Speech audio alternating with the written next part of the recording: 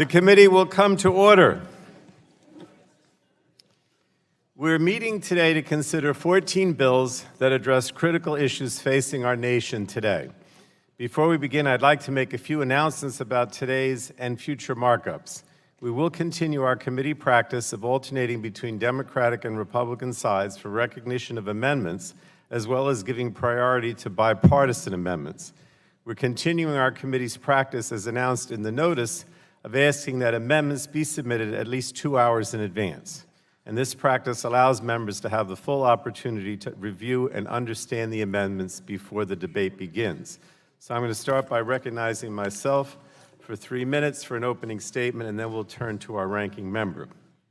First of all, let me say I'm very happy to be here today for our first full committee markup. We're beginning to fulfill our promise to strengthen the economy, reduce costs for consumers, and combat climate change. We'll be marking up 14 bills that will put consumers first by making health care and prescription drugs more affordable and by reversing harmful policies that undermine critical health care, environmental, and consumer protections. We will begin by marking up the Save the Internet Act, which will restore strong net neutrality protections that were abandoned by the Trump FCC.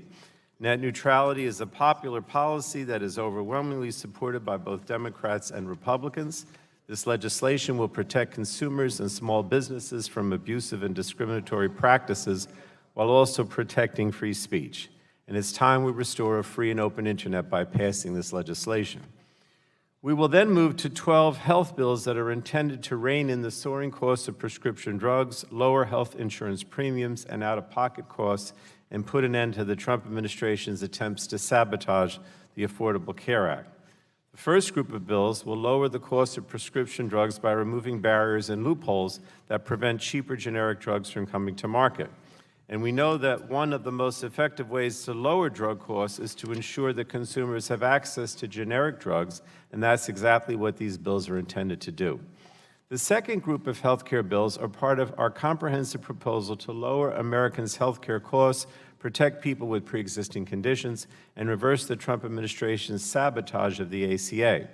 These bills are more important than ever after the Trump administration announced last week that it will not defend the ACA in court, endangering the health care and well-being of millions of Americans.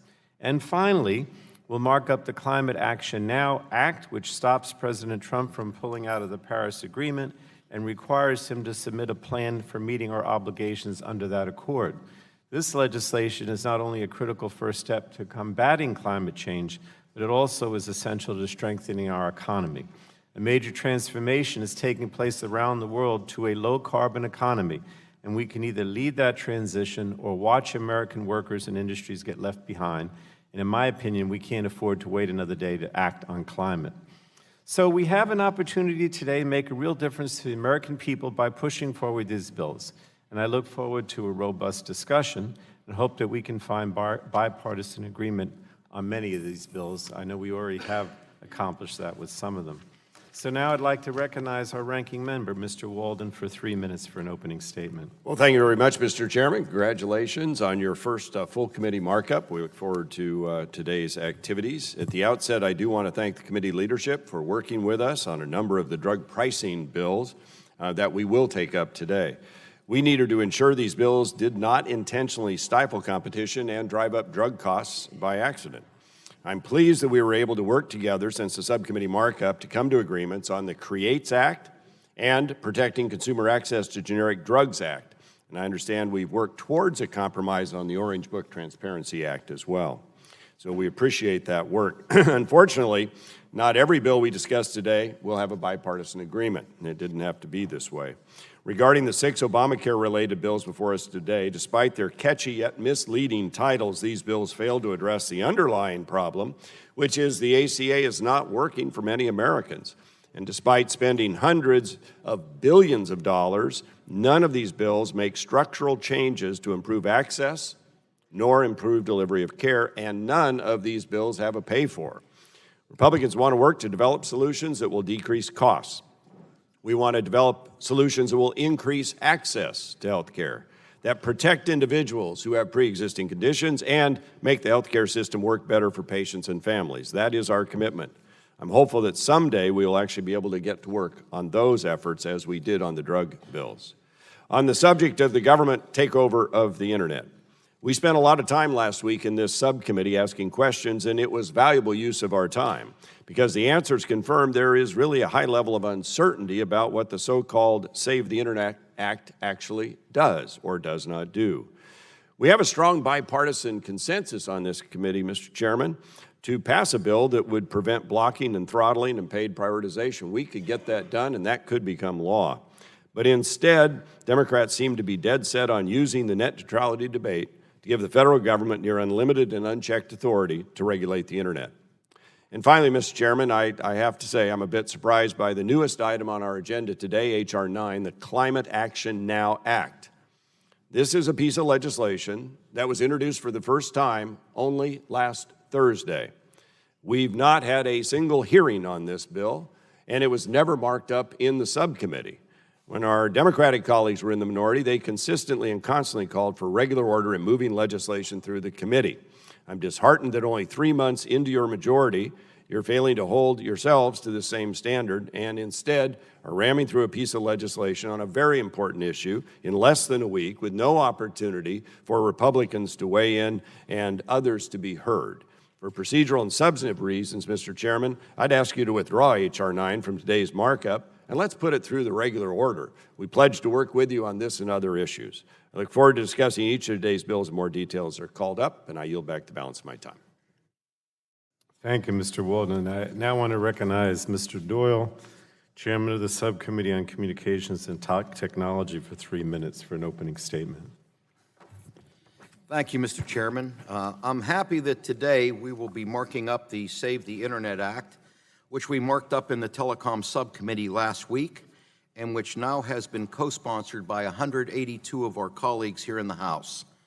Over the course of this debate, we have heard from consumer advocates, minority and underrepresented communities, rural broadband providers, small businesses, innovators, entrepreneurs, and millions of constituents, all calling for the restoration of net neutrality rules.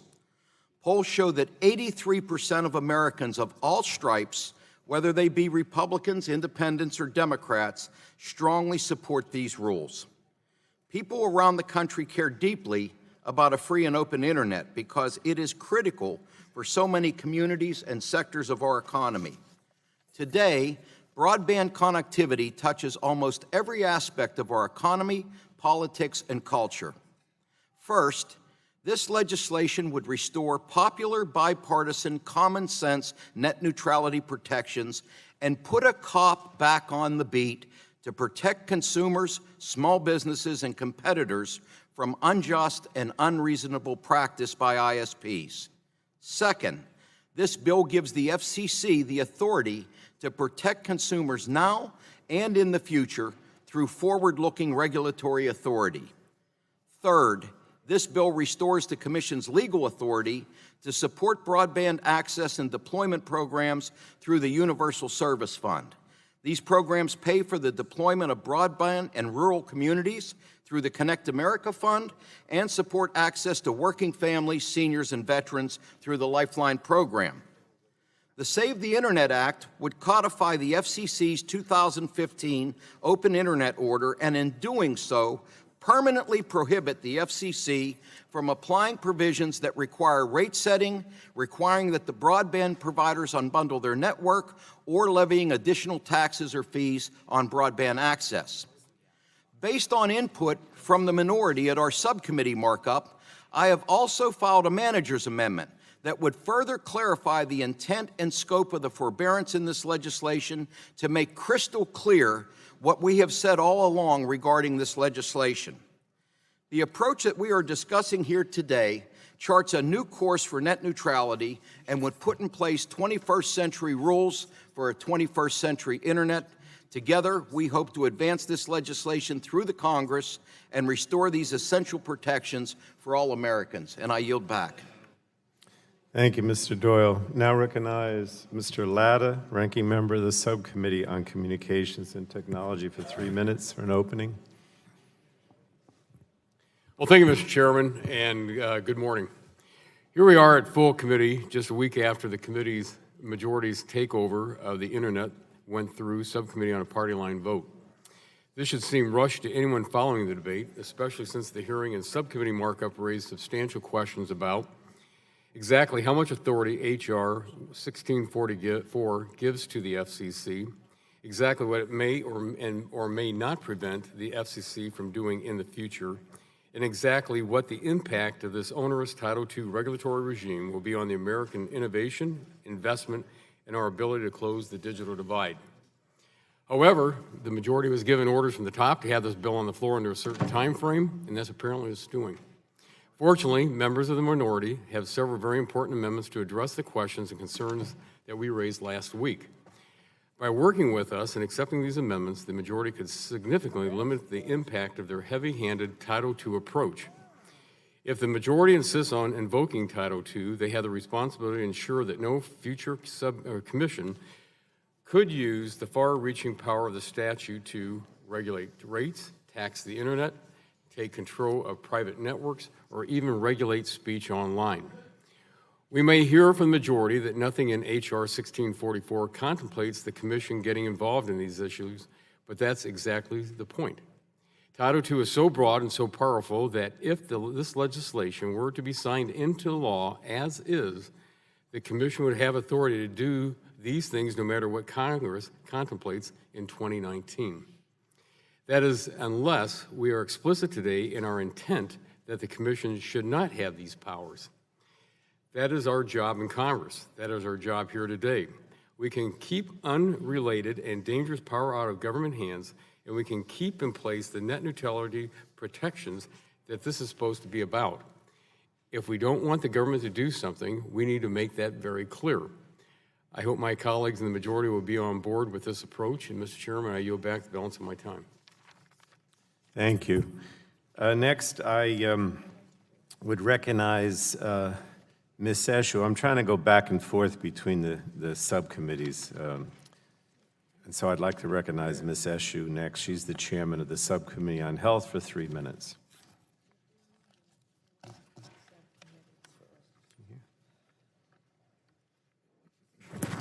I thank the chairman, and good morning to all of my colleagues. Today we gather in our very first full committee markup to review and send 14 bills to the full House. These bills are all very important. They will make a difference in the lives of the American people. From the Health Subcommittee, I'm proud that we were able to mark up 12 bills, 6 that very directly deal with the high price of prescription drugs. Some of them were bipartisan, and the other 6 were marked up, and they are directed toward strengthening the Affordable Care Act. And very importantly, in doing so, that strengthens the entire health insurance market, because the reforms that were placed in the ACA affect all health insurance policies in our country, namely pre-existing conditions and all the reforms that we made. The ACA, we know, is not perfect, but as I said when we began the markup, that a national plan so that everyone is insured is a North Star of the Democratic Party. And so, Mr. Chairman, I'm very proud of the work that the members did, both on the Democratic side and the Republican side, and I look forward to the passage of those of the bills, because really at the end of the day, it's all about the American people and what we can do to not only give them peace of mind, but also a financial security when it comes to health care. We know that last week was a very tough week, given the president's announcement that he directed the DOJ to make sure that the ACA is killed in its entirety. We stand in direct opposition to that. And so the legislation that we've brought to the full committee reflects not only those values, but the the tools in order to strengthen the act and to bring down the cost of prescription drugs for the American people. So with that, I yield back. Thank you, Ms. Eshu. I was going to go to Dr. Burgess. He's not here, so we'll go to Mr. Shimkus, Ranking Member of the Subcommittee on Environment and Climate Change, for 3 minutes. Thank you, Mr. Chairman. Mr. Chairman, I think you know nothing galvanizes opposition to a bill more than the majority jamming something through this committee. I think you also know how delegitimizing it is and how unserious the legislating and how much people think we are hiding something that may be in a bill. It doesn't have to be this way. You're in the majority and you have the votes. Even though this H.R. 9 is primarily referred to the Foreign Affairs Committee and we get a secondary referral, the House rules allow us to mark up that bill first. So I'm not questioning breaking of any rules. Legacies aren't built on messaging bills like H.R. 9. They're built on bills enacted into law. Those enactments, especially on the environmental front, take significant Republican support.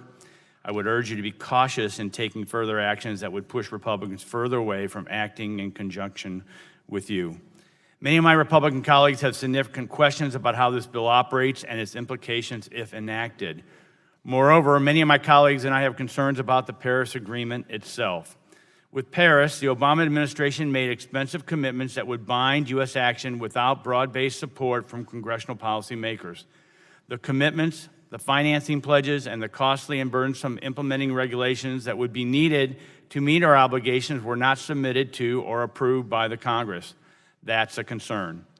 The consumer costs and the competitive harm the commitments pose to our nation deserve close and careful attention and approval from policymakers. And this is not a U.S. problem alone. While other developed nations may be, quote-unquote, staying in the agreement so far, they are not actually following through on their promises. So what's the good of staying in if they're not following up on their promises? I have covered these points in some of the more generic oversight hearings that the committee has held, and I think those committee hearings have been very productive, and I appreciate calling those. The plain fact here is goals of the international climate agreements, which are to move towards lower emitting systems in energy, transportation, industry, agriculture, are not going to work unless there is sufficient affordable technology to deploy at a massive scale. You cannot get there in a meaningful way with wind and solar without undermining industrial capacity and economic well-being. That discussion is not on the menu with H.R. 9. So I will continue to say, Mr. Chairman, when it comes to addressing climate change, let's take action, but let's be smart and pragmatic about it. We should focus on realistic solutions to prepare for the future and on policies that work for the American public, not the politicians. And with that, Mr. Chairman, I yield back my time. Thank you, Mr. Shimkus. I now recognize Mr. Tonko, Chairman of the Subcommittee on Environment and Climate Change, for 3 minutes.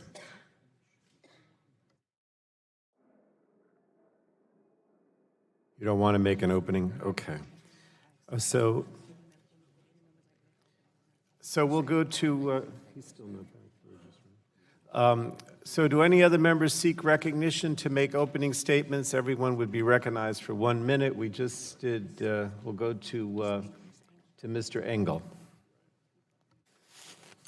Thank you, Mr. Chairman. Today marks a new day in the House of Representatives as this committee considers legislation to reverse the damage the Trump administration has inflicted on the Affordable Care Act. In the first half of the Trump presidency, we've seen Republicans got protections for pre-existing conditions, slash funding for outreach programs, and impose an age tax on seniors. These actions have jeopardized the coverage of nearly 100,000 of my constituents, and the bills before us today continue our efforts to undo this sabotage. I'm pleased also to support legislation today which helps us address the high cost of prescription drugs. Too often I've heard from my constituents who must choose between paying rent or filling life-saving prescriptions. While today's bills will help bring cheaper drugs to market, I urge my colleagues to continue working on this issue. I also look forward to marking up the Save the Internet Act, which would restore net neutrality, protection for all Americans, and finally, the Climate Action Now Act, which would ensure the United States honors its commitments under the Paris Climate Agreement, also done by the House Foreign Affairs Committee. So, Mr. Chairman, thank you again for holding this important markup, and I yield back the remainder of my time. Thank you, Mr. Engel. We'll go to the Republican side. Any members would like to give an opening statement? Yes, we recognize the gentleman. Thank you, Mr. Chairman. I hope you and all my colleagues found a treat I left for you from my district. Just a reminder of the things we can do working together. Mr. Chairman, I know you as someone of integrity. In fact, last Congress, you sort of set a standard for regular order. You may recall Mr. Butterfield and I had a bipartisan bill dealing with ceiling fan regulations. Passed the Senate by voice vote. But you insisted that we had to have a subcommittee markup, and we actually had a subcommittee markup just for this ceiling fan regulation that everyone agreed to, that the Senate voice voted, but we did it because you insisted that we hold regular order. And I would just refer you to H.R. 9, which we haven't had a subcommittee markup on. And I would just ask you that we stand by that standard of integrity that you held us to last Congress, and we follow regular order in this committee. I think it's very important, and I appreciate your indulgence. If I could just respond, and I have to be honest, if I could respond to the gentleman, we're in a bit of a dilemma, or I'm in a bit of a dilemma, because as was mentioned, we have secondary jurisdiction on this bill. The Foreign Affairs Committee has primary jurisdiction, and they had a hearing yesterday, and that hearing qualifies under the rules as a legislative hearing for the Committee of Primary Jurisdiction. There was, I guess, an effort to say that we should just exchange letters and not have this bill marked up because the majority leader wants to bring the bill to the floor the week that we come back from the recess. So, my problem was, and I'm not trying to make excuses or have you feel sorry for me, but there were two alternatives. One was exchange letters and not have us do anything, which I didn't want to do because I, in the tradition of Mr. Dingell, think that the jurisdiction of the committee is very important, and I want us to have an opportunity to mark it up. So the only alternative was to mark it up today, or as opposed to exchanging the letters and not have us have an opportunity. So you may not like that. I would have very much liked to have a hearing and a markup in subcommittee and, do the whole thing. But that was the dilemma. So that's where we are. And I know you're going to, you don't like it, but I don't know what I chose the alternative that allowed us to have an opportunity to mark it up. Is there anybody? Yes, Ms. DeGette. Thank you very much, Mr. Chairman. I want to talk for a minute about a constituent roundtable I had last Friday in Denver. It was focused on insulin pricing in preparation for our O&I hearing yesterday, and a woman named Sierra came. Sierra used to have Medicaid coverage, but then she got a job making $12 an hour, and so she didn't qualify for Medicaid. Now she's uninsured. She can't find ways to take her insulin. She's been in the hospital because she's had severe reactions, and many of the constituents at the roundtable agreed insulin is as expensive as insurance is confusing. That's why I'm supporting the bills from Representative Castor and Blunt Rochester that would help expand the HCA Marketplace Consumer Outreach and Enrollment Services and fund the Navigator program, which I think if we had had it, Sierra would have gotten insurance and her insulin. I also support the other stabilization bills, the generics legislation, the net neutrality, and Ms. Castor's H.R. 9, and I yield back the rest of my time. Member on the Republican side, I'd like to make an opening statement. Oh, Dr. Burgess is recognized for 3 minutes. Thank you, Mr. Chairman, and I do appreciate that we've been able to work together on a number of the bills before us today. I want to thank Chairwoman Eshu's willingness to accept input from stakeholders and the Food and Drug Administration. The Purple Book Continuity Act of 2019 is now in a place where it will make this list of large molecule complex drugs more useful. I look forward to partnering with Chairwoman in her efforts to improve the Purple Book and advancing that legislation today. While we still have a fair number of disagreements on some of these bills and obviously plan to offer some amendments, I'm glad that we found some common ground on legislation to address drug pricing and increase access to generics. As many of us heard at yesterday's Subcommittee on Oversight hearing on the rising price of insulin, patients across America are struggling to pay for medications that they literally cannot live without. Access to generics and biosimilars play an important role in driving competition in the market and lowering prices, and the bills before us today will help move towards that goal.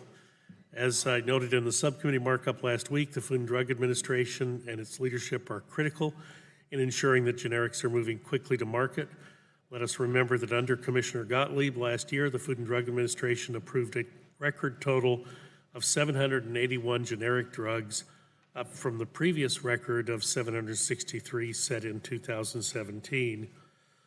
I would also like to note that Republicans are in support of working to provide flexibility to states to address the affordability and accessibility of health care insurance for their citizens through reinsurance and other mechanisms. H.R. 1510, the Premium Relief Act of 2019, which would do just that. I intend to be offering that today as an amendment, and importantly, this bill includes longstanding life protections and is fully offset. And Mr. Chairman, in the interest of time, I'll submit the rest of my statement for the record, and I'll yield back my time. Thank you, Dr. Burgess. I'd like to recognize our Vice Chair for 1 minute, Ms. Clark.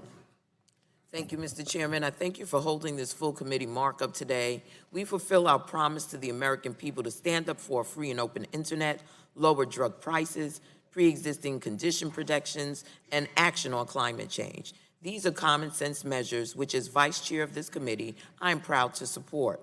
Today's net neutrality bill could not be more straightforward. It restores 2015 open internet order to protect consumers and increase innovation in online competition. Critically, it prevents ISPs from blocking lawful services, throttling content, and paid prioritization. Consumers, not ISPs, should pick which website should succeed or fail. Each of the bills that will be before us today are common sense measures, but unfortunately, some of my colleagues will offer amendments designed to sabotage their passage. As Vice Chair, I hope we will not fall for these gimmicks. I look forward to working with my colleagues to bring these bills to the House floor. And I yield back, Mr. Chairman. Thank you. Anyone on the Republican side? Mr. Johnson? Thank you, Mr. Chairman. I want to echo and add my concerns on H.R. 9, the Climate Action Now Act, which never had a hearing before this full committee markup today. This bill did not go through regular order, something that you have long been an advocate for, and there has been no opportunity for Republicans to weigh in. Equally concerning, the administration was also not given an opportunity to provide input through testimony. Worse, this bill does not take into consideration the important role many of our reliable energy sources play today. Coal, natural gas, and nuclear, for example. These energy sources provide huge economic and geopolitical benefits for our country, and I fear those benefits are overlooked by this bill. I'm disappointed that we're so quickly breaking regular order to push this bill forward. This is not how this committee nor Congress should legislate, and I urge you to reconsider. And with that, I yield back. Thank you. Mr. McNerney, recognized for 1 minute. I thank the chairman. The bills before us today are important for my constituents and for all Americans.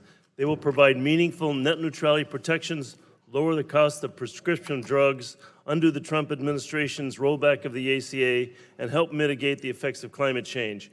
I'm proud to co-sponsor the Save the Internet Act. This common sense legislation is critical for innovation, competition, and the ability of small businesses to thrive. It will ensure that the internet serves as a forum for the free flow of ideas and a gateway for economic opportunity. This bill takes an approach that accounts for the internet of today and of tomorrow.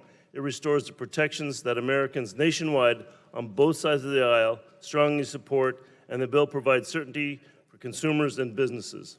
I'm also proud to co-sponsor the Climate Action Now Act. I urge my colleagues to support these critical pieces of legislation. I yield back. Thank you. On the Republican side, anyone for an opening? Okay, go back to Mr. Butterfield. We're holding this very important markup today as we seek to deliver the promises that we made to the American people. You know, Mr. Chairman, since President Trump always talks about the 2016 elections, I also want to talk about the 2018 elections. We took the majority. We are in control of the agenda in the House of Representatives, and we intend to deliver.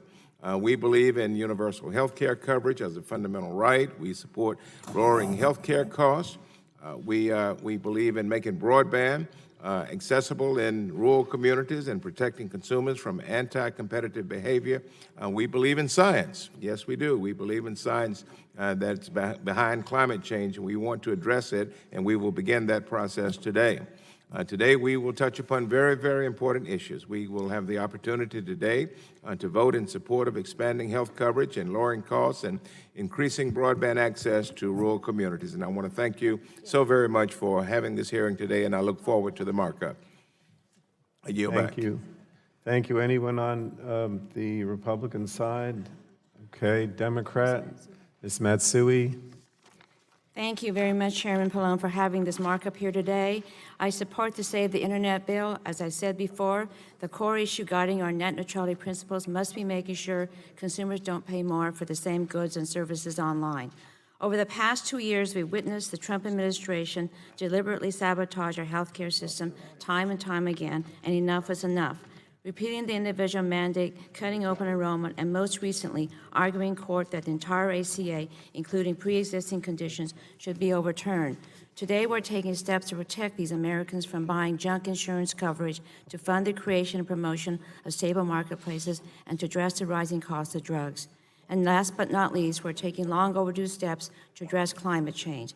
It's absolutely imperative that the world come together in a meaningful way to address the climate crisis. H.R. 9 is a necessary step in this direction, because if we fail to keep our commitments to the Paris Agreement, we're ceding U.S. world leadership and breaking our promise to act in the best interests of the American people. Thank you, and I yield back.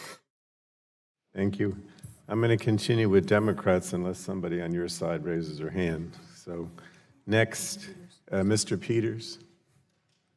Thank you, Mr. Chairman. Thank you for having this markup today. In particular, I'm happy to see 2 bills on the agenda.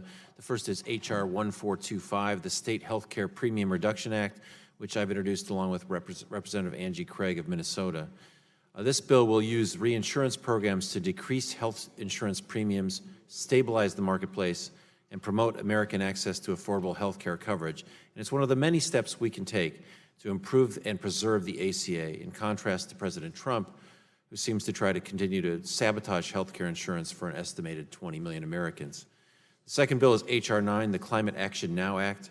This bill is a first step in attacking the impacts of climate change on our environment, coastal communities, military operations, and future stability as a nation. America needs to be a leader in fixing this global problem, and H.R. 9 is a great sign to the country and the President and the world that we need to get back in the game. So I want to congratulate Ms. Castro on leading this bill. Thank you very much, Mr. Chairman, and I yield back. Thank you. Does anyone else, Mr. Soto?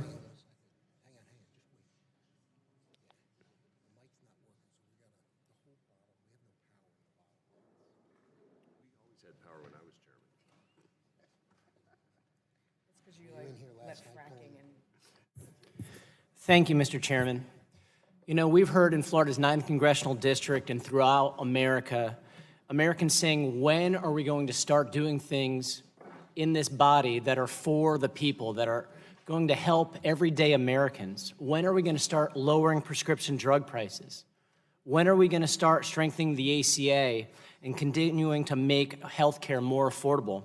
When are we going to protect equal access to the internet? When are we going to combat climate change, this existential threat to the human race, and rejoin the Paris Climate Accord? For all those Americans back in my district and throughout the nation who've been asking this over and over and over, that day is today. And thank you, Chairman, for bringing this ambitious agenda forward. Thank you, Mr. Soto. Anyone else? Mr. O'Halloran? Well, I see there's some on the Republican side. You're recognized. Apparently, the first row mics don't work, so we'll just deal with it. Mr. Chairman, just point of information. Could you clarify again your remarks to Mr. Hudson that you had 2 options? One was to exchange a letter, or secondly, to vote on it today. Could you explain why there's not? I will. I don't want to keep prolonging this. Could you just share with me Sure. Share with me with my 1 minute. Sure. Why there's not a third option, and that is just to delay till next week for a vote? Well, the third option is not an option because the majority leader wants to proceed after the break and bring this to the floor. So understand that this bill, because it deals with the Paris Agreement, the primary jurisdiction goes to the Committee on Foreign Affairs because they deal with global environment, okay? They had a hearing yesterday which satisfies the requirement under the House rules for a hearing on the bill. They had that hearing.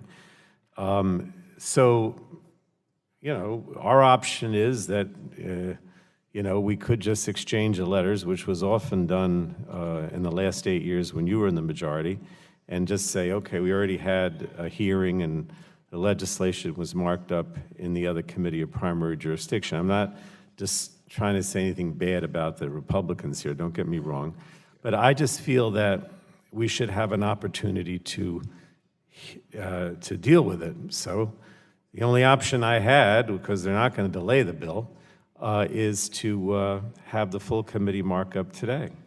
Otherwise, you know, we could have just said, okay, we had the legislative hearing in the other committee and they marked it up and that's it. I don't really want to keep prolonging it. I explain it as best as I could. Does the gentleman want to make an opening statement? Okay. All right, is there anyone on our side? Mr. O'Halloran is recognized for 1 minute. Thank you, Mr. Chairman. The American people voted to usher in a new Congress that is prepared to truly address the needs of the people across this great nation, including those in rural communities who feel left behind.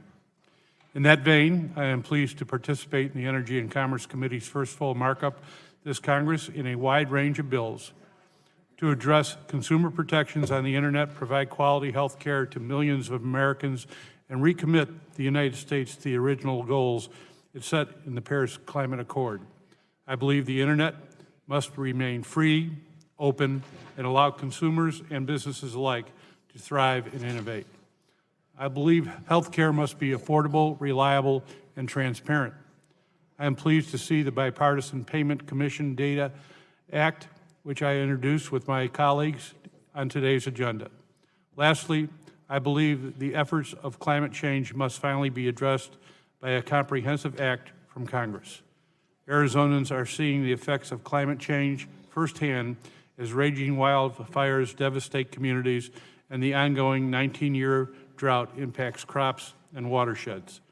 Mr. Chairman, I do believe to fully address these complex issues before us that it will require not only our thoughtful consideration, but our desire to work in a bipartisan fashion, and I yield. Thank you. Yes. Morgan. Gentleman is recognized. Thank you, Mr. Chairman, and yield to the ranking member, Mr. Walden. Thank you very much. I thank the gentleman from Virginia. I just wanted to weigh in on this issue of exchanging letters and waiving jurisdiction. I think you'd find, Mr. Chairman, all of us who have been in your shoes have faced similar sorts of situations, and we've all been fiercely defensive of our committee's jurisdiction, so we share that with you. I would just point out the problem here is that this resolution was only introduced at the end of last week, I believe, maybe even Friday, which precluded us from, and you, from even having the opportunity to have anything other than this. That doesn't make it right. And so it's unfortunate that whoever is driving the agenda, the speaker or whomever, has put you in this position where we can't even do due process here, because I know you care deeply about it, as do we. But that doesn't make it right, and it doesn't make it something we're happy about. But we do understand. I signed waivers at times because we had minor jurisdiction. We all agreed that was the right thing to do. It's just really hard when you're jammed like this with a resolution only introduced at the end of last week, and then you either waive or we're forced to do this. And it's a bad process, bad procedure, and I would join you in pushing back on your leadership. Not that they're going to listen to me much, but to try and make sure that doesn't happen very often. I yield back. Anyone on the Democratic side wants to make an opening statement? Did I see you'd want to make an opening statement? Gentleman's recognized. Thank you, Mr. Chairman, and thank you, Leader Walden. I wasn't going to make an opening statement, but there was a comment a minute ago about how many Republican-only bills came out of the this committee in the last Congress, and I want to remind everybody on this committee that there were 148 bills that this committee reported out, 93% of which were bipartisan.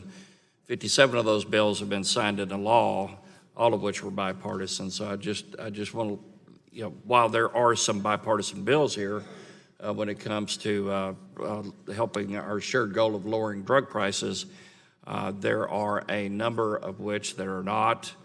The so-called Save the Internet Act is being rushed to the floor next week without the opportunity to ask questions of the FCC commissioners, which ostensibly this bill is going to put in charge of the Internet. Also, you're rushing to consideration of climate bill by skipping a legislative hearing and subcommittee markup. I appreciate the pressure that the Speaker and the Majority Leader have put you under, but that doesn't prevent this committee from doing its job. Thank you. I yield back.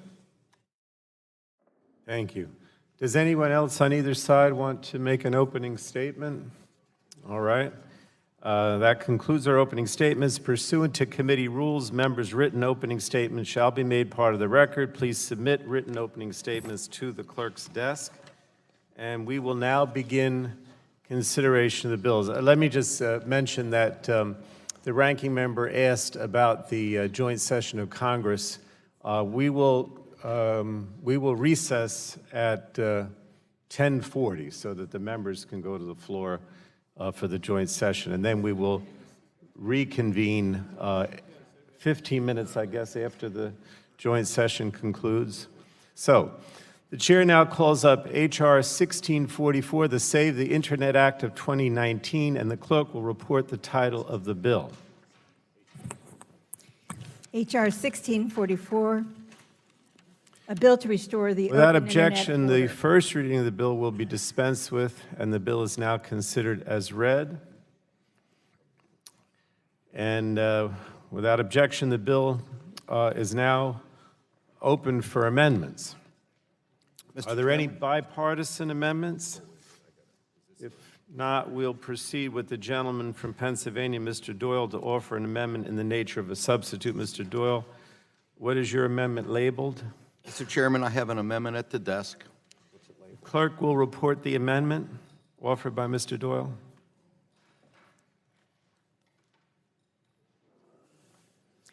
Amendment in the nature of a substitute to H.R. 1644 offered by Mr. Doyle of Pennsylvania. Without objection, the reading of the amendment will be dispensed with, and Mr. Doyle is now recognized for 5 minutes.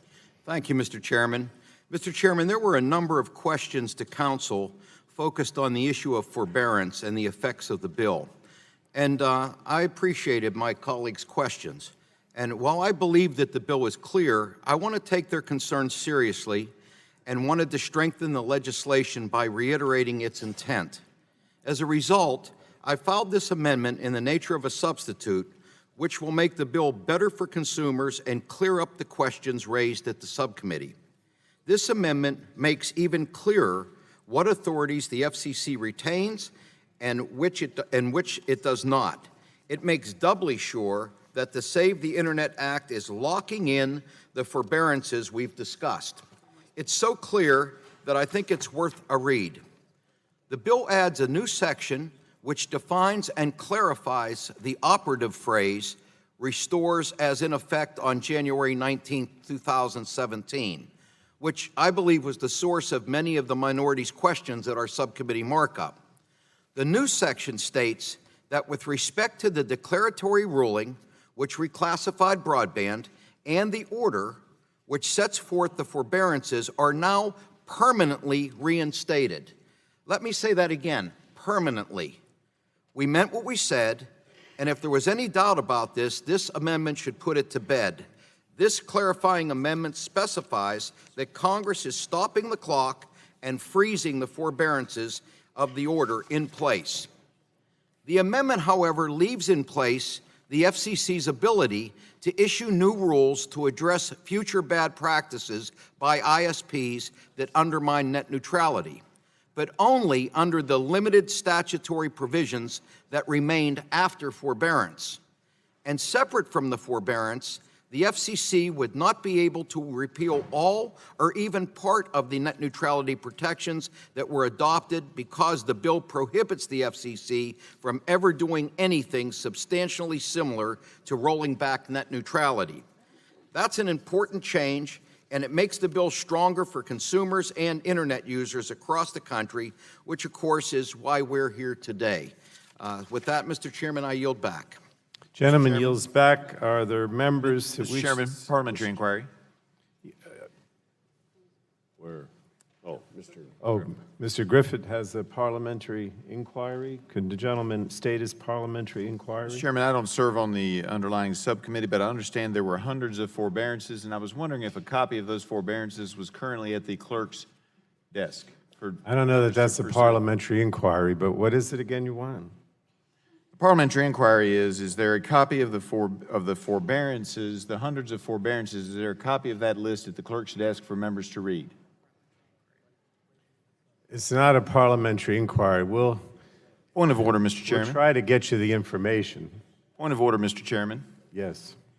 If the information for a member to make a decision on this bill is not, a copy of, is not at the clerk's desk, is the bill properly before us? Again, that's not a proper point of order, but we'll still try to get you the information. Okay. So the question was, does anybody on the Republican side strike seek the last recognition word. to speak on the amendment? The ranking member is recognized for 5 minutes. I thank the gentleman, and I move strike the last word. I would just say that I appreciate my friend from Pennsylvania, and he is my friend, and I appreciate the fact he appreciated that we raised these questions with his counsel, because we were deeply concerned about the interpretation we were being given, and we all want to be clear on what this bill either does or doesn't do. We may still have differences how far we go here with Title II, as you well know, but I think we all need to know when we're told that the legislation, H.R. 1644 is written, created permanent prohibitions on the FCC from taking any actions they hadn't already, that they'd forborne against. Even those that they said, we forbear for now. We were told by counsel that meant forever. I believe that's correct, what we were told. We did not agree with that interpretation and reached out to the Congressional Research Service as an independent arbiter. And I have, Mr. Chairman, a CRS report here that we received back April 2nd that addresses this issue with the underlying bill, not the Ains. And in it, they make pretty clear that they would disagree with the interpretation we got. Now, it's not the first time lawyers have probably disagreed, American. They always get paid. But anyway, that's another subject. They're pretty clear in their interpretation at CRS that indeed the way the bill was originally written would allow the FCC pretty good deference under Chevron and the mutual case to go ahead and move forward and rewrite and do things in that space. Now, I know that you now understand the concern we raised. You're trying to address it with this amendment in the nature of a substitute. Unfortunately, we only saw that recently, have not had an opportunity to get a formal opinion back from CRS on how the substitute, or the amendment in nature of a substitute would be effective in terms of the forbearances. The point Mr. Morgan Griffith raised is we don't even know, we've been told there are 700 forbearances that we are going to lock into statute. This is meaningful stuff. This isn't go do your own work or whatever. We ask in the subcommittee, can you make that available to us? Because you are telling us that you're locking 700 areas of Title II that have been forborne against into statute. And we have asked for that list. And I think to Mr. Griffith's point, he's actually very serious about these matters. I can tell you he voted against a suspension bill of mine on the House floor several years ago, one of only two. And when I went to him, he said, well, when I read the bill, it referenced a memorandum of understanding between Mount Hood Meadows and the Forest Service, and I didn't have a chance to read that before I voted. The next year, when we voted on it, I made sure he had that MOU, and he voted with me. The point is real.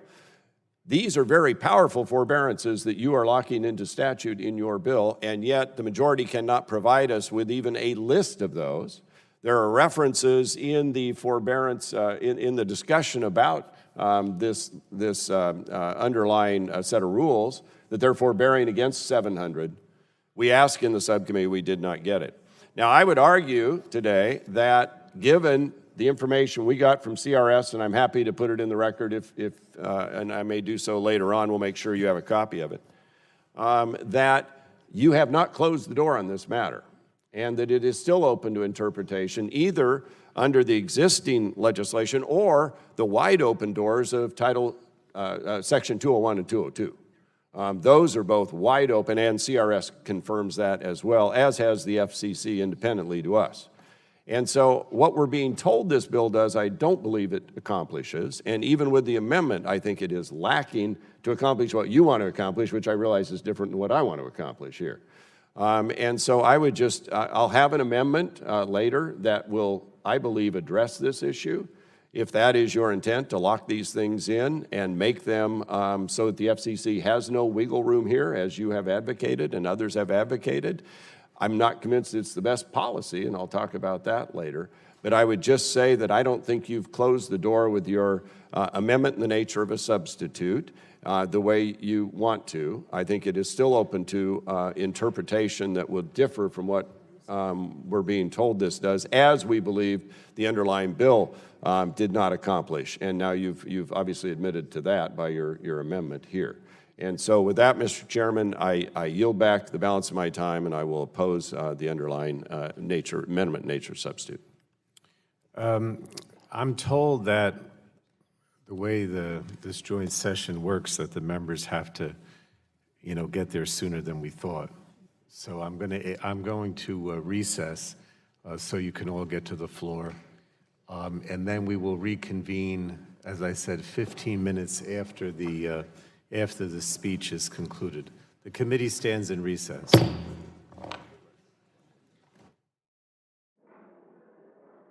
We will reconvene.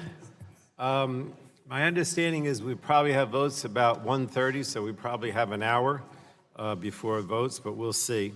And when we recessed, Mr. Walden had just spoke in opposition to the amendment in the nature of a substitute offered by Mr. Doyle. So are there other members seeking recognition to speak on the amendment in the nature of a substitute? I guess we would go to the Democratic side. Is there anybody on? Oh, you can strike the last word on the, members can strike the last word on the substitute as well.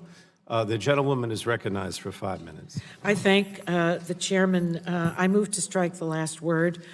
I want to say, I think some important history relative to the internet.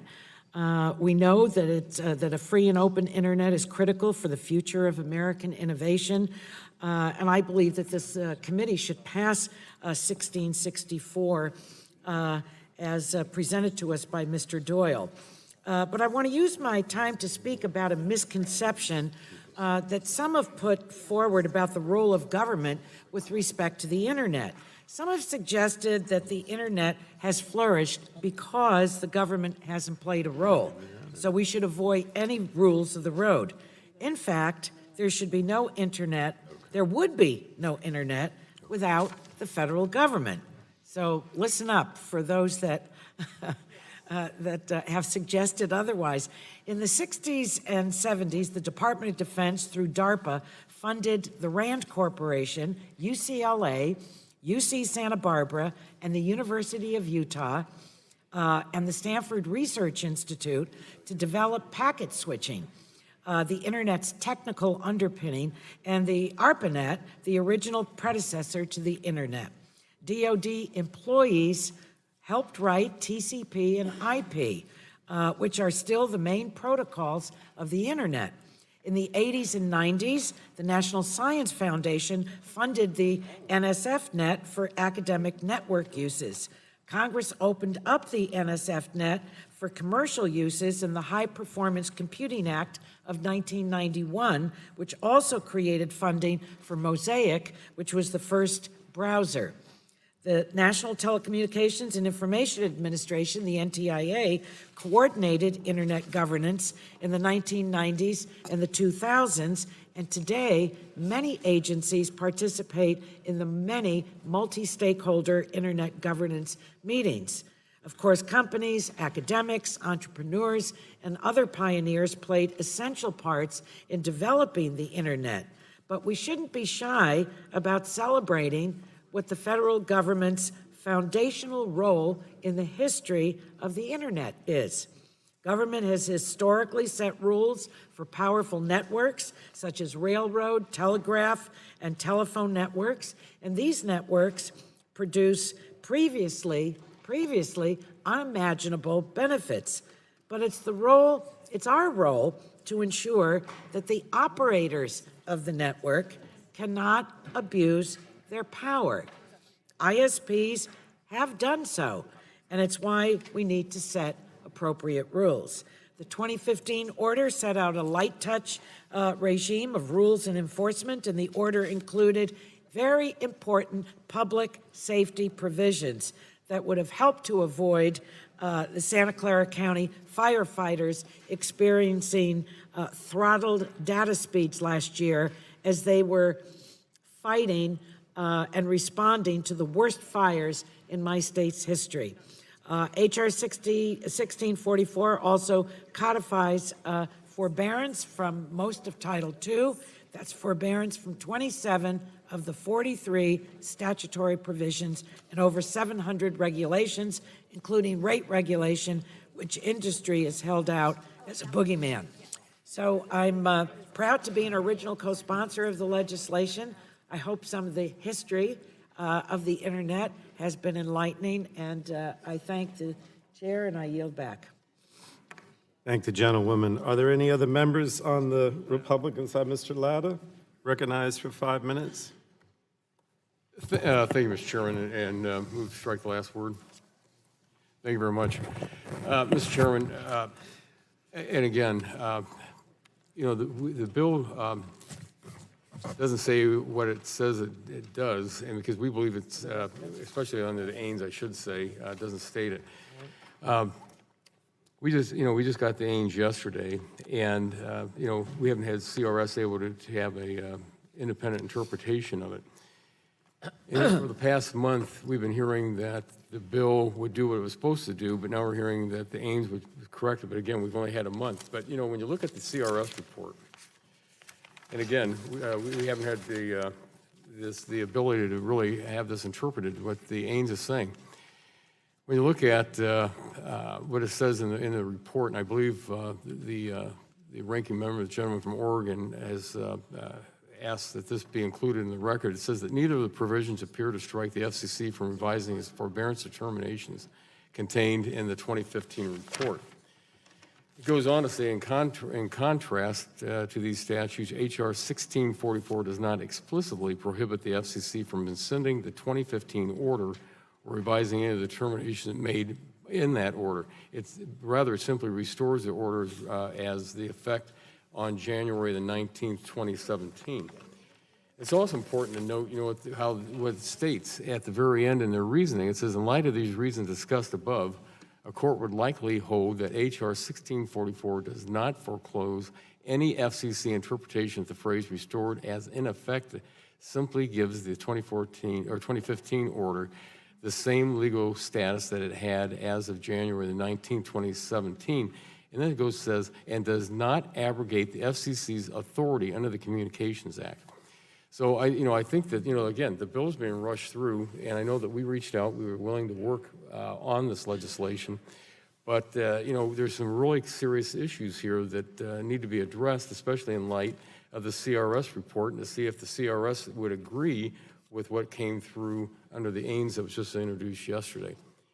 And I recognize the gentleman yield. I yield to the gentleman from Oregon. I thank the gentleman. I know how much work you've put into this over the years, and I think we all share a commitment to making sure that ISPs cannot engage in the kind of bad behavior we've heard about on occasion, like throttling, blocking, and even paid prioritization. We have a bill to do that. We have an amendment that will do that, and we could agree to do that, and it could become law. The concern I have, and it's the one you've raised in your remarks, sir, is that we're not sure yet what this bill does, even with the AINS, with the underlying amendment in nature of a substitute. Last week, when this was marked up in subcommittee, we were told, oh no, the forbearance that we're locking in would preclude the FCC from taking any action in any of these areas. And then when CRS took a look at the underlying bill, they said, no, actually that's not the case. That's what you're referring to, and that document we'll put in the record with your approval, Mr. Chairman.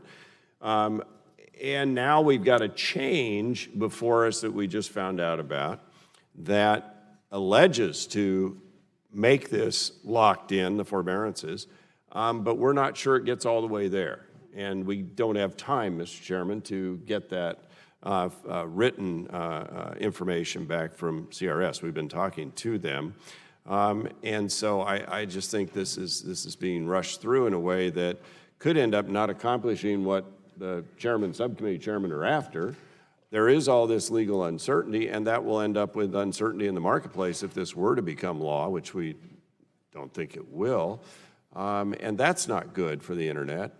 And so I joined the gentleman in his concerns about this. And the other part Mr. Griffith raised is we're locking into statute some alleged 700 items of forbearance for which the majority has yet to be able to tell us what those are or provide a list, unless you've got it today. We ask about it in subcommittee. You're putting into law all these things that the FCC forbore against, and yet we are not provided with a copy or even a list of those. And that makes it kind of questionable about what it is you're locking into law that the FCC could never address again. This is pretty powerful stuff when you're locking forbearance into law, and we're not sure you're even accomplishing what you want. So with that, I yield back. Thank you very much. And Mr. Chairman, I yield back the balance of my time. Does the gentleman, Mr. Doyle hasn't had a chance to strike the list. I yield. No, he offered, somebody else has to strike.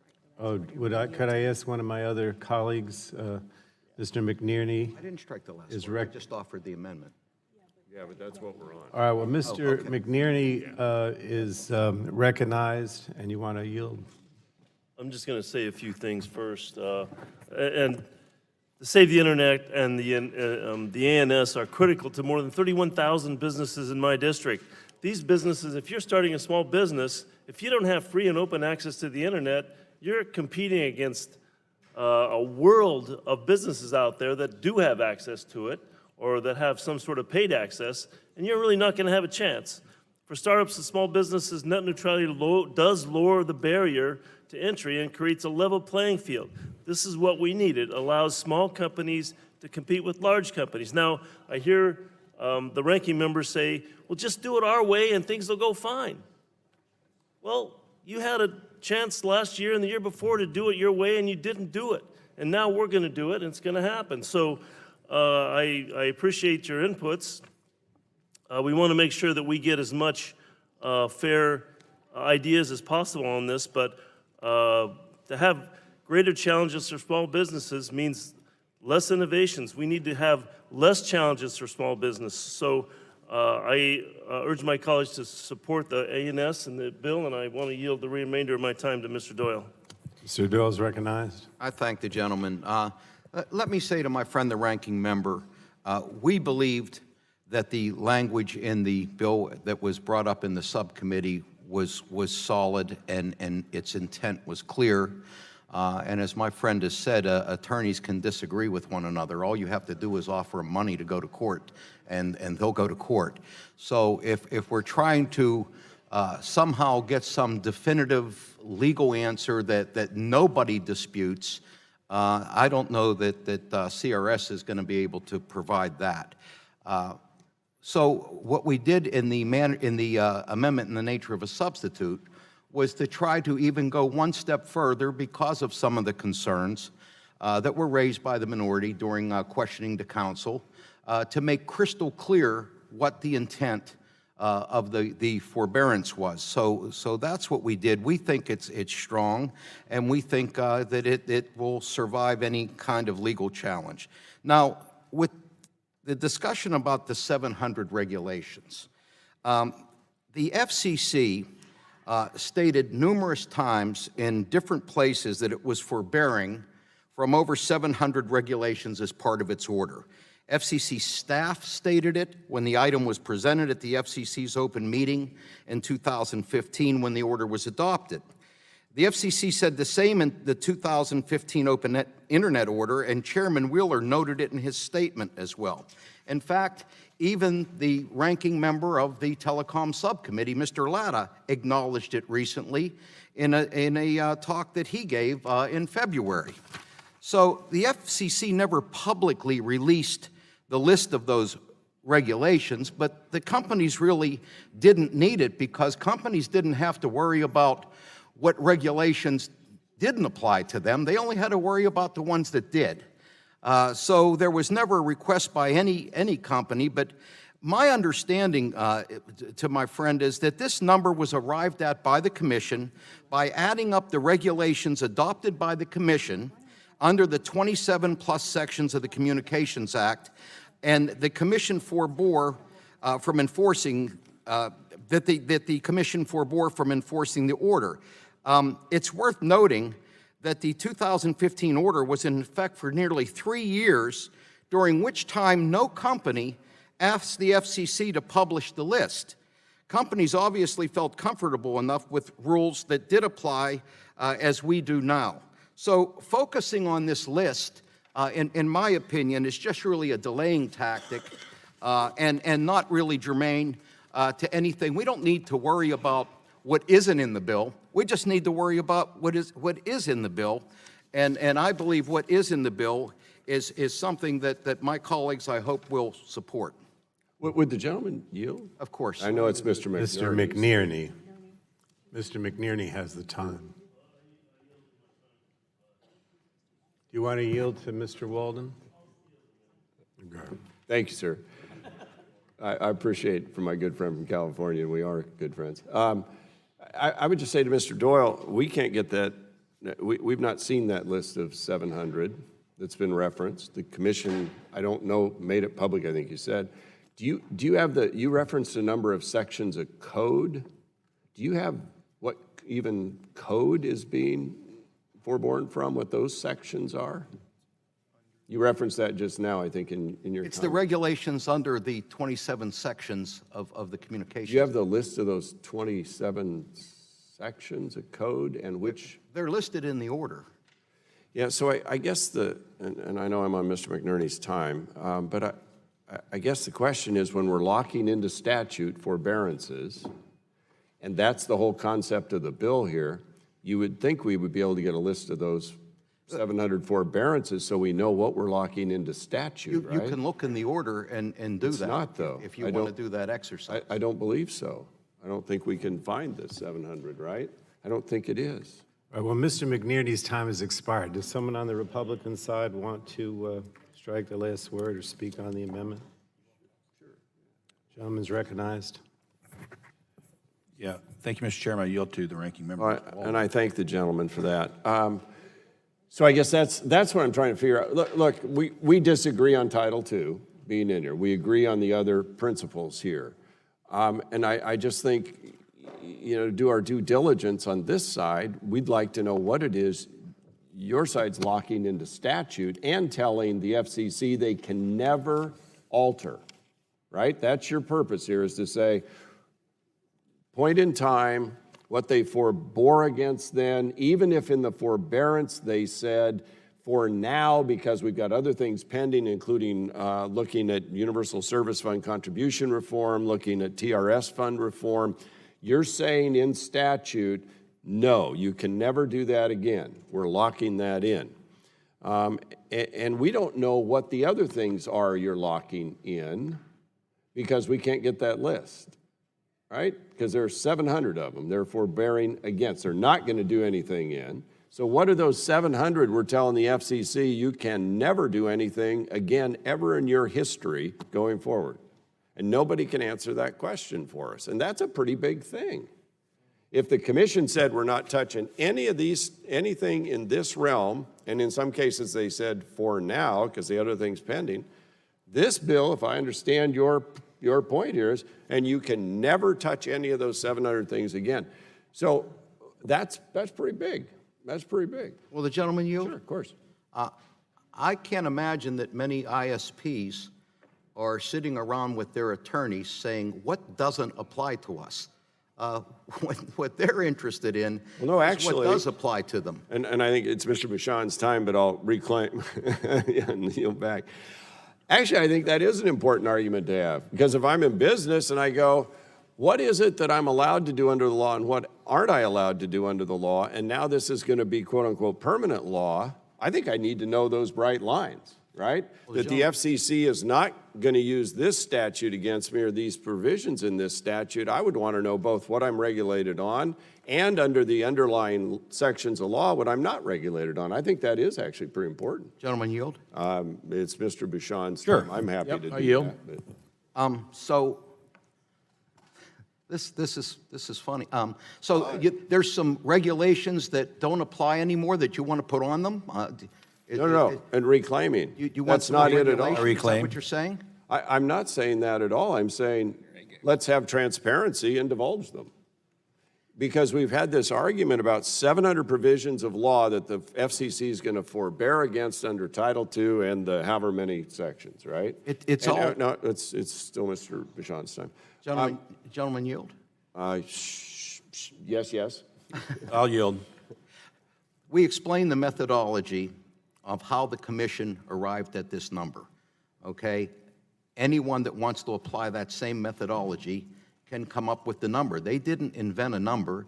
They went through this methodology with the 27 sections of the bill and then what they forbore from that. So you have a total amount plus what's subtracted, and that's what's left. I'll reclaim. It's a number. I'll reclaim my time. And it exists. And it's a number, and it yield to the exists, ranking and member. you'd think there, if the gentleman would. I will yield to the ranking member. I thank the gentleman. And so we just like to know what those are. It's more than magic here.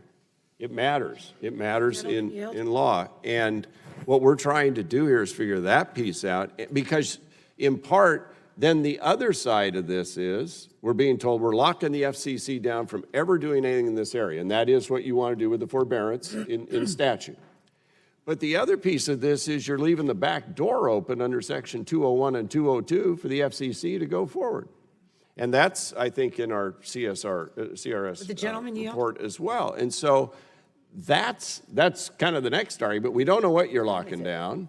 We don't have the list. And then in the back door, you're leaving 201 and 202 open, but some of the others you're closing. And so it's going to create a real mess in statute, I think. I'd yield back. It's Mr. Bouchon. I'll yield. Yeah, I'll yield. I'm fine with that. I'll yield to Ms. Eshoo. Thank you, I appreciate it. Let's cut to the chase. If you get this list, are you going to vote for the bill? I don't think that's, if the gentleman. Well, no, I think it's the main point. We're in a markup. I'll reclaim my time and yield to thank the you. ranking member. No, I don't think that's a fair question even. I think what we're trying to do here is know what we're all voting on, and then we can make our decisions. I think I've been clear. I'm not for Title II. And the internet didn't grow up under Title II, did it? That was only for about a 2-year period it was under Title II. It was actually very light touch regulation. Yes, government was involved, absolutely, in investing in it and all that. We're not talking about that seed corn and that effort in our great institutions of government, both higher education and others. What we're talking about is now that it's out there and been commercialized, what should the regulatory heavy hand of government be, or light hand? And in the past, even under Bill Clinton and everybody else, they treated it as an information service with light touch regulation, not as a common carrier old monopoly telephone company. And we're not talking about, when you talk about websites loading and all of that, we're not even talking about the edge providers here. And that's where a lot of the issues I hear from people are. They don't differentiate between ISPs and edge providers, but they are concerned about some of the actions of the edge providers, about shadow banning and blocking and throttling and everything they do as a business model. And we're not even talking about that piece. We're only talking about the big pipe through which the internet goes. And so Mr. Bouchon's time has expired. I yield back. Thank you. Anyone on the Democratic side? Anybody on the Republican side? Anybody at all? Yes, Mr. Griffith. Recognized for 5 minutes. Thank you very much, Mr. Chairman.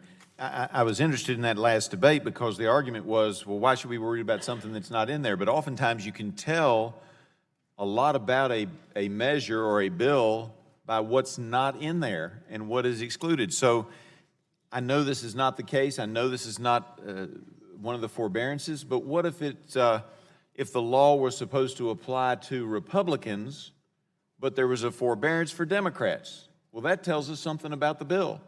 And so we have 700 pieces, allegedly, I don't know because we haven't seen the list, but I've been informed we have 700 pieces of information, forbearances, that would tell me about the bill. Now, the people at home need to understand this too. They want to know, there's a lot of folks out there watching this, and they want to know what those forbearances are. Maybe somebody doesn't know there's a forbearance in a particular area, and they might like to have that information. But if the members of this committee don't have that information, I can't provide it to my constituents. And if I can't provide it to my constituents, they don't know. And if there's a forbearance someplace and somebody saw a business opportunity, well, who knew? I mean, one of the things that I think we have an obligation to do is to make sure that we're reading through all this material, making the best decisions we can. I agree, it doesn't matter how much information you have. We're going to, as a legislative body, we're sometimes going to make mistakes.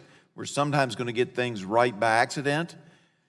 But the more information that we have in front of us about what is in a bill or what is specifically excluded from the law under a bill or written into the law to be excluded permanently or not permanently, depending on which set of lawyers you believe, I think is extremely important for the debate on any measure, which is why I previously asked if that information was sitting at the clerk's desk, because I believe that when you've got a bill that's going to lock into law, or at least one set of lawyers believes it's going to lock into law, 700 exceptions to the rule, the American people have a right to know, and I have a duty to know.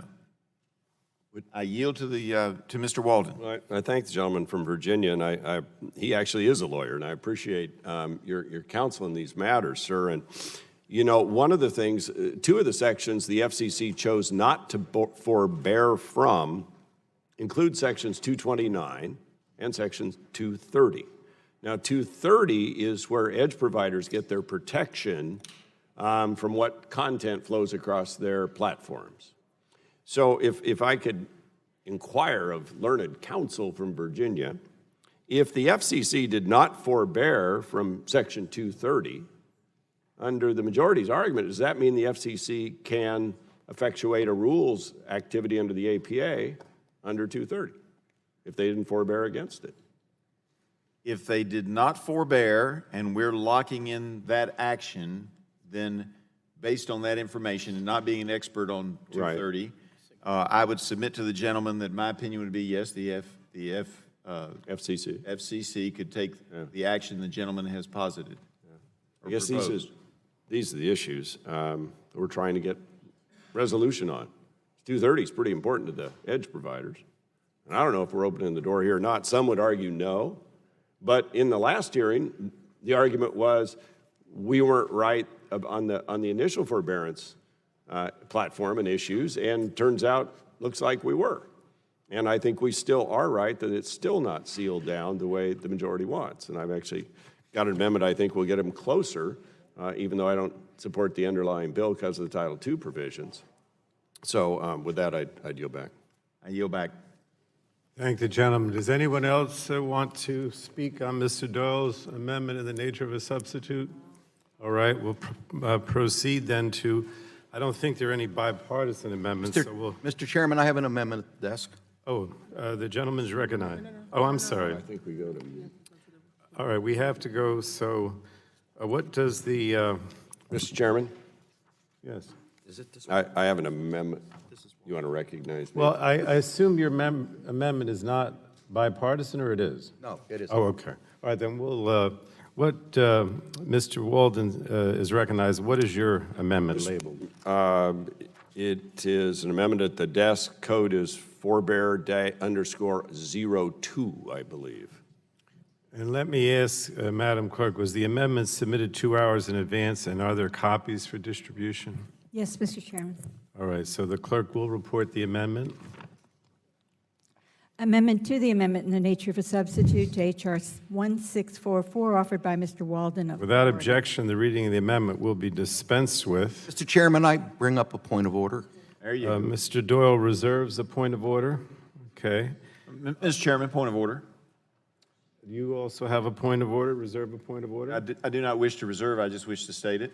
What is your point of order? I don't recall having voted to adopt the amendment in the nature of a substitute. Is it proper to amend an amendment to the nature in the nature of a substitute before the adoption of the amendment in the nature of a substitute? That is my understanding, that we proceed through the amendments to the amendment in the nature of a substitute before we adopt the amendment in the nature of a substitute. I thank the gentleman. All right. So now, Mr. Doyle has reserved a point of order. Mr. Griffin has not.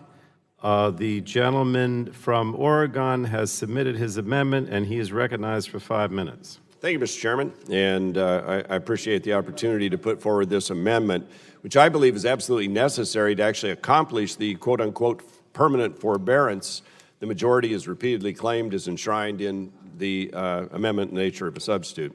As I discussed earlier in reference to the amendment nature of a substitute, we've obviously raised a lot of questions last week about whether the bill actually achieves the chairman's objective of permanently locking in the FCC's 2015 forbearance from applying over 700 rules. First and foremost, as Mr. Johnson asked, where's the list of 700 rules?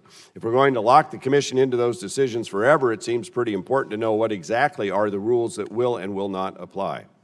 It would have been helpful to have the FCC before us so we could have inquired about the impact of this legislation on the commission, but unfortunately that didn't happen either.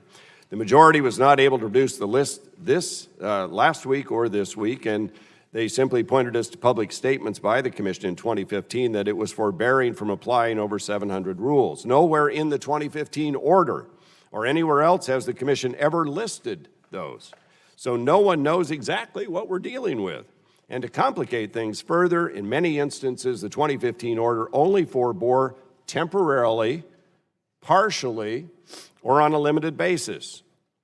So you really start to understand why the majority tried to use the approach of restoring the 2015 order and hoping for the best. However, the language that Council kept referring to last week, Section 2B1 of the bill, did nothing whatsoever to lock in anything, despite what we've heard over and over from the majority since the bill was first introduced. And this was confirmed to me by CRS, as I noted earlier. Yesterday, we received the memo, and the verdict was clear, and I quote, H.R. 1644 does not abrogate the FCC's authority to revisit prior forbearance determinations, including those made in the 2015 order, close quote. And I would like to submit this CRS memo for the record, Mr. Chairman. I think we've now Reserving the right to object. Excuse me? Have we seen this? Not to my knowledge, but we Yes. can, all right, well, excuse me. The gentleman from Oregon has asked that the document be submitted for the record. Without objection, so ordered. Now, Mr. Doyle? Reserving the right to object. I just want to know if we've seen this CRS. I've not seen the CRS report, and I wanted to know if anyone on our side has seen this report. Who just said? Gentleman from Oregon, it's your time. Yeah, we may have a copy of it, but I don't think any of us have had a chance to read it or have any time to read it. If I can go back on my, It's well, your if I can time. speak, well, you've suspended it. It was sent to Mr. Miller on your staff, I believe, this morning. And it's the protocol of the committee, as long as we've shared it with staff, I thought, that we had satisfied. At the break. So we got this at the break? Right? And no one? Yeah. Mr. Chair, I would just ask, we're trying to review it. We just got it at the break, and maybe if the gentleman would make the request a little later in the hearing, I would withdraw my objection, just to give us a chance to actually read and understand it. I've read it. I'd be happy to do that in the comedy of the committee. It was sent at 10:35 as we went across, but staffs have had it, so that's usually what we do. But So my understanding is that your request is read that we not move I'll this. withdraw my request to submit for the record until later in the markup, if that's. Yeah, what and you'd I'm like. sure later in the markup, I certainly want to. But I would just say on this matter that our protocols in the past have been, as long as it's been shared staff to staff, it wasn't a requirement members had read it before we enter documents into the record. But if that's the new protocol, then. Well, I don't know if there's any protocol, but you're willing to Yeah, do yeah, that, I'm not, so. it's not an All right, issue. so- We're welcome to have you read it. Yeah, So and- we've withdrawn the Thank you. Unanimous. submission of the document and we'll deal with it later, but it's the gentleman's time at this, Mr. Walden. All right, thank you. And so, as I said, this was confirmed yesterday when we received the memo from CRS that H.R. 1644 does not abrogate the FCC's authority to revisit prior forbearance determinations, including those made in the 2015 order. So we appreciated the chairman's attempt in the Ains filed yesterday to fix this flaw and actually lock in the forbearance as he said the bill would do. However, upon review, we still don't think the language gets you where you want to go. First, the amendment nature of substitute would, quote, permanently reinstate the rules and legal interpretations, close quote, set forth in 2015 order. However, as previously noted in countless examples throughout the order, forbearance is temporary or limited or footnoted in a myriad of different ways. And anyone who tries to tell you what a court would do with a permanent reinstatement of a forbearance, which is by its own definition temporary, might have a bridge to sell you.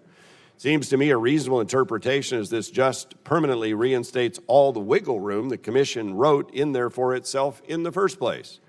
But more importantly, the 2015 order did not forbear from applying sections 201 or 202, which provide the Commission virtually unlimited authority to regulate to its heart's content in any area that in its order it said it would forbear from. So this phenomenon was described by Commissioner O'Reilly in 2015 as, quote unquote, faux-bearance, F-A-U-X-bearance, and it is back in full form in this bill and in the amendment nature of substitute. This was confirmed by the majority counsel, who answered repeatedly last week that if the Commission tried to regulate within an area forborne from using other Title II authority like Sections 201 and 202, nothing in this bill would in any way restrict its authority to do so, and nothing in the amendment in the nature of a substitute attempts to address this flaw, even after we pointed it out. So the majority is trying to have it both ways. They want to claim the bill locks in permanent forbearance and removes a lot of regulatory overhang of Title II, while still maintaining all the power of Title II by keeping Sections 201 and 202 in place. That gives the Commission the ability to reverse its forbearance through other means. My amendment would close these loopholes and permanently lock in all the forbearance granted in the 2015 order, as the majority says it wants to do. I would say it should be accepted, or the majority, I think you'd be better served by accepting my amendment. I'll just leave it at that. And so with that, Mr. Chairman, I yield back. Thank you, Mr. Walden. Now we're on Mr. Walden's amendment or forbearance amendment, which is an amendment to Mr. Doyle's amendment in the nature of substitute. Mr. Doyle, I was going to ask, since he mentioned selling a bridge, I thought maybe the gentlewoman from Brooklyn might want to say something. But since Brooklyn wasn't mentioned, I guess she doesn't. So we'll go to Mr. Doyle, recognized. Thank you, Mr. Chairman. I seek recognition to speak in opposition to the amendment. Mr. Chairman, this amendment has been described as necessary to lock in the FCC's decisions to forbear or not to forbear that were made by the FCC's 2015 order. I would note that the amendment in the nature of a substitute already does that, and I would also note that CRS has not ruled on the amendment in the nature of a substitute. So I just want to say, in the spirit of bipartisanship, we engaged our counterparts across the aisle to see if we could find common ground on their amendment. But unfortunately, we weren't able to come to an agreement. I think it's important to take a close look at what this amendment does. I think whether they intended this or not, it does much more than lock in forbearances. First, in lines 9 to 14 on page 2, it would prevent the FCC from adopting rules or otherwise requiring broadband providers to do something substantially the same as a rule or provision that had been forbeared from. Now, we all know that substantially the same means more than exactly the same, right? And with that, we're sort of left wondering how this amendment would tie the hands of the FCC to address future unjust, unreasonable, or discriminatory practices. That authority is core to the protections of the bill. Sections 201 and 202 are the core provisions that protect consumers. As amended in the nature of the amendment in the nature of the substitute, there is no way the FCC can do an end run around the provisions that the FCC forbeared from. So this language, to me, is vague and potentially overbroad, but it's also unnecessary. Most concerning, however, is the very vague and confusing language on the second and third page of the bill. In subsection 2, the amendment language seems to say that if the FCC in its 2015 order did not immediately at that time apply a rule or requirement to broadband, then by operation of this amendment, they never can.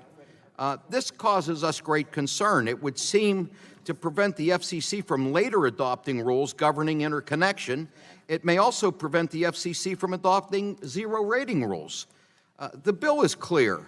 It locks in forbearances and the legal judgments of the Commission as of January 19th, 2017.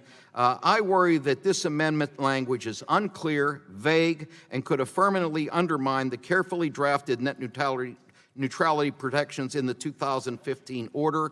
I intend to vote no on this amendment, and I urge all my colleagues to vote no with me. I yield back. Would the Mr. Latta has the time. Mr. Latta is recognized. Chairman, move to strike the last word. So recognized. Yeah, I'd like to rise in support of this amendment from the gentleman from Oregon. I think for several of the reasons, again, that he brought up. Again, we have not seen the list of the 700 items that the FCC was going to be forbearing on. We have not received that list. They've never been listed. The gentleman also brought up the question as to the temporary forbearance, but I think it's also important what he brought up on Section 201, 202. And again, looking at the CRS report, they specifically, under the FCC's ability to depart from prior forbearance determination, states that the case law surrounding FCC, sorry about that, said that, however, the FCC did not wholly forbear from applying Sections 201 and 202 of Title II, finding that forbearance from these sections would not be in the public interest. Section 201, 202, in relevant part, prohibit carriers from engaging in unjust or unreasonable discrimination in charges for or in connection with a communications service. And it goes on to state that Section 201 further states the Commission gives the Commission the authority to prescribe such rules and regulations as may be necessary in the public interest to carry out the provisions of this chapter. So again, as we brought up at the subcommittee, Mark, it was very important that we believed in looking at what happened under Section 201 and 202. Because again, just to restate, that what we're dealing with is that what the CRS stated in this memorandum, that when we're looking at that the HR 1644 does not foreclose any FCC interpretation that the phrase restored in effect simply gives the 2015 order the same legal status that it had as of January 19, 2017. It does not abrogate the FCC's authority under the Communications Act.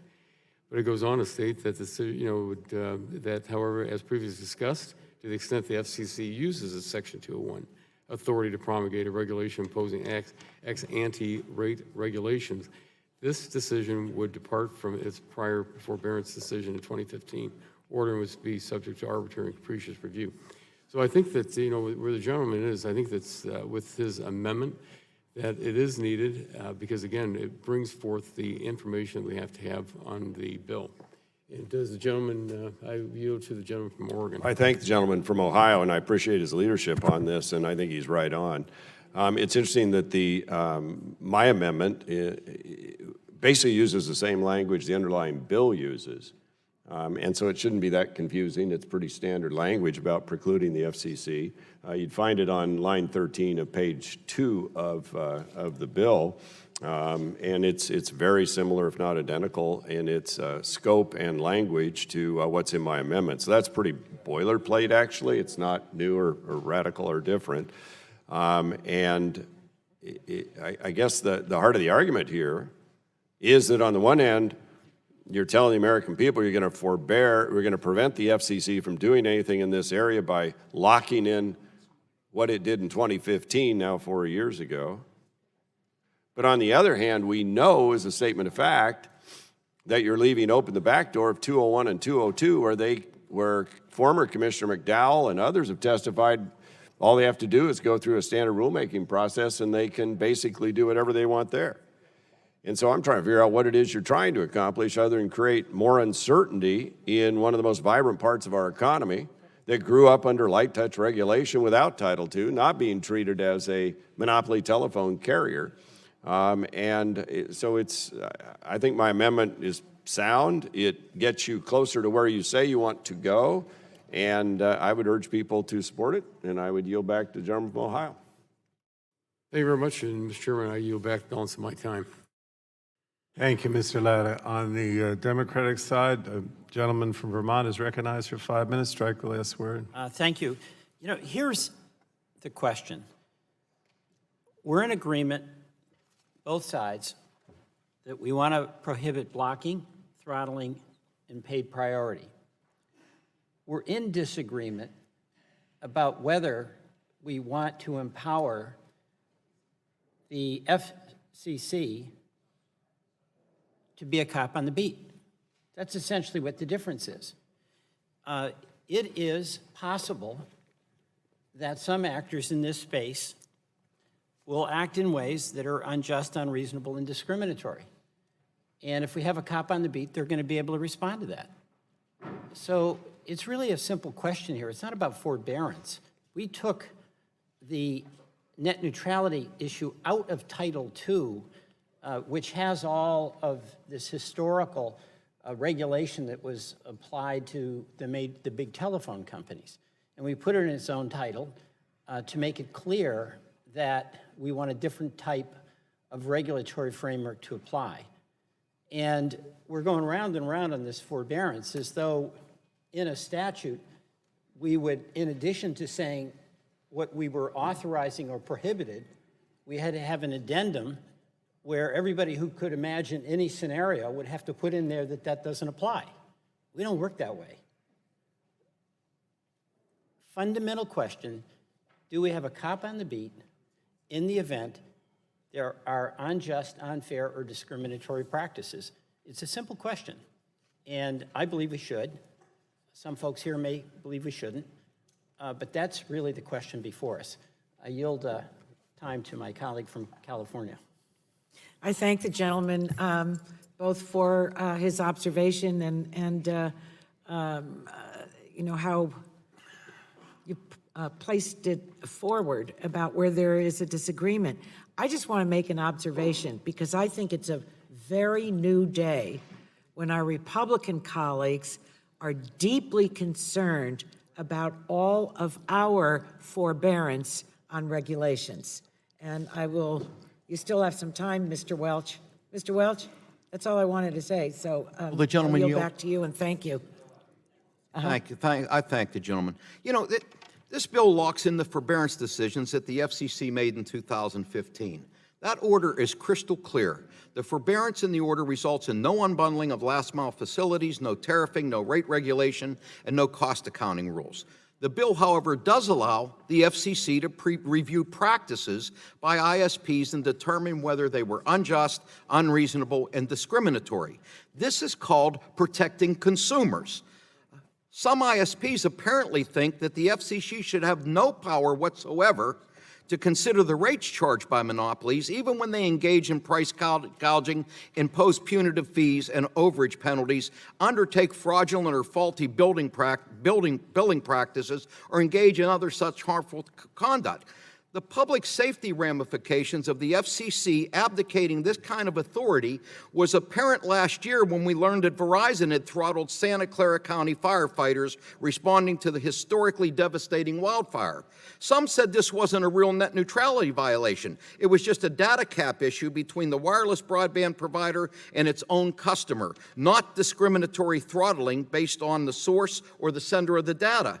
Perhaps they're right, and maybe it wasn't discriminatory throttling, which would have been a violation of one of those bright lines that we've been talking about. But let's just ask the firefighters if that data cap practice was in any way just or reasonable. And then let's ask ourselves that same question, because I know the answer. This bill puts us on the right side of history. This bill protects consumers. You keep talking about sections 201 and 202. Those are the core consumer protection parts of this bill. And that's the basic disagreement that we seem to have here. We all agree on the three bright lines, but there's lots of behavior that doesn't fall within the three bright lines, and we need a cop on the beat at the FCC, given the authority to deal with those situations when they come up.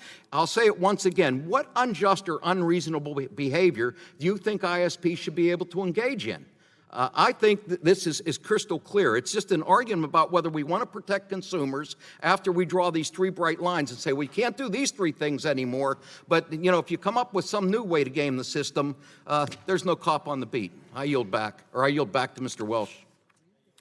The gentleman from Vermont yields back. Any Republican? Mr. Shimkus is recognized for 5 minutes. Thank you, Mr. Chairman. And in the spirit of Peter Welch and his calm analysis, I would also just pose a question. If we really want to address blocking, throttling, and paid prioritization, then we should, in the end of this process, have a bill. I mean, this bill, your bill, will pass the chamber, but we need one that will pass the Senate and that the president will sign. Otherwise, this is just an exercise in futility. Many times in the last Congress, the question was posed by my friends on the other side: do you want to? Is this messaging, or is this a bill that you want to become law? Well, I think we know. We've been around this debate. We believe that light touch regulation has created a thriving internet system. Under net neutrality for 2 years. Really not much changed. And after it was reversed, not much changed. We also think that, you know, the new kind of boogeyman out there is the edge providers. Even liberal Democrats are saying, are the edge providers exercising monopolistic tendencies? This is not us saying that. This is some of the presidential candidates saying that. Maybe we ought to break up the edge providers. Well, if they're exercising these monopolistic tendencies, maybe they should be part of this debate. If they're blocking, if they're throttling, if they're doing paid prioritization, why shouldn't they be part of this? So I do think it's good to step back and kind of address. We're going to spend a lot of time this whole day. And I'd like to do something that matters in the end. I think I think Republicans have offered a way to address those three issues that possibly get through the Senate and that the president could sign. I don't think the route we're headed will get us there. And I'm not going to take my full time. With that, I'll yield back. Thank you, Mr. Chairman. Gentleman yields back. Anyone on the Democratic side? Anyone else want to address this? All right, then we're going to move on. Mr. Doyle, you still had a, did you have a reservation on Mr. Walden's amendment? I withdraw the point of order. Withdraw that? All right, so then we're going to proceed to a vote on Mr. Walden's amendment. All those in favor of the amendment by Mr. Walden will signify by saying aye. Aye. All those opposed will signify by saying no. No. The gentleman has asked for a recorded vote. We'll proceed to, well, let me see what we say here. Recorded vote is ordered. Those in favor of the amendment will say aye. Those opposed to the amendment will say no, and the clerk shall call the roll. Mr. Rush. Mr. Rush votes no. Ms. Eshoo. Ms. Eshoo votes no. Mr. Engel. Mr. Engel votes no. Ms. DeGette. Mr. Doyle. Mr. Doyle votes no. Ms. Schakowsky. Mr. Butterfield. Ms. Matsui. Ms. Matsui votes no. Ms. Castor. Ms. Castor votes no. Mr. Sarbanes. Mr. Sarbanes, no. Mr. McNerney? McNerney votes no. Mr. Welch? Mr. Welch votes no. Mr. Lujan? Mr. Tonko? Mr. Tonko votes no. Ms. Clark? Ms. Clark votes no. Mr. Loebsack? Mr. Loebsack votes no. Mr. Schrader? Mr. Schrader votes no. Mr. Kennedy? Mr. Kennedy votes no. Mr. Cardenas? Mr. Cardenas votes no. Mr. Ruiz? Mr. Ruiz, I'm sorry, over there, okay. Mr.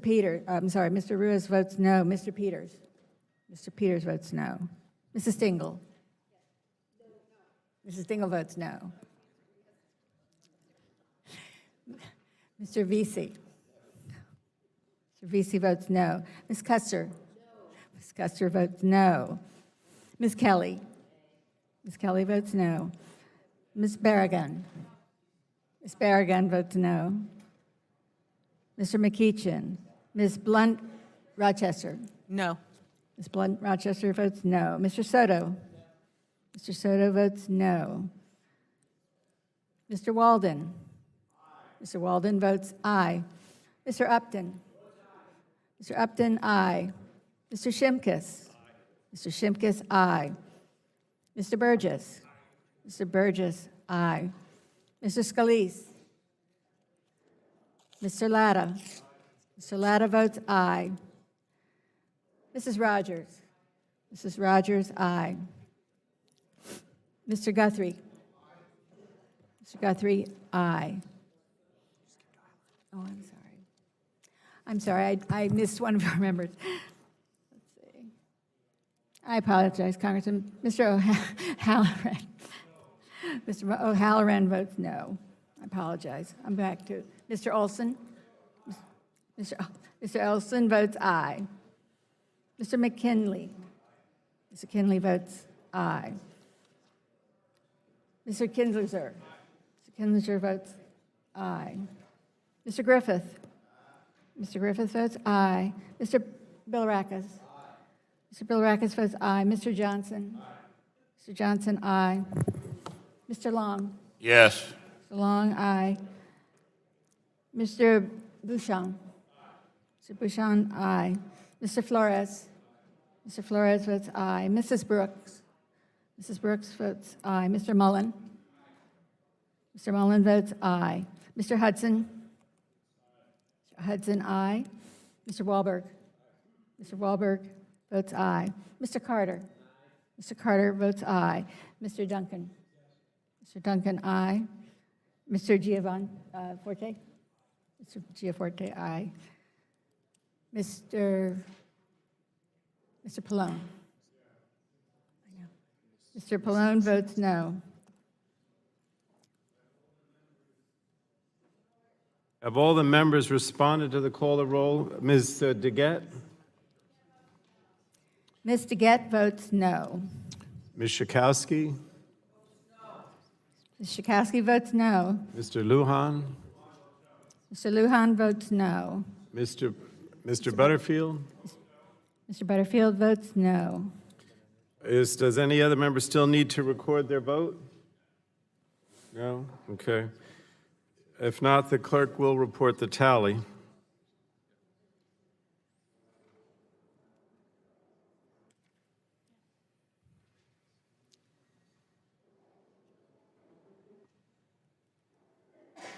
On that vote, Mr. Chairman, the ayes were 23 and the nays were 30. So the vote is 23 ayes to 30 noes. The amendment is not agreed to. Are there any further amendments to Mr. Doyle's amendment in the nature of a substitute? Mr. Chairman? Oh, Mr. Doyle. is I seek recognized. recognition to offer an amendment to the bill. I have an amendment at the desk. Do we have that amendment?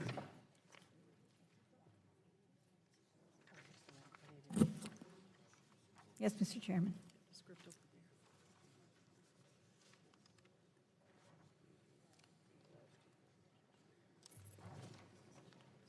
Yeah, it's the small business one. Mr. Doyle, what is your amendment labeled?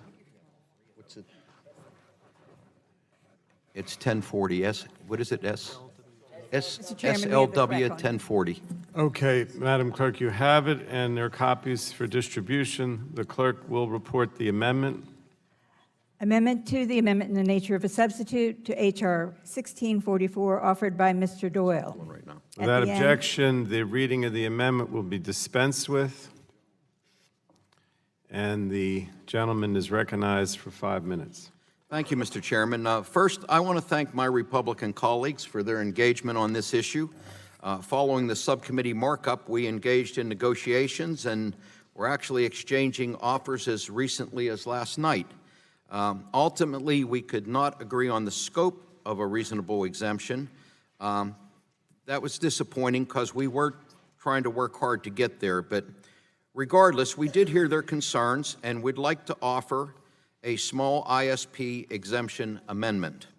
Mr. Chairman, this amendment exempts small ISPs from the enhanced transparency rule relating to performance characteristics and network practices in the 2015 order. When we say small ISPs, we're referring to ISPs that serve fewer than 100,000 customers, and that exemption would last for 1 year. This mirrors the exemption in the 2015 order. For context, this sets the threshold at companies that could be making at or below $120 million a year in revenue.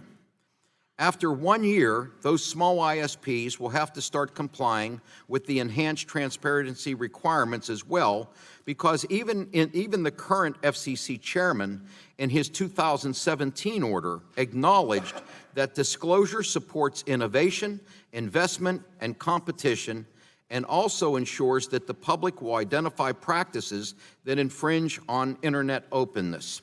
That's why we need a carefully balanced amendment that ensures consumers and small ISPs who are purchasing internet plans or developing innovative new internet content, applications, or services have information to adequately assess the internet service being offered.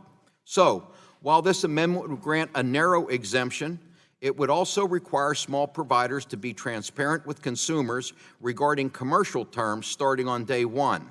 These providers are already under similar transparency obligations today, so we're not upsetting that. So, Mr. Chairman, with that, I offer this amendment for the committee's consideration, and I yield back. Mr. Walden, recognized for 5 minutes. Thank you, Mr. Chairman, and I do appreciate the work that you and Mr. Latta did to try and come to agreement, and our staffs did to try and come to agreement on this.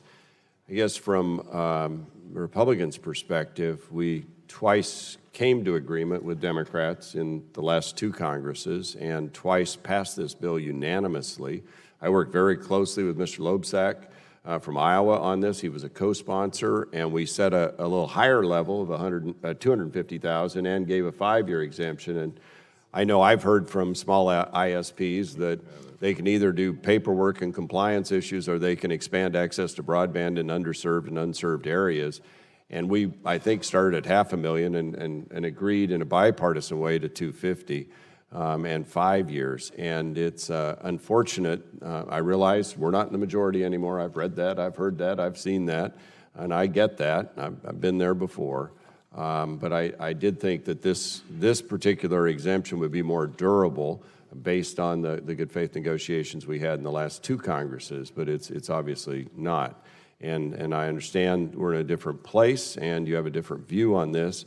I would resist this amendment and oppose it. I will be offering an amendment later on that would be the bipartisan agreement that we entered into twice before and passed the House twice before at a later time in the markup. So I would oppose this at this time, Mr. Chairman. But I do appreciate Mr. Doyle's attempts to work with us on this. I know they were in good faith. If we're going back to the 2015 rules, I don't understand why we wouldn't go back to the agreements we had after they were in place to help our smallest providers be able to put their resources toward efforts to connect people with high-speed broadband. With that, I yield back. So Mr. Doyle's amendment to his own amendment as a substitute is in order. Anyone want to speak on the Doyle amendment on either side? All right. So we will then proceed to a vote on the Doyle amendment. All those in favor of the amendment will signify by saying aye. Aye. All those opposed will say no. No. You want a recorded vote? Okay. A recorded vote is ordered. Those in favor of the amendment will say aye. Those opposed will say no. The clerk will call the roll. Mr. Rush. Aye. Mr. Rush votes aye. Ms. Eshu. Ms. Eshu votes aye. Mr. Engel. Mr. Engel votes aye. Ms. DeGette. Ms. DeGette votes aye. Mr. Doyle. Mr. Doyle votes aye. Ms. Schakowsky. Mr. Butterfield. Mr. Butterfield votes aye. Ms. Matsui. Ms. Castor. Ms. Castor votes aye. Mr. Sarbanes. Mr. Sarbanes, aye. Mr. McNerney. Mr. McNerney votes aye. Mr. Welch. Mr. Welch votes aye. Mr. Lujan. Mr. Lujan votes aye. Mr. Tonko. Ms. Clark. Ms. Clark votes aye. Mr. Loebsack. Mr. Loebsack votes aye. Mr. Schrader. Mr. Schrader votes aye. Mr. Kennedy. Mr. Cardenas. Mr. Cardenas votes aye. Mr. Rules. Sorry.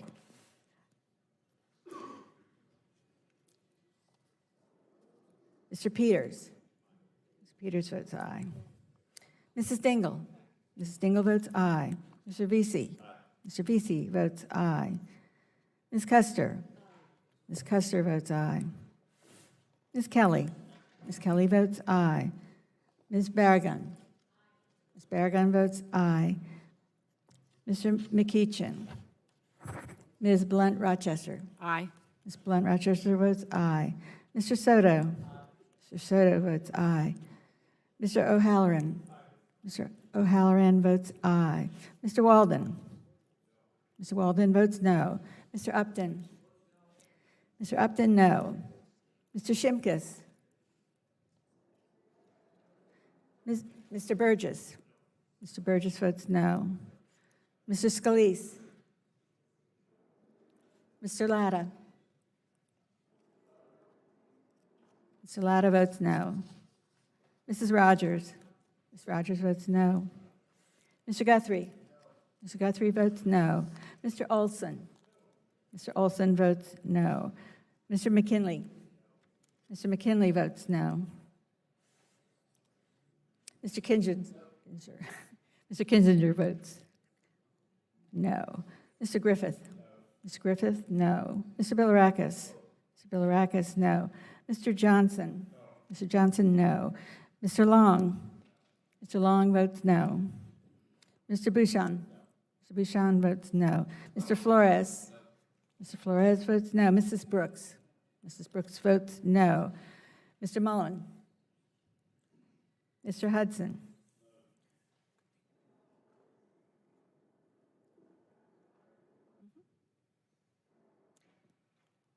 Mr. Wahlberg. Mr. Wahlberg votes no. Mr. Mullen.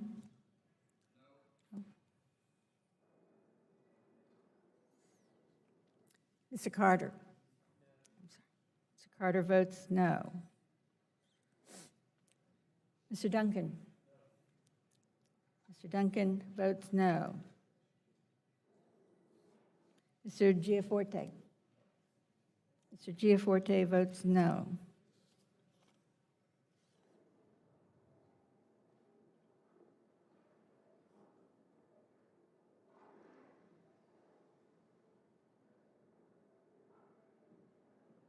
I'm asking if any other members still need to record their vote. Mr. Tonko? Mr. Tonko votes aye. Ms. Matsui? Ms. Matsui votes aye. Ms. Schakowsky? Ms. Schakowsky votes aye. Does any Ms. other Matsui member, votes aye. any other members still need to record their vote?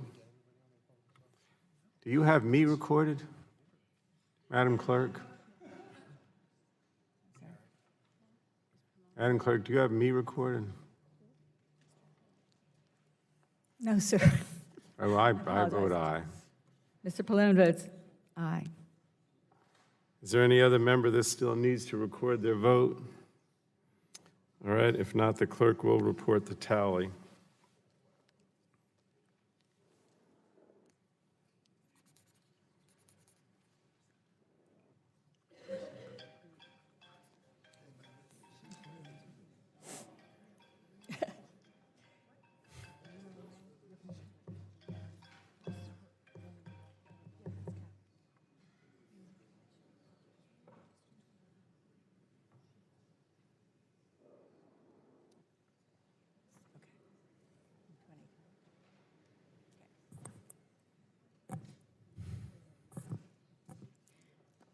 Would you report the tally?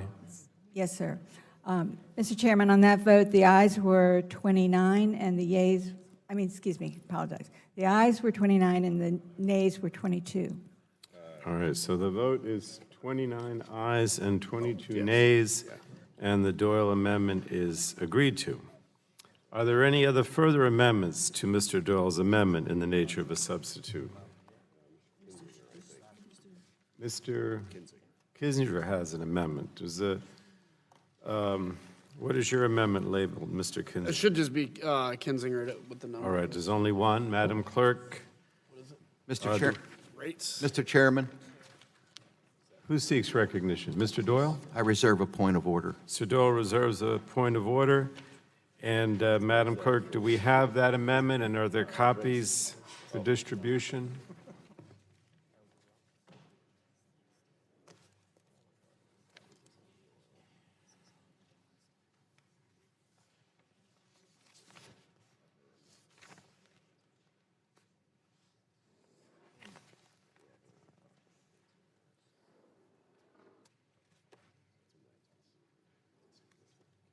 Was this amendment submitted 2 hours in advance?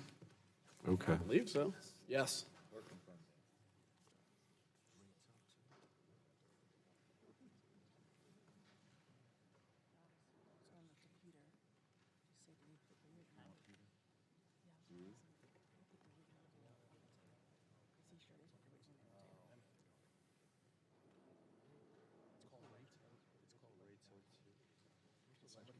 Oh, could you say it's called rates 02? Could you say it's called rate? It's called Rates 02. Rates 02? Yeah. Yes, sir.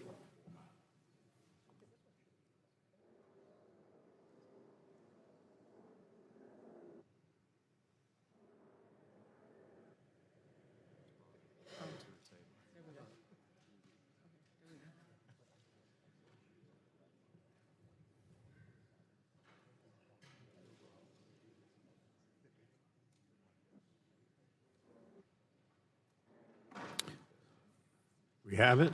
All right, the clerk will report the Kinzinger amendment. Amendment to the amendment in the nature of a substitute to H.R. 1644 offered by Mr. Kinzinger out of Illinois.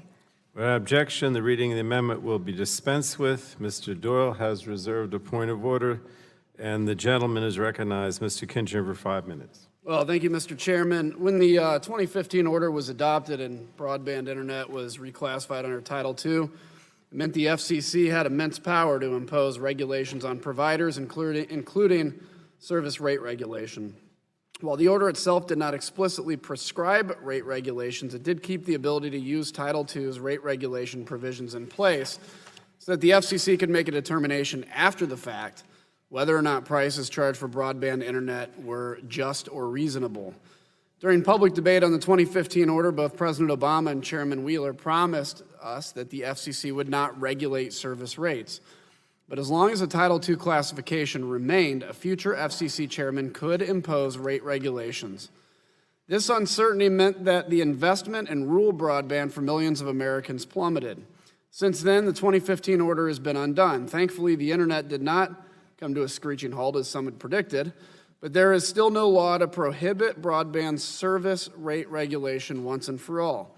So from an industry investment perspective, there will always be some fear about rate regulation until there's an act of Congress to prevent it. That's why at that time, I introduced the No Rate Regulation for Broadband Internet Access Act.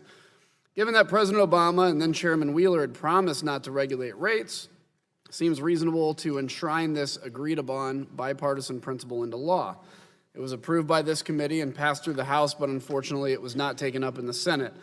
Last week, I reintroduced this legislation as H.R. 1860, and today I'm offering a slightly modified version of the bill as an amendment to H.R. 1644. To recap our last installment of this issue, my friends on the other side of the aisle have been claiming that their bill would permanently bind the FCC to the forbearances included in the 2015 order. Seemed like a bit of a stretch, so I reached out to Congressional Research Service and requested a memo from the American Law Division. To quickly summarize, the CRS confirmed to me the following. I asked CRS if the 2015 order still allowed for rate regulation of any sort. CRS responded that while the 2015 order included forbearance regarding proscriptive rate regulation, it did not forbear from applying Section 201 and 202 of Title II. Thus, it retained the authority to regulate rates after the fact. I asked if H.R. 1644 would permanently prohibit the FCC from changing its forbearance determinations in the 2015 order, as my friends were claiming. CRS responded that it appeared it would not. I asked CRS essentially if H.R. 1644 was the best vehicle to prohibit rate regulation or if there was a more effective way. CRS responded that if Congress wanted to prohibit rate regulation, quote, it would need to amend the FCC statutory authority under the Communications Act. They also stated that such amendment must be unambiguous because under the Chevron doctrine, courts will generally defer to an agency's interpretation of the scope of its statutory authority unless the interpretation is unambiguously foreclosed by the statute or is unreasonable. But I think my friends on the other side saw this coming and decided to add more definition to this bill in the amendment in the nature of a substitute that we're considering. While this AINS may possibly address some of the concerns we expressed, the way it is written, we simply do not know. I do know that there would be a protracted court battle to figure it out, but here's what we do know. We know that enacting H.R. 1644 would still allow the FCC to regulate rates in some form or fashion. We also know that H.R. 1644 is what it's aiming to do, but we also know that we have no real assurance of what it would actually do, especially with respect to rate regulation because of the relatively strange way in which it's written. And that's why I'm offering my amendment. If we want to explicitly and permanently prohibit the FCC from regulating broadband service rates, as most of us have publicly stated we wish to do, then we should adopt my amendment. I urge the adoption of this amendment, and with that, Mr. Chairman, I'll yield back.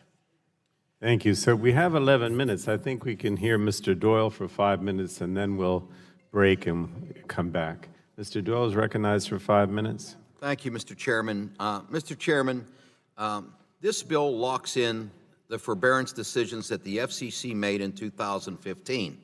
That means no rate setting, no through tariffing, and not under sections 201 and 202. The order is crystal clear, and I would note to the gentleman that CRS did not comment on the amendment in the nature of a substitute. The forbearance in the order results in no unbundling of last-mile facilities, no tariffing, no rate regulation, no cost accounting rules.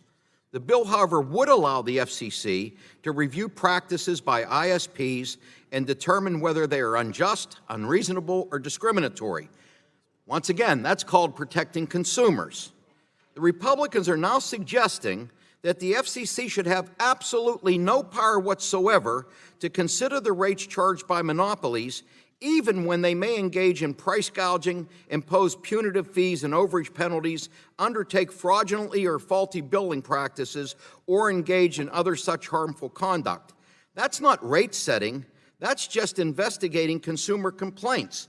For example, a company could charge customers who use third-party modems $100 a month as opposed to $20 a month for the company modems.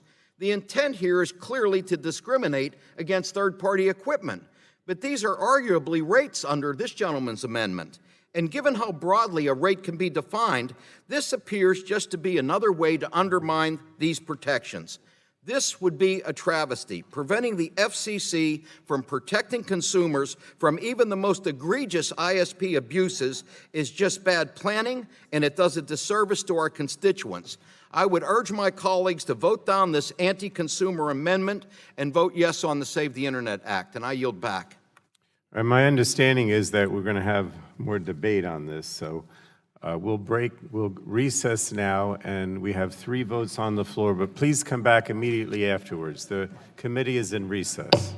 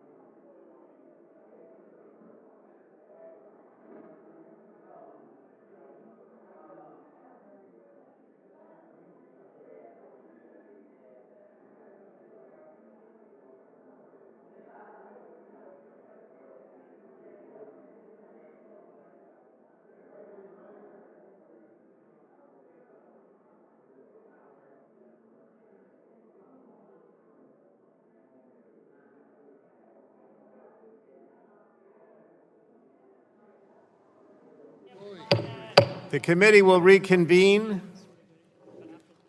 When we recessed, Mr. Doyle had finished speaking on the Kinzinger amendment. So are there other members seeking recognition to speak on Mr. Kinzinger's amendment? Mr. Latta, recognized for 5 minutes. Well, thank you, Mr. Chairman, and move to strike the last word. Gentleman's recognized. Thank you, Mr. Chairman, and I would rise in support of this amendment. That, again, this amendment would ensure the FCC does not regulate service rates charged for broadband internet access service, which former FCC Chairman Wheeler insisted he would never do. But the FCC does have the legal authority to do so under Title II.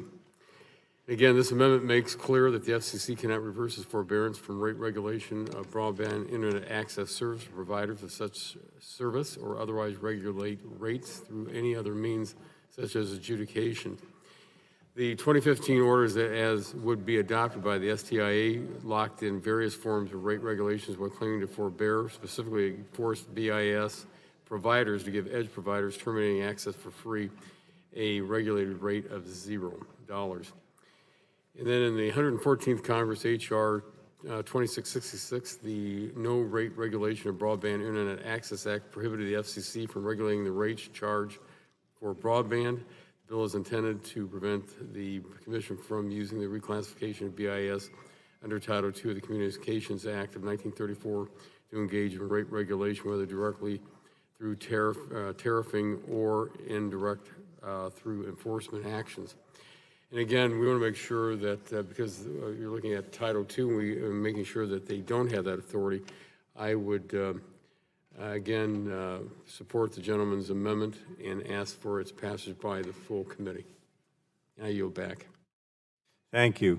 Would any member on the Democratic side seek recognition to speak on the Kinzinger amendment? All right. Then we will proceed with a vote. Is there anyone else? No. Okay. Strike the last word. You want to strike the last word? The gentleman from Illinois is recognized. Then I believe I'm going to yield my time to Congressman Kinzinger from Illinois. Oh, I thank my friend from Illinois, and thank you, Mr. Chairman. I ask unanimous consent, if we could, just to enter that CRS memo I referenced a while back into the record. Thank you. Just a couple of quick points, and then I'm done. Mr. Doyle remarked that rates are not defined, and it could mean anything. With all due respect, I think this amendment clearly defines a rate as the amount charged by a provider of broadband internet access service for the delivery of broadband internet traffic, which seems pretty well defined. It was also attempted to paint my amendment as anti-consumer, which I think is not the case. Net neutrality rules stifled investment in broadband infrastructure, particularly in rural areas like in my district. Rate regulation would do even more harm to investment, which would keep much-needed broadband access from reaching some of the most rural parts of America. Free markets keep prices and rates low. Government control might do that, but with a different effect, harming innovation and harming investment. So short of killing this entire bill, I argue that my amendment is actually the most consumer-friendly measure considered thus far, especially for rural areas and rural Americans like those in Illinois. So with that, I'll yield back to the gentleman from Illinois. I yield. Is anyone else seeking time? Seeing none, I'll yield back. Okay, unless someone else wants to speak on this, we're going to move to a vote. So, we're going to proceed to a vote on the Kinzinger amendment to the Doyle substitute. All those in favor of the Kinzinger amendment will signify by saying aye. Aye. All those opposed will signify by saying no. No. The opinion of the chair is the noes have it. Mr. Gentleman Chairman. requests a recorded vote. Yes, sir. Recorded vote is ordered. Those in favor of the amendment will say aye. Those opposed will say no, and the clerk shall call the roll. Mr. Rush? No. Mr. Rush votes no. Ms. Eshoo? Ms. Eshoo votes no. Mr. Engel? No. Mr. Engel votes no. Ms. DeGette? Ms. DeGette votes no. Mr. Doyle? No. Mr. Doyle, no. Ms. Schakowsky? Mr. Butterfield? Mr. Butterfield votes no. Ms. Matsui? Ms. Matsui votes no. Ms. Castor? Mr. Sarbanes? Mr. Sarbanes, no. Mr. McNerney? Mr. McNerney, no. Mr. Welch? Mr. Welch votes no. Mr. Lujan? Mr. Tonko? Mr. Tonko votes no. Ms. Clark? Ms. Clark? No. Mr. Loebsack? Mr. Loebsack, no. Mr. Schrader? Mr. Schrader votes no. Mr. Kennedy? Mr. Kennedy votes no. Mr. Cardenas? Mr. Ruiz? No. Mr. Peters? Mr. Peters? Mrs. Dingle? Mr. Vesey? Mr. Vesey votes no. Ms. Custer? Ms. Custer votes no. Ms. Kelly? Ms. Kelly, no. Ms. Berrigan? Mr. McEachin? Ms. Blunt-Rochester? Votes no. Ms. Blunt-Rochester votes no. Mr. Soto? Mr. Soto votes no. Mr. Halloran? Mr. Halloran votes no. Mr. Walden? Yes. Mr. Walden votes aye. Mr. Upton? Mr. Upton, aye. Mr. Shimkus? Mr. Shimkus, aye. Mr. Burgess? Mr. Burgess, aye. Mr. Scalise? Mr. Latta? Mr. Latta votes aye. Mrs. Rogers? Mrs. Rogers votes aye.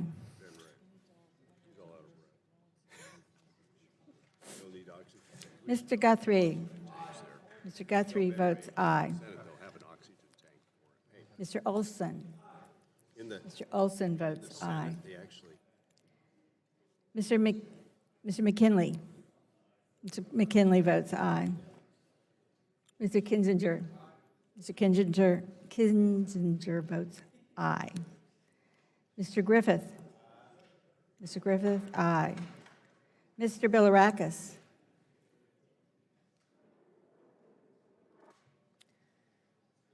Mr. Johnson?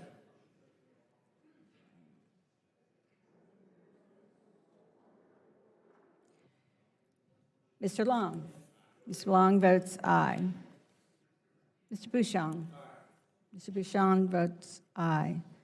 Mr. Flores? Mrs. Brooks? Mr. Mullen? Mr. Hudson? Mr. Hudson, aye. Mr. Wahlberg? Mr. Wahlberg, aye. Mr. Carter. Mr. Carter, aye. Mr. Duncan. Mr. Duncan, aye. Mr. Giaforte. Mr. Giaforte, aye. Mr. Pallone. Mr. Pallone votes no. Any other members who still need to record their vote? Ms. Castor? Mr. Lujan? Mr. Lujan? Who else is Mr. up? Cardenas? Oh, Miss Dingle? Votes no. Mr. Cardenas? Mr. Cardenas votes no. Anyone Mrs. Dingle else? votes no. Ms. Bergen? Ms. Bergen votes no. Mr. Scalise? Mr. Scalise votes aye. Anyone else that we missed? Ask how Mr. Cardenas recorded. How is Mr. Cardenas recorded? Mr. Cardenas is recorded as voting no. Okay. I think that's it. Oh. How is Mr. Soto recorded? Mr. Soto, Mr. Chairman, is recorded as voting no. Okay. I think we have everyone.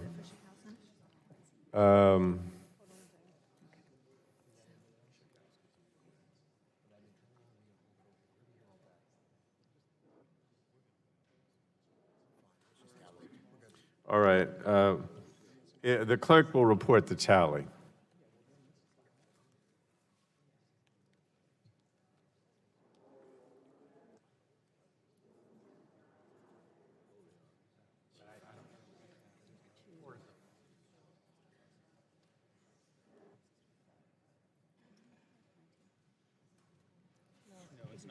On that vote, Mr. Chairman, the yeas were 28 and the nays were 19. So the vote is 28 ayes. I'm sorry, hold on. All right, we'll still hold it over. Mr. Johnson is not recorded. I'm sorry. Kinzinger's amendment. Oh, I'm sorry. I'm sorry. Yeah. My bad. All right, we'll start again. The clerk will report the tally. Yes. Okay. Mr. Chairman, on that vote, the ayes were 20 and the nays were 19. No, that's not right. I'm sorry. Excuse me. That's right. The ayes were 20, and the nays were 28. Sorry. The ayes were? The ayes were 20. The nays? The nays were 28. 28, okay. We had All right, so the vote is 20 ayes to 28. 20 to 28. 20 to 28. The vote is 20 ayes to 28 nays. Right. The amendment is not agreed to. Yes, sir. All right, are there further amendments to Mr. Doyle's amendment in the nature of a substitute? Ms. McMorris Rogers. Thank you, Mr. Chairman. I have an amendment at the desk. What is your amendment labeled? It's a substitute. Okay. Mr. Chairman. Mr. Chairman, I reserve a point of order. Mr. Doyle reserves a point of order to. Oh, it's named Speech 01. Okay. Madam Clerk, do we have that and copies for distribution? Is that one? It's not the substitute? We have it? Yes, sir, we have it. It was The clerk will report the amendment. amendment to the amendment in nature of a substitute to HR I'm sorry, Mr. Chairman. 1644. Mr. Chairman, I told you the wrong amendment. I'd like the amendment named Speech 01 at this time. That's the one I'm reading. You have speech 01, Yes. McMorris yes, sir. Rogers? Yes, sir. All right. So the clerk will report the amendment. Offered by Ms. Rogers. Add at the end the following. Section 3. Without Rule objection, the of reading of the amendment will be dispensed with, and Ms. McMorris Rogers is recognized. Mr. Doyle has reserved a point of order. Thank you, Mr. Chairman. My amendment prohibits the FCC from regulating lawful content communicated through the internet. Americans should be allowed to enjoy the lawful internet content and applications of their choosing. However, under the broad authorities assumed by the government in the Obama FCC Open Internet Order, the FCC could police internet content, as it currently does with content broadcast over TV and radio, by making further rules on ISPs. Specifically, the 2015 order includes an ambiguous and far-reaching, quote, general conduct standard giving the FCC authority to prohibit virtually any business practice or service the government dislikes. There's also a footnote in the 2015 order where the FCC admits that Section 223, which governs restrictions on obscene and illicit content, could be applied to broadband providers classified under Title II of the Communications Act. The intentionally vague general conduct standard leaves the FCC free to unreasonably limit or vastly expand the rules with the shifting political winds. Whether on school campuses or on social media, we're hearing increasing calls for the government to shut down certain speech that may disagree or offend. By empowering the FCC to potentially act upon such political pressures is a danger to our First Amendment and the free flow of information. Our society is built upon the freedom of the individual to have their opinion heard without the risk of government retaliation. In divisive political times, we should be encouraging civil debate by offering opinions in our public squares, not attempting to silence our critics. The internet has revolutionized the freedom of information, giving every American a platform to have their voice heard. We must not open the possibility of the government restricting that freedom. If the majority is set on pushing through this bill, greatly extending the FCC authority over the internet, we must make sure certain protections are in place. My amendment will limit some of the expansive authority this bill gives the FCC, protecting consumers and the freedom of speech. I urge its adoption and yield back the balance of my time. Thank the gentlewoman. The gentleman from Pennsylvania, Mr. Doyle, is recognized for 5 minutes. Thank you, Mr. Chairman. I rise to speak in opposition to this amendment. A copy of this amendment was just given to us during the recess along with 11 other amendments, and we've had very little time to review or consider the implications this amendment may have. I'm not aware of anything in the bill that would allow the FCC to control the content of communications on the internet. Even though President Trump may want the FCC to crack down on networks and shows he views critical to his image, the fact is that the FCC just doesn't have the broad authority to control content of communications, and nothing in this bill changes that. So this amendment is unnecessary and dilatory, and I would urge all my colleagues to vote it down. I yield back. Gentleman, ranking member. Seek Recognized for recognition, 5 strike minutes. the last word. Thank you, Mr. Chairman. I would counter my friend from Pennsylvania in that Section 223 under Title II, Section 223 gives the FCC the authority to regulate obscene and illicit material. The FCC did not forbear from this particular section, and so therefore it is a logical conclusion that going forward they could do a rulemaking here. And 201 and 202 would open the door to that as well. This gets back to the notion of not fully understanding what they forbore against and what they allowed to what they forbeared and then what they did not, which was an argument we were having earlier today. So 223, 201, 202 all open the door for the FCC to engage in all kinds of regulation here going forward. It's an enormous and powerful authority granted to another FCC, which could be this FCC. Or it could be a Democrat-controlled FCC, but we know it will be an FCC, and we know over the years, in the past administration, there was some chatter about trying to regulate news and news content.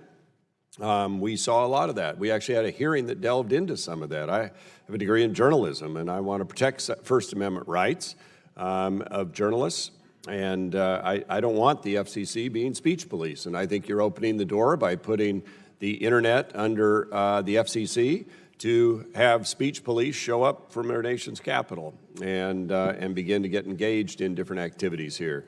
And so I think the gentlelady from Washington has a very fine amendment. It's thoughtful and is in order and is appropriate. And I hope colleagues will support Ms. Rogers' amendment.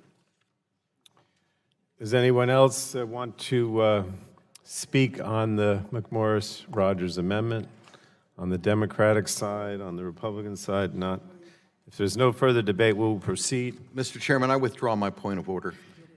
Thank you, Mr. Doyle. Okay, so if there is no further debate, we will proceed to a vote on the amendment. All those in favor of the McMorris-Rogers amendment will signify by saying aye. All those opposed will say no. The gentleman would like a recorded vote. Recorded vote has been ordered, or is ordered. Those in favor of the amendment will say aye. Those opposed will say no. The clerk should call the roll. Mr. Rush.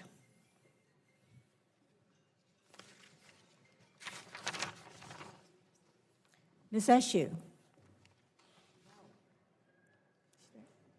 Ms. Eshoo votes no.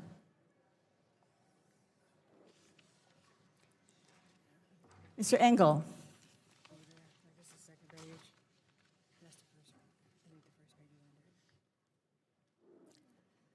Ms. DeGette. Ms. DeGette votes no. Mr. Doyle. Mr. Doyle votes no. Ms. Schakowsky.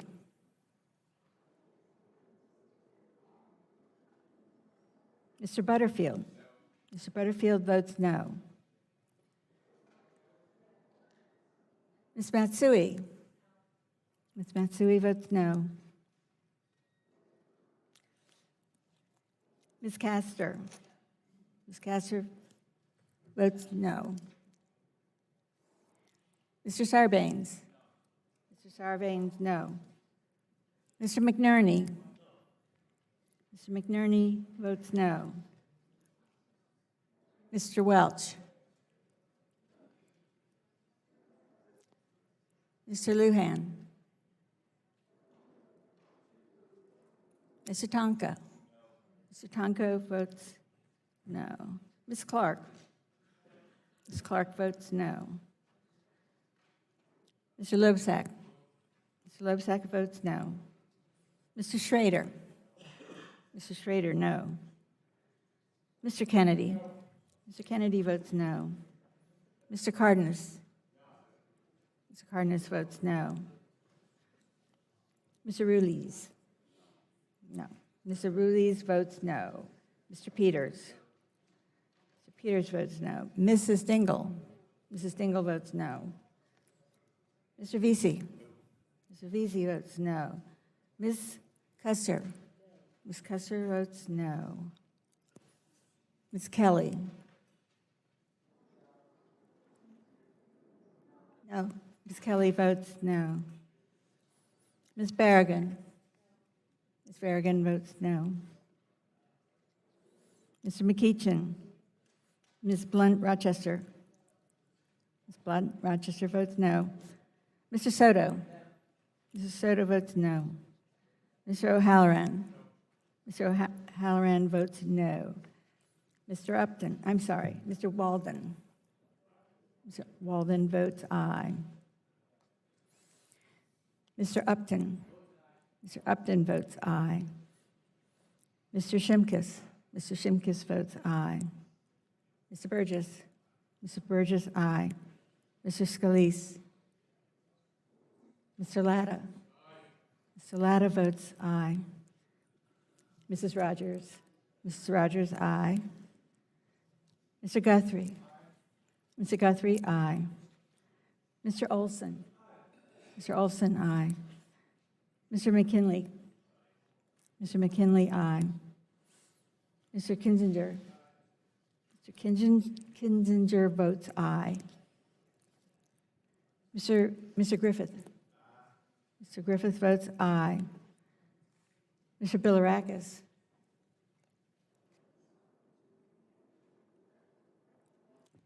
Mr. Johnson. Mr. Johnson votes aye. Mr. Long? Mr. Long votes aye. Mr. Bouchon? Mr. Bouchon votes aye. Mr. Flores? Mr. Flores votes aye. Mrs. Brooks? Mrs. Brooks votes aye. Mr. Mullen? Mr. Mullen votes aye. Mr. Hudson? Mr. Hudson, aye. Mr. Wahlberg? Mr. Wahlberg, aye. Mr. Carter? Mr. Carter votes aye. Mr. Duncan? Mr. Duncan votes aye. Mr. Giaforte? Aye. Mr. Giaforte votes aye. Mr. Pallone? Mr. Pallone votes no. Yes, Mr. Rush? Not recorded, Mr. Chairman. Mr. Rush votes no. Mr. Engel? Mr. Engel's not recorded. Mr. Engel votes no. Ms. Schakowsky? Ms. Schakowsky is not recorded. Ms. Schakowsky votes no. Mr. Welch? Mr. Welch votes no. Mr. Lujan? Mr. Lujan votes no. Mr. Scalise?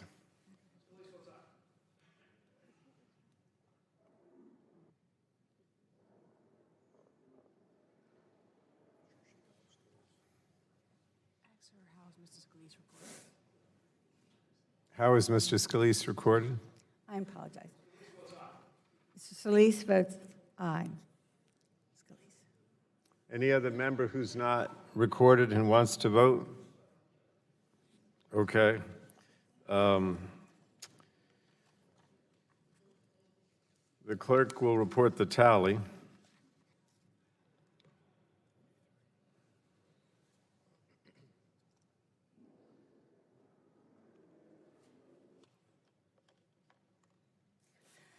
On that vote, Mr. Chairman, the yeas were 23 and the nays were 30. Okay, so the vote is 23 ayes to 30 noes. The McMorris-Rogers amendment is not agreed to. Are there further amendments to the Doyle amendment in the nature of a substitute? I think Mr. Flores. Yes, would like Mr. Chairman, I have an amendment at the desk. And that Mr. Chairman, I reserve a point of order. Mr. Doyle reserves a point of order. What is your amendment labeled, Mr. Flores? The tagline says fees_access_01. It's a one-paragraph amendment. Clerk have that? Yes, sir. Okay. Clerk will report the amendment. Amendment to the amendment in the nature of a substitute to H.R. 1644 offered by Mr. Flores of Texas. Add at the end the following. Without objection, the reading of the amendment will be dispensed with. Mr. Doyle has reserved a point of order, and Mr. Flores is recognized for 5 minutes. Thank you, Mr. Chairman. Mr. Chairman, I'd like to start by echoing the comments that my colleague on the other side of the aisle said at the beginning regarding what the objectives are for anything we're trying to do. We're trying to stop throttling, blocking, prioritization. Unfortunately, H.R. 1644 is a sledgehammer, and it meant when it hits the real world, it's going to splinter into 1,000 unintended fragments. Instead of using sledgehammer, we need to use light touch fingerprints to deal with those issues like we tried to do in the past on a bipartisan basis. We can take care of unjust and unreasonable and discriminatory practices without trying to use this heavy-handed approach. I'm offering this simple one-paragraph amendment to make certain that provisions within this bill cannot be construed by the FCC to initiate or assess any new fees or taxes on broadband internet access service if it were to be reclassified as a telecommunications service. While internet services are generally protected from state, local, and federal taxes by the Internet Tax Freedom Act, the reclassification of broadband as a telecommunications service under this bill opens the possibility of a host of new taxes and fees. As this bill is currently written, it is unclear how broad are the FCC authorities extended from sections 201 and 202. Now, while the Wheeler order included a forbearance against taxes and fees, I don't believe that the Doyle amendment or this bill will make that last in perpetuity. nor does this bill offer any current clear guidance should the FCC try to reverse course and leaving too much uncertainty without necessary preclusions to what future commissioners might deem reasonable and just. With my amendment, Congress will clarify in no uncertain terms that we don't want to see a future FCC circumvent the congressional authority to levy fees or taxes on internet access. The internet is a flourishing example of free markets working without the imposition of taxes from Washington. Over the past 2 decades, Congress has consistently agreed to this notion on a bipartisan basis, and my amendment will ensure that that will continue. Any additional fees on internet service serve only to hamper investment in the rural areas, which is applicable to my district, slow down innovation in next generation technologies, including 5G, and will ultimately fall on the consumer to pay higher rates for their broadband service.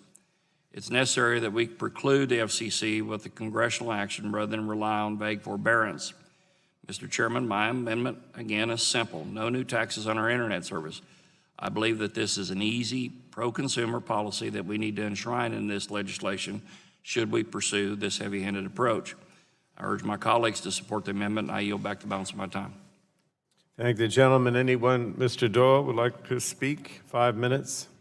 Thank you, Mr. Chairman. Mr. Chairman, this amendment talks about prohibiting the FCC from assessing fees on broadband internet access service.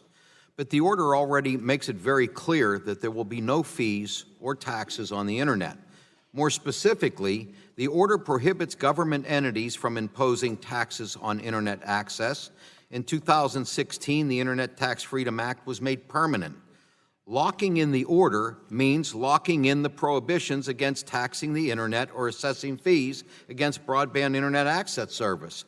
This amendment is poorly drafted and creates more ambiguity than anything else, and I would recommend everyone to vote against this amendment, and I yield back.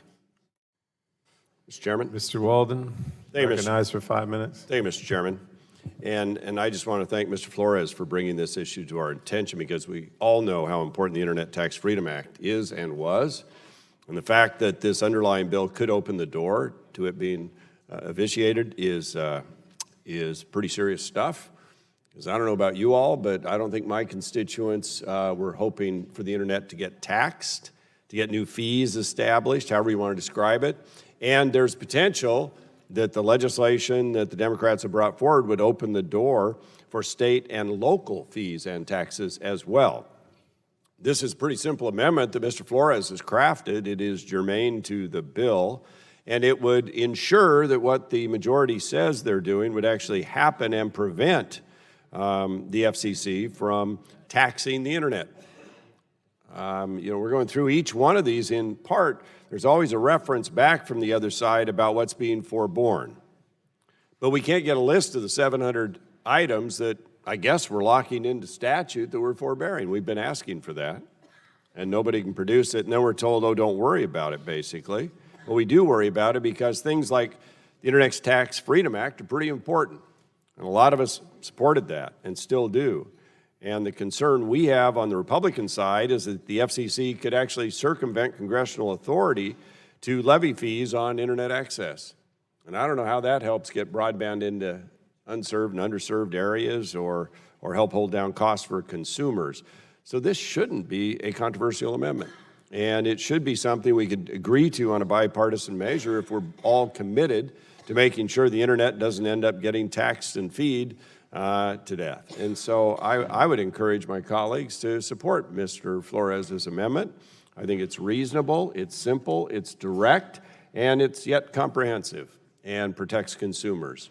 And I would yield to the gentleman from Texas who has brought this matter to our attention. I thank the gentleman for yielding, and I'll incorporate everything you said by reference, but also I would recommend to Mr. Doyle to think about this. This amendment doesn't hurt his bill at all. It actually beefs up any ambiguity that could exist with respect to taxes or fees. A vote against this amendment is a vote to allow the taxation or adding of fees to the internet. Now, today, internet services are protected, as Mr. Doyle said, by federal law from state, local, and federal taxes.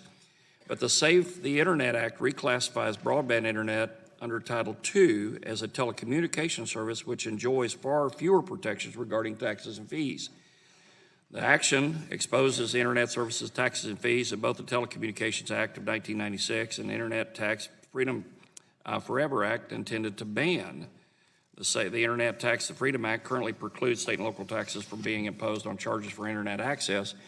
Internet access defined in the ITFA applies whether such services are classified as information service or telecommunication service. As such, most state and local taxes would still be barred from being imposed, even if they were reclassified.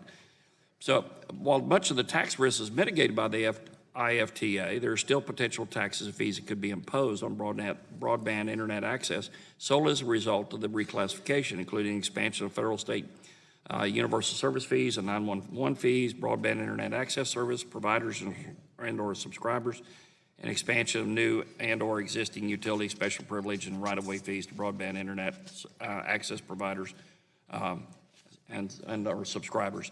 So I think it's a pretty, it really helps Mr. Doyle's bill, I think, to ensure that no taxes or fees are added. And I yield back the balance of my time.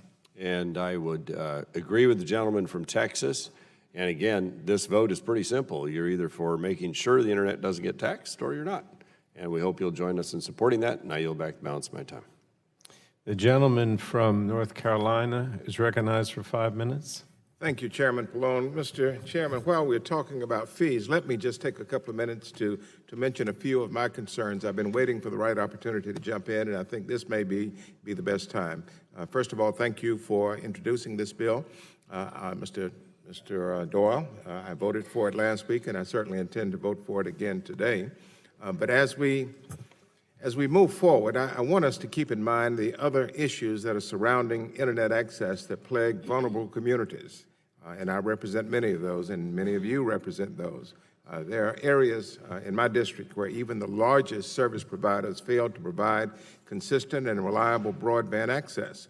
That means that students are unable to research and complete and submit their homework. Patients are in critical need and are unable to realize the benefits of advances in telemedicine. Individuals who are willing and able to work are unable to find employment simply because they cannot consistently apply for jobs online. These are realities all across America, and it's unacceptable. We must do everything in our power to make sure that every community in America receives the full promise of the digital age. That's why it is so important that we work together to settle the issue of net neutrality. It is an imperative because we need to move on to the other pressing issues surrounding connectivity. Some suggest that we face an uphill battle in the Senate. I am inclined to agree with them, and I've shared my views with Mr. Doyle and with the chairman. It is imperative that this body works together in a bicameral and bipartisan fashion to make net neutrality the law of the land without compromising our principles. And we need to do it once and for all. We must address these issues. The status quo is not acceptable, and I look forward to making this bill even better when it gets to the Senate. Thank you. I yield back. Thank the gentleman. Anyone on the Republican side?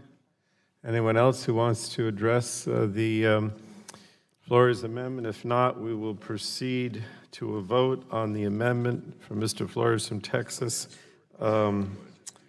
Sure. Mr. Doyle, do you withdraw your point of order? I withdraw my point of order. All right. And Mr. Walden has asked for a recorded vote, so we'll just go to that. Those in favor of the amendment will say aye. Those opposed will say no. The clerk shall call the roll.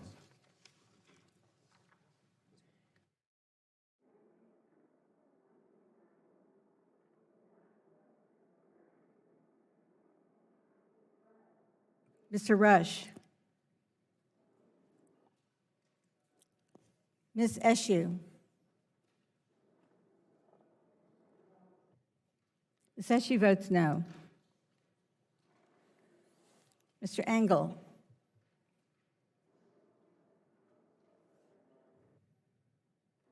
Ms. DeGette.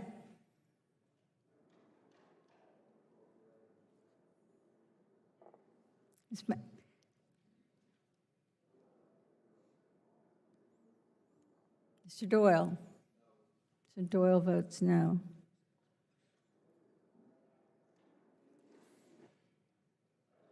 Ms. Schakowsky. Ms. Schakowsky votes no. Mr. Butterfield? Mr. Butterfield votes no. Ms. Matsui? Ms. Matsui votes no. Ms. Castor? Ms. Castor votes no. Mr. Sarbanes? Mr. Sarbanes votes no. Mr. McNerney? Mr. McNerney votes no. Mr. Welch? Mr. Welch, no. Mr. Lujan? Mr. Lujan, no. Mr. Tonko? Mr. Tonko, no. Ms. Clark? Ms. Clark votes no. Mr. Loebsack? Mr. Loebsack votes no. Mr. Schrader? Mr. Schrader votes no. Mr. Kennedy? Mr. Kennedy votes no. Mr. Cardenas? Mr. Cardenas votes no. Mr. Ruiz? Mr. Ruiz votes no. Mr. Peters? Mr. Peters votes no. Mrs. Stingle? Mrs. Stingle, no. Mr. Vesey?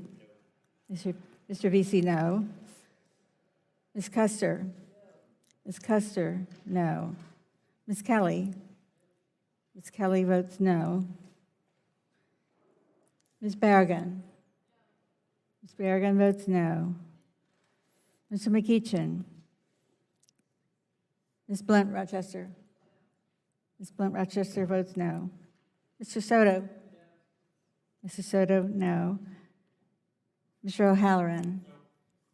Mr. O'Halloran votes no. Mr. Rush? Mr. Rush votes no. Mr. Walden? Mr. Walden votes aye.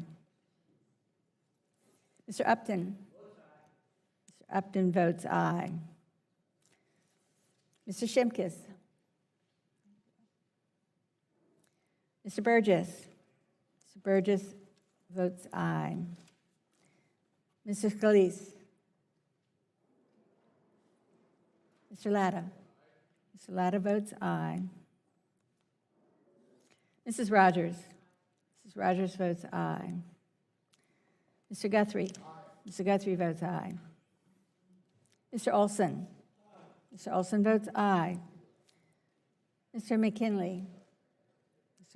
Mr. McKinley votes aye. Mr. Kinzinger? Mr. Kinzinger votes aye. Mr. Griffith? Mr. Griffith, aye. Mr. Bilirakis? Mr. Bilirakis votes aye. Mr. Johnson? Mr. Long? Mr. Long votes aye. Mr. Bouchon? Mr. Bouchon votes aye. Mr. Flores? Mr. Flores votes aye. Mrs. Brooks? Mrs. Brooks, aye. Mr. Mullen? Mr. Mullen votes aye. Mr. Hudson? Mr. Hudson votes aye. Mr. Wahlberg? Mr. Wahlberg votes aye. Mr. Carter? Mr. Carter votes aye. Mr. Duncan? Mr. Duncan, aye. Mr. Giaforte? Mr. Giaforte, aye. Mr. Pallone? Mr. Pallone votes no. Ms. DeGette votes no. Gentleman from New York. Mr. Engel votes no. Anyone else who's not recorded? All right. If not, the clerk will report the tally on the Flores amendment.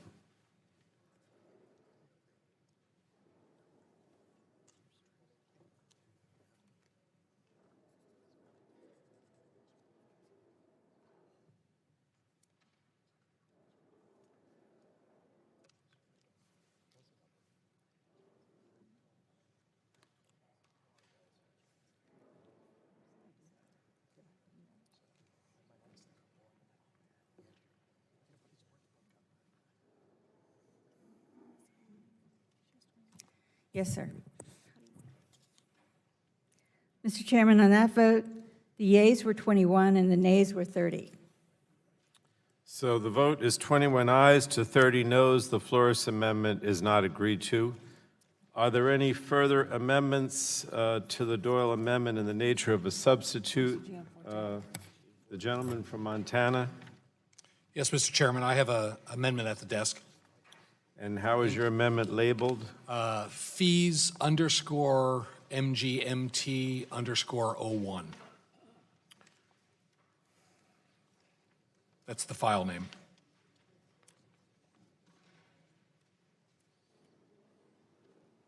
Clerk will report the amendment.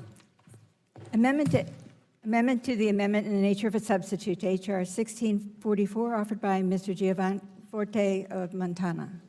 Add at the end the Without following. objection, the reading of the amendment will be dispensed with. Mr. Chairman, I reserve a point of order. Mr. Doyle reserves a point of order. The gentleman from Montana is recognized for 5 minutes. Thank you, Mr. Chairman.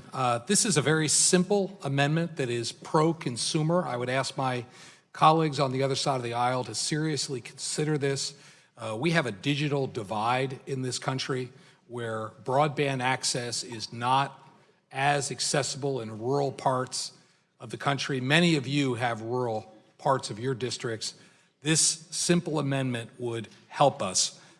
Broadband providers strive to offer compelling service that attract and retain their subscribers. When edge providers create compelling new services or content, for example, Netflix, people want broadband service more, making it a win-win for all parts of the broadband ecosystem. However, it's imperative that providers always retain full discretion over how best to manage their networks to accommodate increasing interest. Many of our small ISPs cannot handle the heavy traffic and are forced to continually upgrade their networks. Neither edge providers nor the FCC are in an appropriate position to pass judgment or compel them to manage a network in a certain way. This amendment is very narrowly focused and ensures that the FCC cannot impose a network management fee. I want to be clear, this is not a universal service fee. It's a new network management fee on broadband services designed to force particularly rural ISPs to upgrade their networks that may not be the best way to bring services to their customers.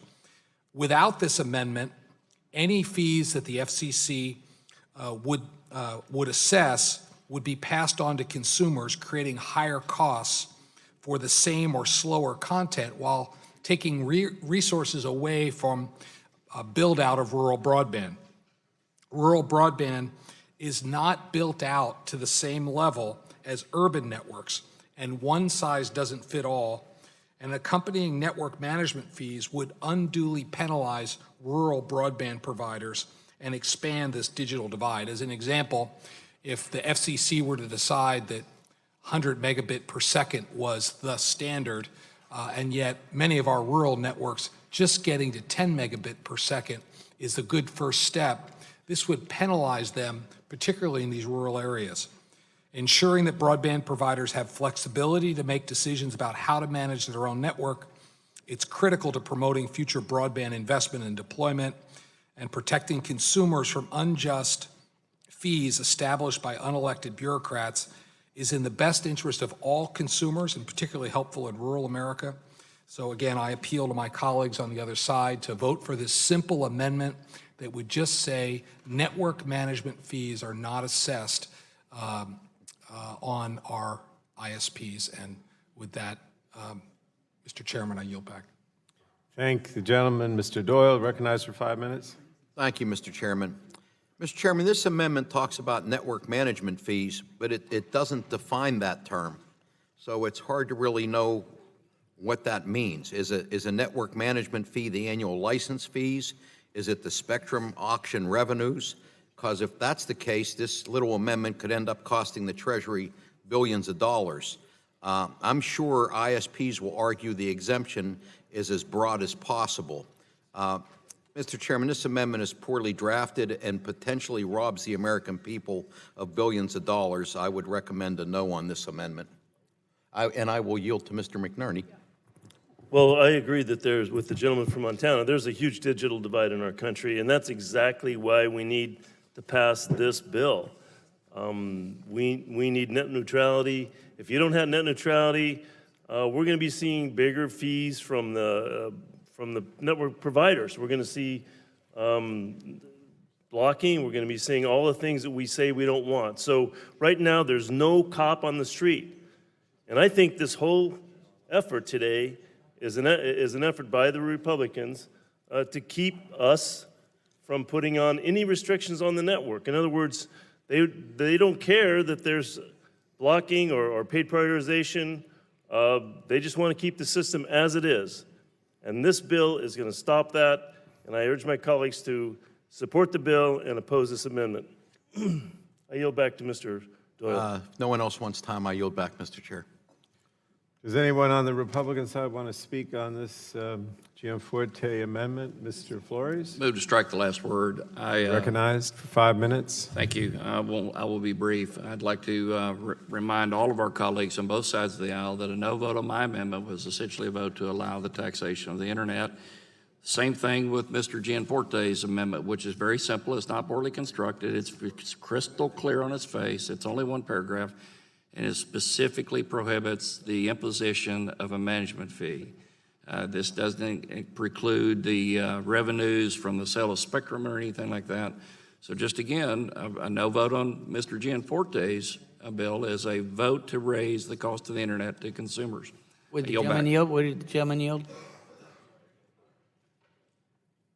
I'll yield to Fred. I would just say, as one that listened to all the debate earlier on this afternoon and this morning about the definition and the clarification of the 700 items on forbearance, it seems like this is a little more defining with a one sentence amendment than it does for those 700 items that we don't have. And I'll yield. I yield back to the gentleman from Texas, who I think wants to yield to the gentleman from Georgia or South Carolina. I'll yield to the gentleman. I'll actually yield to the author, Mr. Gianforte. Okay, I thank the gentleman. I just want to respond to a couple of the comments that were made. I agree with my colleague. We all want an open and free internet. We had an open and free internet prior to 2015. It was the effect of the 2015 ruling that we're considering here that really restricted capital access for rural build-out. There was a question from Mr. Doyle about where is the network management term defined. It is defined in the 2015 order, and it applies specifically. So the definition is there. Again, I tried to draft an amendment that's very narrowly focused to help particularly with this digital divide. I would, again, sincerely ask for your help so that we don't unduly penalize rural ISPs. A vote against this amendment is a vote to continue to expand the digital divide, and I just humbly ask for your help. I yield back. The gentleman who has the time, Mr. Flores? I do, and I will yield back the balance of my time. Okay, does anyone else want to speak on the Gianforte amendment? If not, there will proceed to a vote on Mr. Chairman, I withdraw my point of order. Gentleman, Mr. Doyle withdraws this point of order. The vote is on the amendment offered by the gentleman from Montana. All those in favor of the amendment will signify by saying aye. Aye. All those opposed will say no. It appears the noes have it. In the opinion of the chair, the noes have it, and the amendment is not agreed to. Are there further amendments to Mr. Doyle's amendment in the nature of a substitute? Mr. Latta? Thank you, Mr. Chair. Move to strike the last word. I'm sorry, Mr. Chairman, I have an amendment at the desk. 1034. The clerk have copies for distribution.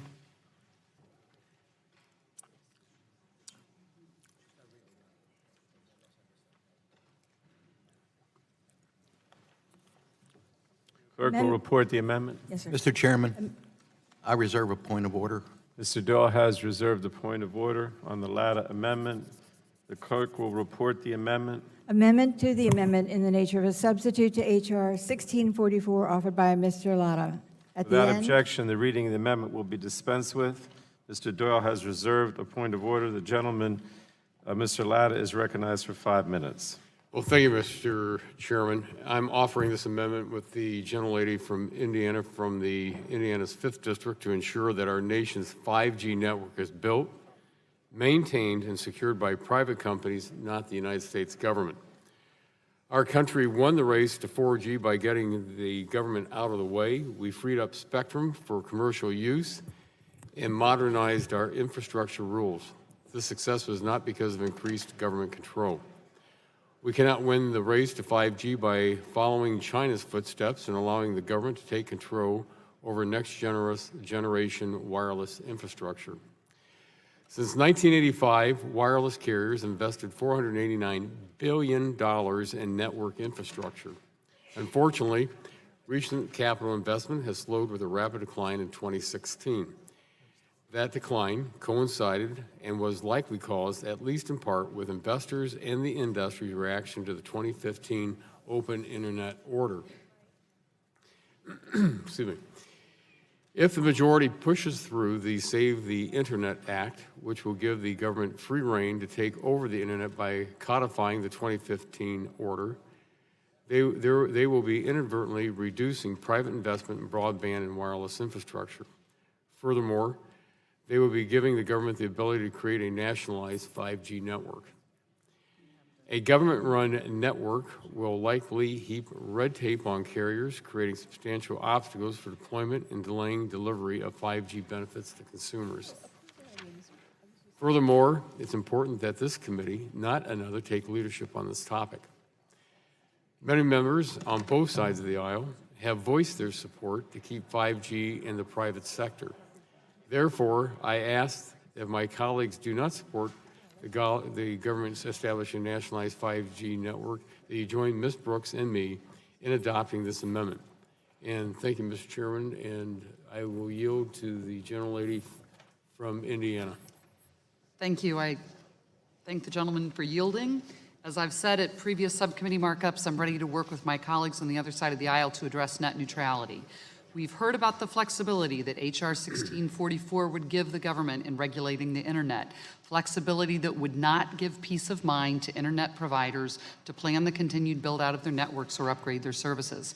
But given it seems that my colleagues are committed to moving this legislation forward, I hope they will consider adopting this important amendment. This amendment will simply prohibit the FCC from taking direct control over internet infrastructure or contracts. It's designed to ensure our government stays out of owning or operating the internet. I don't believe that's too hard of an idea to codify. As co-chair of the 5G caucus, I believe it's incredibly important that U.S. innovation is that it will continue, because we must allow our internet ecosystem to thrive and lead the world.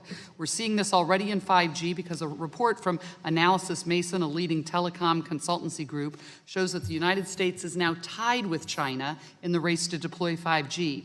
Last year, in 2018, we were at third, so we have moved up.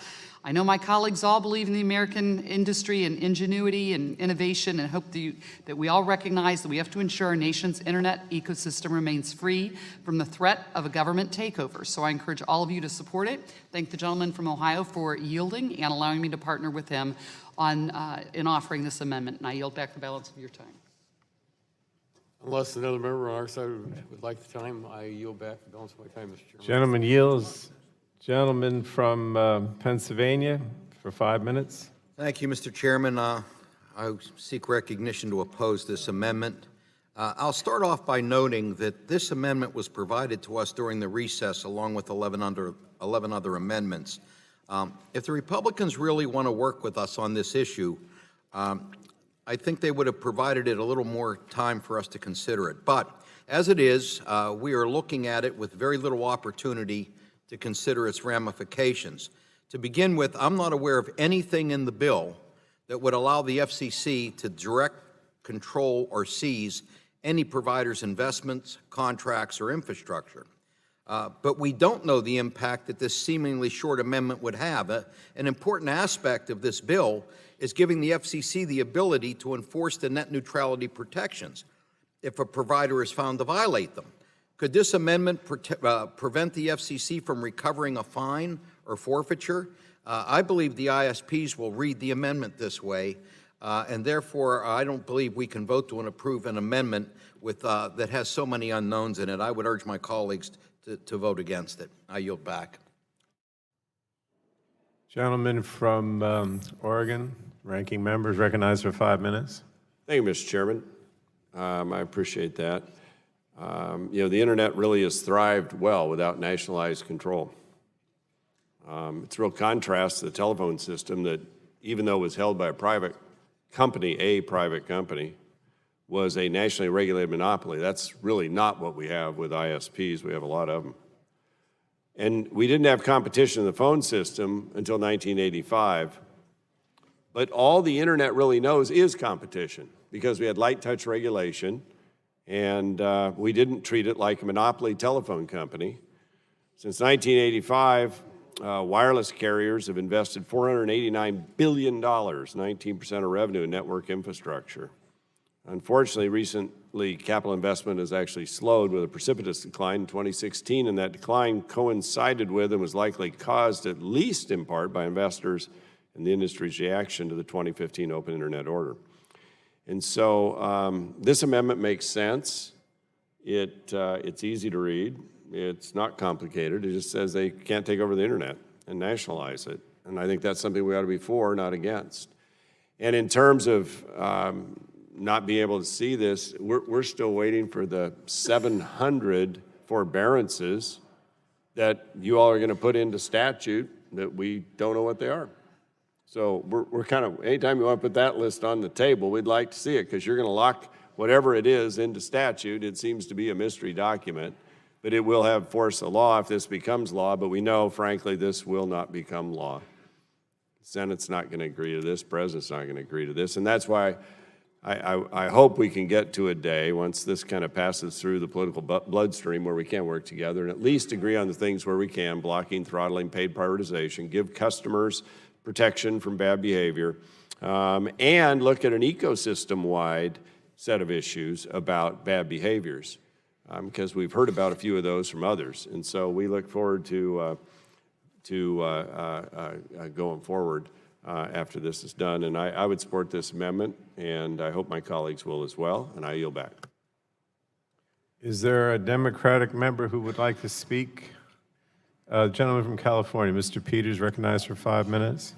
Thank you, Mr. Chairman. I just, I'll weigh in at this point on this whole effort. I would like to support what Mr. Butterfield said about the need for bipartisanship. Some of these ideas are coming late. It's hard to see exactly what the ramifications are. I thought Mr. Gianforte made a reasonable point. This particular thing is somewhat redundant to the Fifth Amendment protection from taking property, but it's not an unreasonable request. I just think that it's unfortunate that we have not gotten further along in getting to a bipartisan result. I will support this bill today because I think it's an important step forward. I think it moves us to a better place. But I just want to acknowledge that there's a lot of work left to be done, that from what I'm hearing from the Republicans, I'm fairly confident that the Senate will not adopt this as it is. And I'd like to join with Mr. Butterfield in saying, while this is progress today, I look forward to helping make the bill better as it proceeds to the Senate, and someday, I hope, to the Senate, to the President. If we don't do this in a bipartisan way, we will not get the protections we all want. And there's a lot of common ground here for the internet and for net neutrality. So I think I'd like to get through today. I know we've got other work to do. That's the last I'll say about this, but let's just acknowledge that there's work ahead of us, and I'm looking forward to that as well. I yield back. Thank the gentleman. Is there anyone else on either side that wants to talk further about Mr. Latta's amendment? Oh, Mr. McNerney's recognized for 5 minutes. Thanks. Thank you, Chairman. Say, there's going to be a government takeover of the internet. The government's going to run the internet. Hey, watch out, you guys. The sky is falling. Like, come on. This is simply a delay so that the ISPs can continue to cross the three bright lines, blocking, throttling, and paid prioritization. If anyone believes that won't happen under the current regime, I'd like to sell you some salt water. It's not that the ISPs are inherently bad, it's that there's no cop on the street. These things are going to happen. I yield back. So, Ms. Clark, now we're selling salt water, not the Brooklyn Bridge. All right, thanks. Anyone else want to comment on the latter amendment? Okay, so we'll proceed to a vote on the amendment. Mr. Chairman, I withdraw my point of order. Mr. Doyle withdraws his amendment, and we'll proceed to a vote on the amendment. Well, just the point of order is withdrawn. The latter amendment is proceeding to a vote. So all those in favor of the amendment from the gentleman from Ohio will signify by saying aye. Aye. All those opposed will signify by saying no. In the opinion of the chairs, you want a recorded vote? Recorded vote is ordered. Those in favor of the latter amendment will say aye. Those opposed to the latter amendment will say no. The clerk should call the roll. Mr. Rush.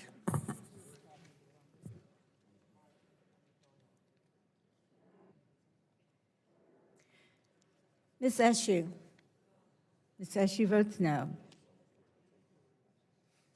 Mr. Engel.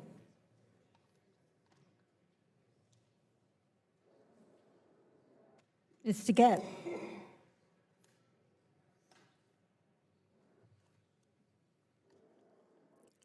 Mr. Doyle. Mr. Doyle votes no. Ms. Schakowsky. Ms. Schakowsky votes no. Mr. Butterfield. Mr. Butterfield votes no. Ms. Matsui. Matsui votes no. Ms. Castor. Ms. Castor votes no. Mr. Sarbanes. Mr. Sarbanes votes no. Mr. McNerney. Mr. McNerney, no. Mr. Welch.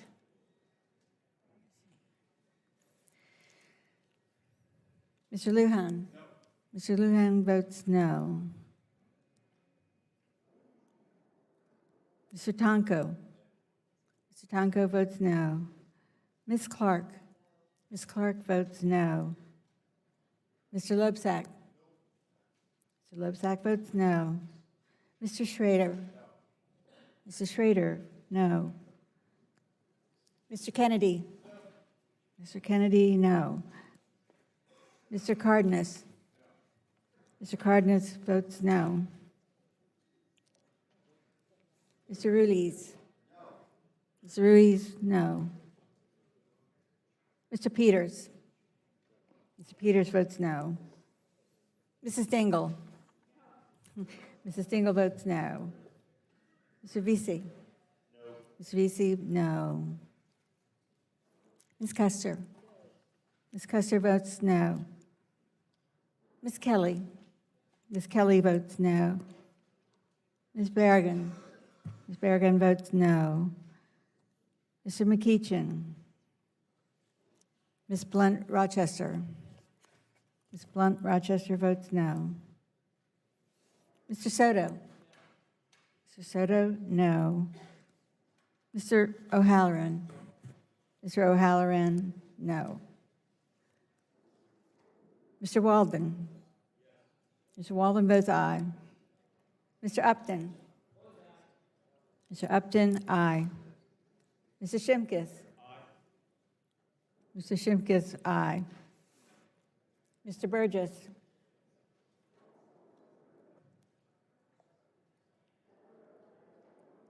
Mr. Scalise. Mr. Scalise votes aye. Mr. Latta. Mr. Latta votes aye. Mrs. Rogers. Mrs. Rogers votes aye. Mr. Guthrie. Mr. Guthrie. Mr. Guthrie votes aye. Mr. Olson. Mr. Olson votes aye. Mr. McKinley. Mr. McKinley votes aye. Mr. Kinzinger. Mr. Kinzinger votes aye. Mr. Griffith. Mr. Griffith, aye. Mr. Bilirakis. Mr. Bilirakis votes aye. Mr. Johnson.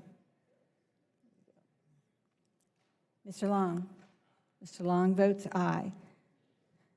Mr. Bouchon. Mr. Bouchon, aye. Mr. Flores. Mr. Flores votes aye. Mrs. Brooks. Mrs. Brooks, aye. Mr. Mullen. Mr. Mullen, aye. Mr. Hudson. Mr. Hudson, aye. Mr. Wahlberg. Mr. Wahlberg, aye. Mr. Carter. Mr. Carter votes aye. Mr. Duncan. Mr. Duncan, aye. Mr. Giaforte. Mr. Giaforte, aye.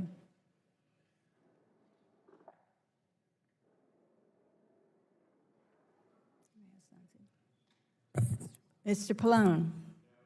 Mr. Pallone votes no. Rush.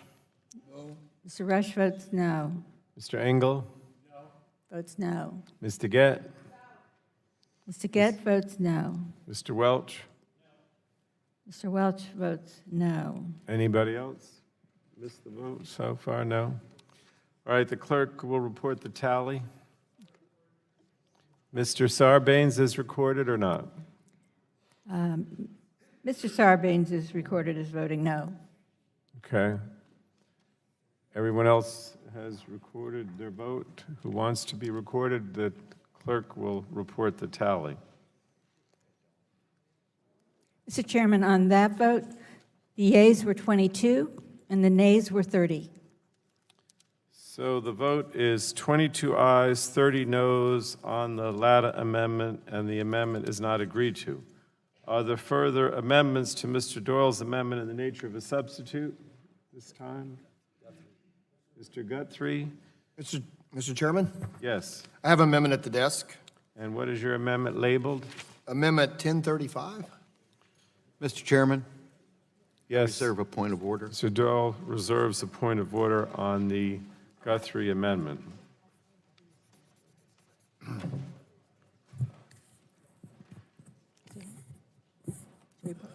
The clerk will report the amendment. Amendment to the amendment in the nature of a substitute to H.R. 1644 offered by Mr. Guthrie of Kentucky. At the end, add Without the following. objection, the reading of the amendment will be dispensed with. Mr. Doyle has reserved a point of order, and Mr. Guthrie is recognized for 5 minutes in support of his amendment. Thank you, Mr. Chair. I appreciate it. And very simply, my amendment exempts 5G from the Title II regulations. New 5G wireless networks will not only one day support apps, web pages, text, chats, and video streams, which we become accustomed, but will also support a wide range of new technologies from autonomous vehicles, augmented reality, innovations in healthcare delivery, machine-to-machine learning, to all other kinds of new advancement. The entire premise of 5G is the ability to enable different network capabilities for different uses. These innovations, let alone the innovations beyond 5G to come, would be simply impossible under the heavy-handed regulations supported in this bill. Over-regulating the internet would stifle new investment and innovation, as well as slow down and roll out faster, better internet service like 5G. Network slicing will allow operators to provide different services with different performance characteristics to address specific use cases. Because 5G is being designed for a wider range of use cases than prior technologies, it is critical that quality of service management be employed. 5G will enable new technologies such as autonomous vehicles, telehealth, and augmented reality. These unique applications may require higher bandwidth and reliability than would be allowed under Title II. Inherent to the idea of 5G is that it's a network that adapts to whatever network needs your service requires. So if you need high speed, it'll do that, or low power consumption or low latency, it'll do that. In other words, the network is not a dumb pipe envisioned by Title II net neutrality, but instead it manages and allocates the capacity based on service needs. We need to ensure that there is no chance that the benefits of 5G could be limited by an overly rigid and archaic interpretation of how networks work. Therefore, we need to ensure that Title II isn't used to constrain this next generation of services by implementing obligations that providers get prior to approval from the FCC before they deploy new services, or that those new services are subject to price regulation. We need to ensure that networks run as efficiently as possible, rather than based on inputs by lawyers. And we need to make sure that we don't handicap this next generation of technology with rules designed for rotary telephones or provide opportunity for gamesmanship that could cause us to delay or lose the global race to widely deploying 5G. Supporters of this bill think it is needed because they view wireless ISPs as de facto monopolies. But 5G will revitalize competition between ISPs, so there's less of a need for government control. Market forces will be invigorated as companies race to deploy faster and cheaper, driving down costs to consumers. Inherent to the idea of 5G is that it's a network that adapts to whatever network needs your service requires. So if you need high-speed internet, it'll do that. If you need lower power, it will do that. If you need low latency, it will do that. In other words, 5G network is not a dumb pipe, but instead it manages and allocates capacity based on service needs, and this ability is good for consumers. With a strict interpretation of Title II, the 5G network would have to offer all different service options to any service that wants it at the same price, instead of being able to allocate capacity intelligently to different services. Even the net neutrality advocates who say they are only against paid prioritization of broadband internet access services, BIAS, not special services, could argue that by partitioning capacity between the BIAS and the SS, or special services, they are effectively throttling BIAS service instead of the SS in taking up capacity. The practical applications of this is wireless companies couldn't deploy new innovative services without getting prior approval from the FCC, and that may take months or longer. Pricing of those services may be regulated or otherwise restricted. Engineers would lose the flexibility to adjust the network settings in ways that make efficient best use of resources instead that have to make changes based on lawyers' inputs, and competitors may try to game the Title II system to force carriers to share new elements of the network, which would reduce the incentive to deploy them. In effect, we'd lose the race to China and others that don't have these issues. And when I say we lose the race to China, I've submitted to the staff, it's been passed to the staff, and I want to submit for the record, is an equity research by Barclays dated 25 March 2019, and I'll quote just one paragraph from it. It's an extended report. It says, reinstating open internet order may make it tough to realize full potential of 5G. It says, we believe the net neutrality formulations as proposed in Congress are blunt tools to deal with a fast-changing technology landscape. The entire premise of 5G is the ability to enable different network capabilities for different applications. The 5G standard, this is from the 5G Standards Development Body, and it also says, if implemented, the 2015 Open Internet Order Framework ban on paid prioritization and throttling without accounting for emerging technology capabilities and applications is likely to become a roadblock to 5G modernization. And then also, it's already in the record from the meeting of April 2018, we had Peter Ricevy, and he said, and I'll quote, the wireless industry is at a critical juncture. The U.S. has assumed global leadership in 4G, enjoys a deep LTE penetration, leading smartphone platforms and vibrant application system. But globally, countries and companies are investing and concentrating on what would become the 5G. Constraining 5G with rules that unnecessarily undermine its potential would harm the United States' ability to lead the world in 5G technologies. I know we all want to win the race, everybody on this committee, and my amendment is to exempt 5G from Title II to ensure that we do so, and I yield back. The gentleman had offered, my understanding, wanted that document submitted for the record. Yes, I apologize. I would like for it submitted for the record. My understanding is that we have the document, so ordered. The gentleman from Pennsylvania is recognized for 5 minutes. Thank you, Mr. Chairman. I rise to speak in opposition to this amendment. Net neutrality is more important for 5G networks, not less. Network slicing, which is a key architecture of 5G, will allow operators to provide different services with different performance characteristics for specific use cases. But that means that it is all the more critical to make sure that the FCC is the cop on the beat to protect consumers from potentially discriminatory ISP practices in this new environment. There is no reason to exempt this type of service, especially because 5G is slated to become a very important way that consumers use the internet. It would make absolutely no sense to put these protections in place for 2G, 3G, and 4G, only to yank the rug out from under consumers as we move into the future and all the promise that 5G holds. We expect providers to protect consumers under the most prevalent technologies we currently have, and we expect providers to continue to protect consumers as new and faster internet become available. This amendment is harmful to the future of the internet. I would urge my colleagues to vote against it. I yield back. My understanding is that the gentleman from Louisiana is recognized for 5 minutes. Thank you, Mr. Chairman, and I rise in support of the Guthrie Amendment, and really gets to one of the main issues that we're talking about here when you look at the idea of going to Title II classification for internet service providers.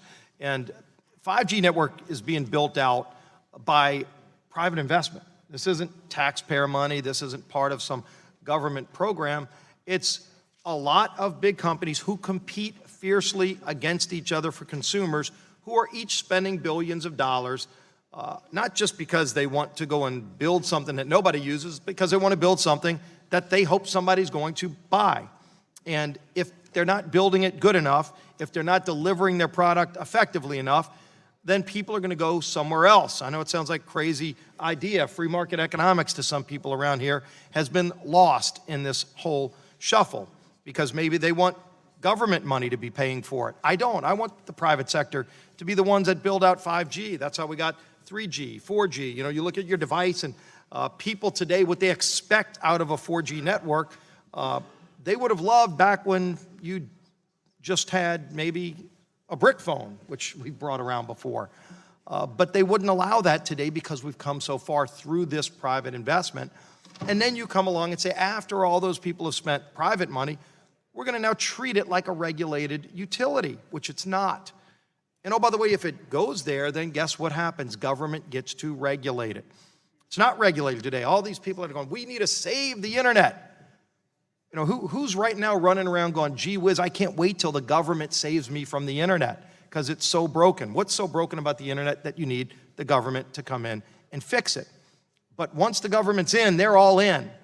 And what you see in any government agency ultimately takes hold. It's going to be regulations that slow down that investment. The investment slows down, all of a sudden your phone slows down. You get that little dial signal you used to got, the little hourglass that went around and around. You don't get that as much anymore. With 5G, you'll be able to stream things.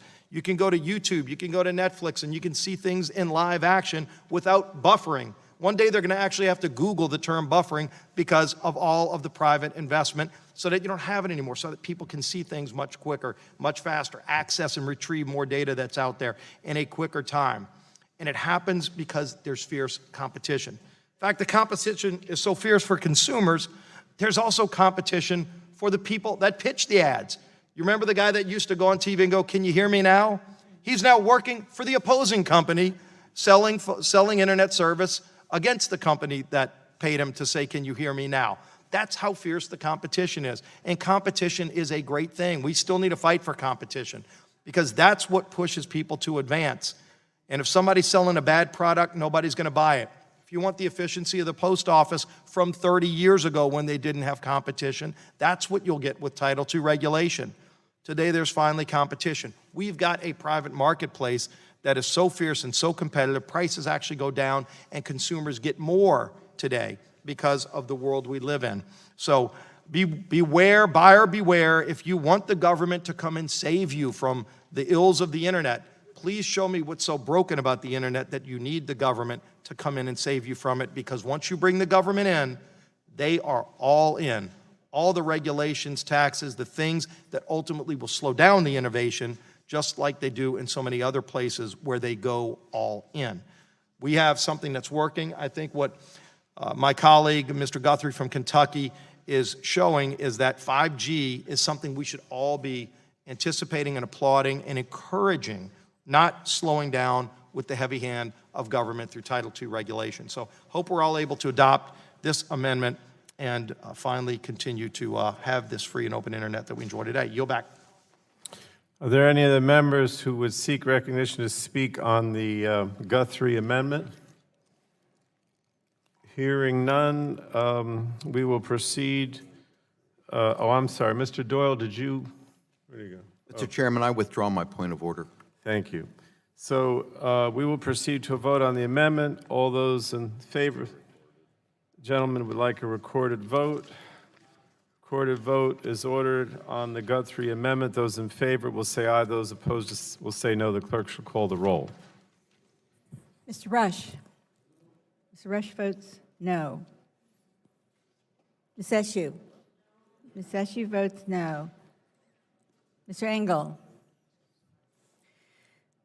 Ms. DeGette.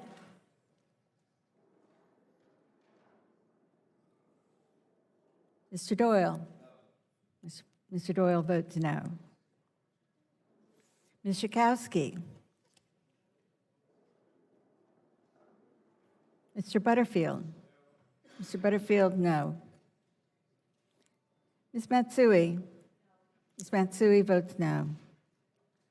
Ms. Castor. Ms. Castor votes no. Mr. Sarbanes. Mr. Sarbanes, no. Mr. McNerney. Mr. McNerney, no. Mr. Welch.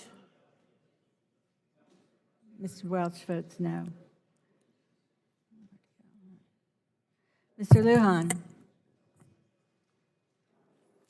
Mr. Tonko. Mr. Tonko votes no. Ms. Clark. Mr. Loebsack. Mr. Loebsack votes no. Mr. Schrader. Mr. Schrader votes no. Mr. Kennedy. Mr. Kennedy votes no. Mr. Cardenas. Mr. Cardenas votes no. Mr. Ruiz. Mr. Ruiz, where are you? Mr. Ruiz. Mr. Ruiz votes no. Mr. Peters. Mr. Peters votes no. Mrs. Dingle. Mrs. Dingle votes no. Mr. Vesey. Ms. Custer. Ms. Custer votes no. Ms. Kelly. Ms. Kelly votes no. Ms. Berrigan. Ms. Berrigan votes no. Mr. McEachin. Ms. Blunt Rochester. Ms. Blunt Rochester, no. Mr. Soto. Mr. Soto votes no. Mr. Halloran. Mr. Walden. Mr. Walden votes aye. Mr. Upton. Mr. Upton votes aye. Mr. Shimkus. Mr. Shimkus votes aye. Mr. Burgess. Mr. Scalise. Mr. Scalise votes aye. Mr. Latta. Mr. Latta votes aye. Mrs. Rogers. Mrs. Rogers votes aye. Mr. Guthrie. Mr. Guthrie votes aye. Mr. Olson. Mr. Olson votes aye. Mr. McKinley. Mr. McKinley votes aye. Mr. Kinzinger. Mr. Kinzinger votes aye. Mr. Griffith. Mr. Griffith, aye. Mr. Bilirakis. Mr. Bilirakis, aye. Mr. Johnson. Mr. Long. Mr. Bouchon. Mr. Bouchon votes aye. Mr. Flores. Flores votes aye. Mrs. Brooks. Mrs. Brooks votes aye. Mr. Mullen. Mr. Mullen votes aye. Mr. Hudson. Mr. Hudson, aye. Mr. Wahlberg. Mr. Wahlberg, aye. Mr. Carter. Mr. Carter, aye. Mr. Duncan. Mr. Duncan votes aye. Mr. Giaforte. Mr. Giaforte votes aye. Mr. Long. Mr. Long votes aye. Mr. Pallone. Pallone votes no.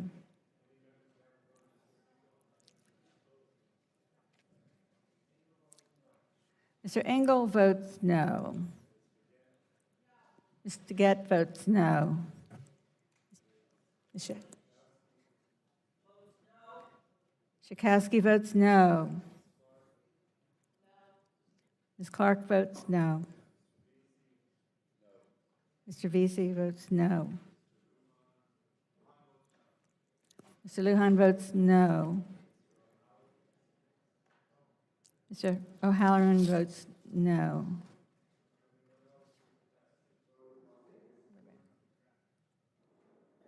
All right, if not, the clerk will report the tally.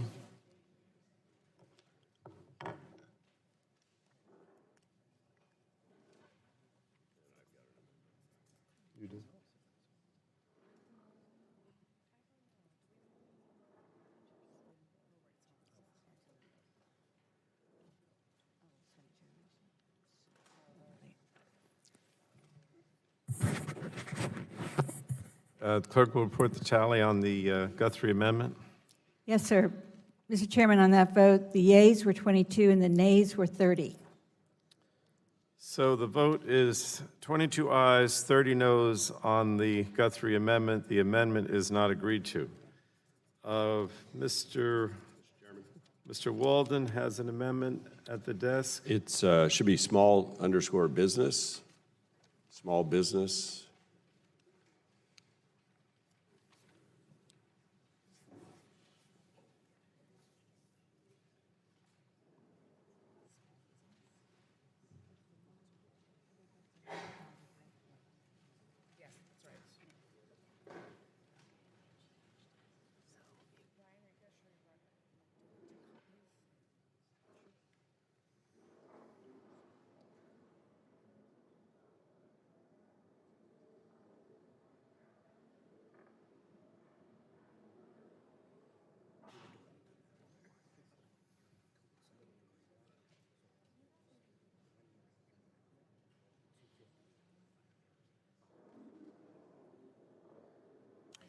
Mr. Walden, how is it labeled again?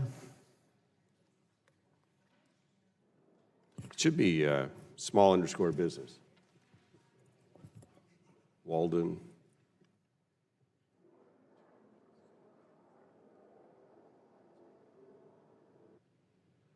Second version.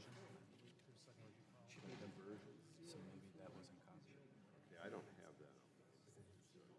They're saying 014, if that helps, or clerks.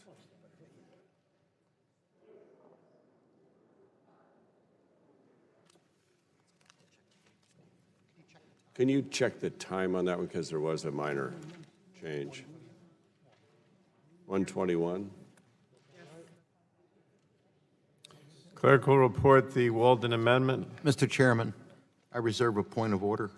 Mr. Dill reserves a point of order. Clerk will report. Amendment in the nature of a substitute to H.R. 1644 offered by Mr. Walden of Oregon.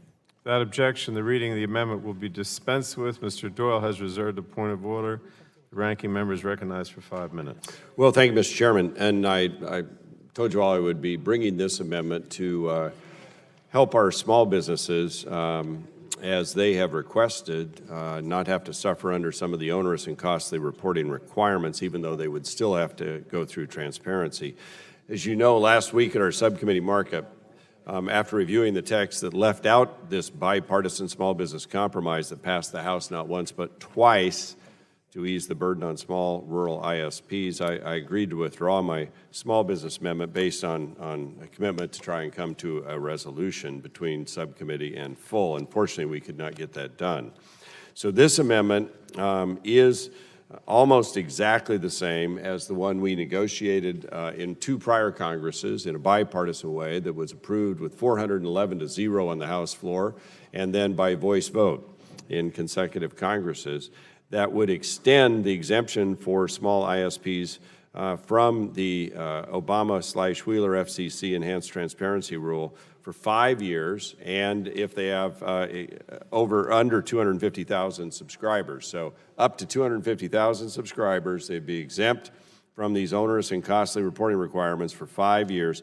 And this would follow the 1-year exemption that Mr. Doyle put in for those up to $100,000. I think this is a better way to go. We didn't have a lot of time between markup and, frankly, the breakdown in the negotiations last night, where we couldn't reach agreement to come to this. But this is what you voted on twice before. This is what Mr. Loebsack and I negotiated and passed twice before. And I think it is indeed reasonable. As a reminder, this amendment would not, I underscore, not let ISPs skirt transparency. They still have to be transparent. But instead, they would follow the less onerous transparency rules that were adopted by the Federal Communications Commission in 2010. So consumers would still have access to information needed that they need to make informed decisions about their internet service, and ISPs could focus on providing service and more of it, rather than spending their money and time, especially these smaller ones, on regulatory requirements. The stark reality is that if H.R. 1644 were to become law, it's even worse for our small ISPs than it was in 2015. And you say, how can that be? Well, it's because we'll just have this 1-year exemption Mr. Doyle put forward, but we believe that the FCC's enhanced transparency rules were subject to the administrative process, such as the Paperwork Reduction Act, which specifically examined the impact of regulations on small businesses before they were allowed to go in effect. This bill, even with the limited exemption, is not subject to that process. So that's a bit of a concern there as well. So if you want to be where you were if you were here in the last 2 Congresses, vote yes on this amendment. Transparency still required, onerous, costly reporting not, for at least 5 years, in addition to the 1 year after enactment of this bill and the 100,000 subscribers. This would take 250 in 5 years. And if the goal is to get internet and all the investment possible into the internet build out into our communities with higher speed, then your vote should be a yes. And so with that, Mr. Chairman, I yield back. Gentleman yields. The gentleman from Pennsylvania is recognized for 5 minutes. Thank you, Mr. Chairman. I rise to speak in opposition to this amendment. As my friend has correctly stated, we did make a commitment after the subcommittee markup to try to work with the minority on an amendment, and I think a good faith effort was made back and forth. We just unfortunately weren't able to come to an agreement, which is why we offered our amendment earlier to do this. You know, transparency is fundamental to a functioning marketplace. Even Chairman Pai recognized this when he rolled back the net neutrality protections. In his 2017 order, he kept in place disclosure requirements that applied to all internet service providers, big and small. The FCC stated that disclosure supports innovation, investment, and competition, and also ensures that the public will identify practices that infringe on internet openness. What's more, the Chairman Pai's FCC did not exempt small ISPs, finding its transparency obligations did not impose desperately high burdens on small providers, and that the requirements were critical to ensuring that consumers have sufficient information to make informed choices in their selection of ISPs and to deter ISPs from secretly erecting barriers to market entry by entrepreneurs and other small businesses. Mr. Walden's amendment sounds harmless enough, but it threatens these principles of transparency by rolling back pro-consumer obligations that companies bringing in tens of millions of dollars in revenue every year can both afford and should do. Now, according to reports, there are only about 20 ISPs in the country that would not be captured by this exemption. According to broadbandnow.com, there are 2,669 broadband providers across the country. If those 2 reports are correct, this amendment would exempt 2,649 broadband providers from the enhanced transparency protections. If those reports are right, that means that 99.2% of all broadband providers would be covered by this exemption.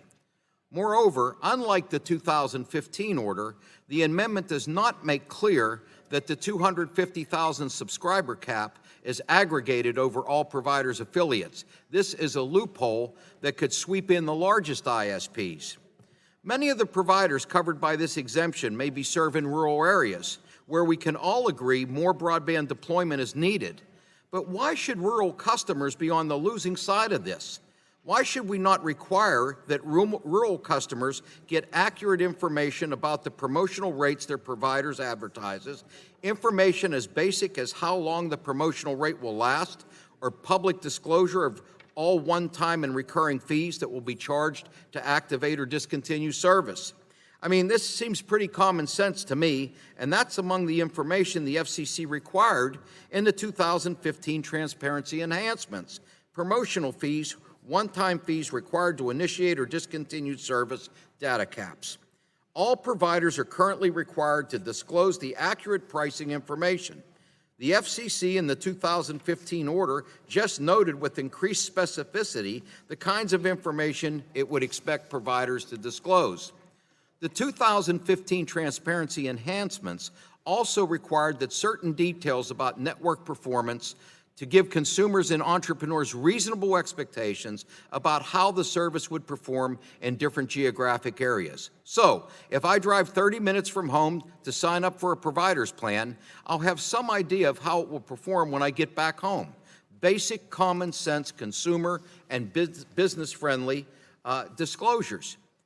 Moreover, as redrafted, this amendment goes into effect a year after enactment. So, after a year of transparency rules, including transparency protections that the Trump FCC has said are important for consumers and competition, these obligations go away.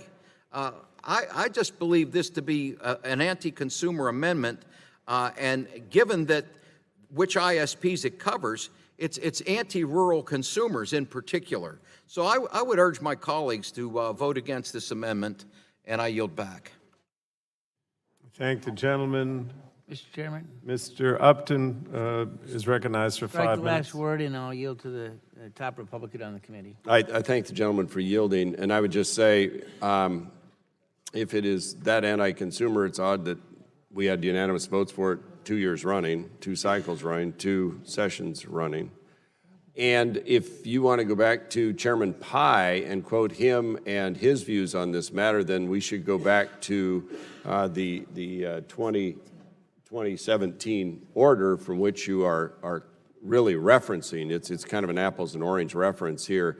You can't bring Chairman Pai into it and then say what he was proposing is what Chairman Wheeler put in place, because I think they were dramatically different.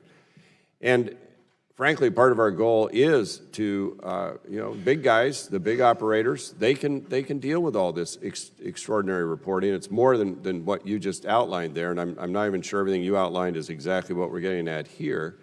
But be that as it may, it is the smaller operators that, as we've heard in testimony here, the ones that bear the brunt of the costly burden of over and unnecessary regulation. Let's face it, the internet is working pretty well today. The internet worked pretty well in 2014, back to its inception, and Title II was only in place for 1 year, year and a half, maybe 2. That was it. That's all it was there for. So this parade of horribles that we're supposed to anticipate didn't occur before. It hasn't occurred after in any meaningful sense. And we're just trying to not add the dead hand of government to choke investment in broadband build-out into underserved areas. But I think I know how this vote's going to go, so I'll yield back to Mr. Upton, who'll probably yield back balance. Any further discussion on the Walden amendment? Okay, a recorded vote has been requested. A recorded vote is ordered. Those in favor of the amendment will say aye. Those opposed will say no. The clerk shall call the roll.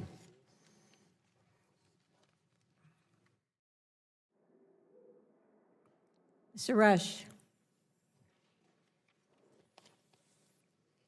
Ms. Eshoo. Ms. Eshoo votes no.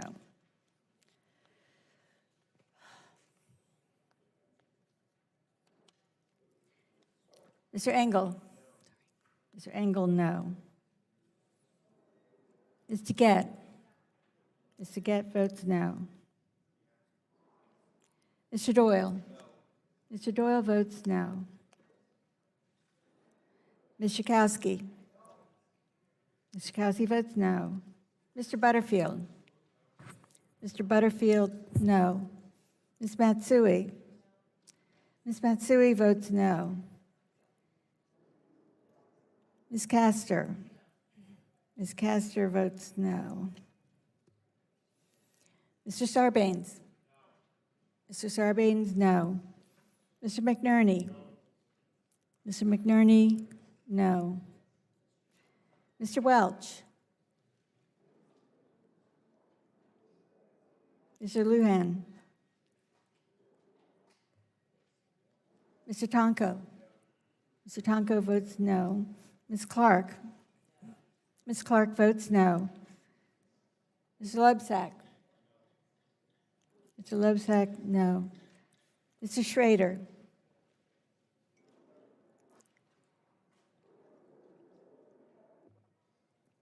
Mr. Kennedy.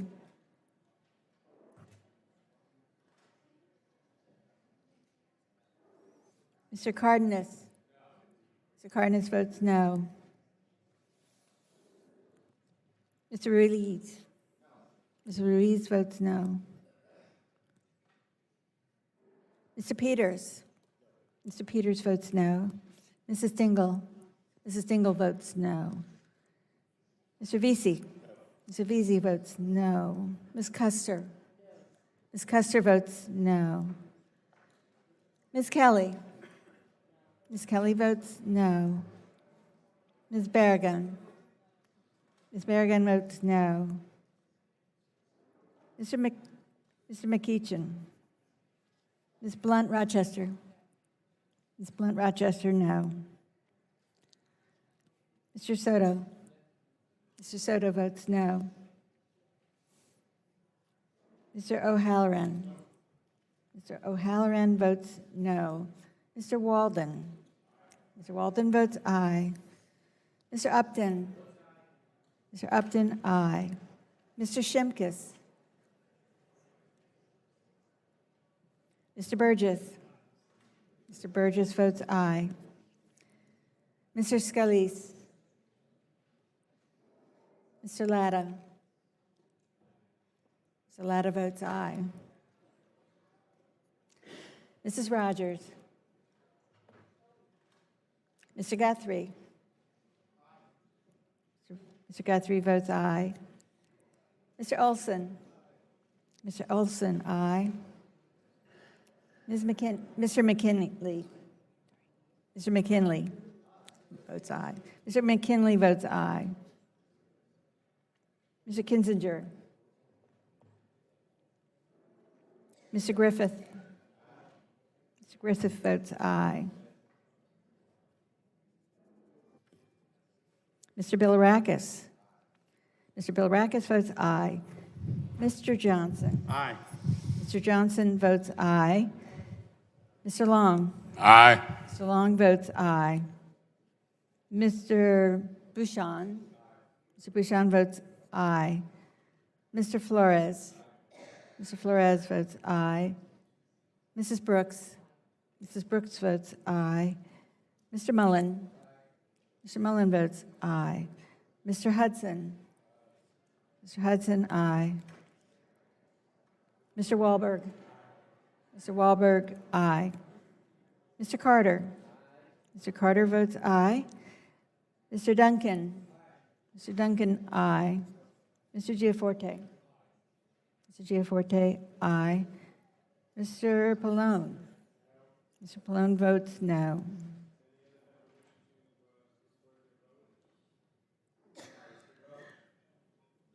Mr. Welch votes no.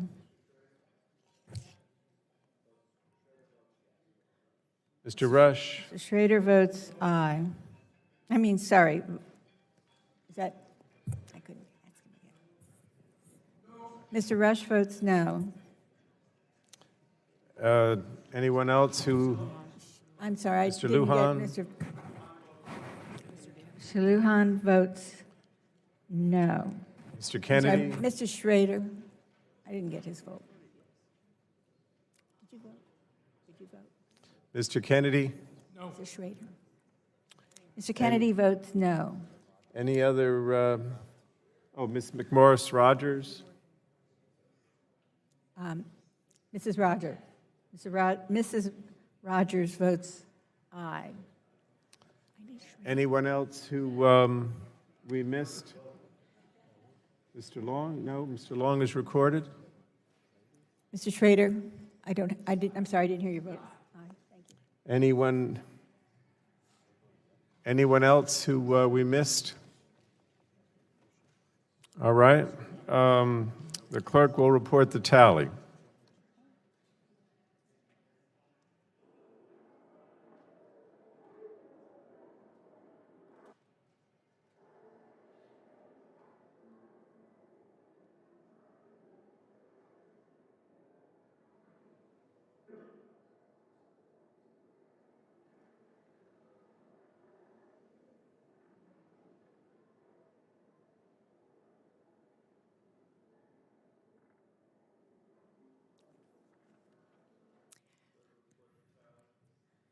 Mr. Chairman, on that vote, the yeas were 22 and the nays were 29. So the vote is 29 ayes to 29 noes on. 22. Oh, I'm sorry. It's okay. 29 nays and 22 ayes, and the amendment, the Walden Amendment, is not agreed to. The next amendment, I understand, is from Mr. Johnson, Yes, Mr. Chairman, I have an amendment at the desk. and the amendment is labeled how? Rural broadband 1037.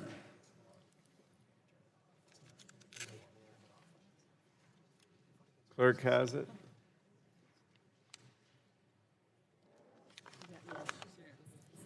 The clerk will report the amendment. Amendment to the amendment in the nature of a substitute to H.R. 1644, offered by Mr. Johnson of Ohio. Without objection, the reading of the amendment will be dispensed with. Mr. Doyle, no? Mr. Chairman, I reserve a point of order. Doyle reserves a point of order, and the gentleman from Ohio is recognized for 5 minutes in support of his amendment. Mr. Chairman, thanks for the recognition. This amendment is fairly straightforward. It simply states that nothing in this act shall be construed to apply to providers that invest in or build out in areas that currently receive less than a download speed of 25 megabits per second and less than an upload speed of 3 megabits per second for broadband internet service, which, as you know, are the minimum speeds for the FCC's official broadband definition. As I stated at the subcommittee markup, calling this bill the Save the Internet Act is a bit disingenuous because it imposes heavy-handed Title II regulations on the internet. It's not only unnecessary, it actually will be hurting broadband deployment. And that's a serious issue, particularly for geographically challenging and rural areas such as the District of Eastern and Southeastern Ohio along the Appalachian Corridor that I represent. The digital divide, Mr. Chairman, is very real, and that is why I have introduced this amendment. I want to ensure that providers who are willing to invest in these unserved areas and provide broadband services are not hampered with the unnecessary, burdensome regulations that my colleagues across the aisle are trying to impose through this legislation. Now, broadband deployment should not be a partisan issue. It's an American issue that I'm committed to solving, and I'm willing to work with anyone that wants to work with me to get that done. Instead of hampering economic growth and innovation and discouraging broadband investment, let's encourage providers to invest in unserved areas and provide these communities with the essential internet access that Americans today have come to rely on. Connectivity for businesses, for children to do their schoolwork, to enable telemedicine in remote areas, and the everyday conveniences of being connected. I'm hopeful that my colleagues on both sides of the aisle will support this amendment and enable providers to build out in unserved communities. I appreciate your recognition, Mr. Chairman. Thanks for yielding, and I yield back. Thank the gentleman. Gentleman from Pennsylvania, recognized for 5 minutes. Thank you, Mr. Chairman. I rise to speak in opposition to this amendment. Mr. Chairman, this is a huge weakening of the net neutrality rules. People shouldn't have to trade faster internet for net neutrality protections, and that's exactly what this amendment would do. It says if you build out the unserved areas, you get to engage in unfair and unreasonable practices. I think our rural customers deserve better than that. Moreover, this would create a patchwork of rules nationwide. It's harmful to consumers, and I don't think anybody should vote for this amendment, and I intend to oppose it, and I yield back. Mr. Latta, recognized for 5 minutes. Thank you, Mr. Chairman. I move to strike the last word. I'd like to thank my colleague from Ohio for offering this amendment to provide regulatory certainty for broadband providers. Certainty equals investment, and we all can agree that rural America needs more investment in broadband networks to bridge the digital divide. Studies have shown that in the 2 years Title II was in effect, providers put less money towards deploying or expanding broadband infrastructure. And this show on investment has been confirmed by witnesses in front of this committee. Title II heaps heavy regulations on providers, creating uncertainty and onerous compliance. This prevents ISPs from spending capital on their networks and meeting consumer demands for better broadband. This amendment would ensure that providers who are investing in building out their networks with high-speed capabilities are not overly burdened by the majority's bill. Unlike the underlying bill, improving broadband access and service in rural America has strong bipartisan support. Therefore, I urge my colleagues to support this amendment to help bridge the digital divide for our constituents in rural America. And Mr. Chairman, Would gentlemen yield? I yield. Just for the sake of time. Let me thank you for yielding. And Mr. Johnson has come up with an innovative approach to attract investment to areas when providers find a tough business case. In rural America, we just want internet. You know, we will take something over nothing. And I think when we had the hearing, the first hearing, we had 2 hearings on this, and the Republican witness was from Eastern Oregon, very much kind of like Southern Illinois, and he made the case that moving in this direction would hurt his ability. Now, I know there was a counter in the second panel with I think a different marketing approach, was able to go to different consumers and utilizers than just basic households. But I think what Mr. Johnson's trying to do is address this issue of homes and get connectivity to rural America. So I think the person who testified was Joe Frano from Eastern Oregon Telecom on our side.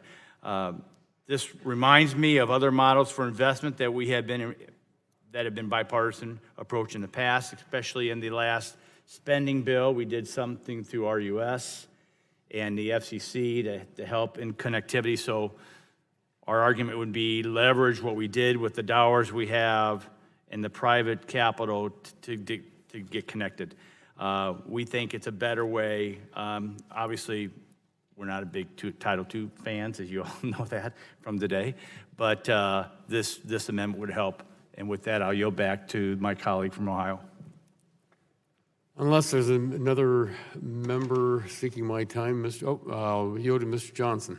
Thank you. I thank my colleague for yielding. Let me add to the support for this amendment. Approximately 34 million Americans lack access to fixed broadband at that 25/3 speeds, 25 downloads, 3 megabits upload, according to the 2016 Broadband Progress Report.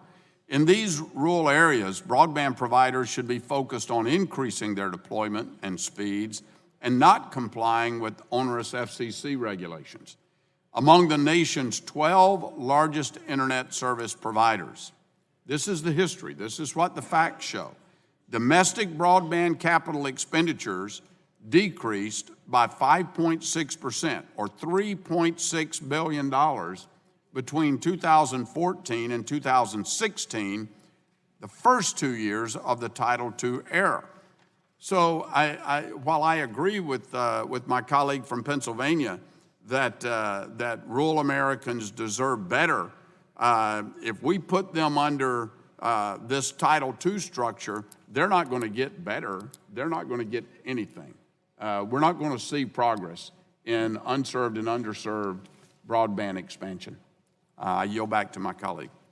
Thank you very much. And anyone else seeking? Will the gentleman yield? Yes, yield to my friend. Thank you. I think the gentleman's amendment's well-intentioned. He's my friend, and I know what we really need is an infrastructure bill. That's what we need, and I look forward to working with my colleagues on the other side of the aisle to get an infrastructure bill so that we can get broadband deployment, especially to rural areas. So I yield back. And Mr. Chairman, my time's expired, and I yield back. We are on the amendment from Mr. Johnson of Ohio. Does anyone else want to speak on the Johnson amendment? If not, Mr. Doyle, will you withdraw your point of order? I withdraw my point of order. Thank you. If there's no further debate, we will proceed to a vote on the amendment. All those in favor of the amendment will signify by saying aye. Aye. All those opposed will say no. No. Opinion of the chair, the noes have it. The amendment is not agreed to. Mr. Chairman, I request a recorded vote. Recorded vote is requested. Recorded vote is ordered. Those in favor of the amendment will say aye. Those opposed to the Johnson amendment will say no. The clerk shall call the roll. Mr. Rush. Ms. Eshoo. Ms. Eshoo votes no. Mr. Engel. Mr. Engel votes no. Ms. DeGette. Mr. Doyle. Mr. Doyle votes no. Ms. Schakowsky. Ms. Schakowsky votes no. Mr. Butterfield. Mr. Butterfield, no. Ms. Matsui. Ms. Matsui, no. Ms. Castor. Ms. Castor votes no.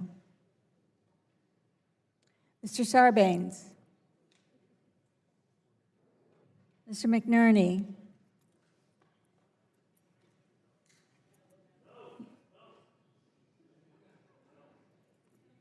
Mr. Sarbanes. Mr. McNerney. Mr. Sarbanes votes no. Mr. McNerney votes no. Mr. Welch. Mr. Lujan. Mr. Tonko. Mr. Tonko votes no. What's up next? Ms. Clark. What's up next? Clark votes no. Okay. Mr. Loebsack. Mr. Loebsack votes no. Mr. Schrader. Mr. Schrader votes no. Mr. Kennedy. Mr. Kennedy votes no. Mr. Cardenas. Mr. Cardenas votes no. Mr. Ruiz. Mr. Peters. Mr. Peters votes no. Mrs. Dingle. Mrs. Dingle, no. Mr. Vesey. Mr. Vesey votes no. Ms. Custer. No. Ms. Custer, no. Ms. Kelly. Ms. Kelly, no. Ms. Berrigan. Ms. Berrigan, no. Mr. McEachin. Ms. Blunt Rochester. Ms. Blunt Rochester, no. Mr. Soto. Mr. Soto, no. Mr. O'Halloran. Mr. O'Halloran, no. Mr. Walden. Mr. Walden votes aye. Mr. Upton. Votes aye. Mr. Upton, aye. Mr. Shimkus. Mr. Shimkus, aye. Mr. Burgess. Mr. Burgess, aye. Mr. Scalise. Mr. Latta. Mr. Latta votes aye. Mrs. Rogers. Mr. Guthrie. Mr. Guthrie, aye. Mr. Olson. Mr. Olson votes aye. Mr. McKinney. Mr. McKinley, sorry. Mr. McKinley votes aye. Mr. Kinzinger. Mr. Griffith. Mr. Griffith, aye. Mr. Bilirakis. Mr. Bilirakis, aye. Mr. Johnson. Mr. Johnson, aye. Mr. Long. Mr. Long votes aye. Mr. Bouchon. Mr. Bouchon, aye. Mr. Flores. Mr. Flores, aye. Mrs. Brooks. Mrs. Brooks votes aye. Mr. Mullen? Mr. Mullen, aye. Mr. Hudson? Mr. Hudson, aye. Mr. Wahlberg? Mr. Wahlberg, aye. Mr. Carter? Mr. Carter votes aye. Mr. Duncan? Mr. Duncan, aye. Mr. Giaforte? Mr. Giaforte, aye. Mr. Pallone? Mr. Pallone votes no. Any record their vote? Mr. Rees? Mr. Rees votes no. Mr. Rush? Mr. Rush votes no. Ms. DeGette? Mr. Gett votes no. Mr. Lujan? Mr. Lujan votes no. Mr. Welch? Mr. Welch votes no. Ms. McMorris Rogers? Ms. Rogers, aye. Did we miss anyone who would like to be recorded?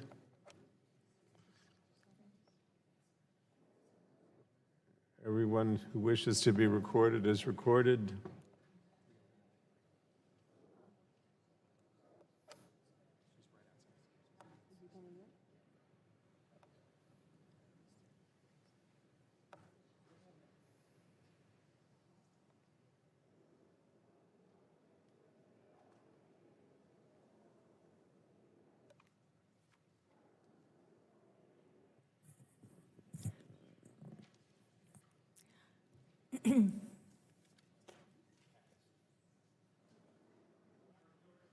Mr. Sarbanes?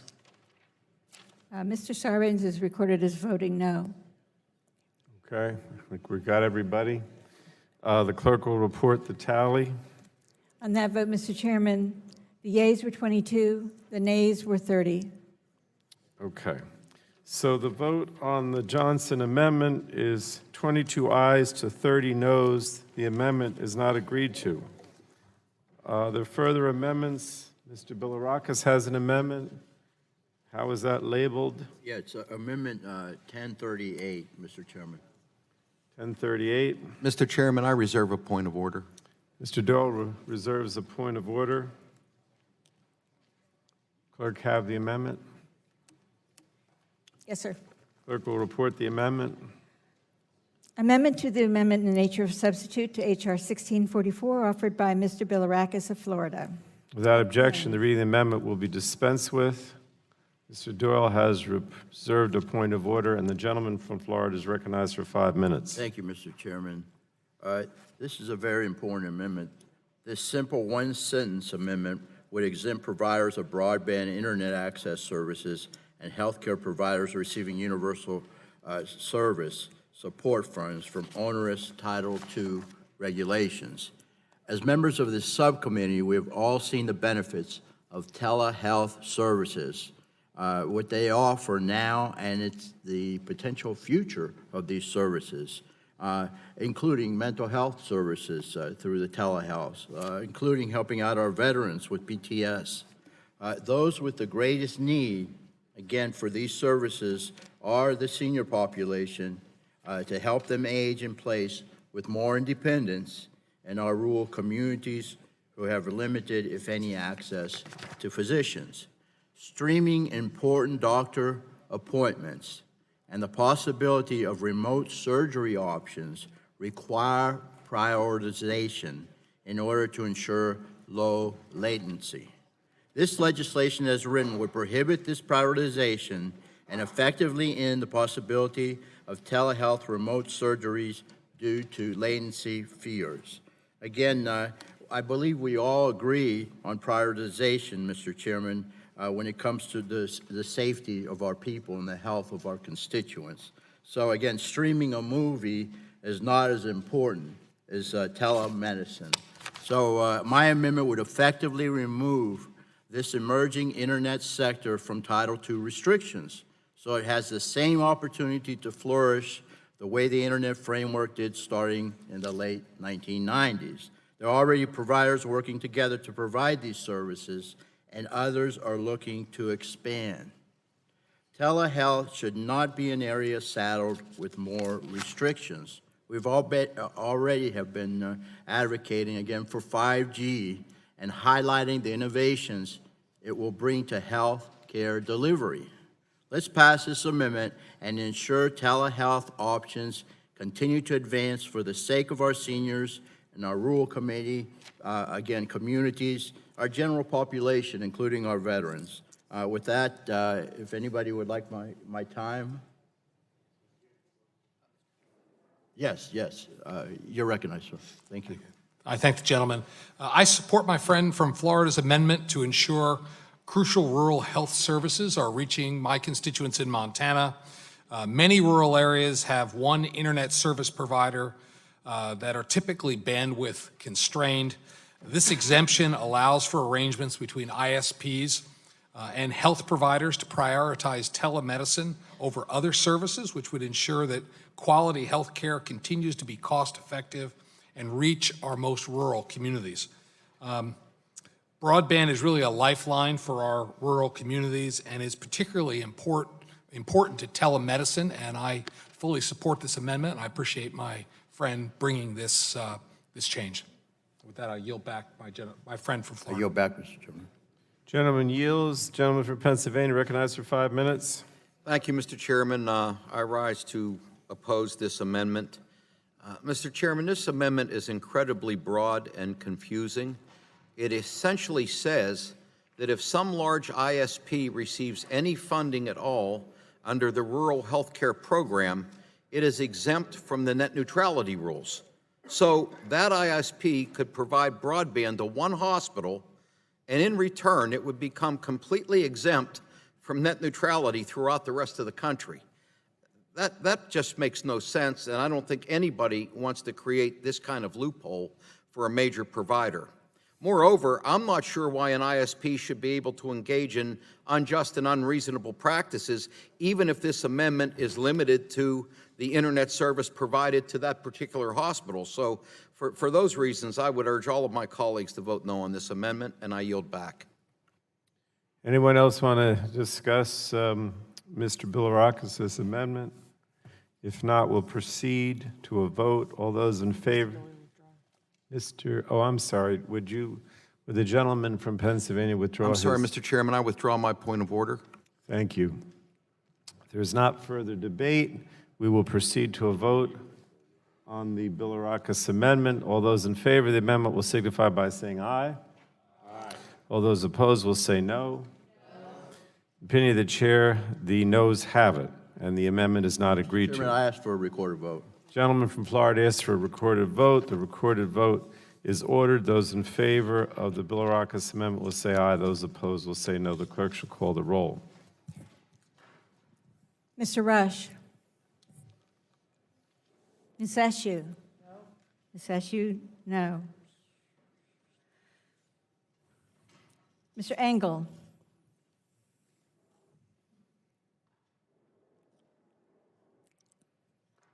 Ms. DeGette.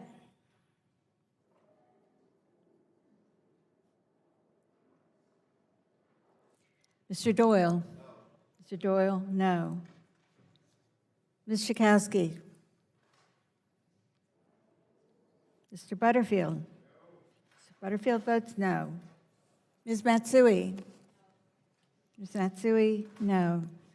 Ms. Castor. Ms. Castor, no. Mr. Sarbanes.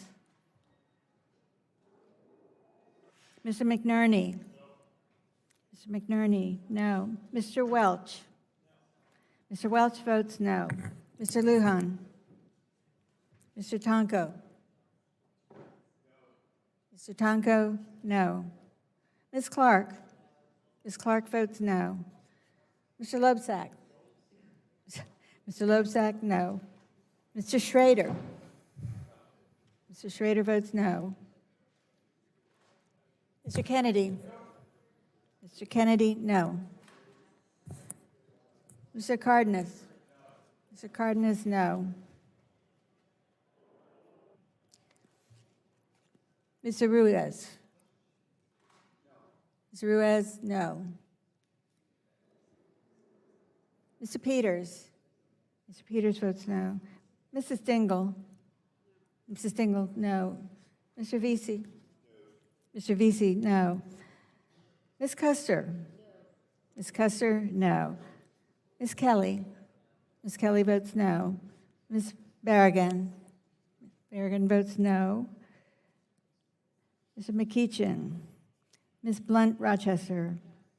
Ms. Blunt Rochester, no. Mr. Soto? Mr. Soto votes no. Mr. O'Halloran? Mr. O'Halloran votes no. Mr. Walden? Aye. Mr. Walden, aye. Mr. Upton? Votes aye. Mr. Upton votes aye. Mr. Shimkus? Mr. Burgess? Mr. Burgess votes aye. Mr. Scalise? Mr. Latta? Mr. Latta, aye. Mrs. Rogers? Mrs. Rogers votes aye. Mr. Guthrie? Mr. Guthrie, aye. Mr. Olson? Mr. Olson, aye. Mr. McKinley? Mr. McKinley votes aye. Mr. Kinzinger? Mr. Kinzinger votes aye. Mr. Griffith? Mr. Griffith, aye. Mr. Bilirakis? Mr. Bilirakis, aye. Mr. Johnson? Mr. Johnson, aye. Mr. Long? Mr. Long votes aye. Mr. Bouchon? Mr. Bouchon, aye. Mr. Flores? Mr. Flores votes aye. Mrs. Brooks? Mrs. Brooks votes aye. Mr. Mullen? Mr. Mullen, aye. Mr. Hudson? Mr. Hudson, aye. Mr. Wahlberg? Mr. Wahlberg, aye. Mr. Carter? Mr. Carter, aye. Mr. Duncan? Mr. Duncan, aye. Mr. Giaforte? Mr. Giaforte, aye. Mr. Pallone? No. Mr. Pallone votes no. Any member who hasn't been recorded? Mr. Engel? Mr. Engel votes no. Ms. DeGette? Ms. DeGette votes no. Ms. Schakowsky? Kowski votes no. Mr. Rush? Mr. Rush votes no. Mr. Sarbanes? Mr. Sarbanes, no. Mr. Lujan? Mr. Lujan votes no. Did we miss anyone? Anyone who hasn't been recorded and wants to be? Did we get Mr. Johnson? What? You got Mr. Johnson? Mr. Johnson is recorded as voting aye. All right. Then the clerk will report the tally. Mr. Chairman, on that vote, the ayes were 22 and the nays were 30. The vote is 22 ayes to 30 noes. The Bilirakis amendment is not agreed to. Are there any further amendments? Mr. Wahlberg has an amendment. How is it labeled? Mr. Chairman, it's labeled sponsored data.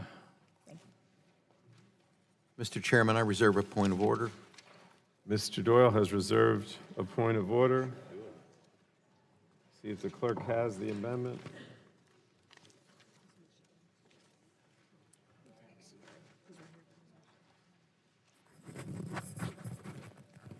We have it? Yes, sir. Sorry. Okay. The clerk will report the amendment. Amendment to the amendment in the nature of a substitute to H.R. 1644 offered by Mr. Wahlberg. Without objection, the reading of the amendment will be dispensed with. Mr. Doyle has reserved a point of order. The gentleman from Michigan is recognized for 5 minutes. Thank you, Mr. Chairman. At our 2 net neutrality hearings, I talked about the need to have a more nuanced conversation with regard to how we regulate the future of the Internet. The Internet, where it's available, has been an engine for economic growth, ingenuity, and innovation. While Republicans support a free and open Internet and are willing to work with our Democrat colleagues, we can't impose burdensome regulations which could hurt broadband investment in rural America, the America I'm privileged to represent, and chill consumer-friendly innovation. We must also closely examine the effects of this bill, H.R. 1644, on consumer choice. While everyone can agree that blocking and throttling consumers' access to lawful content, no matter where they are on the Internet, is harmful, we must be more specific with regards to prioritization. Like all things in life, there are beneficial forms of prioritization, and there are anti-competitive, harmful forms of prioritization on the internet. In 2015, the Commission examined whether the General Conduct Standard strictly prohibited throttling and paid prioritization. This sparked a debate as to whether the rules prevented internet service providers from offering zero rating or sponsored data plans to offer consumer-desired products. The Commission initially praised these plans as pro-consumer, rightfully so, and committed to monitor their use and impact on consumers. However, the Commission later changed their approach, indicating opposition to these sponsored data plans. Like the effects of Title II, the ambiguity surrounding the General Conduct Standard introduced significant legal uncertainties for internet service providers, as well as the edge providers who use these plans to grow jobs and support the innovative app economy. Any such effort to reintroduce the General Conduct Standard, which is not necessary to robustly protect a free and open internet, should be met with skepticism. Last Congress, the Subcommittee on Communications and Technology heard testimony on the nuance of prioritization and the benefits it might have for consumers, especially low-income consumers. For example, these benefits could come in the form of insurance companies zero-rating their videos so people will watch health videos and take preventive steps. Veterans benefit disproportionately from telehealth services and the ability to reach their care teams remotely. Small businesses benefit from major apps seeking zero-rating arrangements because leftover data can be used to experiment with new and novel apps by smaller startups. And when it comes to the homework gap, zero-rated services for apps like My Homework, which many schools use to assign homework, could save students from being penalized in their data plans for doing their homework when they don't happen to be on their home Wi-Fi network. These should be areas of bipartisan support. Unfortunately, H.R. 1644, as drafted, is too blunt of a tool and is trying to protect consumers from anti-competitive forms of paid prioritization, will prohibit consumer-friendly, innovative services. That's why I offered this amendment, which would clarify that consumers should have the ability to choose sponsored data plans and that internet service providers should have the ability to offer sponsored data plans. I urge my colleagues to support this amendment, and with that, I yield back the balance of my time. From Pennsylvania is recognized for 5 minutes. Mr. Chairman, I rise to speak in opposition to this amendment. This amendment uses the undefined term sponsored data, which could mean anything. It creates a huge hole in the neutrality protections at the core of this bill. Perhaps the amendment is about zero rating plans. As to zero rating, I appreciate the amendment sponsor's position, but this policy isn't so simple. Some zero rating is discriminatory, some may not be. The FCC had done an entire report to walk through what is problematic and what isn't when it comes to zero rating, but the current FCC rescinded that report early on. Zero rating arrangements need to be studied on a case-by-case basis to make sure that they don't undercut consumers. For example, a recent study in Europe just concluded that EU countries that do not have zero rating practices enjoyed a double-digit drop in the price of wireless data after a year. In comparison, the countries with prevalent zero rating practices from their wireless carriers consistently saw data prices increase. Clearly, this issue isn't as easy as some would have you think. And I just note that while the title of the amendment appears to focus on low-income end users, the definitions section only speaks of end users. I would urge my colleagues to vote against this amendment, and I yield back. The gentleman from Virginia is recognized for 5 minutes. Thank you, Mr. Chairman. I noted that my colleague said that sponsored data could mean anything. If we take for the sake of argument that that's accurate, I would just submit that hundreds of forbearances that we don't know the exact wording of could mean anything. And if one is opposed to this language, which I think is clearer than hundreds of forbearances that we have not been able to see, if one is opposed to this amendment, by logic, one would have to be opposed to the underlying bill. And I yield back. The gentleman yields. Does anyone else want to speak on the Wahlberg amendment? If not, we'll proceed to a vote. You want a recorded vote? Okay, a recorded vote is ordered. Those in favor of the Wahlberg amendment will say aye. Those opposed will say no. The clerk shall call the roll. Mr. Rush. Ms. Eshoo. Ms. Eshoo, no. Mr. Engel. Ms. DeGette. Ms. DeGette votes no. Mr. Doyle. Mr. Doyle, no. Ms. Schakowsky.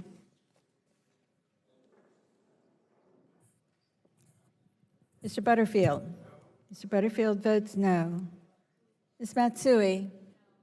Ms. Matsui, no. Ms. Castor. Ms. Castor, no. Mr. Sarbanes. Mr. Sarbanes, no. Mr. McNerney. Mr. McNerney votes no. Mr. Welch. Mr. Welch, no. Mr. Lujan. Mr. Tonko. Ms. Clark. Mr. Lobsack. Mr. Lobsack, no. Mr. Schrader. Mr. Schrader votes no. Mr. Kennedy. Mr. Kennedy, no. Mr. Cardenas. Mr. Cardenas, no. Mr. Ruiz. Mr. Peters. Mr. Peters, no. Mrs. Dingle. Mrs. Dingle, no. Mr. Vesey. Mr. Vesey votes no. Ms. Custer. Ms. Custer, no. Ms. Kelly. Ms. Kelly votes no. Ms. Berrigan. Ms. Berrigan votes no. Mr. McEachin. Ms. Blunt Rochester. Ms. Blunt Rochester, no. Mr. Soto. Mr. Soto, no. Mr. O'Halloran. Mr. O'Halloran, no. Mr. Walden. Mr. Walden votes aye. Mr. Upton. Mr. Upton, aye.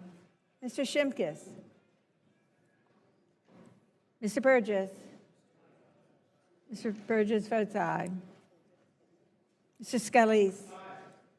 Mr. Scalise votes aye. Mr. Latta. Mr. Latta votes aye. Mrs. Rogers. Mrs. Rogers, aye. Mr. Guthrie. Mr. Guthrie, aye. Mr. Olson. Mr. Olson, aye. Mr. McKinley. Mr. McKinley, aye.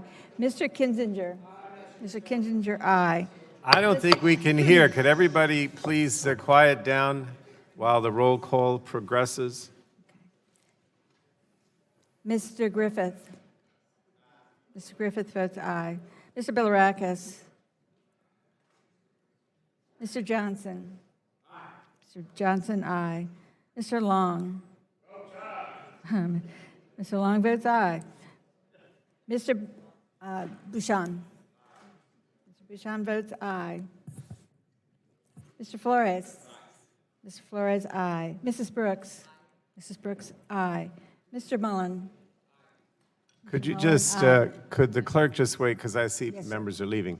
We are going to vote. There are 4 votes on the floor, but we don't usually do this. When we come back, because Mr. Walden has mentioned that some of the Republicans are on the Budget Committee, and they're going to have, and I guess some Democrats too. What we're going to do, we'll come back immediately after the votes, and we'll continue to debate, but we will roll the votes until the Budget Committee completes its votes. But that's only going to be while the Budget Committee is voting. After that, we'll roll the votes, and then we'll go back to voting on each individual amendment. So I just want you to understand, we'll roll the votes only while the Budget Committee is voting. You continue with the roll call? Yes, Mr. Chairman. Mr. Hudson.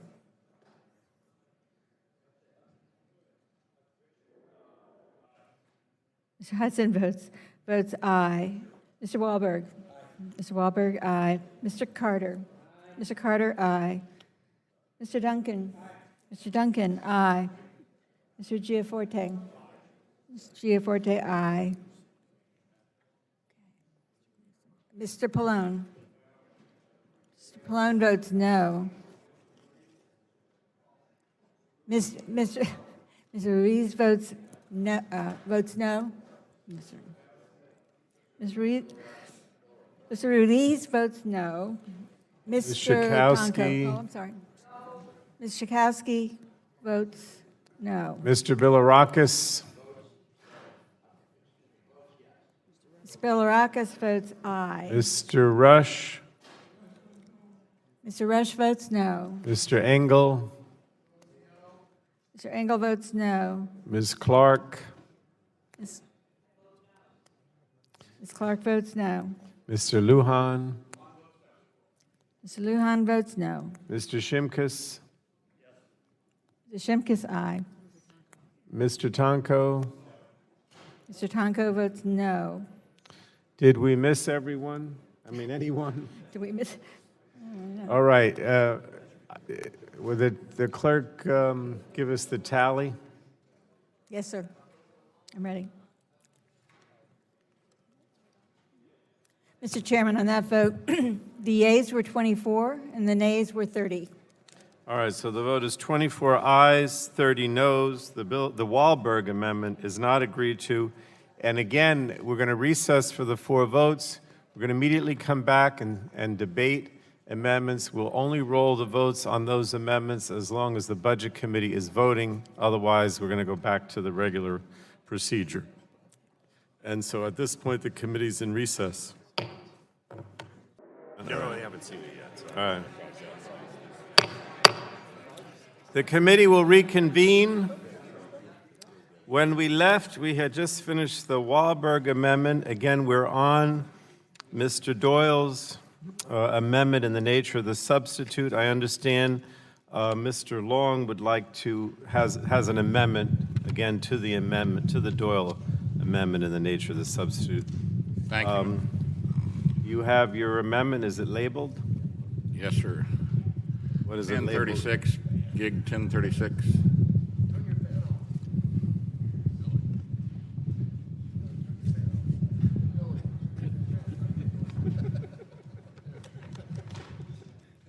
Maybe it drowned me out. Mr. Chairman, I reserve a point of order. Mr. Doyle reserves a point of order to the Long amendment.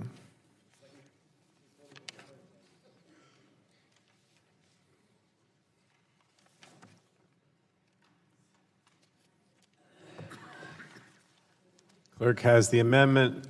Clerk will report the amendment, please. Amendment to the amendment in the nature of a substitute to H.R. 1644 offered by Mr. Long. Without objection, the reading of the amendment will be dispensed with.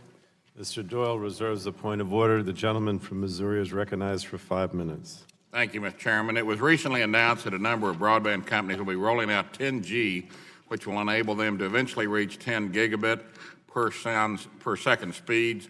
In 2010, the broadband plan written by the Obama FCC, they asked or called for most of the country to have access to 100 megabits per second broadband speed. Not only did the internet service providers reach that goal a few years later, but now delivering 1 gigabit speeds to most of the country and are committed to delivering speeds 1,000 times faster than the Obama FCC aspirational goal. In order to achieve multi-gigabit speeds, the networks need freedom to innovate and certainly to grow in their investment. The bill before us brings the opposite. Providers can't plan investments 3 to 5 years out with the kind of uncertainty and government micromanagement this bill will create. We should be encouraging more companies to deliver these types of speeds and not punishing them with the extreme government regulations that encompass the bill before us today. My amendment would exempt multi-gigabit internet access services and related emerging technologies from being classified under Title II. And I think this will be approved unanimously by voice vote, so I will not ask for a recorded vote, and I yield back. Thank you. Mr. Doyle is recognized for 5 minutes. Thank you, Mr. Chairman. I rise to speak in opposition to the amendment.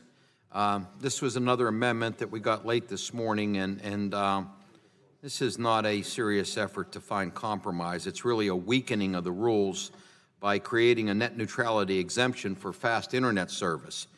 We all know broadband speeds keep getting faster, so this is effectively a sunset on net neutrality. Consumers should not have to trade speed for net neutrality protections, and there is no reason to think that an ISP providing faster internet service will not engage in unjust, unreasonable, or discriminatory practices. Consumers need to be protected regardless of what the speed of the internet service is. For that reason, I would urge my colleagues to vote no, and I yield back. Gentleman yields. Any other discussion on the Long amendment? Since Mr. Long is not requesting a recorded vote, I'm going to proceed. We'll proceed to a vote on the amendment. All those in favor? Oh, Mr. Doyle, will you withdraw your point of order? I withdraw my point of order. Thank you. So we will proceed to a vote on the Long amendment. All those in favor of the amendment will signify by saying aye. Aye. All those opposed will say no. In the opinion of the chairs, the noes have it. The amendment is not agreed to. Are there further amendments to Mr. Doyle's amendment in the nature of a substitute? Yes, Mr. Chairman. I have an amendment at the desk. Mr. Walden, how is that It would be labeled? proceeding number 1. Proceeding number 1.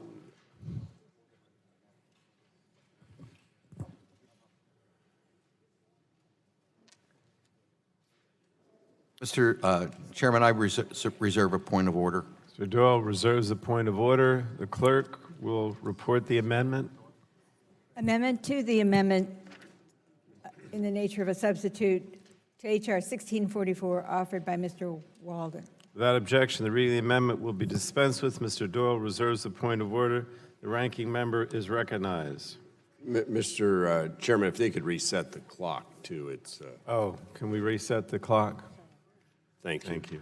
I believe this is very short and succinct and borrows language from the order that Chairman Doyle is seeking to codify today. It also does not amend any of the chairman's priorities. It simply adds to the bill in a way that does not in any way interfere with the goals set out today. It is simply this: not later than 1 year after the enactment of the chairman's bill, the Federal Communications Commission shall initiate a proceeding to examine the influence of all entities on the virtuous cycle of the internet ecosystem and protecting the access of consumers to a free and open internet. It is essential that whether you are called an internet service provider or an interactive computer service or something entirely different, that we must understand what dynamic these forces are affecting on Americans' ability to access content, regardless of your race, geography, religion, gender, political affiliation, or anything else. Now, I know that last Congress we had some pretty high-profile hearings before this committee. In fact, Mr. Zuckerberg spent about 5 hours before us, and the CEO of Twitter was before us. And there was a lot of discussion about how their platforms impact our constituents online, and that is fundamentally where most of the online experience occurs, is on their platforms. If I understand the bill before us today, there's nothing here that will in any way review that part of the ecosystem. Now, I saw a few minutes ago that Senate Judiciary Subcommittee is going to take on this issue in the very near future and look at some of the issues we began to delve into last Congress, looking at the impact that these platforms have and how they manipulate our access to websites, our access to Twitter accounts, our access to Facebook information, et cetera, et cetera. And so whether the entity is a broadband provider, whether that entity is a search engine, a social media network, a content delivery network, an operating system, or an app store, it's essential that consumers understand what component each is playing and how it's weighted versus the others. For instance, we have transparency rules for broadband providers, but we don't have any transparency rules for edge providers. Algorithms are written by companies and individuals with their own biases, and they're proprietary. And they can dramatically skew not just our search results, but also our daily dialogue. What we see, what we hear, what we watch, what we read. Would any algorithm really put any of us together in the same room? I just say that in jest, but after all, we don't really match up if we're reduced to digits, and yet we do work together in a regular basis, and then sometimes we don't. But we cover all sorts of categories. So this is me doing my own form of content prioritization. The content being that we have the agency you are empowering to crack down on whatever abuses you contend the broadband providers are ready to commit, with a more holistic approach to understand all the interconnecting factors at play in the entire internet ecosystem. Again, when I've now done 20 town halls in my district so far this year, and people are concerned about net neutrality, but they believe that it extends beyond just whoever's supplying them with their broadband. They think it either goes beyond that or should go beyond that when it comes to data security, data privacy, when it comes to how they can get on the internet, where they can go, all of those issues. So this amendment doesn't tell the FCC what to conclude. It just calls upon them. Oh, it doesn't tell them what to regulate either. But it does tell them, why don't you take a look at the whole ecosystem in a balanced way and report back. So it's not saying you got to do a rulemaking. It's not saying you have to regulate. It is what we often do here and find bipartisan support for, which is turn to our expert agencies and these very talented people that work in them to inform us based on their independent look at what's going on out there. And then we can decide where we go legislatively. So I would encourage your support of this. It in no way harms the underlying bill that I'm aware of. And I hope you would agree with me that it's time that we had a network, net neutrality, writ large view of what's going on the internet. And these are pretty big players we're dealing with out here. When you look at Google and Facebook, and they're great American companies, they really are, but they have enormous monopoly power on search. I mean, even MySpace deleted all your stuff if you were still using it. You're down to Facebook, basically. And so that's why I think it's really important that Congress take a look at the impact these players have in the context of overall experience on the net. With that, Mr. Chairman, I yield back. Is any other, yes. Mr. Chairman, I do insist on my point of order, and I would like to be recognized on the point of order. Does anyone else? Okay, I thought maybe, I wasn't sure if anybody else wanted to debate the underlying bill. I guess not. So the gentleman will state the point of order. Thank you, Mr. Chairman. Mr. Chairman, the amendment violates Clause 7 of Rule 16 of the Rules of the House because it is not germane. The amendment seeks to add a requirement that the FCC initiate a proceeding that goes well beyond the regulation of broadband internet access services, which is the entire subject of H.R. 1644 and the amendment in the nature of a substitute that's before us. Specifically, H.R. 1644 and the amendment focus solely on broadband service providers, whereas the amendment expands the FCC's focus to an unlimited set of entities. Indeed, the amendment's specific terms include the entire internet ecosystem, an undefined world. I therefore must insist on my point of order that the amendment is not germane. Would the gentleman yield? The gentleman yield? Sure. We're not going to make an argument on that, and I would offer to withdraw the amendment. But I do hope at some point in the future we will have a broader look at the whole internet ecosystem along the way. So, Mr. Chairman, I would withdraw. And I look forward to working with the gentleman on that. Gentleman from Oregon has withdrawn his amendment. Do we have any other amendments to Mr. Doyle's? I believe if the amendment is withdrawn, I think that's sufficient. Are there any other amendments to Mr. Doyle's amendment in the nature of a substitute at this time? Any other amendments? No? Okay, then we will proceed to Mr. Doyle's amendment in the nature of a substitute.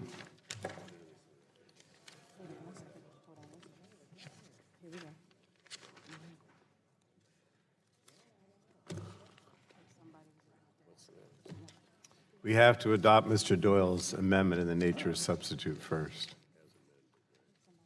I'm not sure that any of the amendments.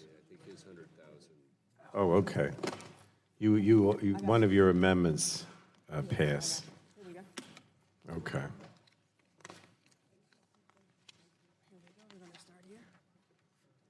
All right.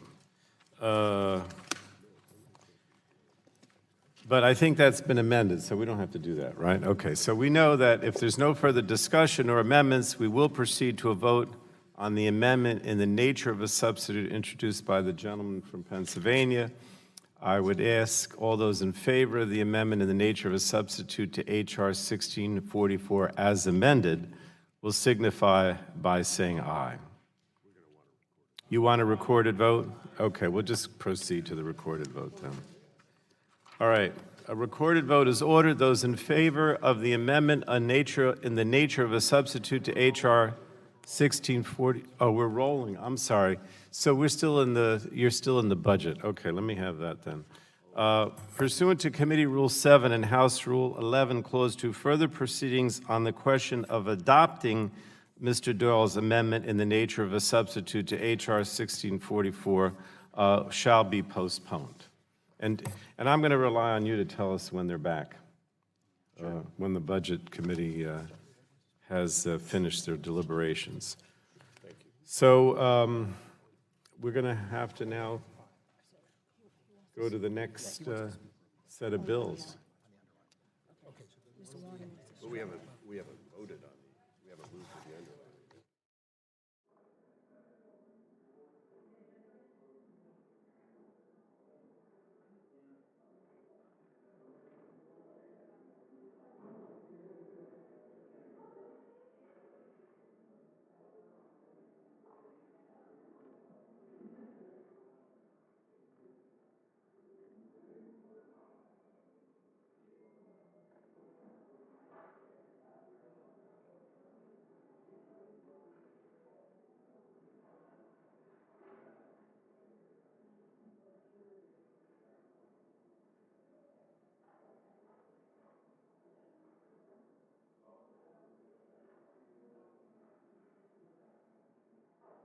All right, so let me explain.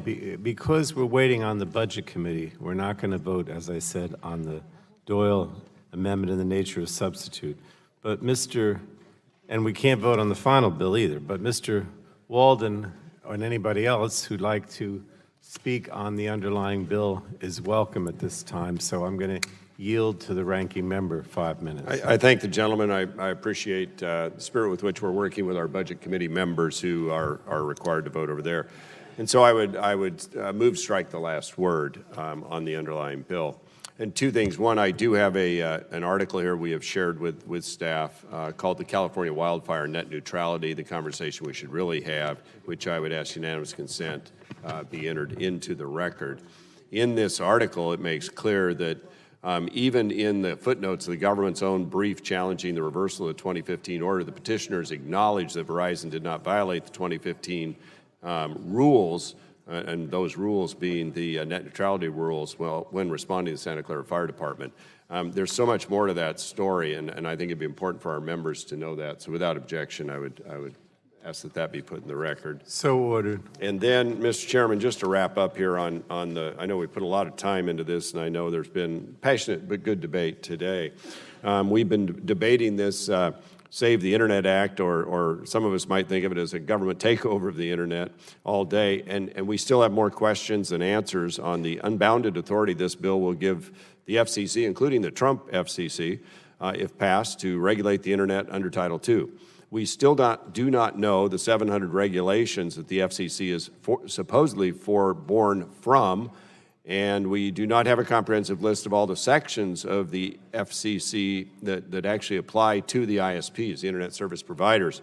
And I would hope, Mr. Chairman, before this comes to the House floor, we might persuade the FCC, or you might be able to get us that list so we know precisely what was forborne and what was not, and who's affected and how.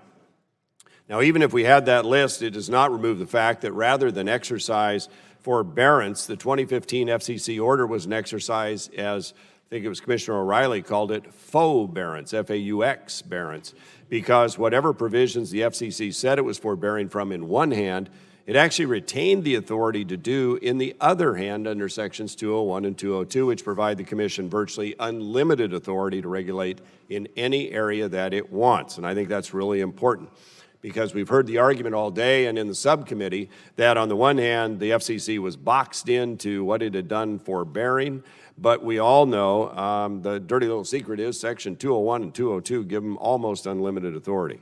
What do we know is that Title II opens the door to let the government tax the internet. It opens the door to let governments regulate rates, control speech, take control of private networks, and more. So we introduced amendments to close each of those doors. As my friend Mr. Latta said early this morning, if the majority insists on Title II, it is their responsibility to limit its powers to keep those things from happening. Unfortunately, today, despite each amendment, they refuse to do that. They want to leave these barn doors open to rate regulation. The internet could be taxed. We could have speech controls run from Washington and government management of private networks. We tried to shut the door clearly on each of those and were denied. My colleagues also refused to protect next-generation networks like 5G and 10G, rural broadband networks, telehealth services, and distance learning networks from the onerous Title II regulatory regime. And they even refused to have the FCC look at the open internet holistically, considering the effects of all the other players outside the ISPs on the internet ecosystem and the virtuous cycle described by former FCC Chairman Tom Wheeler. I hope we can get to that at some point, as we discussed here a few minutes ago. So the end result is what we feared all along: Title II and all of Title II, with absolutely no effect on any of these edge provider abuses people think of when you talk about net neutrality and content blocking, throttling, et cetera, et cetera. This, my friends, is not the net neutrality people want. It's actually more government socialism, frankly, at its worst. So I'm disheartened that the majority has insisted on moving forward. I believe this is a very partisan approach, as on display today. I remain committed to a bipartisan solution to preserve a free and open internet. I believe it is achievable. We can permanently address blocking, throttling, and paid prioritization in a bipartisan way because we all believe in an open and free internet. We believe in net neutrality, but net neutrality is not heavy-handed government regulation of the internet. Net neutrality does not require a federal government takeover of the internet. We're not Venezuela. We can do better than this for the internet. And so we had three alternatives we introduced at the beginning of this process. I did, Mr. Latta did, Ms. Rogers did. We said at that time that they were designed to be an open invitation for discussion. We have not brought them up for a vote at either the subcommittee or the full committee because we want to keep that open invitation available. Take a look at these options. We're happy to work with you, and we'll continue to have this discussion going forward in your office, in our office, in any office. And so with that, Mr. Chairman, I know the day is long. I think we've had a vibrant and positive discussion about the internet and our differences, and I would yield back the balance of my time. Gentleman yields. The gentleman from Pennsylvania to strike the last word on the underlying bill. Thank you, Mr. Chairman. I would just say to my friend that the public understands very well the 2015 Open Internet Order. And when Chairman Pai tried to repeal it, there was more comments made, I believe, than on any other issue before the FCC in its history. 83% of the public, be they Republicans, Democrats, or independents, support a free and open internet. We have made an earnest effort to work with the minority and to hear their concerns in the subcommittee, and on those issues where we had time to actually do that, we did that. We may not have reached the end result that you wanted to reach, but a sincere effort was made to work with you. Obviously, amendments that we just got today, it's a little tough to work on those when we've not had a chance to have the kind of back and forth that would lead to accepting some of your amendments today. But I want my friend to know that we do listen to the concerns of the minority, and we've tried to address them as best we could. I think we just have a fundamental disagreement on, this to me is apparently attorneys disagreeing with one another. We believe the provisions in the bill are tight and they're strong and that they will withstand legal muster, and they do exactly what we said they're going to do. But more importantly, if all we do here in Congress is pass a bill that prohibits the three bright lines, no blocking, no throttling, no paid prioritization, then we haven't done our job, because we know that down the road, and already as we speak, that ISPs have demonstrated some practices which we know are discriminatory. So the question is, what future behavior that we haven't thought about yet could occur, and who is going to be that cop on the beat? I note with interest that the FTC chairman, in an article published either today or yesterday, said that the FTC can't do net neutrality and doesn't want to do net neutrality. This is where many Republicans seem to want to put this in front of the FTC. It also, we see the chairman has given the green light to ISPs that if it did go over there, saying that they can do pretty much anything they want as long as they put it in their terms and conditions. Then there's nothing that protect the consumers. So I think there's just a fundamental difference in philosophy about how to best protect the internet and consumers in the internet. We believe the expertise lies at the Federal Communications Commission. We believe they need to be the cop on the beat, and we believe that they need to have the flexibility to address issues that may come down the road that we don't know about today. We sit here on behalf of consumers, not telecommunication companies. We represent people. And this committee and the members of this caucus feel very strongly about that. So I would say to my friend, we will continue to work with you between now and the floor, and I mean that earnestly. And anything that you give us the time to look at and analyze, we'll get back to you, and we'll do this till the time we vote on the floor. But I'm satisfied, and I think the members of this committee on our side are satisfied, that this is a strong bill that protects consumers. That's what we're here to do. I represent 707,000 people in the city of Pittsburgh and its surrounds, and we all have a constituency that we represent. That's who we're here to protect. That's who we're here to stick up for. That's what this legislation does, and I'm proud to support it, and I hope every member of this committee will. I yield back. Gentleman,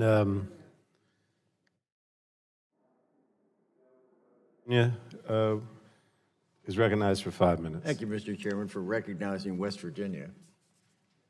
Mr. Chairman, I move to strike the last word.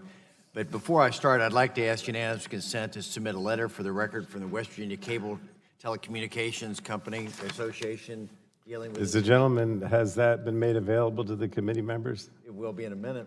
All right. Without objection, so ordered. Thank you. Mr. Chairman, look, the one thing I've heard throughout this day is that one thing we can all agree about is the internet is one of the most important parts, drivers of economic growth and job creation.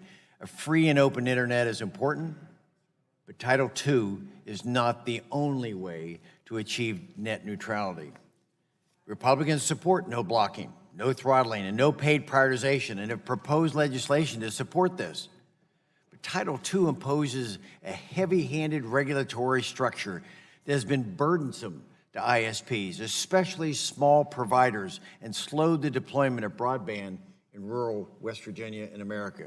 For example, Hardy Telecommunications, a nonprofit co-op in West Virginia with fewer than 3,900 customers,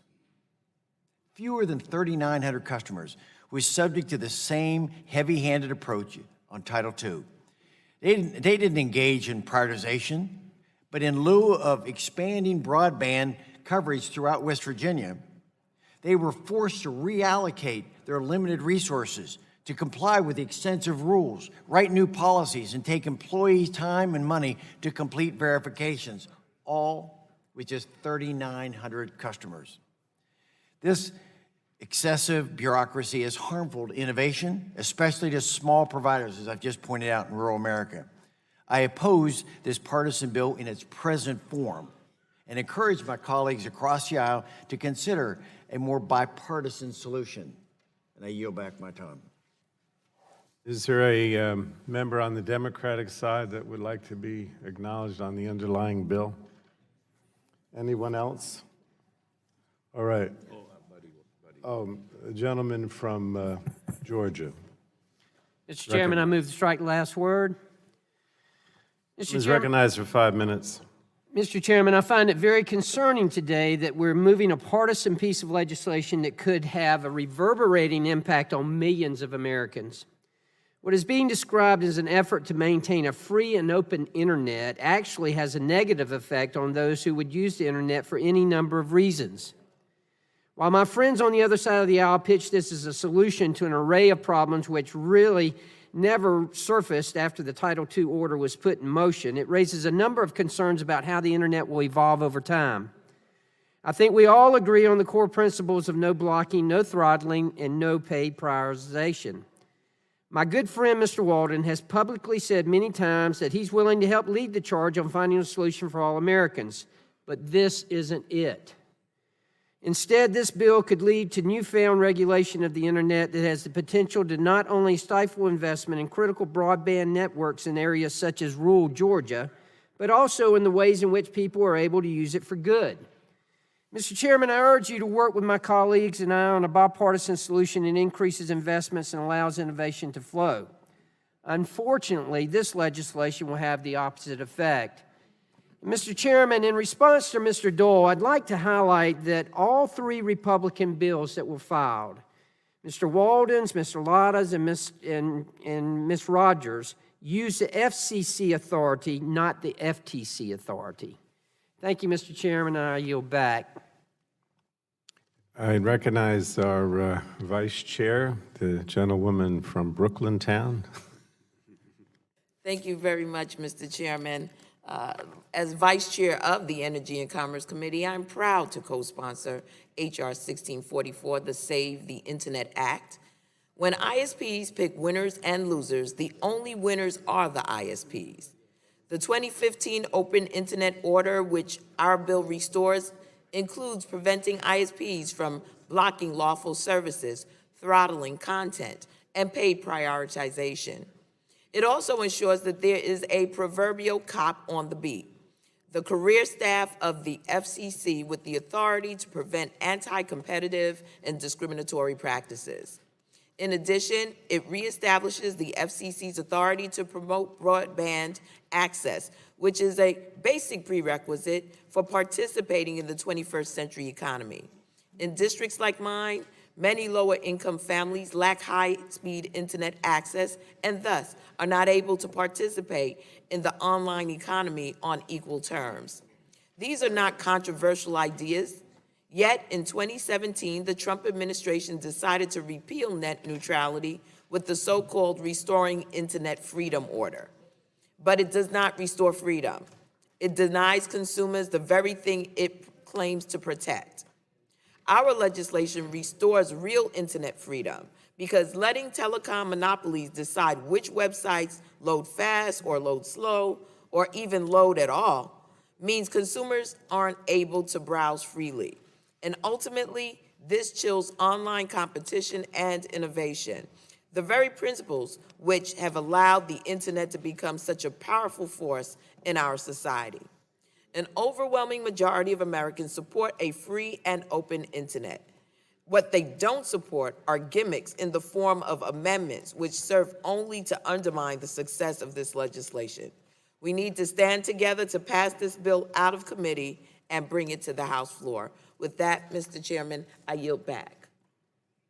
Gentlewoman yields. Anyone on the Republican side? Mr. Latta for 5 minutes. Thank you, Mr. Chairman. Move to strike the last word. Thank you very much. I know it's, pardon me, Mr. Chairman. I know it's been a long day that we've been discussing this legislation. It's important that we do discuss this because we're talking about what we want to do for the consumers out there in the United States. It's about consumers.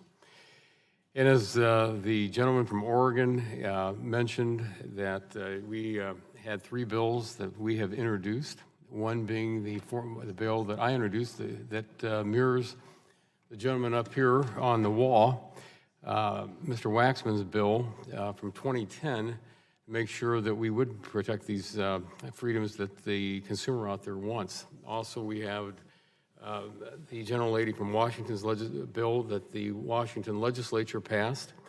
And again, we want to make sure we can produce a piece of legislation that passes muster to protect that consumer.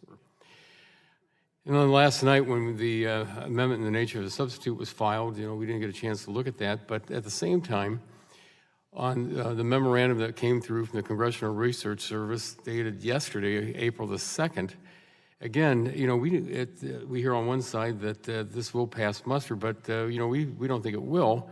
And I think we're rushing this thing through because, again, on the front page and the back page, it says about the exact same thing.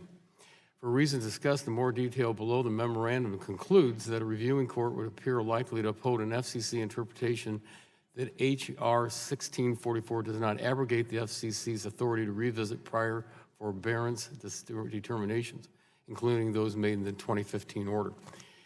So, Mr. Chairman, I think that, we're rushing this thing through. I'm not sure why it's being rushed through. We want to work on this. In the last Congress, that 93% of the bills that came out of this committee were bipartisan.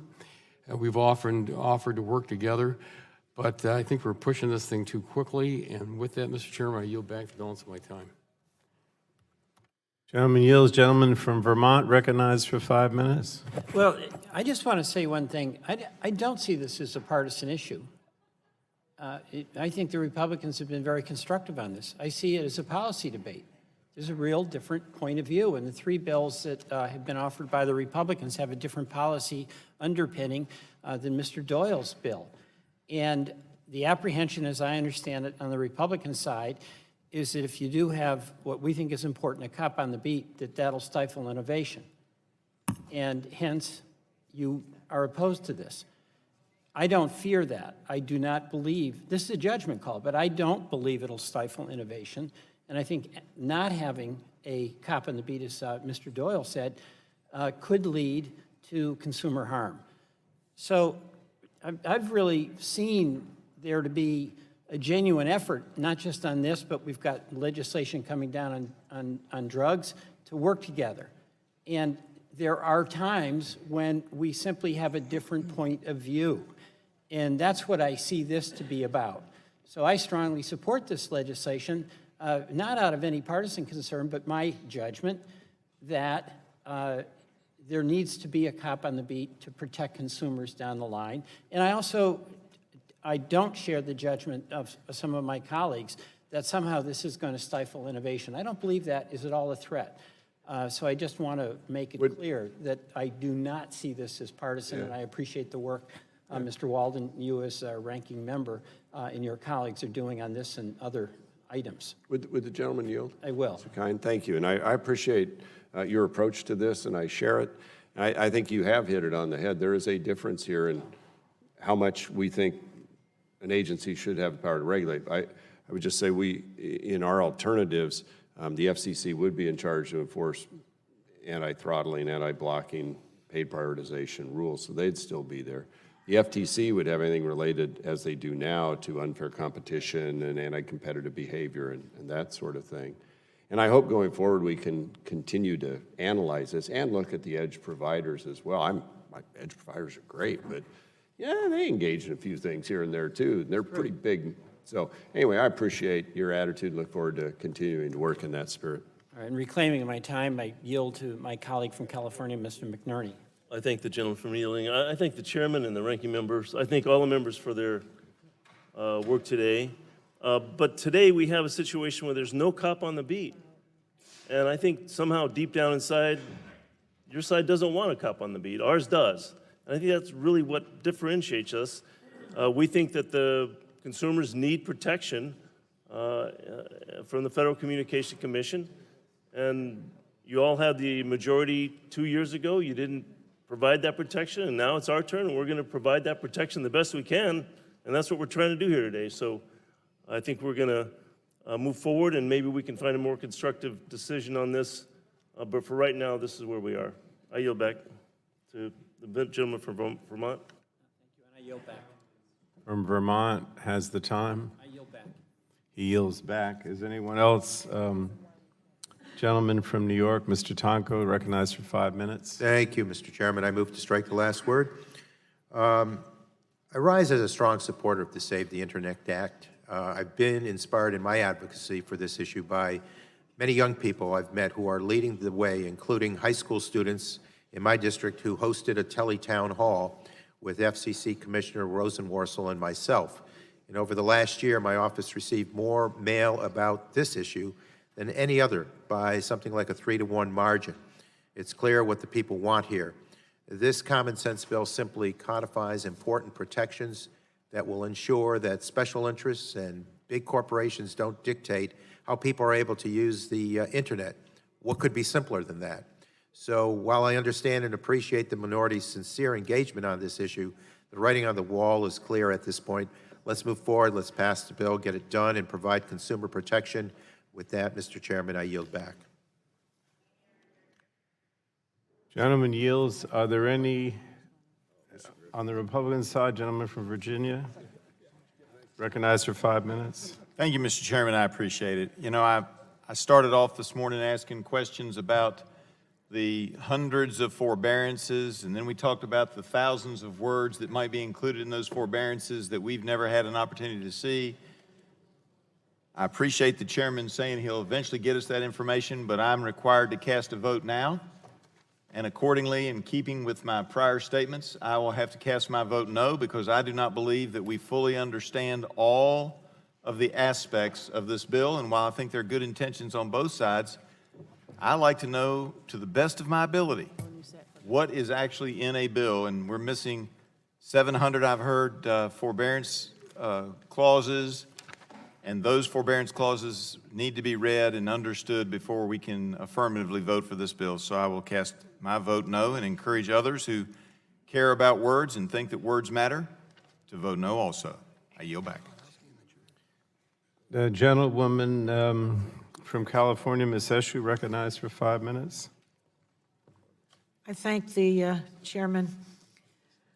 We have been on this issue of protecting the internet for years. This is not a new issue. It has actually been a pitched battle among some very, very powerful stakeholders on one side and consumers on the other. It really is essentially maybe 4 major stakeholders.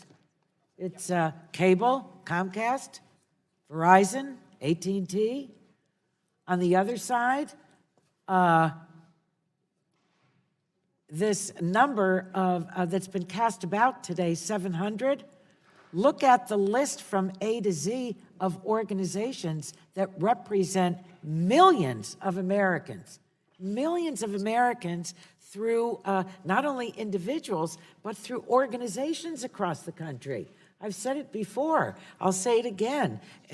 Organizations from the Catholic Conference of Bishops in the United States to innovators, to startups, to, I mean, you name it, from A to Z. The realtors in the country. So I could go on and on. So today, to hear the amendments, of course, it's the right of members on both sides of the aisle to offer new ideas. On this side, the legislation has changed. Your rhetoric hasn't changed. You keep talking about utility-style regulation. This isn't utility-style regulation. You need to refresh yourselves. Take a fresh look. I mean, just about everything has been forborne in this. Even rate regulation, which a few years ago, this side wouldn't touch like a hot stove. So, you know, there are some things that are new to this discussion. I'm sorry to see that my colleagues on the other side, you're the ones that haven't moved. Your objections I don't know how many hours ago it was, I guess it was this morning, was that we weren't regulating enough, that you wanted more. You were complaining about all the items that have been forborne. So, this is getting, I don't want to say it's getting old, because there's still some new things to it, but what I'm struck by is the following, that this debate is really just inside the Beltway. People in the country get this. They get it. Young people get it. Young people get it. And when you look at the polling, your own base gets it. Your own base. Republicans support this by some 82 to 84% of the country, together with Democrats and independents. So, the people across the country are way, way ahead of this. Way ahead of this. And they know, based on what has taken place. You want to bring in the chief from the Santa Clara County Fire Department?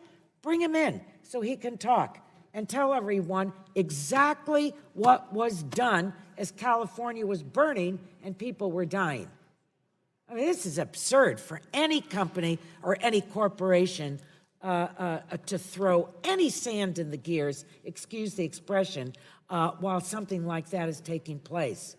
So as the chairman of the subcommittee said eloquently, we're here for the people. This is what they want. They've demonstrated it. They've said it over and over again to the FCC. So if my colleagues on the other side, I have a great deal of respect for each one of you. You know that. And some I have some real affection for, too. But, it's, you know what? Why don't we just take a vote on this? I respect where you are. I'm sorry that you are where you are. You know where we are. Why don't we just vote on this and move on? Because we're going to have to get up early in the morning to continue anyway. So thank you, Mr. Chairman. Thank you. Thank the gentlewoman. Now, anyone else who wants to speak is entitled to, but I just wanted you to know that the Budget Committee is finished voting, so we will proceed at this point unless someone else who hasn't had a chance would like to address. But he already spoke, didn't he? Mr. Carter spoke too. Did I speak? I think so. Or maybe not on this. Okay, no. You have not used your time on the underlying bill. You're recognized for 5 minutes. Thank you. Move to strike last word, Mr. Chairman. Mr. Chairman, let me just say that although I disagree with my colleagues across the aisle, I have to say, and I mean this sincerely, that I am impressed by their desire to protect consumers. I think that's important. And I think we share that same desire, because it is important to protect consumers. It's important to educate consumers. And I do want to say that sincerely. Although philosophically, I just have to differ in the sense that I feel like anytime the government gets involved, the best thing we can do is to stay out of the way. And I do feel like it will stifle innovation. And that is a real concern of mine. So I just wanted to say that, and I want to yield my time to Mr. Griffith. I thank the gentleman. I just wanted to say that there was a reference that indicated that I couldn't tell whether they thought we wanted more forbearances or less forbearances. I just want to know what they are. And maybe the groups from A to Z know what they are, but I've asked for that list, and it has not been provided here today, and that's my concern. And while polling is important, and I want to take care of the American people too, a lot of people don't dig down into this. That's why we have representative government. We're the people who are supposed to dig down and find out and legislate properly. And I just believe if I've got a big black hole with 700 forbearances that I don't know what all of them are, and I haven't even laid my eyes on them because it's not been provided as I requested early this morning, then I have to say that I'm not sure whether we need more or less, or that it's the right number. I just don't know, and when I don't know, I vote no every time. I yield back. The gentleman from Georgia's time, does he yield back? I'm going to assume he does. All right. And we're going to proceed to the vote. Everyone okay with that? The committee postponed further proceedings on the recorded vote on the amendment in the nature of substitute to H.R. 1644 offered by the gentleman from Pennsylvania and shall now resume those proceedings. The question occurs on agreeing to the amendment. The clerk shall call the roll. Mr. Rush.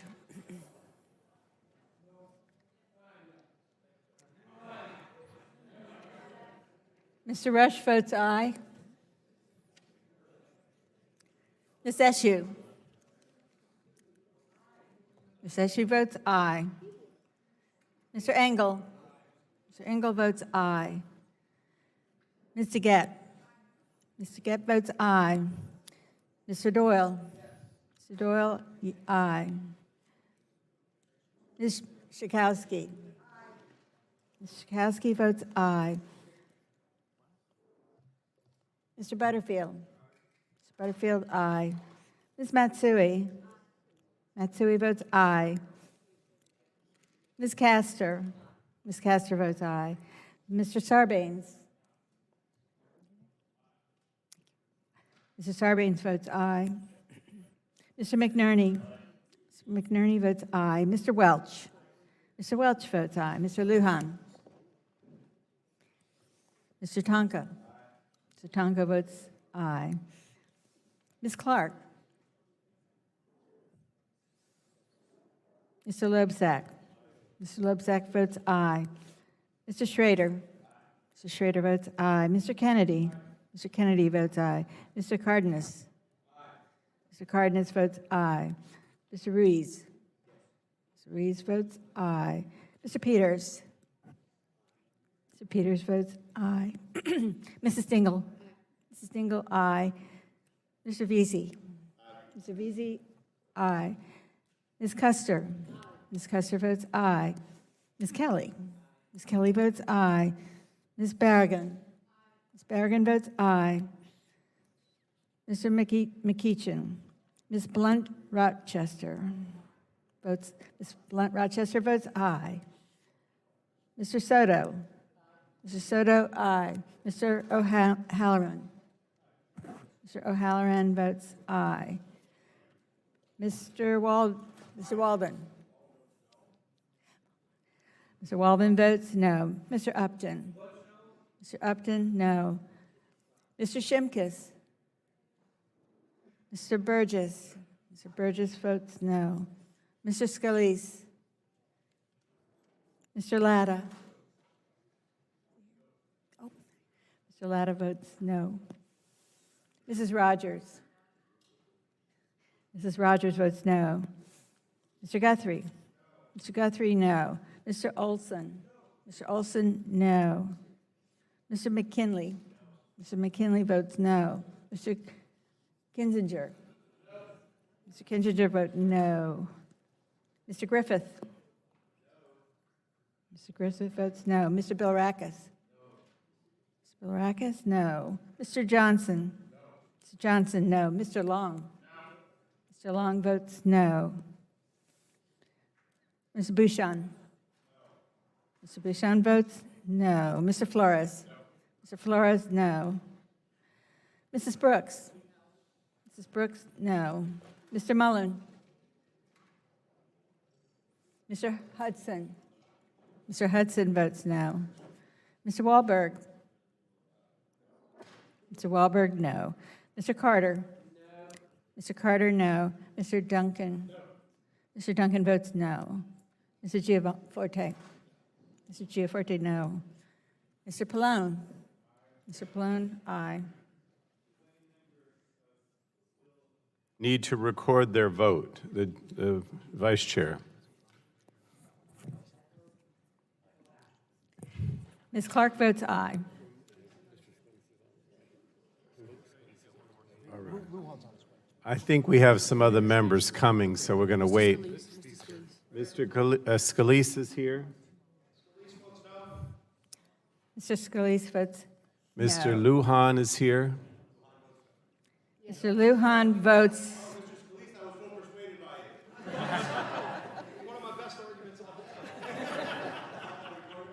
Not recorded, Mr. Chairman.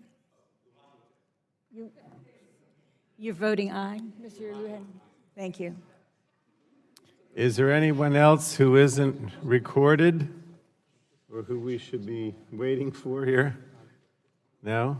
We're okay? All right, so I would ask the clerk to report the tally.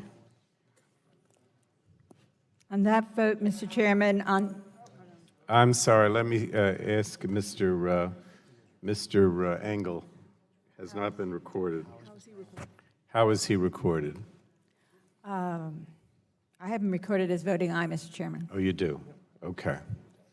You're recorded as aye. All right, can we have the tally then? Okay. So, Mr. Chairman, on that vote, on the Doyle amendment in nature of a substitute, the ayes were 30, the nays were 22. Okay.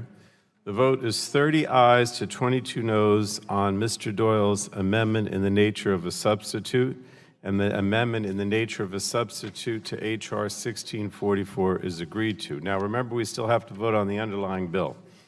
And that question now occurs on reporting H.R. 1644 as amended to the House.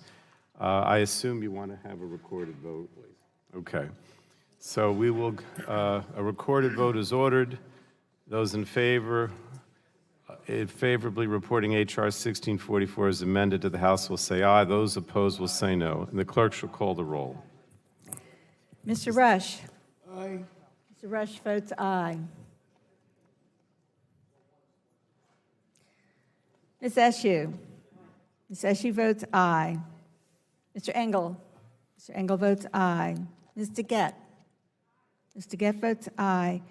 Mr. Doyle? Mr. Doyle votes aye. Ms. Schakowsky? Ms. Schakowsky votes aye. Mr. Butterfield? Mr. Butterfield, aye. Ms. Matsui? Ms. Matsui votes aye. Ms. Castor? Ms. Castor votes aye. Mr. Sarbanes? Mr. Sarbanes votes aye. Mr. McNerney? Mr. McNerney votes aye. Mr. Welch? Mr. Welch, aye. Mr. Lujan? Mr. Lujan, aye. Mr. Tonko? Mr. Tonko, aye. Ms. Clark? Ms. Clark votes aye. Mr. Losak? Mr. Losak, aye. Mrs. Schrader? Mr. Schrader, aye. Mr. Kennedy? Mr. Kennedy votes aye. Mr. Cardenas? Mr. Cardenas votes aye. Mr. Ruiz? Ms. Ruiz votes aye. Mr. Peters? Mr. Peters votes aye. Mrs. Dingle? Mrs. Dingle, aye. Mr. Vesey? Mr. Vesey votes aye. Ms. Custer? Ms. Custer votes aye. Ms. Kelly? Ms. Kelly votes aye. Ms. Berrigan? Ms. Berrigan votes aye.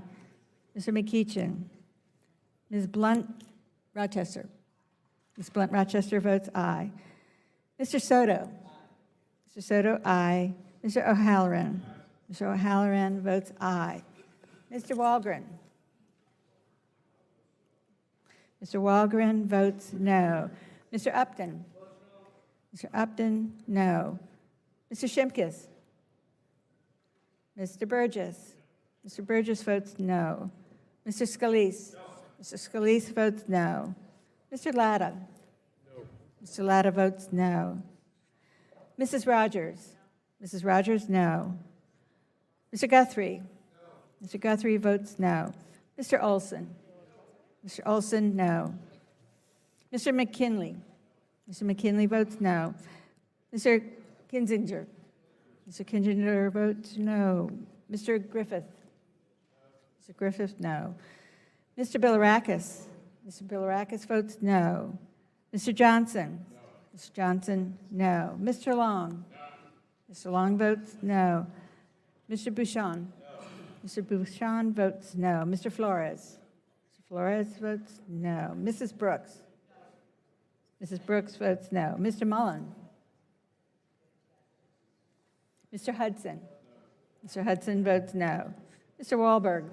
Mr. Wahlberg, no. Mr. Carter. Mr. Carter votes no. Mr. Duncan. Mr. Duncan, no. Mr. Giaforte. Mr. Giaforte votes no. Mr. Pallone. Aye. Mr. Pallone votes aye. Now, does any member still need to record their vote? Did we miss anybody? Everyone's here who wants to vote? All right. If not, then the clerk will report the tally.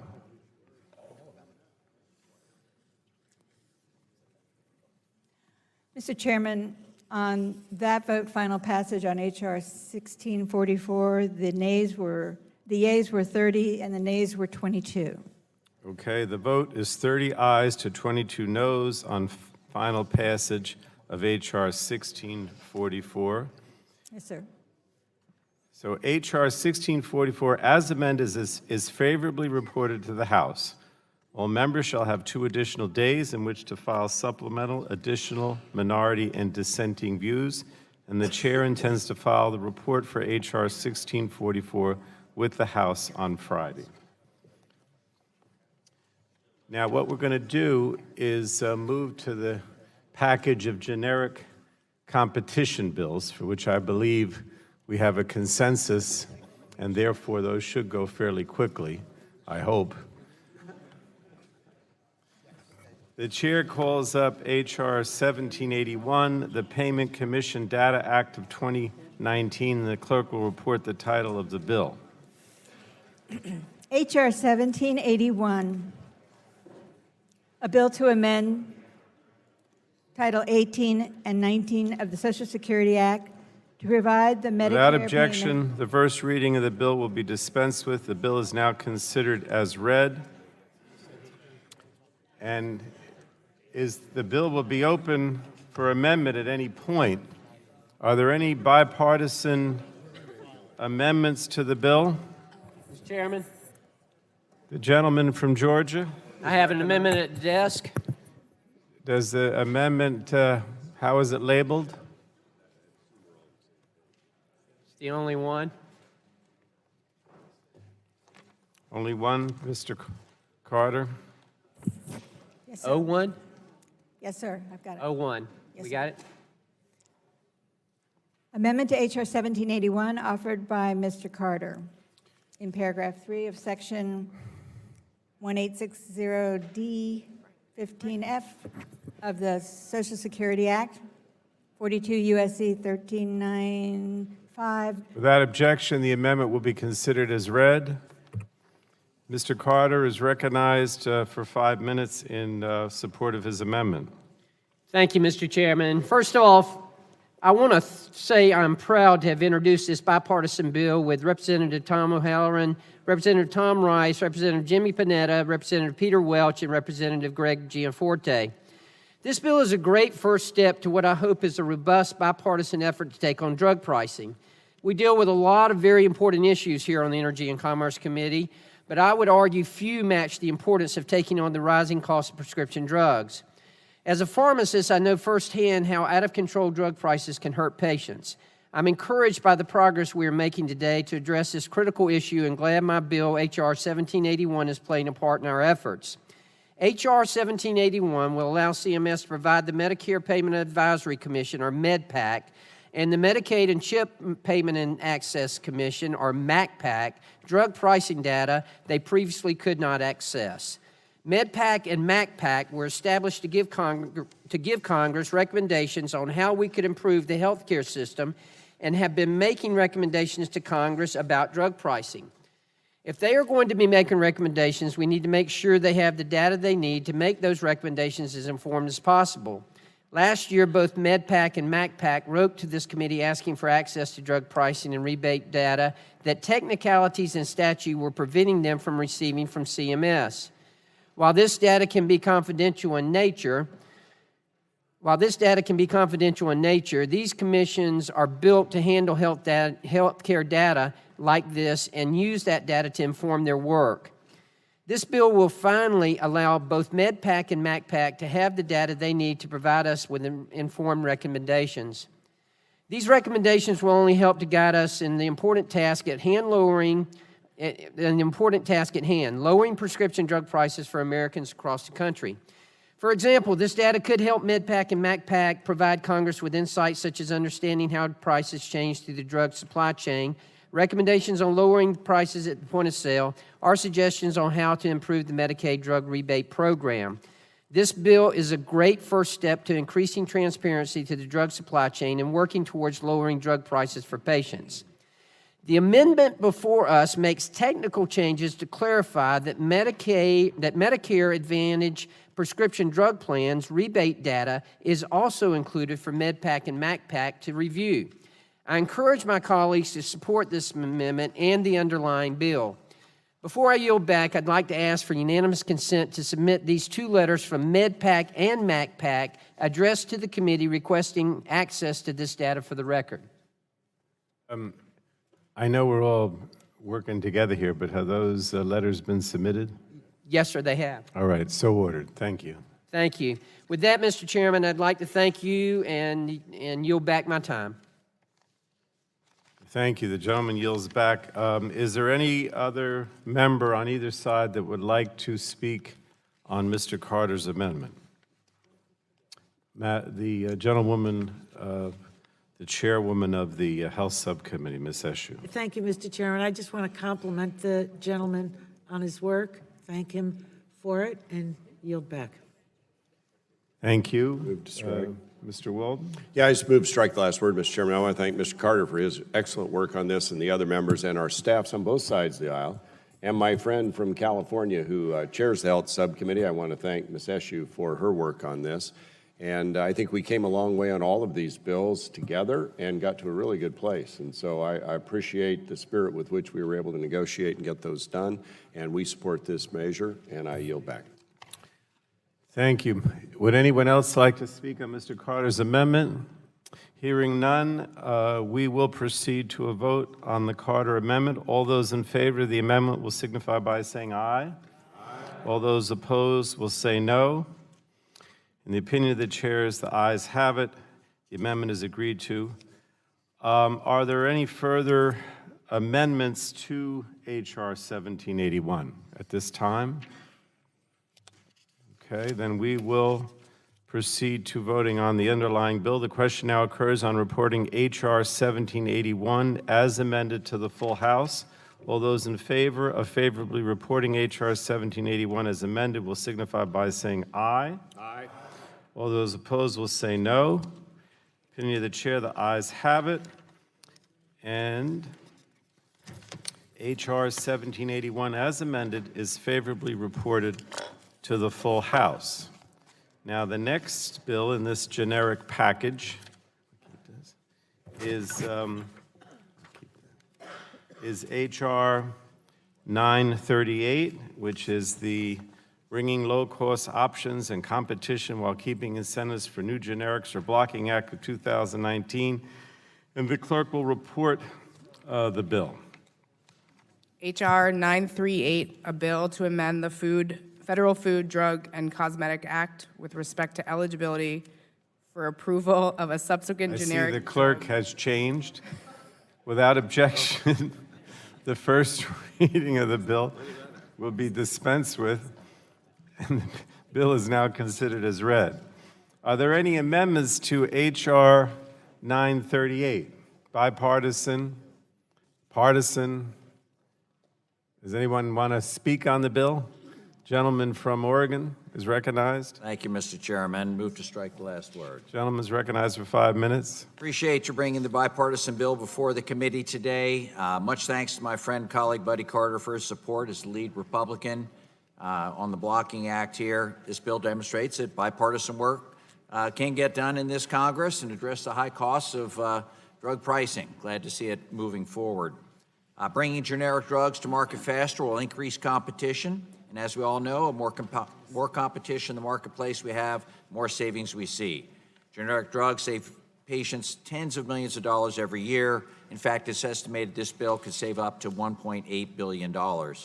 Under my bill, incentives for being the first generic manufacturer provide first generic manufacturers 180 days of exclusivity on the market for being a first-to-file generic drug and challenge weak patents of their competitors. Specifically, the 180-day exclusivity period would begin to run as soon as a generic manufacturer commercially markets their drug, or when a subsequent generic applicant is ready for approval and only the first filer's parked exclusivity is blocking the next generic. And a minimum of 30 months have passed, all patent litigation is fully resolved, and after those conditions are met, and still the first filer hasn't filed. I'll remind you that we heard from Secretary Azar that this happens an average of 5 times a year.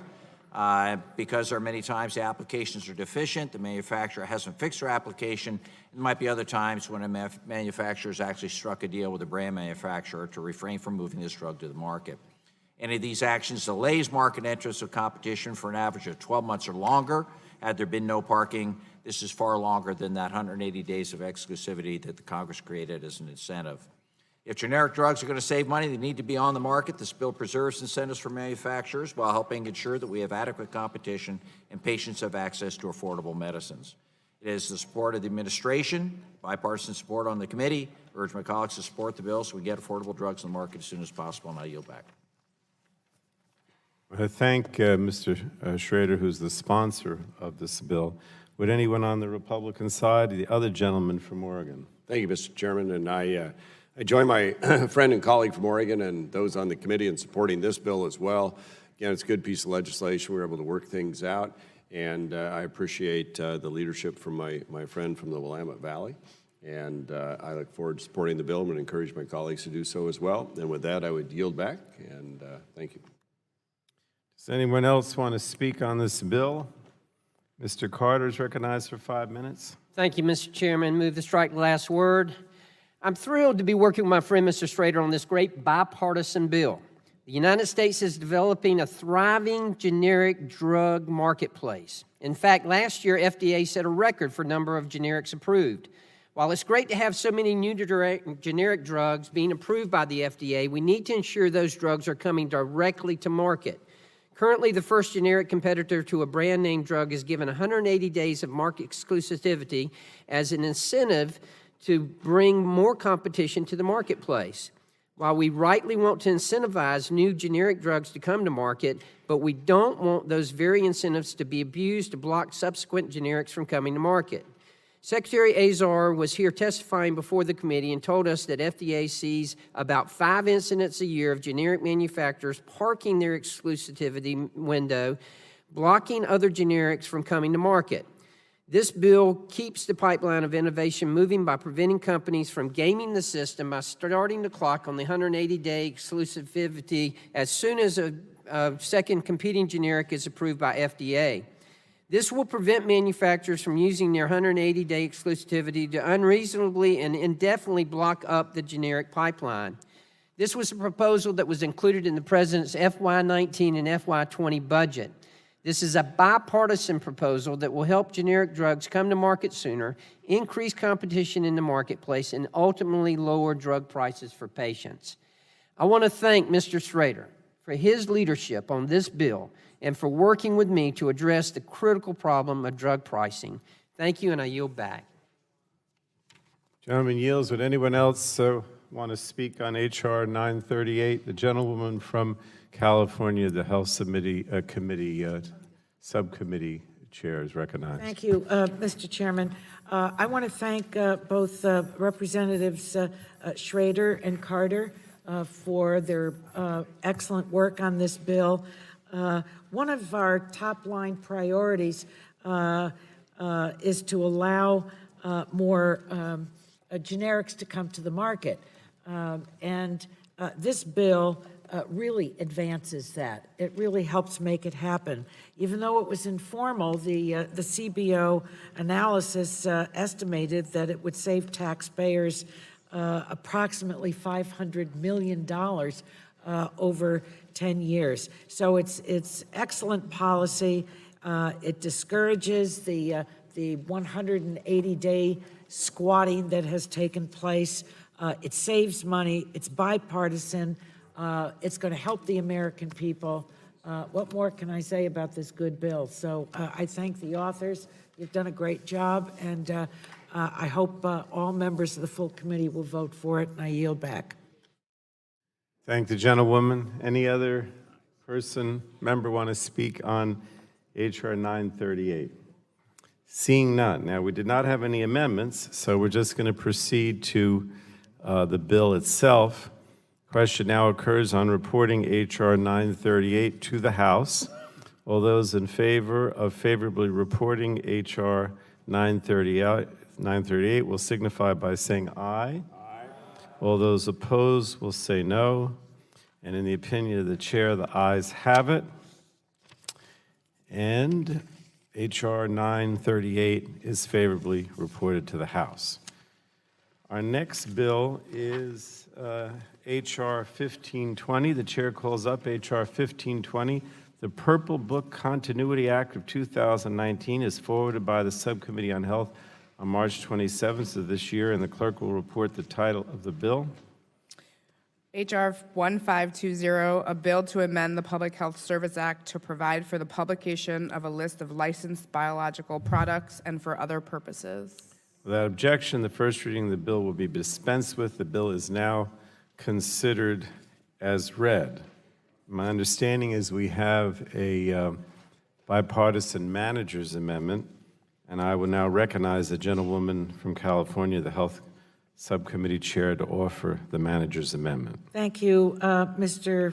Chairman. There is a manager's amendment at the desk, and I'm offering this. It would amend 1520, the Purple Book Continuity Act, which I introduced.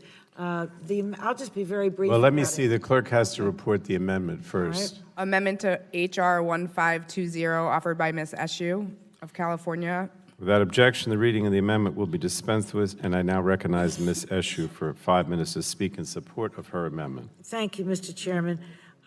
Members, this amendment clarifies the patent information required to be reported in the Purple Book, including addressing technical assistance received from the FDA.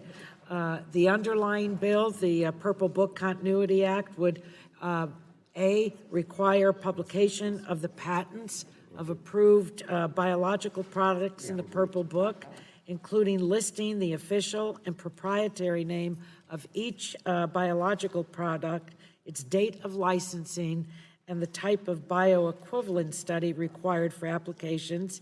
B, specify the Purple Book should be published electronically on FDA's website and updated routinely. And C, require HHS to make recommendations to Congress on what information should be added to the Purple Book. I think you all know, but if maybe someone may not, when manufacturers are considering where to invest their research and development dollars, they use the Purple Book to determine what patents are currently active and which patents will be expiring soon. So it's an important roadmap for them. It's a common sense bipartisan bill to make the Purple Book user-friendly and up-to-date. And I'd like to thank Dr. Burgess for adding his important support to this bill. So I hope my colleagues will join Dr. Burgess and myself in supporting the Purple Book Continuity Act, as well as the technical amendment that I explained. And with that, I yield back, Mr. Chairman. Would the gentlelady yield? I'd be glad to. Let me just say, and the Purple Book currently is not required by law, so it takes the form of two separate and difficult to navigate PDFs. So the underlying bill improves the Purple Book so it's more useful for developers of biosimilars, in addition to providers, payers, and patients. This amendment is technical. At the subcommittee markup, we adopted a manager's amendment that did incorporate feedback from the Food and Drug Administration that will ensure that the agency will be able to effectively implement this legislation should it become law, and I believe that it will. H.R. 1520 requires the FDA to publish the information in a searchable format, similar to the Orange Book, which will be a significant improvement over its currently cumbersome nature. Enhancing the Purple Book is critical to the transparency of relevant intellectual property protections, as well as other factors considered by developers of biosimilars. So I want to thank the chairwoman for being willing to work with us, both at the subcommittee level and then continuing here to the full committee markup. And I urge support of the amendment and the underlying bill. I yield back. Yields. Anyone else want to speak on Ms. Eshu's manager's amendment? Hearing none, we will proceed to a vote on the manager's amendment by Ms. Eshu. All those in favor of the amendment will signify by saying aye. Aye. All those opposed will signify by saying no. In the opinion of the chair, the ayes have it. The amendment is agreed to. Are there any further amendments to H.R. 1520? Hearing none, and the question now occurs on reporting H.R. 1520 as amended to the full House. All those in favor of favorably reporting H.R. 1520 as amended will signify by saying aye. Aye. All those opposed will say no. In the opinion of the chairs, the ayes have it, and H.R. 1520 as amended is favorably reported to the full House. Our next bill is H.R. 1503. The chair calls up H.R. 1503. The Orange Book Transparency Act of 2019 is forwarded by the Subcommittee on Health on March 27th of this year, and the clerk will report the title of the bill. H.R. 1503 to amend the Federal Food, Drug, and Cosmetic Act regarding the list under Section 505J7 of the Federal Food, Drug, and Cosmetic Act and for other purposes. Without objection, the first reading of the bill will be dispensed with. The bill is now considered as read and is open for amendment. Now, I believe we have a manager's amendment from the sponsor, Ms. Kelly. What is your amendment labeled? Is it labeled? Or is there no label, maybe? I don't know. Amendment 01. I You have have it, okay. The clerk will report the amendment. Amendment to H.R. 1503 offered by Ms. Kelly. Page Objection, the reading of the amendment will be dispensed with, and I now recognize a gentlewoman from Illinois for 5 minutes to speak in support of the amendment.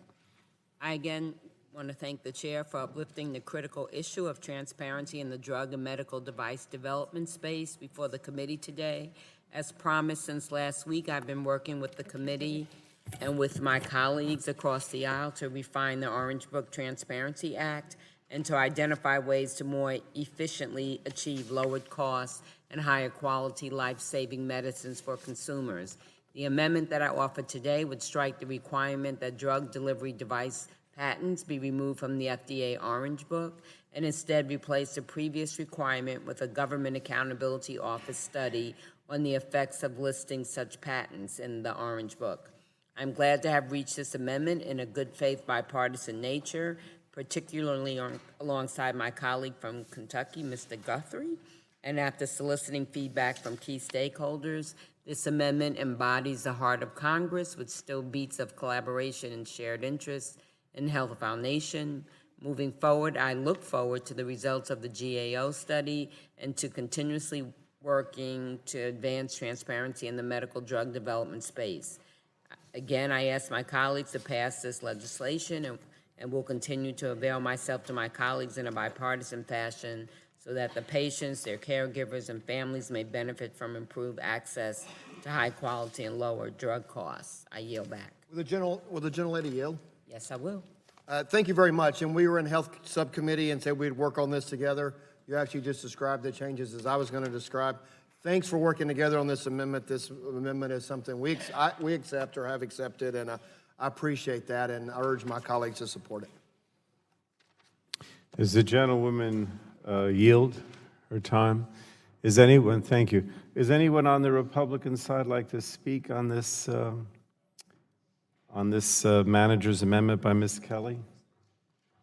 Anyone at all on either side?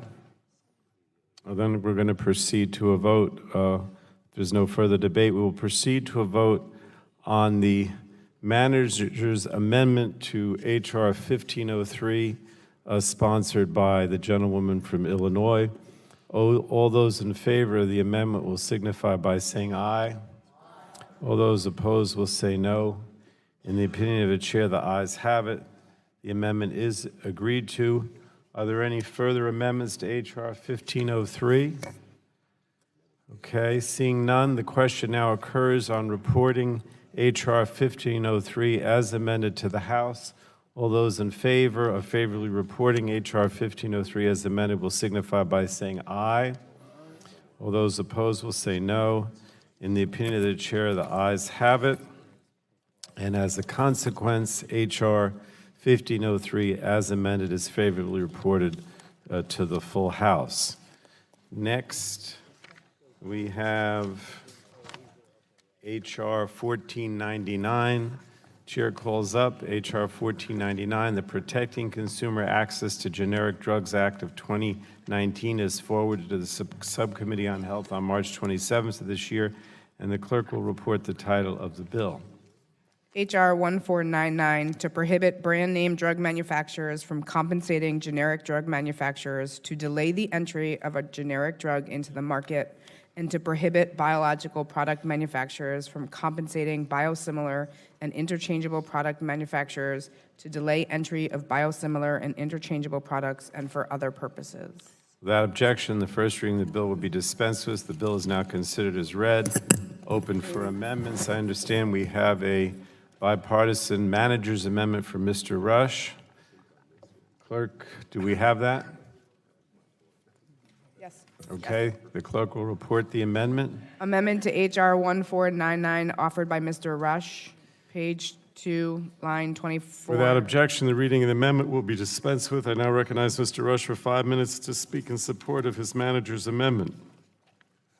I want to thank you, Mr. Chairman. Moon is striking. I'm already looking at it.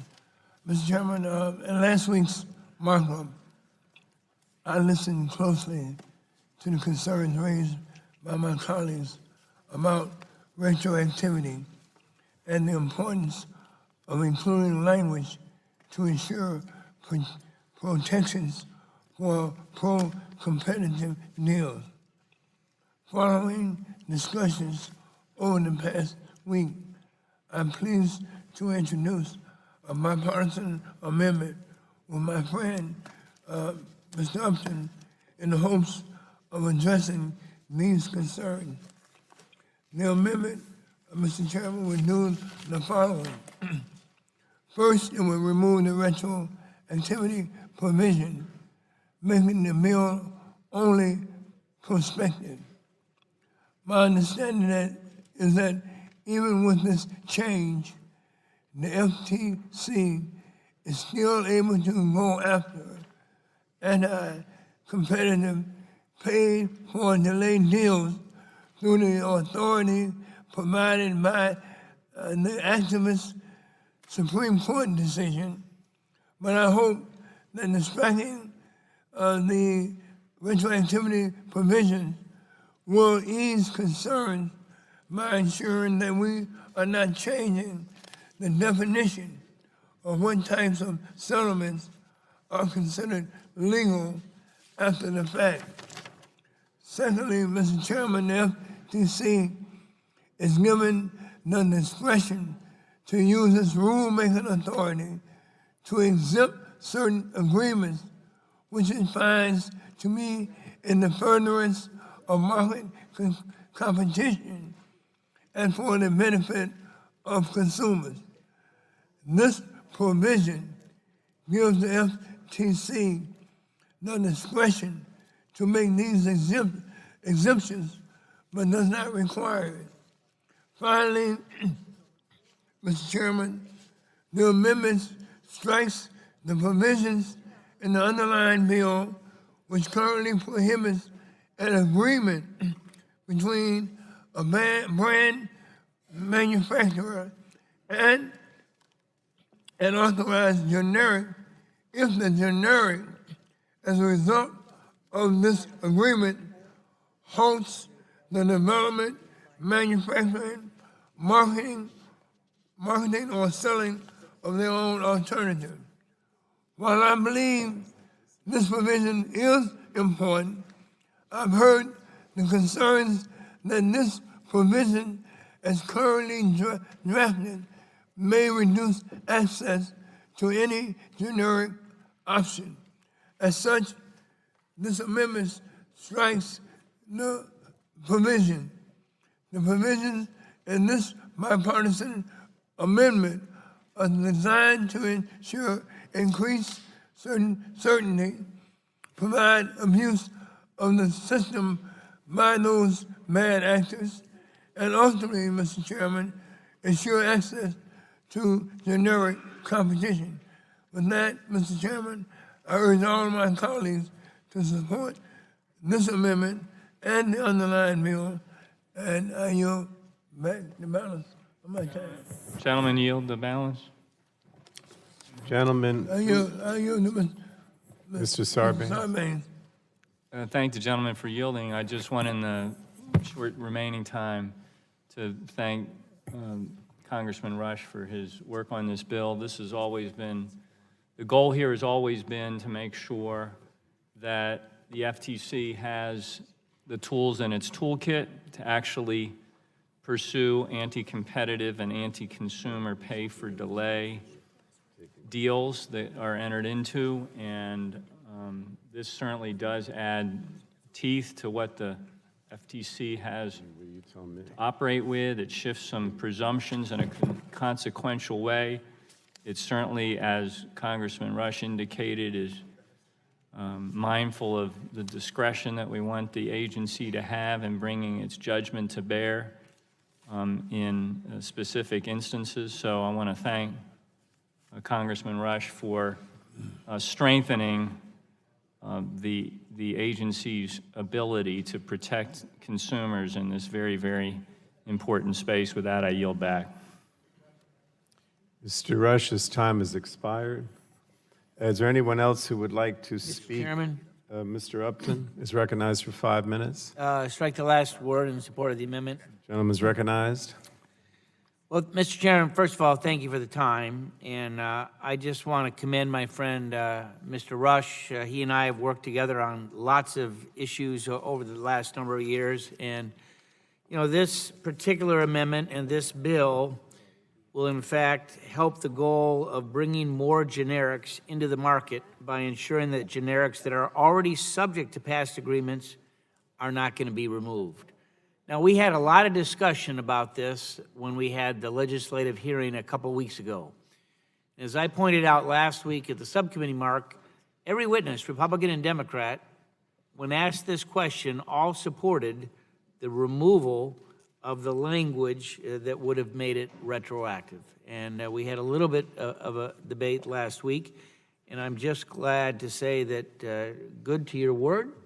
We were able to work on this as a staff for the last couple of days, come to an agreement. And frankly, as I see it, with this amendment that Mr. Rush and I are offering, we'll bring our members on this side of the aisle on board in support of the bill, whereas subcommittee last week, that was not the case. So this is a big deal. People should be able to rely on a law as it exists when they take certain actions. And as we draft new laws and we change existing ones, we need to adhere to the basic principle that they are prospective, not retroactive in application. This amendment makes that fix, and I'm glad to join my colleague from Illinois in offering this with him. I would urge all of my colleagues on both sides to support not only this amendment, but with its adoption, passage of the bill before full committee, and I yield back. Does anyone else want to speak on the Rush Manager's Amendment? Hearing none, we'll... Oh, Mr. Welch, I'm sorry, was recognized for 5 minutes. Well, I want to take off from where Mr. Upton stopped. It's really important that we get some of these drug bills out together. And the reason it's so important is really embodied in what this bill is about. It is absolutely shocking that some of our major companies who are highly profitable and are given the benefit that this House of Representatives and Congress of the United States gave them of a period of exclusivity, that they would take that period of exclusivity and abuse it with pay for delay. And the delay is all about imposing punitive cost on consumers, and there's not a single person on our committee who believes that a market should be fixed and monopolized. We oppose that. But the behavior, when you think about it, it is so shocking to me that a company would do something that is so outrageous in disregard to the intent of the law, and do it when they've been making hand over fist money during that period of exclusivity. And they do it knowing that we're shocked by it. And they'll do it again if we allow it. So there is an industry out there that's had its way for too long. And all of us here are very grateful to have good medicines that relieve pain and extend life. But none of us here want companies to abuse that period of exclusivity they get. And it's going to take all of us to push back against what we agree are market abuse practices. And that's why, Mr. Upton, I think it is so important that when this bill goes out, it has a strong bipartisan support, because it's a strong message that that industry has not had, that there's a cop on the beat, and it's called the Energy and Commerce Committee of the United States House of Representatives. I yield back. Thank the gentleman. Does anyone else want to speak on Mr. Rush's manager's amendment? Okay, we're going to then proceed to a vote on the amendment by Mr. Rush. All those in favor of the amendment will signify by saying aye. Aye. All those opposed will say no. In the opinion of the chair, the ayes have it. The amendment is agreed to. Are there further amendments to H.R. 1499? The ranking member has an amendment. Yes, Mr. Chairman, I have an amendment at the desk. I was trying to figure out which of our clerks might read that, the one with the red hair or... The clerks keep changing. Amendment to H.R. 1499 offered by Mr. Walden. Without objection. Well, I don't know. I may want to reserve the right to object and have this fully read into the record, Mr. Chairman. No, Without objection, the reading of the amendment will be dispensed with, and I now recognize the gentleman from Oregon for 5 minutes in support of his amendment. And I thank the chairman. And I plan to offer and withdraw this amendment, and I thank you for working with me on this policy over the last few days. As you know, our concern in deeming all these agreements illegal is that we will quash agreements that are actually pro-competitive. And I think the amendment in the nature of a substitute would go a long way to addressing that concern, but I do think we can do more. My amendment would establish a process whereby parties to the agreements affected by this bill could go to the Federal Trade Commission and request an advisory opinion on their proposed agreements. The FTC then would review the proposed agreement and provide an opinion as to whether or not it would violate the law established in this bill. Now, if the FTC's opinion were that an agreement did not violate the law, then the agency would be foreclosed from subsequently taking action against the parties to the agreement on the grounds that it did not comply with a specific provision of law. That's the concept here.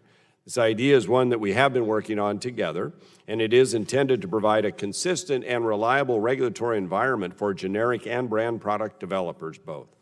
Where good actors have concerns that they could inadvertently violate the law, there should be a process to work with the overseeing agency.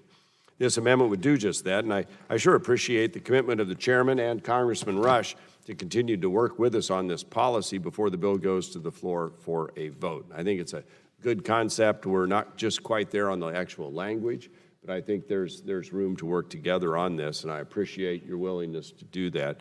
So, Mr. Chairman, will you continue to work with me and our staffs to see if we can get this policy in a good place? Because I believe the changes made in the Rush-Upton amendment, it would go a long way to securing a strong bipartisan vote on the floor of the House, and I would yield to the chairman on that. Well, let me thank the gentleman for his willingness to continue working on this proposal, and I recognize that my colleagues on the other side of the aisle have reservations about making certain types of patent settlements illegal, and they feel the current language in the legislation does not go far enough in protecting agreements that may be pro-competitive. The manager's amendment offered by Representatives Rush and Upton, I think, moves us closer to addressing these concerns by clarifying that the FTC has the ability to exempt certain agreements that the Commission believes may help to benefit consumers and promote competition, and the amendment also clarifies that the legislation will be prospective only. And I'd like to continue to work with the ranking member on his proposal to include an advisory opinion process at FTC in this legislation. I believe this is a good faith effort to resolve remaining concerns held by members of this committee, and I'm committed to continue our work on this between now and the floor. I also want to work with my colleagues, the FTC, the OIG, and other stakeholders to better understand the impact this proposal may have on patent settlement agreements, generic entry into the marketplace, and consumer access to generic drugs. I would yield back at this time. Thank you, Mr. Chairman, and I appreciate that. And I do think there's something to be done here that we can work on, and I appreciate your willingness to do that. And with that, Mr. Chairman, I would withdraw my amendment. I thank the ranking member. He's withdrawn his amendment. So the question now is, are there any other amendments to H.R. 1499? And if there are none, the question now occurs on reporting H.R. 1499 as amended to the House. All those in favor of favorably reporting H.R. 1499 as amended will signify by saying aye. Aye. Those opposed will say no. And in the opinion of the chair, the ayes have it, and H.R. 1499 as amended is favorably reported to the full House. Now, the next bill we have is H.R. 965. Chair calls up H.R. 965, the Creating and Restoring Equal Access to Equivalent Samples, or CREATES Act of 2019, is forwarded by the Subcommittee on Health on March 27th of this year, and the clerk will report the title of the bill.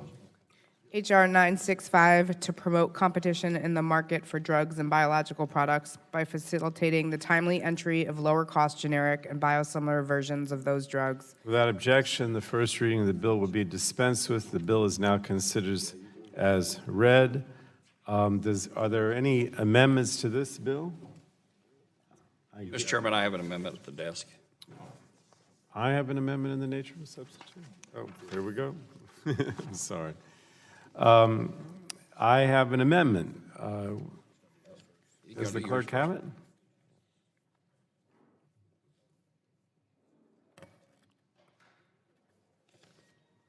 Amendment in the nature of a substitute to H.R. 965 offered by Mr. Pallone. Without objection, the reading of the amendment will be dispensed with, and I'll recognize myself now for 5 minutes. This is an amendment that I'm offering with my colleague, the ranking member, Mr. Walden. During our subcommittee markup, there was considerable debate about the potential for bad behavior that could occur during the sample transfer process outlined in the legislation. And I know some of my colleagues on the other side of the aisle had concerns about possible frivolous litigation, and my Democratic colleagues raised concerns about gaming on the part of the brand drug companies, including that offers that could be sent to sham mailboxes or email addresses. And where I think we have found agreement is our shared goal of discouraging anti-competitive behavior and providing certainty to all parties about the sample request and delivery processes.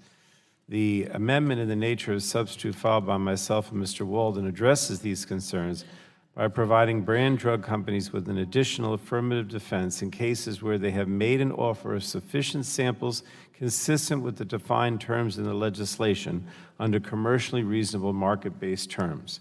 This amendment would also require that there be a written record of the request, offer, and acceptance of samples to help protect against potential gaming. Now, as you know, I had strong reservations about providing any additional relief to drug companies that are engaging in the behavior of delaying or denying access to samples. However, this aims is a compromise, and I believe that the amendment takes a belt and suspenders approach to ensuring that there is accountability on all sides. We also worked to clarify that providing samples under the CREATES Act is not a violation of the current REMS requirements, and that brand and generic drug companies are free to continue to exchange samples through their normal business practices. So I appreciate Mr. Walden and his staff for working with me in good faith on this bill. would urge all of my colleagues to vote in support of the amendment. Could I yield Yeah, to the sure. gentleman? Yeah, Yield to thank you. Mr. Walden. Well, thank you, Mr. Chairman, and I share your appreciation for working together on this. H.R. 965, the CREATES Act, is intended to punish actors, bad actors, who refuse to provide samples to generic product developers. It's that simple, thereby undermining their ability to seek FDA approval. We all agree this can constitute anti-competitive behavior and should be punished, period. However, I had grave concerns about a private right of action spurring a tidal wave of frivolous litigation that could actually slow generic drug development and drive up the cost of drugs across the board. So today, we're considering this bipartisan amendment in the nature of a substitute offered by myself and Chairman Pallone that goes a long way to addressing that concern.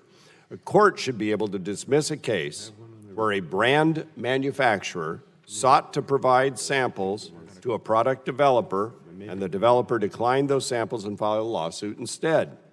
Incentivizing this type of frivolous litigation would only slow consumers' access to generics, so I'm glad the majority worked with us to address this law. While it isn't everything I believed needed to be changed, the standard for determining award amount remains, quote, sufficient to deter the license holder from failing to provide sufficient quantities, close quote, and the affirmative defense should provide some guardrails, which is pretty important to do. So with this change, the bill will be targeted toward bad actors, not just subject good actors to frivolous lawsuits. So I appreciate the chairman working with me to find a common ground, and I urge my colleagues to support the amendment, and with this addition, the underlying bill, and I yield back to the chairman. Ranking member, can you yield to me? It's actually his time. I yield to Mr. Bouchon. Yeah, I just want to thank the chairman and the ranking member for including the affirmative defense language that I offered as an amendment in the subcommittee markup. I think it's a very important addition to the bill, and I'm grateful that it's been added now to the bill. Thank you very much. I yield back. Does Will the gentleman yield? Yes, the ranking member of the Health Subcommittee. I just need a moment. I do want to point out that this was an issue that was worked on considerably in the last Congress. I certainly want to thank the subcommittee, then full committee chair, Mr. Walden, now the ranking member of our full committee, and the committee staffs for continuing to work this process. Yes, there were some problems when it was presented at the Health Sub. I'm grateful that Dr. Bouchon's amendment was accepted. I think it moves it very far in the direction of being acceptable. We also recognize we've got our own set of difficulties to deal with over with the other body, the other side of the Capitol. But I'm more optimistic at this point that this actually could become law, and I think we need to take that opportunity, and I appreciate everyone working so hard to get us here. I yield back. Thank Dr. Burgess. I'm going to yield back do you want just my 30 seconds, or do you want your own time? Okay. Well, I yield back and recognize Mr. Sarbanes for 5 minutes. Thank you, Mr. Chairman. I want to salute you and the ranking member and members of the committee on both sides for their work on this. I just wanted to raise a pretty hyper-technical issue, but I think it's something that's important, and I'm concerned about it enough at least to bring it up, and it's something that could be addressed between now and the next stage of the bill. And I'm sure we can work. I'm sure we can work together to address this. In the news section, and you alluded to this in describing the amendment and the nature of the substitute, there's a clarification on how a request or an offer to sell or accept an offer for samples of a covered product can happen. The amendment allows for transmission to be sent by certified or registered mail with return receipt, personal delivery, or by electronic means. And I'm just concerned about that last piece because there could be some problems if contracts are sent to an incorrect or an unattended email account. So if we're going to allow for electronic means, I think we have to be alert to that possibility. Obviously, we're in the 21st century. We know that we have the need to communicate electronically, but hopefully we can put some clarification in the bill to ensure that the communications actually get to the opposite party and there's no chance they get lost, and in that way add any delay to generics coming to the market. So again, Mr. Chairman, a small thing, but I think important. Hopefully that can be addressed. I want to thank you and Mr. Walden and the co-sponsors for work on this bill. I understand how it is now geared toward cutting out prolonged litigation and other delays that are keeping generic drugs from coming to market and have the opportunity to bring real savings to consumers. I know we agree with our Republican colleagues on that. Hope we can continue to work on this technical issue between now and the time that the bill hits the floor. And with that, I would yield back my time. Thank you. Thank the gentleman. Anyone else on the Republican side? Mr. Carter, Move to strike the last word. recognized for 5 minutes. Mr. Chairman, I want to thank you, and I want to thank my friends across the aisle for working with us to strike a compromise on these two last bills. Drug prices are not a partisan issue, and I think the length of debate on these bills at subcommittee showed the earnestness of both sides to find solutions. So I'm very encouraged by the fact that we've been able to work through our differences and end up with a version of pay for delay and creates that can receive bipartisan support. This committee is at best when we are working together, doing big things in a bipartisan way, and I hope we can keep this going on in this effort to lower drug prices. Again, I want to thank you, Mr. Chairman, Subcommittee Chairman Eshoo, and Ranking Member Burgess, and everyone for your help, and I yield back. Thank you, Mr. Carter. Anyone else want to speak on my amendment? All right, then we're going to proceed to a vote on my amendment. All those in favor of the Pallone amendment will signify by saying aye. Aye. All those opposed will say no. In the opinion of the chair, the ayes have it. The amendment is agreed to. Are there any further amendments to this? Yes, Mr. Flores. Mr. Chairman, I have an amendment to the desk, and it's designated FC-Flores-AMD_01. Do we have that amendment? I think it's the only other amendment to this bill. Clerk has it. The clerk will report Mr. Flores' amendment. Amendment to H.R. 965 offered by Mr. Flores. At the end of the bill. Without add objection, the following new reading of the section. amendment will be dispensed with, and I recognize the gentleman for Texas for 5 minutes. Thank you, Mr. Chairman. I am pleased to see that we, on a bipartisan basis, agree that access to generic drugs is important as well as lower drug prices. So I totally concur with all the comments that have been said in that regard thus far. My amendment addresses an unintended consequence that has arisen since Congress passed the American Invents Act in 2011, and it restores certainty to the process concerning how brand name drug patents are challenged. This amendment is similar to a bill that Senator Hatch and I introduced in the 115th Congress and that Senator Tillis and I introduced earlier in this Congress. Since its enactment in 1984, the Hatch-Waxman Act has been instrumental in reshaping the generic drug industry, to the point where roughly 90% of all U.S. prescriptions written today are for generic drugs. This is one of the highest generic market penetration rates in the world. Quite simply, Hatch-Waxman has worked. It's done this by creating a unique litigation pathway that carefully balances and incentivizes the interest of both brand name and drug manufacturers. By reducing the complexity of patent challenges, it helps provide certainty to both innovators and generic markets. Through the American Invents Act, however, Congress created a new administrative pathway for challenging patents known as Inter Partes Review, or IPR. This pathway was created to combat frivolous patent claims brought against companies, primarily high-tech, e-commerce, and financial services in those areas. IPR, however, is also available for patents in any industry, not just the tech industry. As such, in the market for drugs, IPR has created a second alternative to the litigation pathway that Congress created through the Hatch-Waxman Act. Effectively, parties who seek to challenge a drug patent now have two bites at the apple. Congress never intended this when it passed the American Invents Act. Are there areas where Congress should act to make it easier for generic drugs to come to market for the benefit of all patients? Absolutely. And I support those efforts as reflected in many of the bills under consideration by the committee today. But we can't turn a blind eye to the negative impact of forcing drug innovation companies to defend their patents in multiple ways, each of which employs different procedural rules and different standards of proof.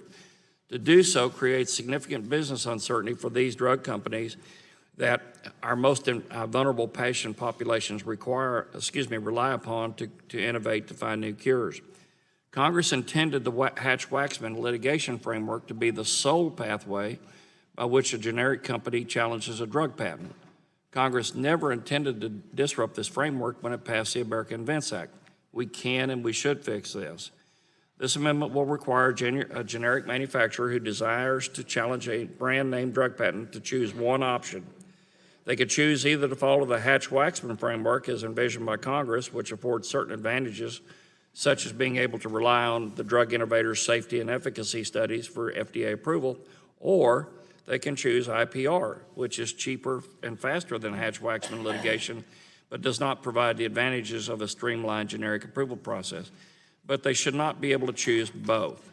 Quite simply, this amendment restores Hatch-Waxman as a standard pathway for generic manufacturers to challenge brand patents as envisioned by Congress, while also ensuring that IPR remains an option to challengers who wish to pursue that patent challenge option.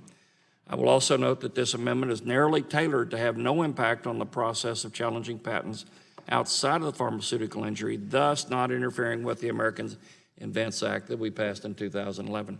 With that, I yield back the balance of my time. Does anyone, Mr. Lujan, you want to speak on this? No. Okay. Would the gentleman be willing to withdraw his amendment? I would be willing to withdraw the amendment. I'm hoping that we can work together on this. I mean, Hatch-Waxman has worked. American Invents works for everybody else, for all other industries. However, we've created a process where generics now have two bites at the apple, both litigation and IPR, and they're using it simultaneously. That's hurting consumers at the end of the day. Would the gentleman yield to me? Sure. I have no problem continuing the conversation, but I have to say I have some major concerns with the amendment and can't really make any commitment to the concept at this time. But we can certainly continue the conversation, but I don't want you to think that I can commit to, what you're trying to do right now. I really can't. But if the gentleman would withdraw, Will you commit to work with us? we can certainly continue with the conversation. Very good. I'll ask unanimous consent to withdraw my amendment. I appreciate that. Thank you. And the gentleman withdraws his amendment. Now, are there any other amendments to H.R. 965? I understand some members would like to speak on the underlying bill. Mr. Lujan is recognized. Thank you, Mr. Chairman. I do wish to speak on the underlying bill. The gentleman is recognized for 5 minutes. Mr. Chairman, thank you very much for this important markup. And look, constituents shouldn't have to share stories about how they have to cut pills in half to make it through the month. Constituents shouldn't have to stop us in the grocery store to tell us that they have to choose between groceries and prescriptions because of skyrocketing drug prices. Too many seniors are struggling and desperately need relief from these skyrocketing costs at the pharmacy counter. People are hurting, and families demand Congress to act. Thanks to the leadership of Chairman Pallone, we are marking up 6 bills that will lower prescription drug costs, bills that cut and close dangerous loopholes, which allow drug manufacturers to delay or even block the development of lower-cost generics, known as gaming, a bill that bans secret deals that allows pharmaceutical companies to pay generic firms not to bring a competing product to market. But we can't stop there. We must act to increase access and affordability of prescription drugs by capping out-of-pocket costs for consumers. We must stop drug manufacturers from price gouging patients by allowing Medicare and states to use their vast buying powers to negotiate for lower drug prices. And we must hold companies accountable when they needlessly increase costs on life-saving medication.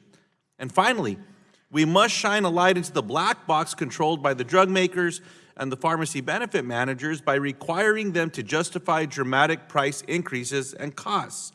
Now, these ideas might not be popular with the industry, but they are important, and we cannot stop until every person can afford the medication they need. Chairman, I thank you for this important markup. I urge our colleagues to support the CREATES Act, and I yield back. Thank you. There's a gentleman from West Virginia wants to be recognized. Strike the last word for 5 minutes.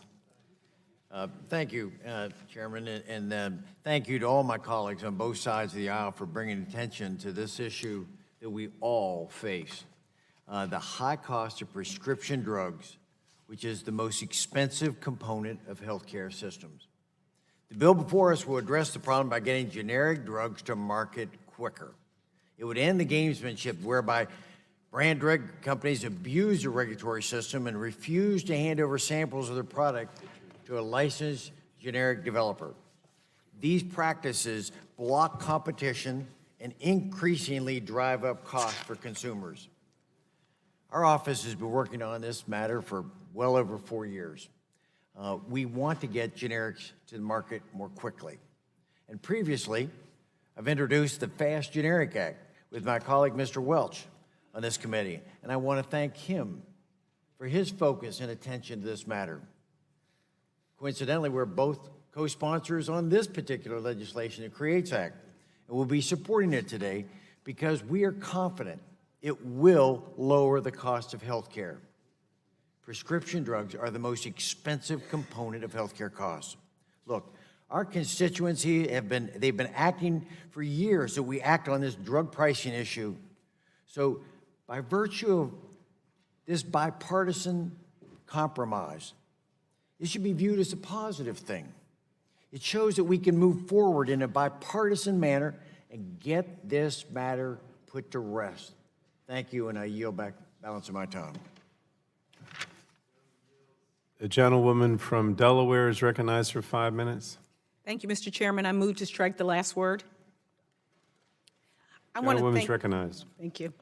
I want to thank the bill sponsors for their work on the CREATES Act and the chairman for bringing this important legislation before the committee today. I'm a proud member of the Subcommittee on Health and especially proud of the commitment we have made to pursue common sense policies that will address the soaring cost of prescription drugs in our country. The CREATES Act is a common sense policy. Abuse of loopholes in the drug approval process by drug manufacturers has been one of the driving forces behind the rapidly rising cost of prescription drugs over the past decade. Some of these branded drug manufacturers are refusing to sell their products to potential generic developers, thereby insulating their product from market competition. Some branded manufacturers are drawing out negotiations on a single shared system REMS safety requirement for the same purpose, to delay market competition. It has been estimated that the U.S. healthcare system loses $13.4 billion annually off the misuse of these REMS systems by branded drug manufacturers. The CREATES Act would close both of these loopholes and ensure that branded and generic drug manufacturers are entering into good faith negotiations as the generic drug developers work to get their products to consumers. We know that drug prices drop dramatically when the third competing product enters the market, and that prices continue to drop as additional products are able to come to market after that.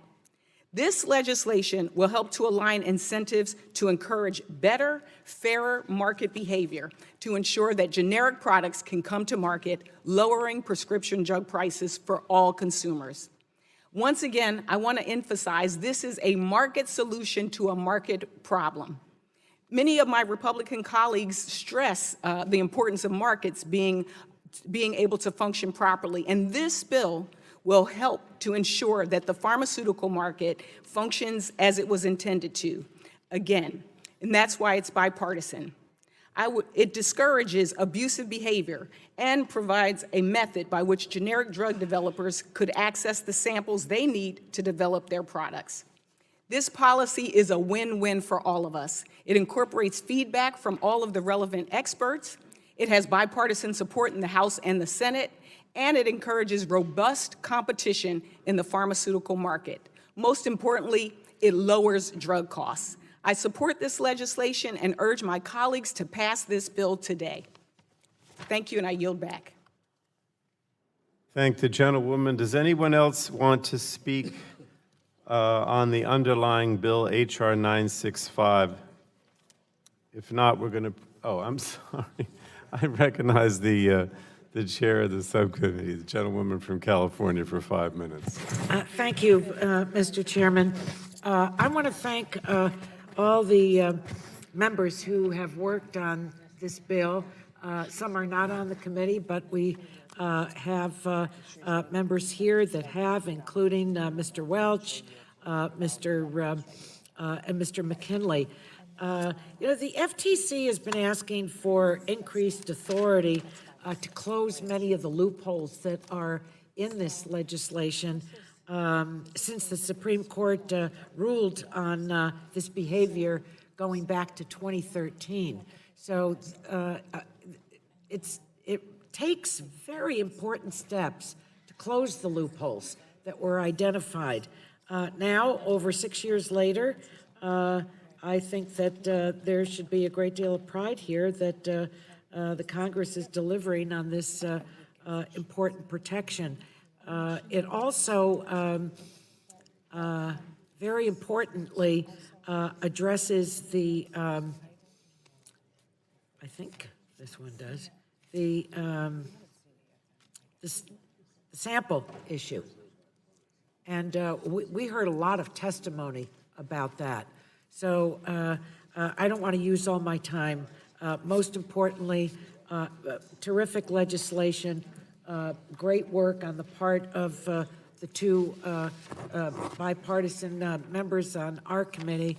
And I want to give a shout out to David Cicilline and Mr. Sensenbrenner, Jerry Nadler, and I think Doug Collins, too. So with that, I'll yield back, Mr. Chairman. Thank the gentlewoman. Did I see Mr. Welch's hand is up? Gentleman from Vermont is recognized for 5 minutes. Thank you very much. You know, we're actually legislating. We have collectively realized that the people that Mr. McKinley represents in Virginia, West Virginia, are facing the same problem that Congressman Barragan's constituents are facing in California, mine in Vermont. They're just victims of these high prices that are not the result of market forces. They're the result of pricing power in companies that have chosen to abuse it. And it's heartbreaking to me because we all have our stories.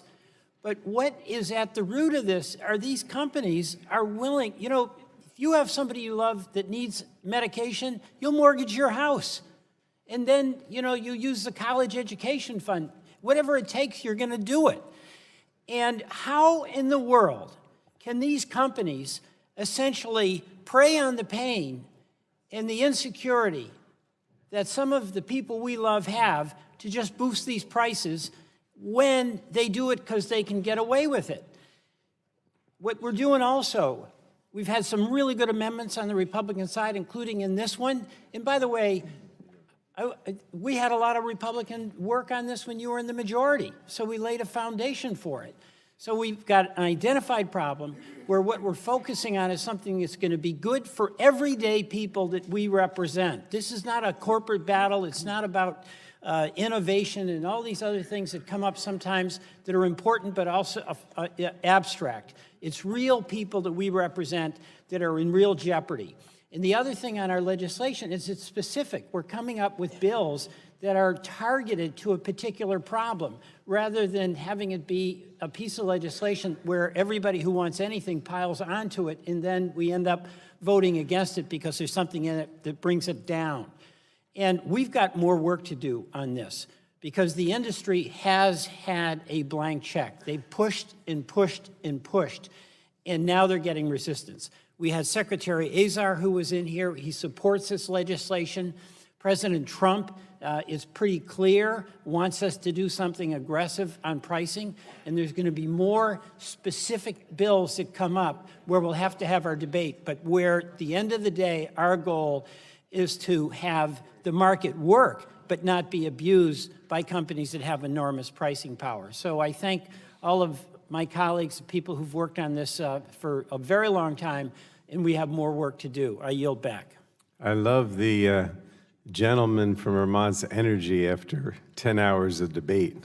Must be something. You just had the chicken. Something in those mountains or hills in Vermont. It was Congressman O'Halloran, his wife made brownies. And, Oh, is that the brownies? Okay. And I understand it's just All right. brownie. All right. I think I started something I shouldn't have. All right. Does anyone else want to comment on HR 965? Otherwise, we're going to proceed to a vote. We got Pop-Tarts. All right. The question now occurs on reporting HR 965 as amended to the full House. Oh, we're going to have a recorded vote. Okay. So, a recorded vote is ordered. Those in favor of favorably reporting HR 965 as amended to the House will say aye. Those opposed will say no. The clerk shall call the roll. Mr. Rush. Aye. Mr. Rush votes aye. Ms. Eshoo. Ms. Eshoo votes aye. Mr. Engel. Ms. DeGette. Ms. DeGette votes aye. Mr. Doyle. Mr. Doyle, aye. Ms. Chakowski. Ms. Chakowski votes aye. Mr. Butterfield. Mr. Butterfield, aye. Ms. Matsui. Ms. Matsui votes aye. Ms. Castor. Ms. Castor votes aye. Mr. Sarbanes. Mr. Sarbanes, aye. Mr. McNerney. Mr. McNerney votes aye. Mr. Welch. Mr. Welch votes aye. Mr. Lujan. Mr. Tonko. Mr. Tonko votes aye. Ms. Clark. Ms. Clark votes aye. Mr. Loebsack. Mr. Loebsack, aye. Mrs. Schrader. Mrs. Schrader votes aye. Mr. Kennedy. Mr. Kennedy, aye. Mr. Cardinal.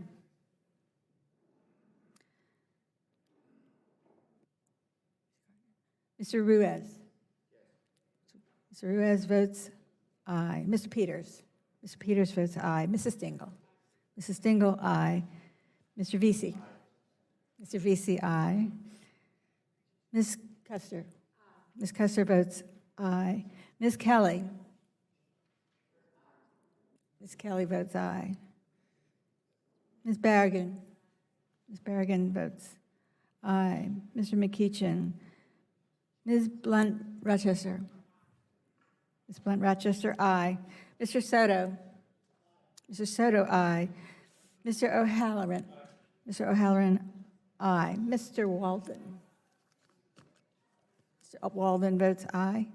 Mr. Upton. Mr. Upton, aye. Mr. Shimkus.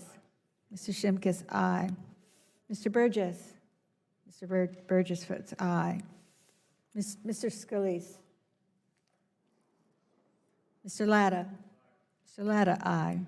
Mrs. Rogers. Mrs. Rogers, aye. Mr. Guthrie. Mr. Guthrie votes aye. Mr. Olson. Mr. Olson, aye.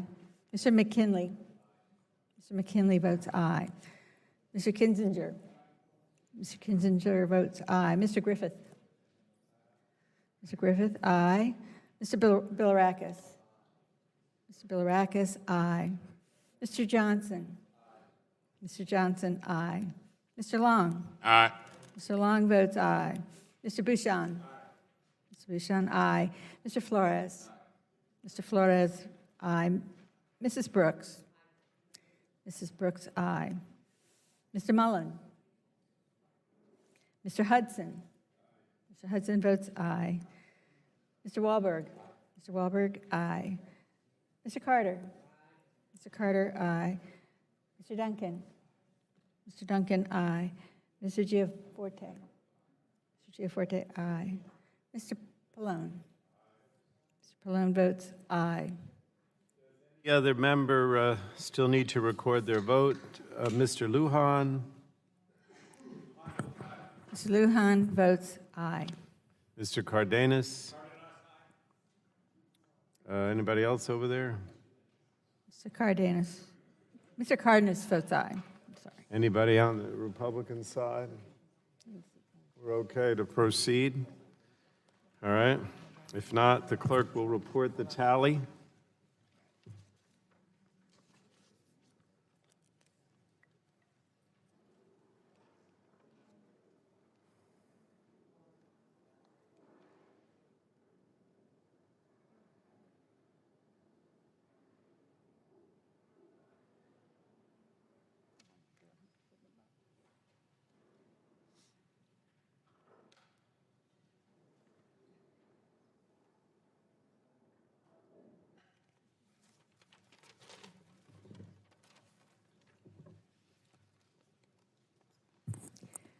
Mr. Chairman, the vote on H.R. 965, final passage, the ayes were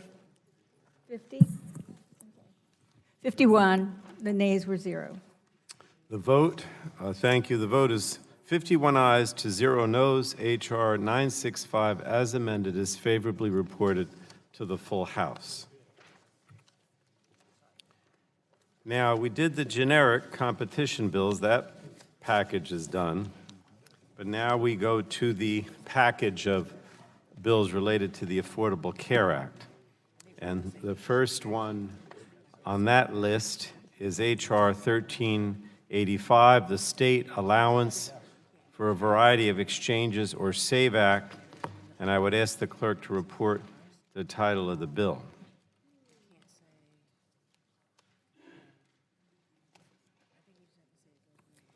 H.R. 1386, a bill to amend the Patient Protection and Affordable Care Act to provide for additional requirements with respect to the Navigator program and for other The purposes. gentlewoman, was it, do you have 1385?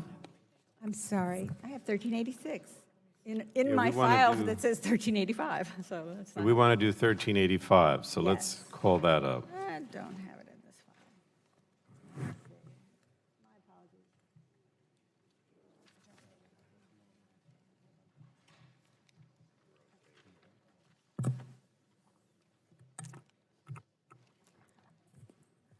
Apologies for that. H.R. 1385, a bill to amend the Patient Protection and Affordable Care Act to preserve the option of states to implement health care marketplaces and for other purposes. Without objection, the first reading of the bill will be dispensed with, and the bill is now considered as read. I'm going to recognize myself on this initially because this is not sponsored by members of the committee.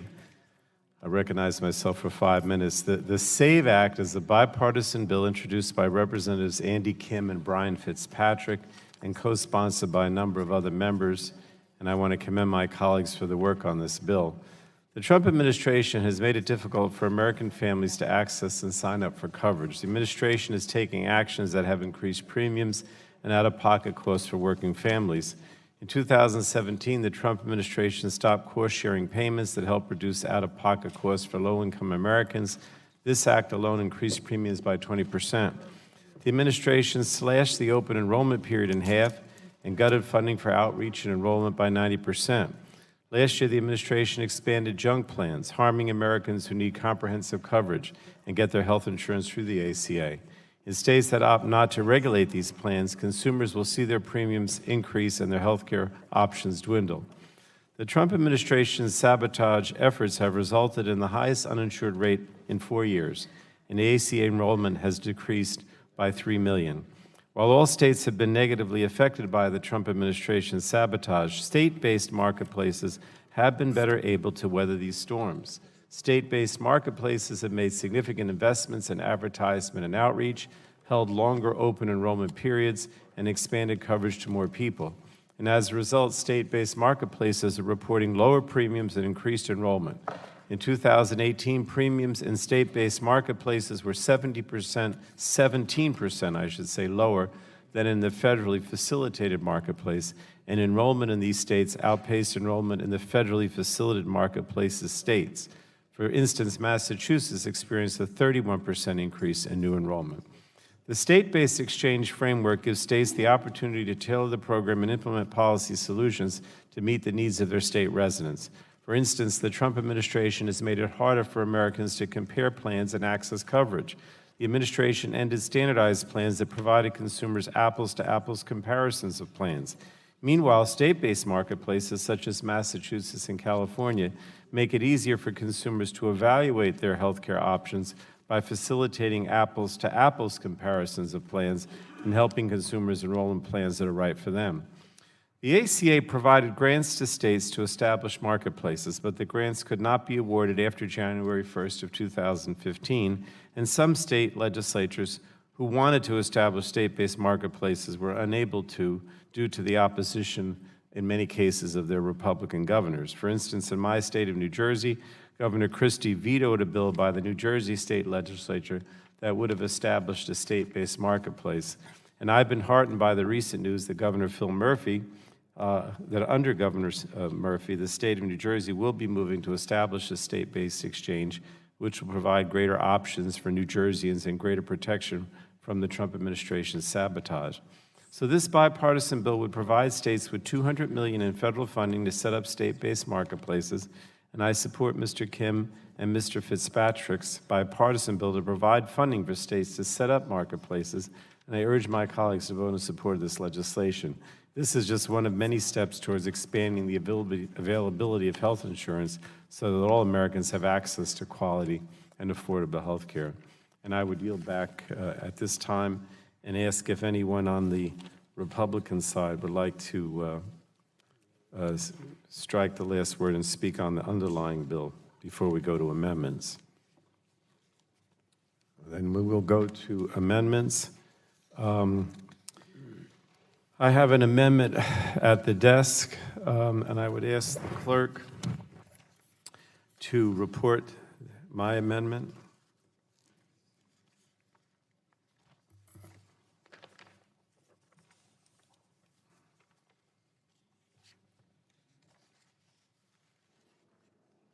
My amendment is labeled, it just says amendment to 1385 and has technical changes to the bill.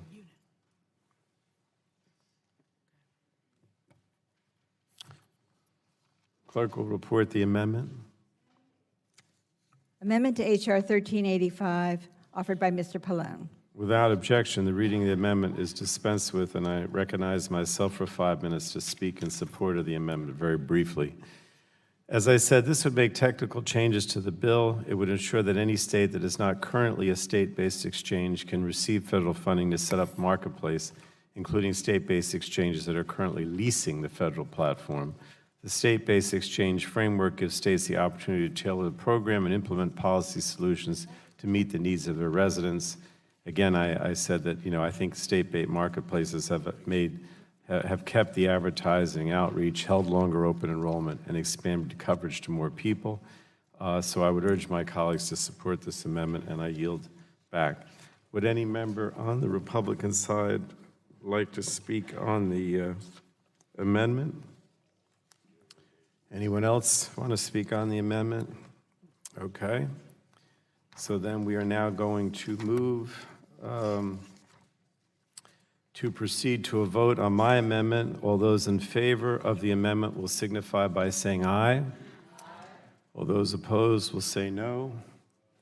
The opinion of the chair, the ayes have it. The amendment is agreed to. And now we will proceed to reporting H.R. 1385 as amended to the full House. All those in favor? Mr. Chairman, I have an amendment. Oh, I'm sorry, there are additional amendments. I apologize. Who seeks recognition? The gentleman from Georgia? Yes, sir. The gentleman's amendment is at the desk. Mr. Yes, Chairman? sir. Mr. Chairman? 02? Mr. Chairman? Well, you have the amendment at the desk, Madam Clerk? Could we have Mr. Chairman. Could we have the amendment reported? Mr. Chairman? Amendment to H.R. 1385, offered by Mr. Carter. The amendment, without objection, the amendment by Mr. Carter will be considered as read, and Mr. Carter is recognized to speak on his amendment. Mr. Chairman? Yes. I'd like to reserve a point of order. The gentlewoman from New York reserves a point of order on Mr. Carter's amendment. We will now proceed to Mr. Carter speaking in favor of his amendment for 5 minutes. Thank you, Mr. Chairman. Mr. Chairman, the fact of the matter is that this bill would allocate $200 million for something that states don't need and have not asked for. To date, it seems only one state, that being New Jersey, has any interest in setting up a new state exchange, and the New Jersey State Insurance Commissioner has already said publicly they could do so through other means. While the call for new state exchange money has been lacking, states across the country have been desperately seeking additional resources to address a different problem, the opioid crisis. We did some great work in passing the Support Act last Congress, but I'm sure I'm not alone in still hearing from folks in my state about the need to do more. A 2017 national survey on drug use and health found that 11.4 million Americans had misused prescription opioids. 2 million people misused prescription opioids for the first time that year. 2.1 million people already had an opioid use disorder. 886,000 Americans used heroin. About 10% of those used them for the first time. According to the CDC, the opioid crisis claims 130 American lives each day, and it's not slowing down. With a crisis like this continuing to devastate communities across the country, we simply can't waste this kind of money on a wish list giveaway for one state. My amendment would prohibit the Secretary from funding the creation of state-based exchanges and instead redirects this money to help states tackle the opioid epidemic as long as it remains a public health emergency. When the Secretary determines that the opioid crisis public health emergency no longer exists, that money can be used to create insurance exchanges. I would also note that last Congress, this committee conducted extensive bipartisan investigations into the distribution of opioids, the practice of patient brokering, and opioid manufacturers. The result included hundreds of pages in reports, such as the 324-page report on pill dumping published by the Oversight and Investigation Subcommittee, which included a wide array of policy recommendations for this committee to consider. Mr. Chairman, I know that Republican leaders Walden, Burgess, and Guthrie sent a letter detailing our past efforts in committee and requesting hearings to continue this important work. And I was just wondering if you could, Mr. Chairman, give us a sense of if and when the committee might continue our work on combating the opioid crisis. The gentleman yield? Yes, sir. When we're going to continue our work on the opioid crisis, we've, as you know, the committee in the last Congress and previous Congresses did a lot of bipartisan work on opioids. In the omnibus, we had the $6 billion, $3 billion annually for grants, which was rather significant. We did the CARA Act, I think, and then we also did a bipartisan opiate bill at the end of the last session. Now, obviously we will continue our work, but I have to say that part of what would like to see is some oversight on how these things are working. In other words, how did the bills that we already passed on a bipartisan basis work? We will have to address the grant program, because remember, the grants are on a fiscal year basis, and those $3 billion grants per year for the last 2 years end, I believe, at the end of the fiscal year. So we'll have to definitely revisit that, and we'll certainly look at other possible solutions to the opioid crisis, because I'm not suggesting in any way that we've solved the crisis. If anything, I think it's probably gotten worse. But I don't want to take away from the work that the committee has already done on a bipartisan basis in the last Congress. So I'll say I will say kind of three aspects of this. One is, I would like to see us, as a Congress, continue with those grants. I would like to see us do some oversight on the programs that and those programs that we adopted in the last Congress, and we will also look to see what we can do in addition to what we already did, if that answers your question. Would the gentleman from Georgia yield? Yes, sir. I yield to the gentleman from Oregon. If I could, I want to engage the chairman just a bit. I really appreciate your comments on that and the bipartisan work this committee did last Congress. We got a lot done, and I agree. That's just the start. We also sent what I meant to be a very friendly letter summarizing what we learned and reported on through the O&I report after we had left here, and the recommendations that came out of that is something also we should look at, because we learned a lot in our investigation that completed after we had passed all those bills. So we look forward to working with you. This is a nationwide epidemic still, and I agree there's more work to be done. Time has expired, but I would like to speak in opposition.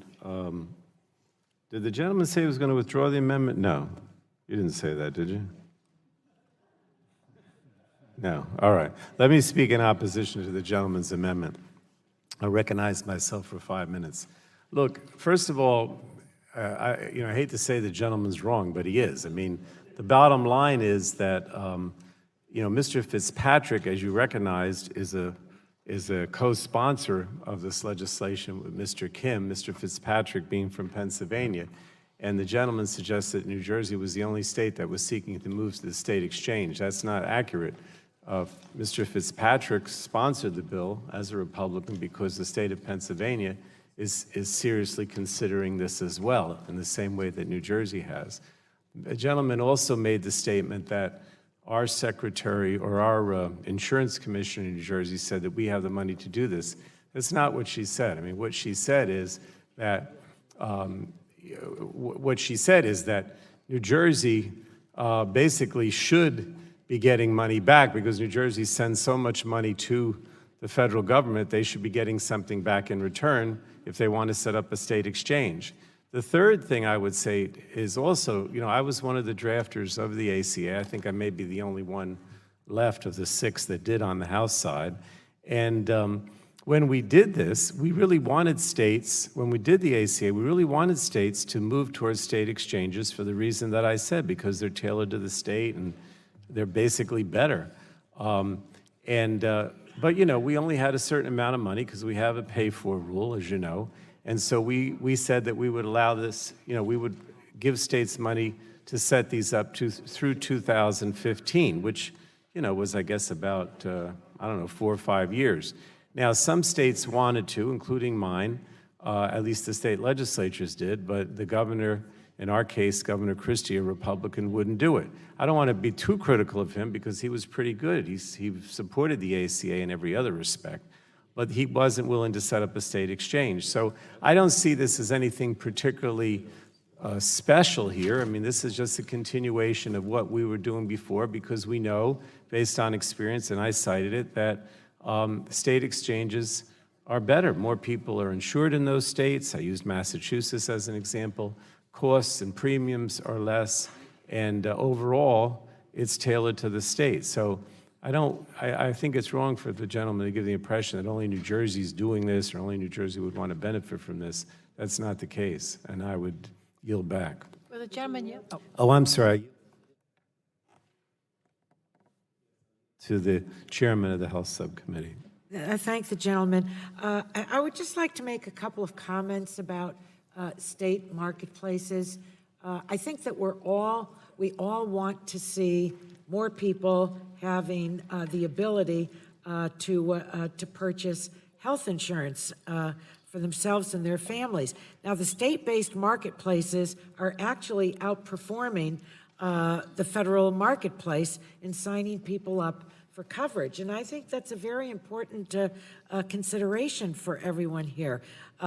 Covered California, and my state of California, is really the gold standard, and more state-based marketplaces could mean more people having coverage. From 2016 to 2018, federal enrollment fell by 10%, but state marketplaces, their enrollment increased by 2%. So it's working, and I think the more we have of it, the more essentially places people can go to get their coverage. I'd also like to ask unanimous consent, Mr. Chairman, to place, well, I'll wait. These are on another amendment, so I'll wait to place these in the record. But thank you for yielding to me. I yield back. I yield to the gentlewoman from Colorado. Thank you, Mr. Chairman. Just very briefly, I agree with the chair of both the full committee and the health committee. These state-based exchanges are very successful in the places where they're operating, like in my state of Colorado. And I think that it's really foolish for us to take the money that we're going to use to strengthen and establish those and put it to something we all think more money needs to go to, which is opioids. So if we're really serious about addressing the opioid epidemic, which we are in a bipartisan way, then we should tackle that. And by the way, as the chair of the Oversight Subcommittee, let me say, our oversight continues on this issue, and I can expect we will be doing more hearings and more investigations. But this is not a good trade-off here, and I'd urge a no vote on this amendment. Mr. Chairman? My time has expired. Is there anyone on the Republican side that wants to speak further on this, on Mr. Carter's amendment? Anybody else? All right, so we're going to proceed. Mr. Chairman? Oh, I'm sorry. That's all I right. recognize the gentlewoman from New Hampshire. Thank you, Mr. Chairman. I'd like to strike the last word to speak in opposition to this amendment that seeks to divert funds from one problem to pay for another.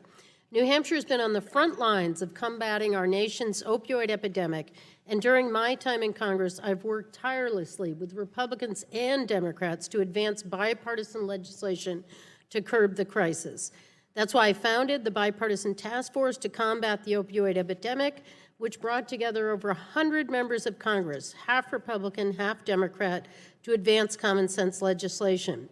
And it's why last year I introduced the Respond Now Act to establish a $25 billion sustained fund for combating the opioid epidemic and establishing strong standards for accountability and oversight to ensure that communities in our districts get the resources they needed.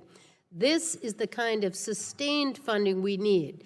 The Bipartisan Policy Center recently released a study on opioid funding and concluded that states need sustainable sources of funding that is flexible to enable responses to emerging drug threats. Unfortunately, the funding provided in this amendment is neither sustainable nor flexible. While we can all agree that we should boost funding to help combat this epidemic, this amendment would block the funding for state-based health insurance marketplace until the president declares there's no longer an opioid emergency. In doing so, the amendment could potentially leave fewer Americans with health insurance options, including coverage for substance misuse disorder. Curbing this epidemic is one of our top priorities in Congress, but this amendment takes the wrong approach. The bill we're debating would provide funds to ensure states have flexibility to administer their own insurance exchanges and ensure that consumers have affordable options and complete coverage. I stand ready to work with our friends in the minority to make sure that we are adequately funding our response to the opioid crisis, but that does not mean we can forego ensuring that our constituents get the affordable health care coverage and care they need. I will oppose the amendment, and I yield back my time. I thank the gentlewoman. Anyone on the Republican side on the Carter amendment? Anyone else? A gentlewoman from California. Yeah, so, Mr. Chairman, I'd like to ask unanimous consent to place in the record 3 articles. One is from Health Affairs. Repealing the ACA could worsen the opioid epidemic. The other from the Pacific Standard. The ACA has reduced opioid-related deaths among young adults.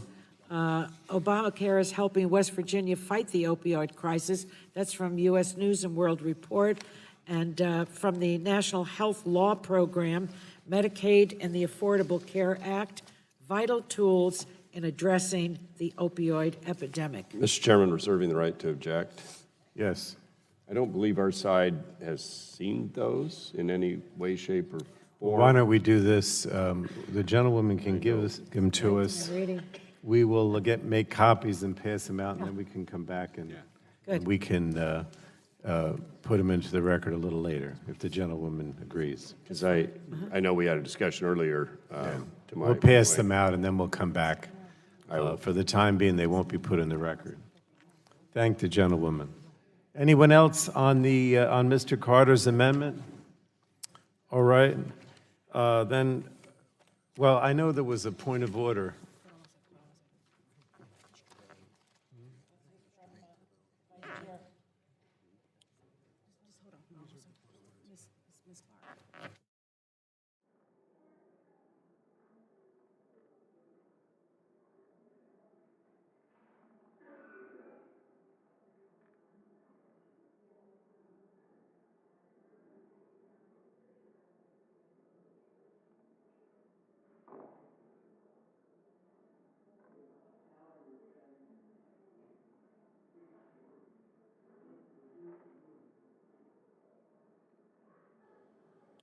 Mr. The Chairman, gentlewoman from New York had a point of order. Does the gentlewoman insist on her point of order? yes, Mr. Chairman, I'd like to. Would the gentlewoman state her point of order?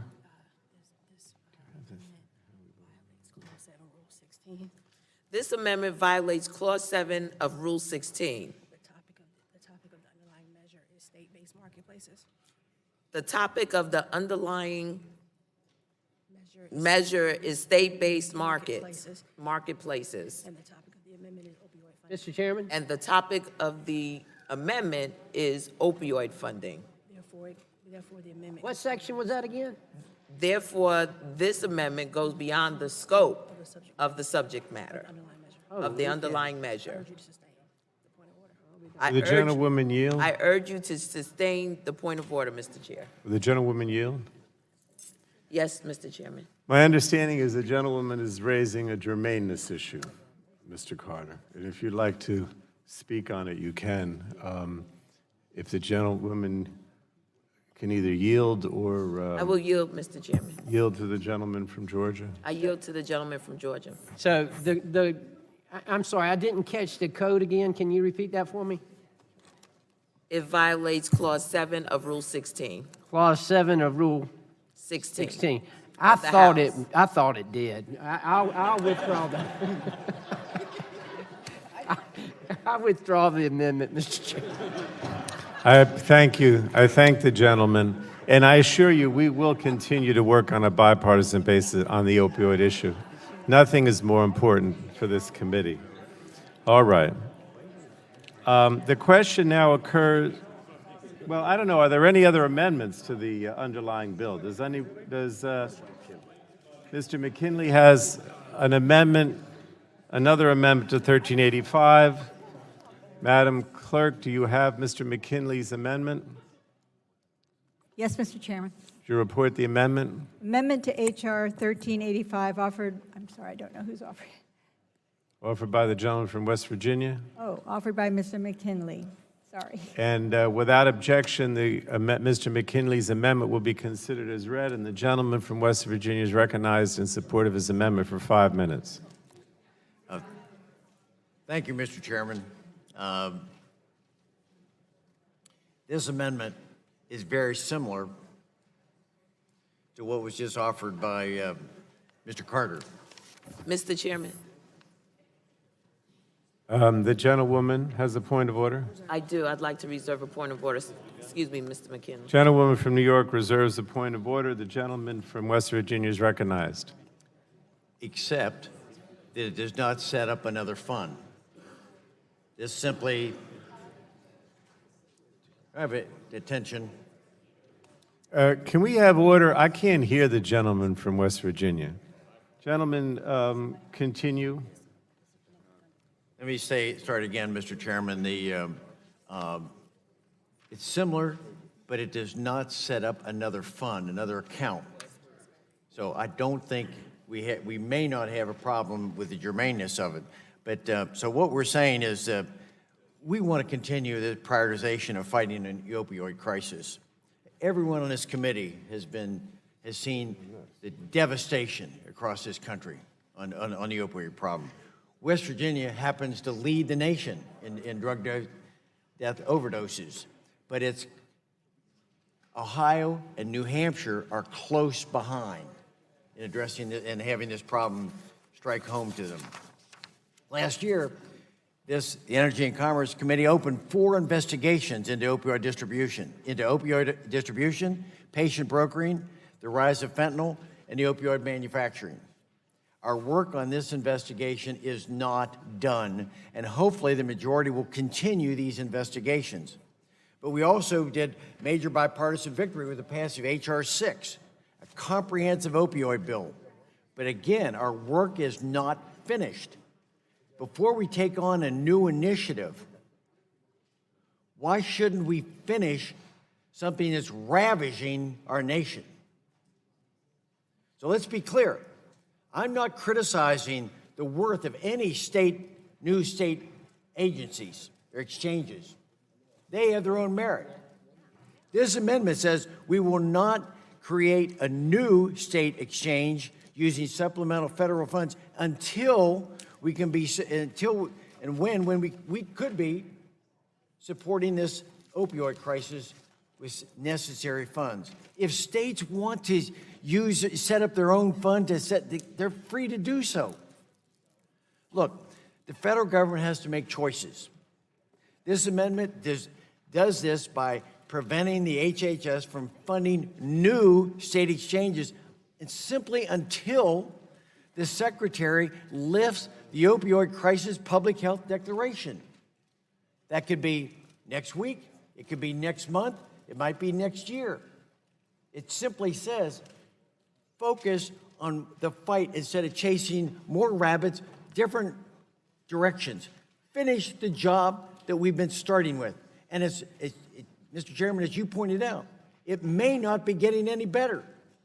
We had just 2 years ago, West Virginia had 52 deaths per 100,000. We're up to 57 deaths per 100,000. We need the resources all across America to fight this fight. But here we are, we're about to start funding a new program on state exchanges. There could be very much value on that. But why don't we finish the job that we began? The one that's threatening us. Our communities don't have the resources to be able to do that. So what I'm saying essentially, again, we should be prioritizing any available funds to combat this spiraling health requirement, emergency.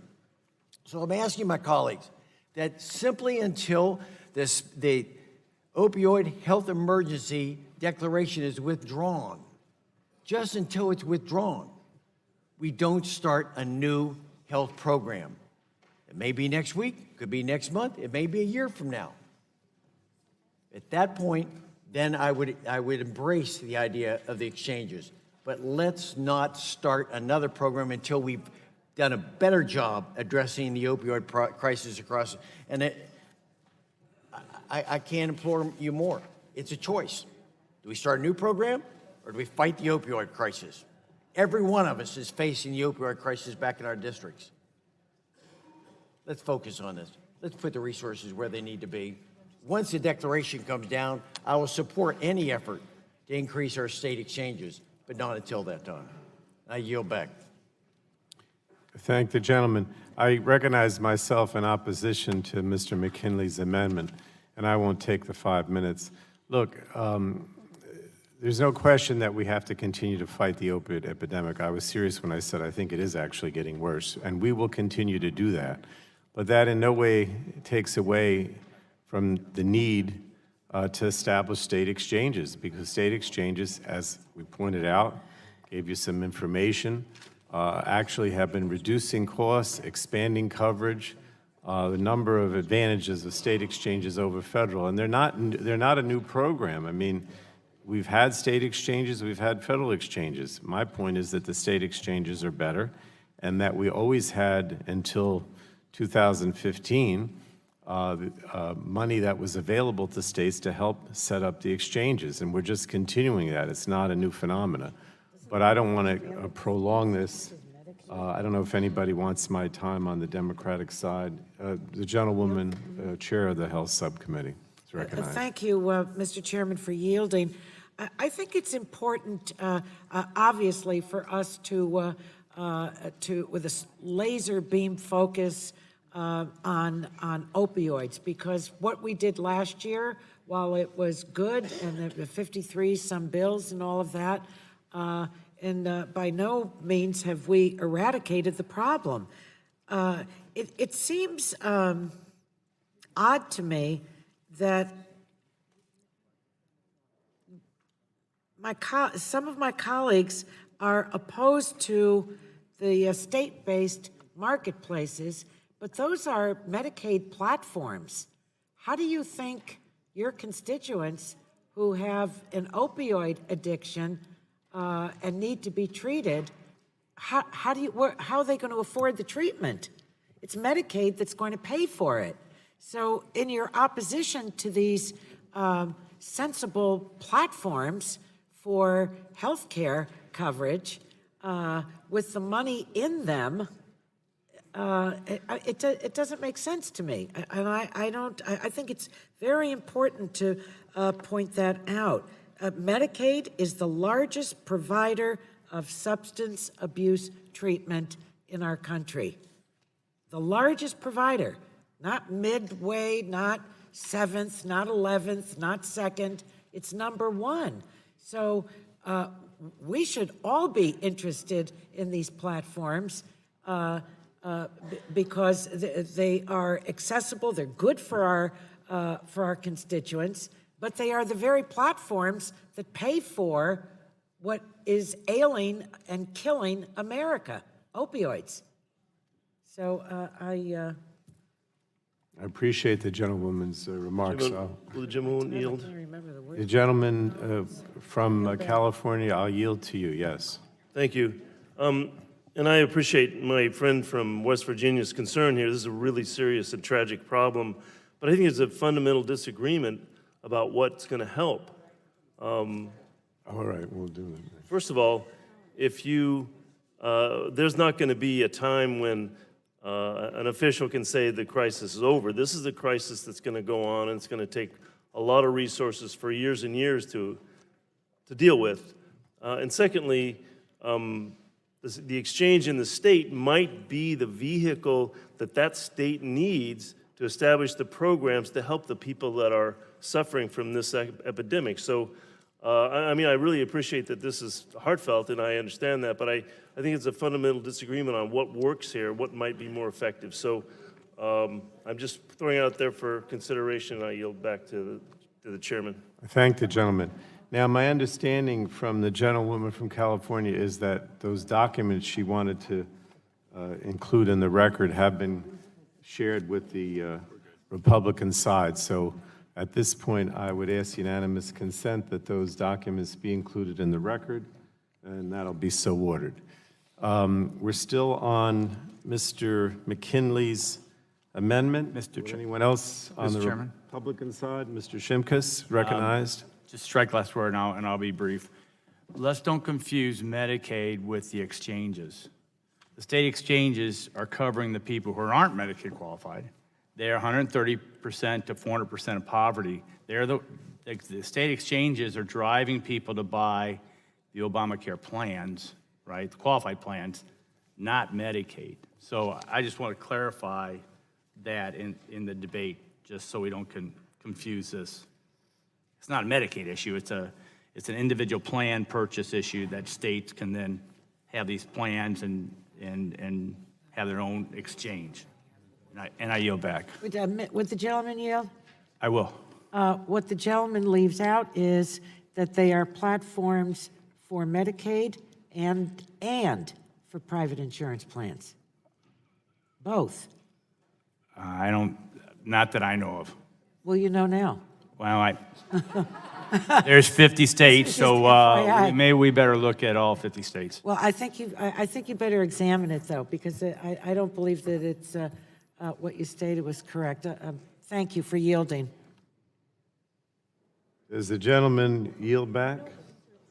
All right, anyone else want to talk about the McKinley Amendment? Otherwise, we'll proceed. I'm sorry, we have a point of order. Yes, Mr. Chairman, I'd like to make is he withdrawing? She hasn't done anything. Oh, do you insist on your point of order? We want to give Mr. McKinley an opportunity to speak with you, Mr. Chairman. Mr. McKinley, would you like to address this issue before we proceed? Would you like to withdraw your amendment?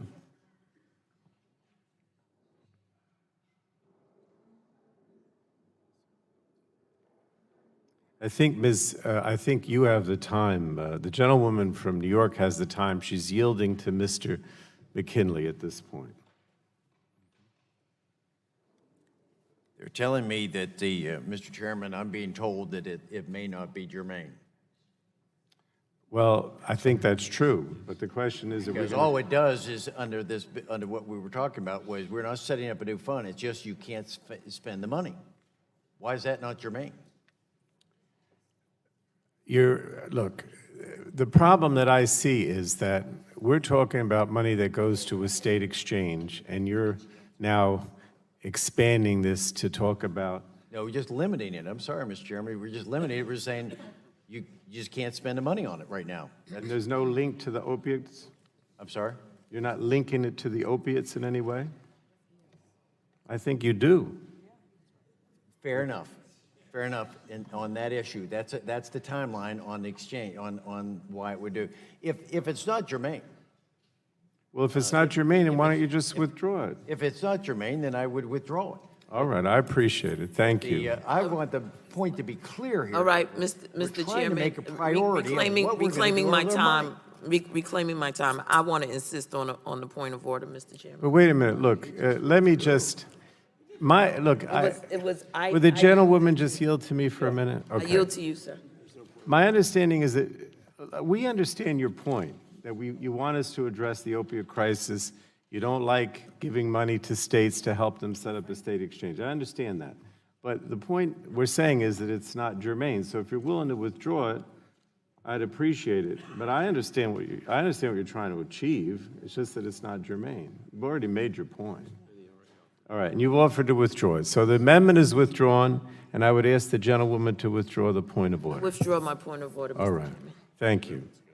Now we have, unless anyone else wants to amend H.R. 1385 further, we're going to proceed. Okay. So the question now occurs on reporting H.R. 1385 as amended to the House. All those in favor of, the gentleman would like a roll call, so we'll proceed to that. Recorded vote is ordered. Those in favor of favorably reporting H.R. 1385 as amended to the House will say aye. Those opposed will say no, and the clerk shall call the roll. Mr. Rush. Ms. Eshoo.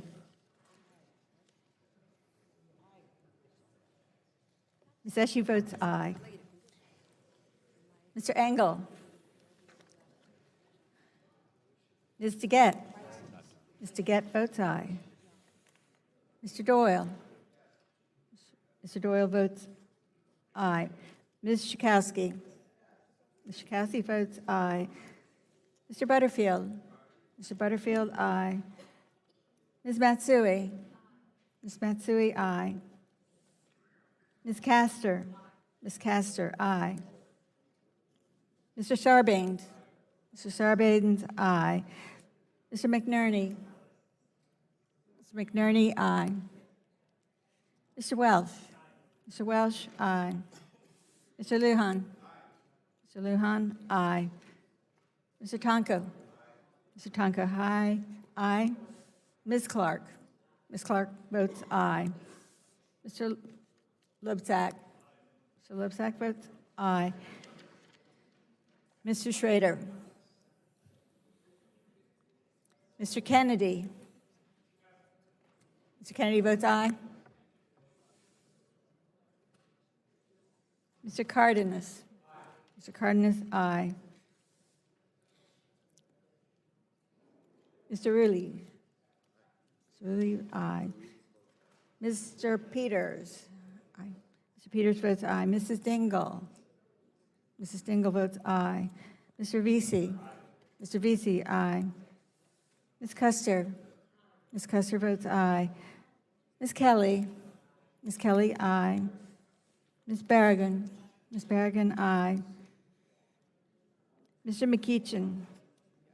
Ms. Blunt Rochester. Ms. Blunt Rochester, aye. Mr. Soto. Mr. Soto, aye. Mr. O'Halloran. Mr. O'Halloran, aye. Mr. Walden. Mr. Walden, no. Mr. Upton. Mr. Upton, no. Mr. Shimkus. Mr. Shimkus votes no. Mr. Burgess. Mr. Burgess, no. Mr. Scalise. Mr. Scalise votes no. Mr. Latta. Mr. Latta votes no. Mrs. Rogers. Mrs. Rogers, no. Mr. Guthrie. Mr. Guthrie votes no. Mr. Olson. Mr. Olson, no. Mr. McKinley. Mr. McKinley, no. Mr. Kinzinger. Mr. Griffith. Mr. Griffith votes no. Mr. Bilirakis. Mr. Bilirakis votes no. Mr. Johnson. Mr. Johnson, no. Mr. Long. Mr. Long votes no. Mr. Bouchon. Mr. Bouchon votes no. Mr. Flores. Mr. Flores, no. Mrs. Brooks. Mrs. Brooks votes no. Mr. Mullen. Mr. Hudson. Mr. Hudson votes no. Mr. Wahlberg. Mr. Wahlberg, no. Mr. Carter. Mr. Carter, no. Mr. Duncan. Mr. Duncan, no. Mr. Giaforte. Mr. Giaforte, no. Mr. Pallone. Votes aye. Mr. Pallone votes aye. Does any member still need to record their vote?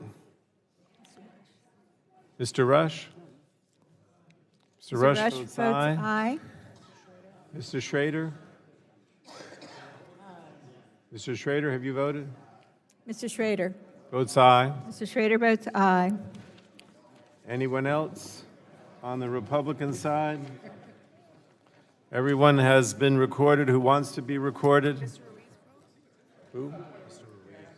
Mr. Ruiz, did you vote? He left the room. Is Mr. Ruiz recorded? Yes, Mr. Chairman. All right. Voting aye. If any, does any other member need to be recorded? It looks like no. So we'll ask the clerk to report the tally.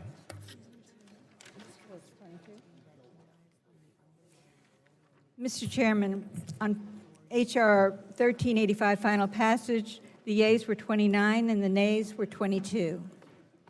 The vote is 29 ayes to 22 noes. H.R. 1385 as amended is favorably reported to the full House.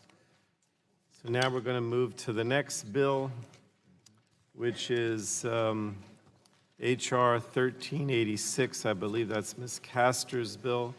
The chair calls up H.R. 1386, the Expand Navigators Resources for Outreach, Learning, and Longevity, or Enroll Act of 2019, and the clerk will report the title of the bill. H.R. 1386, a bill to amend the Patient Protection and Affordable Care Act. Without objection, the first reading of the bill will be dispensed with. The bill is now considered as read. Would anyone like to, well, Ms. Castor is the sponsor. I recognize you to speak in support of the bill for 5 minutes. Thank you, Mr. Chairman. I move to strike the last word. Members, navigators provide independent professional guidance to consumers on their health insurance options offered through the healthcare.gov marketplace. I think we all recognize that we need to be doing everything we can to lower cost and make health insurance affordable for American families. The size of the insurance pool, the stability of the insurance pool is a key factor in affordability. And that's why the Affordable Care Act included the independent community-based navigator initiative to help educate our neighbors back home on all of the options. But even after 6 open enrollment periods, there are many consumers who are unaware of their health insurance options. And after all, they change over time, and they change from year to year. But a November 2018 Kaiser Family Foundation poll found that only 1/3 of consumers were aware that Congress had zeroed out the penalty for not having insurance. And only 24% could correctly name the dates when the open enrollment period ended. This is partly a result of the administration's assault on the Affordable Care Act and consumer education and outreach, and a slashing of in-person assistance. Our independent community-based navigators are unique because they are required to give special attention to people who are likely to be eligible to enroll. The navigators are your neighbors, your community health centers, your local nonprofit organizations. They are known within the community. So if you want to keep premiums, deductibles, and co-payments low, you do not want to whittle away at the insurance pool. You want to have a robust insurance pool, and that's what our navigators ensure. And for those of you that weren't in the Health Subcommittee meeting, we had expert testimony on this point from Audrey Morse-Gastire, who runs the Massachusetts Health Connector. She told us outreach is an integral part of successful coverage expansion and is also an essential component of keeping risk pools stable by drawing often healthier risk into the marketplace, improving market stability and affordability for all. The Health Connector runs a robust navigator program that's a mix of community-based nonprofits, public health organizations, community health centers. Through deep community ties, navigators help bring new people into the ranks of the insured because they can assist people where they live, work, and go to school. And then Peter Lee, who is the executive director of Covered California, he testified that a stable individual insurance market does not just happen on its own. Investments in marketing, outreach, and enrollment assistance play a vital role in maintaining enrollment and attracting healthy risk, which in turn lower premiums, encourage carrier participation, and foster stable markets. Navigators play an important role in the constellation of service channels facilitating marketplace enrollment, particularly among traditionally underserved populations. What he testified is he said that they work in tandem with your insurance agents and brokers. But remember, they are really operating on two different playing fields. It's vitally important that we keep these navigators on the beat. I urge a yes vote on this bill and move it forward. Thank you, and I yield back. Thank the gentlewoman. Anyone on the Republican side? Mr. Long is recognized for 5 minutes. I move to strike the last word. Thank you, Mr. Chairman. I was a professional auctioneer for 30 years before I came to Congress. As an auctioneer, you would take training and you would learn things. You had continued education, learn to sell real estate, learn to sell chattel property.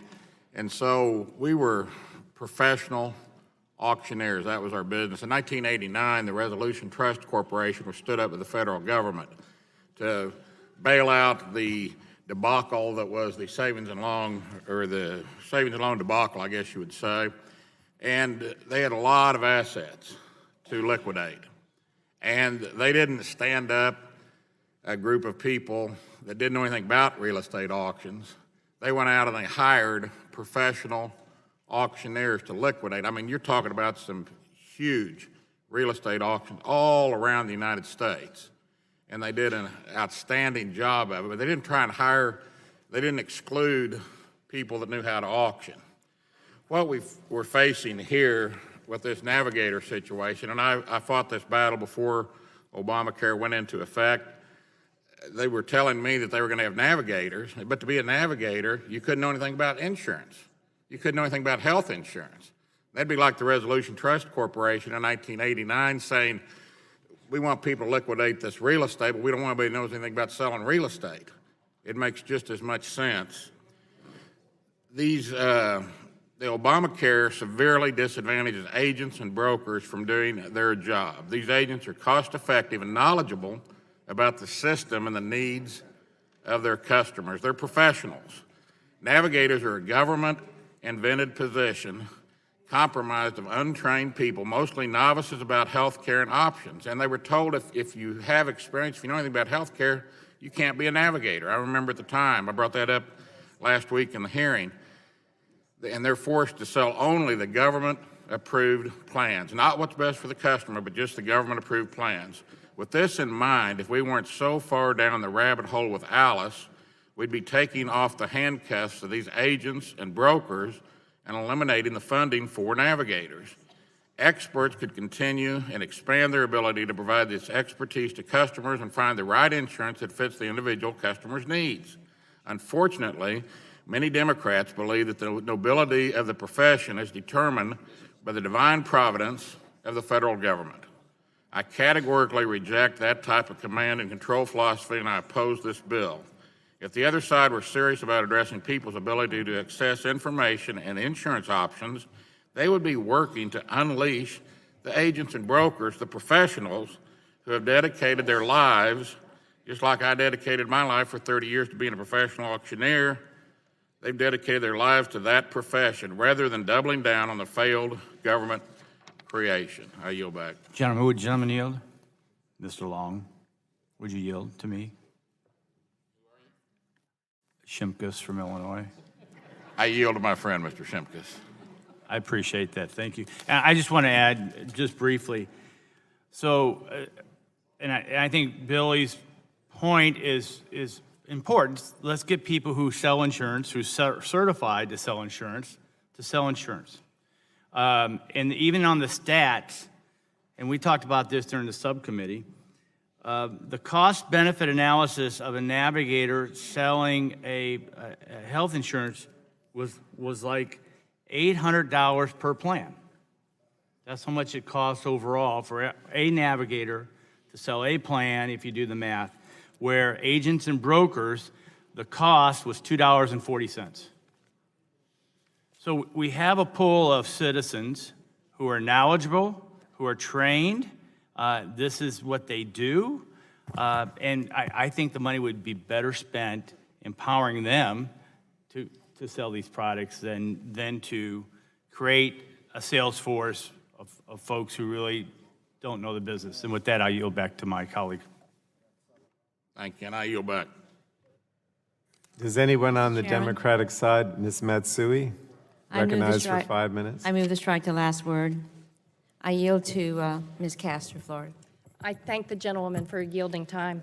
I just wanted to respond. The brokers and agents do play a very important role in the individual marketplace of healthcare.gov, but they are no substitute for independent, unbiased advice from our navigators. And this has been analyzed a few times.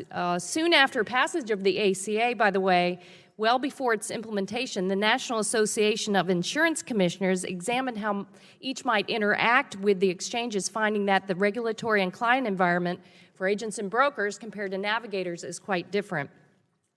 The Kaiser's Family Foundation also found that, and if you listen to these statistics, only 85% of brokers said few or no clients required language translation help, compared to 54 assisters, the navigators and counselors. 60% of brokers said few or no clients lacked internet at home, compared to 24% of the navigators. 76% of the navigators said they served Latino clients, compared to 48% of brokers. 56% of assisters and navigators said most or nearly all of their clients were uninsured, compared to 30% of brokers. 42% of assisters said most or nearly all of their clients could qualify for Medicaid, compared to just 8% of brokers. At least, according to at least one insurance agent quoted by Kaiser Health News, most independent brokers want nothing to do with ACA plans because insurers have cut their commissions. We've been sending people to navigators. So for the past 2 years, consumers have known they can go to navigators even after being enrolled for assistance in resolving problems with their insurance or figuring out how to determine how much they receive in subsidies when filing taxes. Brokers are not required to provide that service. It's important to keep them all out there working so that we can keep costs low, so that we have a broad and robust insurance pool. That's what insurance is all about. I yield back my time unless anyone else would like it. Thank you. The gentlewoman has yielded back. So we are still under the underlying bill. Does anyone else want to talk on that? Otherwise, we're going to move to amendments. No? All right.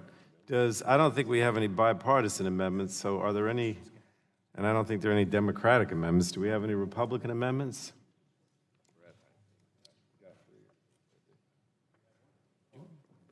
Gentleman from Kentucky. Mr. President, Mr. Chairman, I'm sorry. Mr. I don't Chairman, I'm Mr. used to my Chairman. state senate day. Sorry when I said Mr. President. Mr. Chairman. Mr. Chairman. I'm sorry. Excuse me? Mr. Chairman.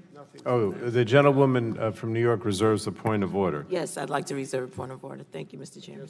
I just want to say I was strike the last word. Oh, you can strike the last word, sure. Go ahead. My understanding is there was an amendment to desk that we were going to support. It was, it actually says, in awarding such grants, in exchange may consider an entity's record with respect to waste, fraud, and abuse for purposes of maintaining the integrity of such exchange. We understand that amendment had been provided to this, and we were prepared to support that from our side. if it's offered. Would the gentleman yield? Wait a minute, look, let's start over again here.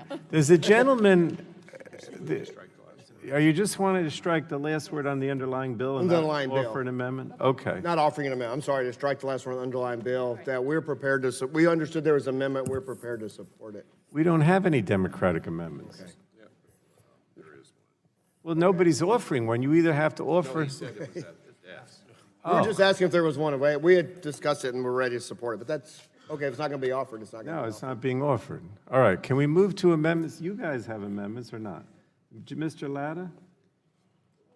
Thank you, Mr. Chairman. Mr. Chairman, Oh, the gentlewoman New York. reserves a point of order to Mr. Latta's amendment. I do, Mr. All Chairman. right. Mr. Latta, do you call up your amendment? Thank you very much. It's H 1386-FC-AMD underscore 01 dot XML. Does the clerk have that amendment?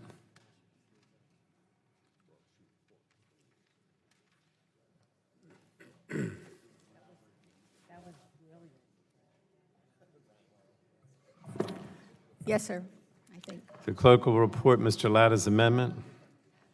Amendment to H.R. 1386 offered by Mr. Latta, page. Without 39. objection, the reading of the amendment will be dispensed with. The gentleman from Ohio is recognized for 5 minutes in support of his amendment. Well, thank you, Mr. Chairman. Move to strike the last word.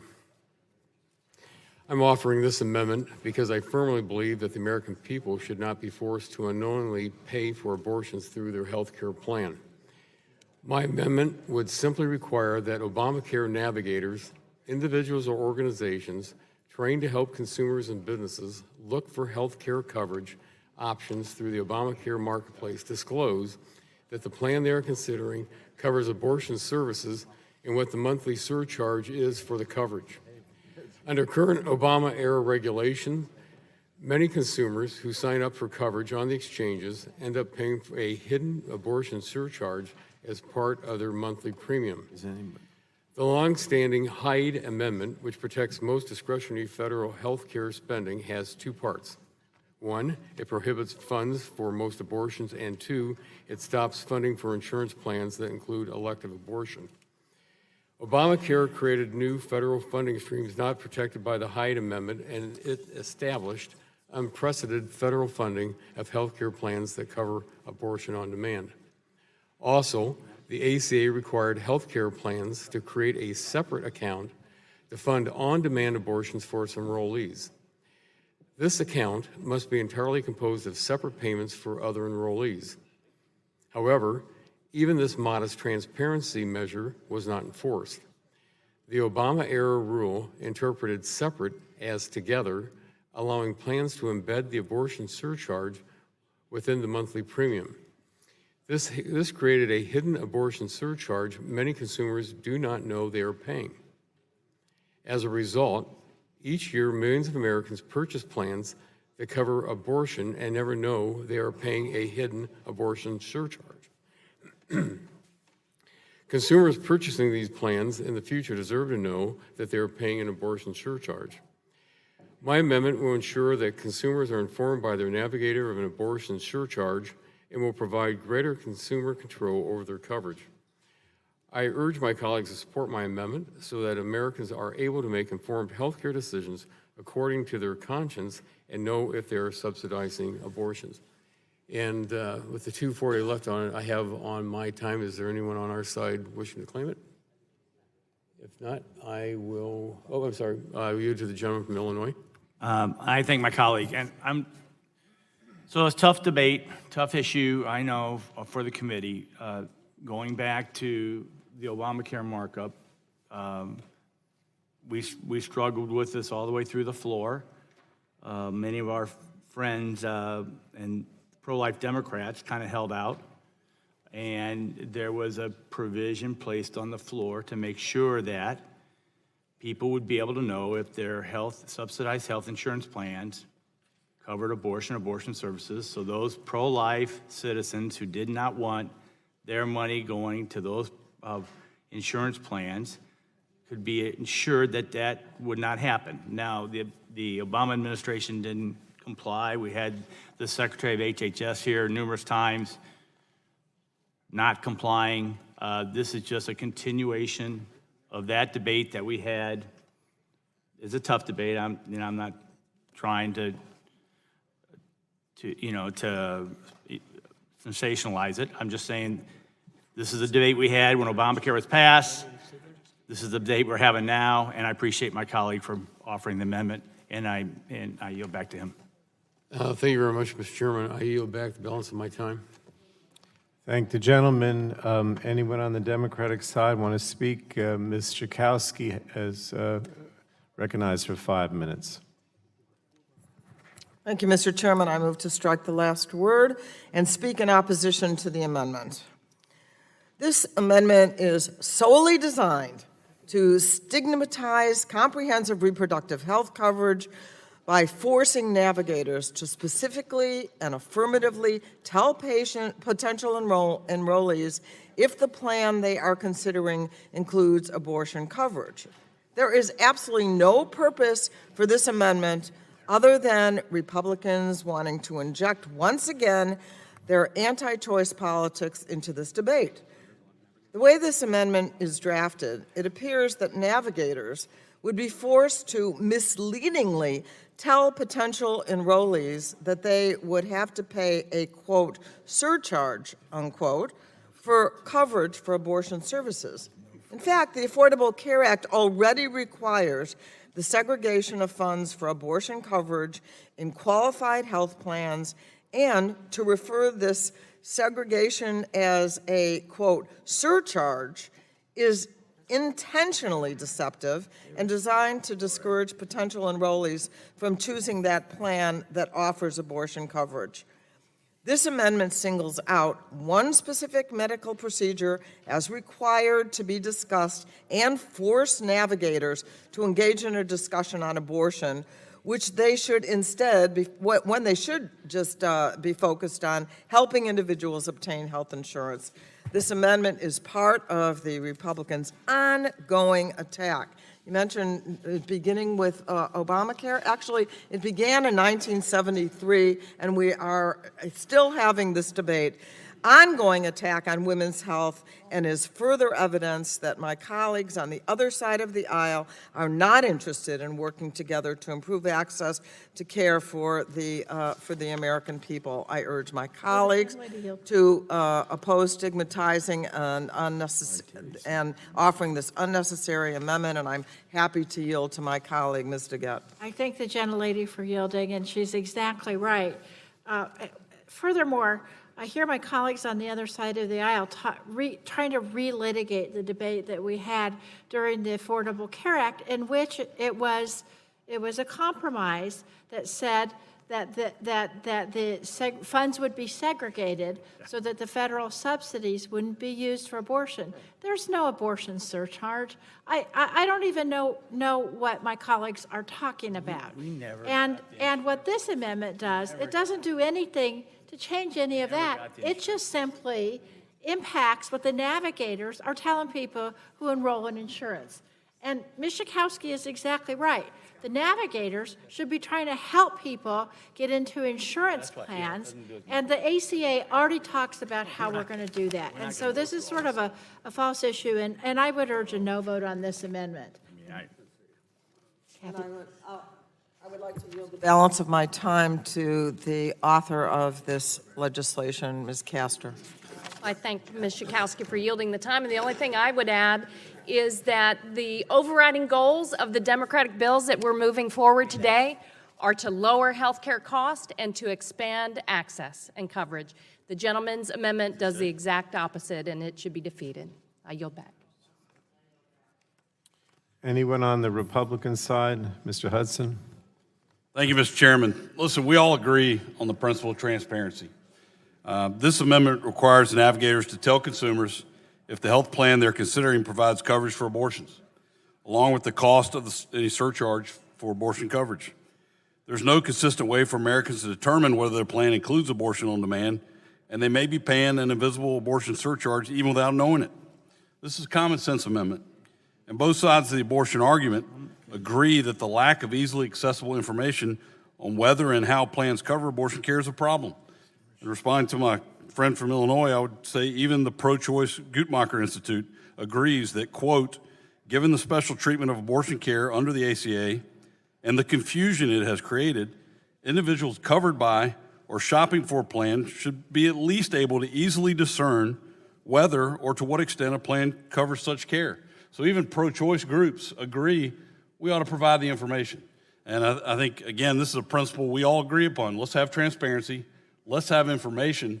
We're not relitigating the argument over pro-choice or pro-life. All we're saying is let's provide the information and let the consumers choose. Who can argue with that? I would be happy to. Yeah, I do want to talk about 6 or 8 years ago, because the agreement struck to get pro-life Democrats to support the bill was that it would be clearly identified on the insurance plans if they covered abortion or they did not. Numerous times when Secretary Sebelius was here, I personally asked her to produce that list, and each time she refused to do so.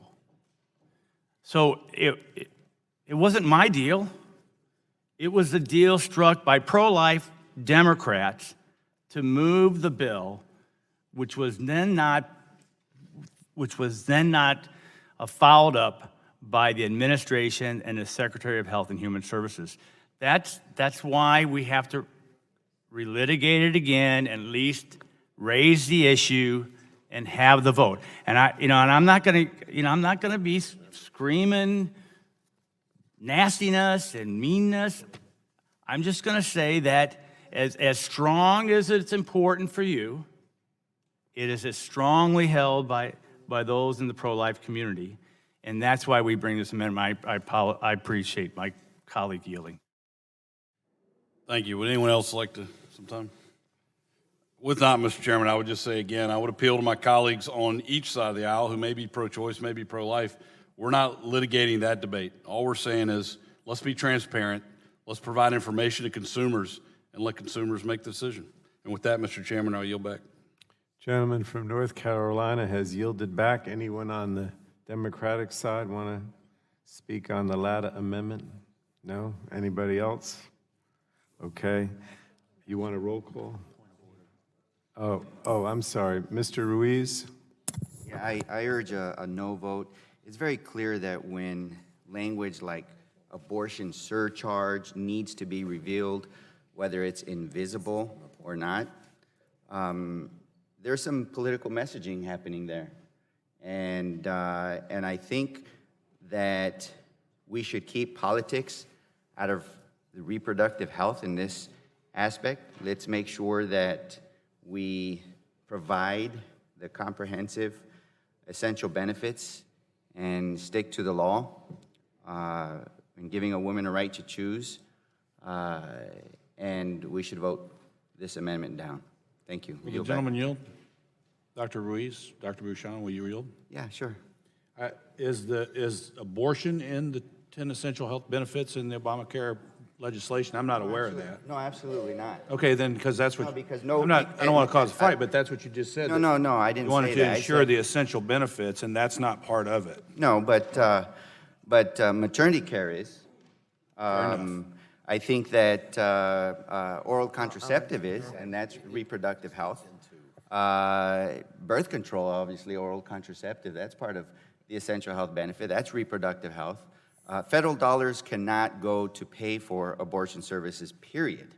So that's why it's very important that we all understand that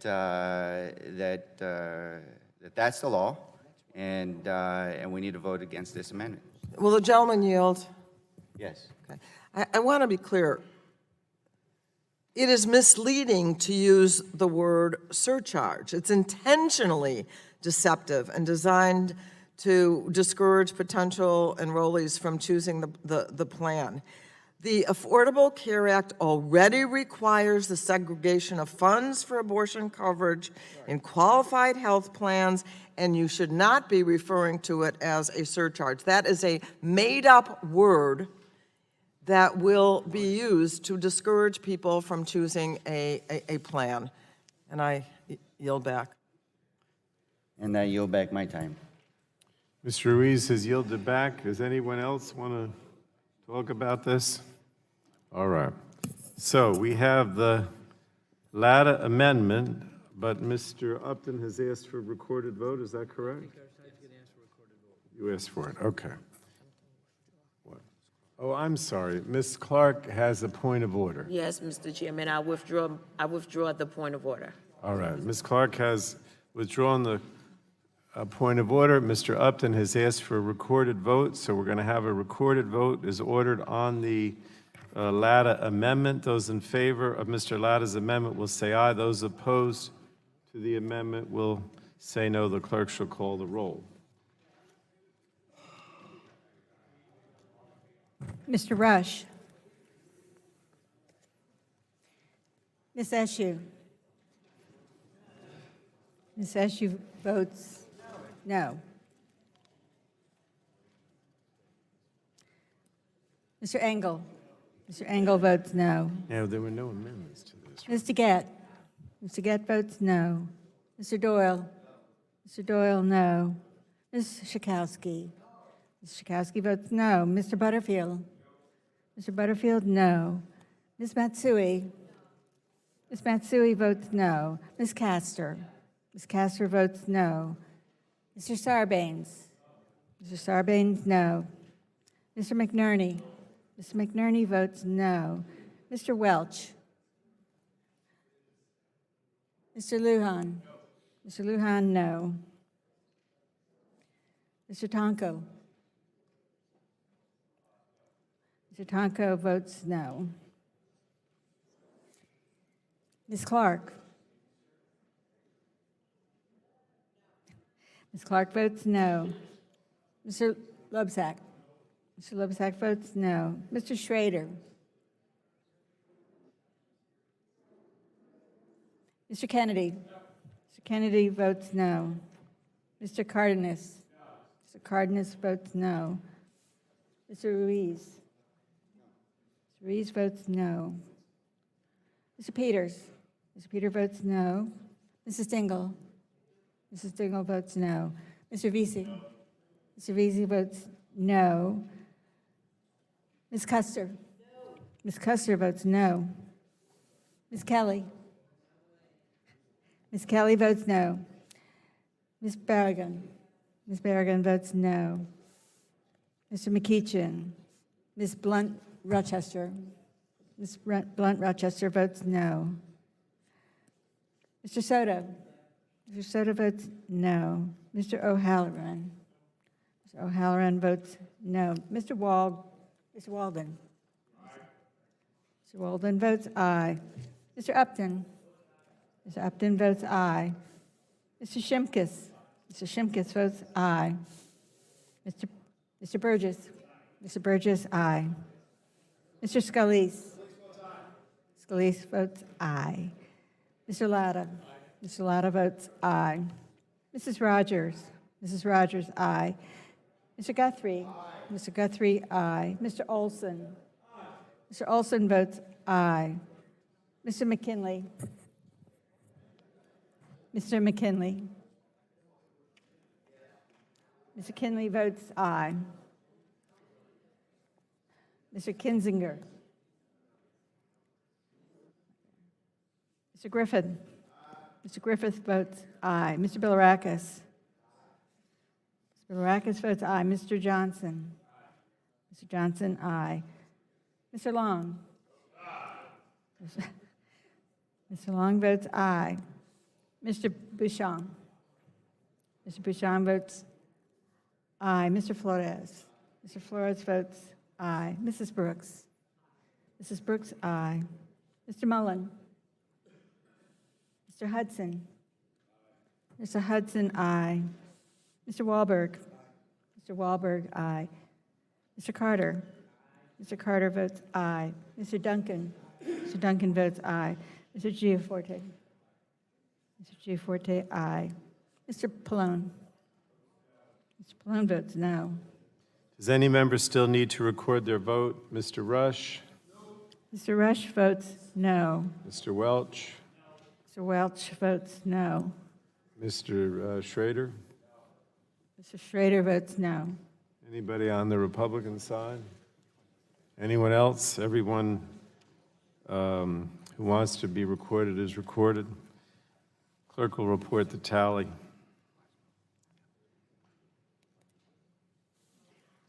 Mr. Chairman, on that vote, the yeas were 22, the nays were 30. The vote is 22 ayes to 30 noes. The latter amendment is not agreed to. Are there any further amendments to H.R. 1386? Dr. Burgess.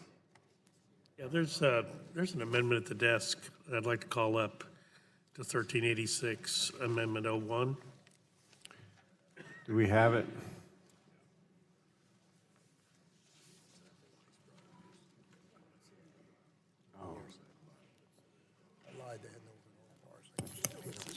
All right, thanks.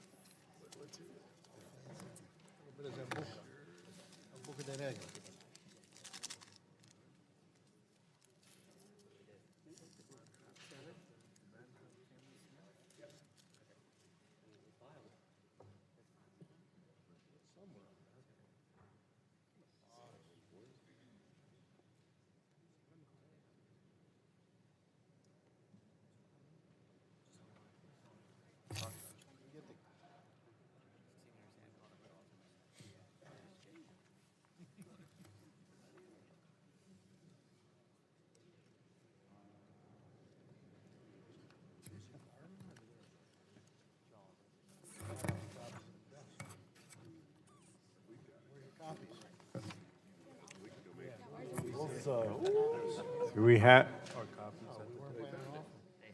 We haven't.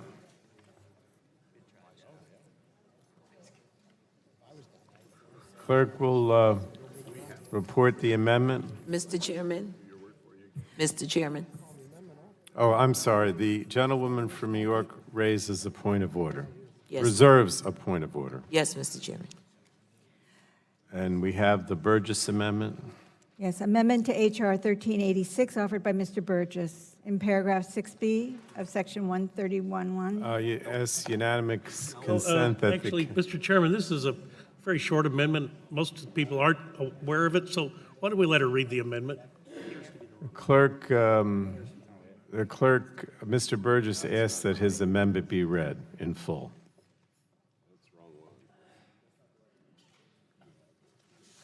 It looks more like this. You want my copy? You wanted the Republicans to help the clerk with whatever they're putting up here?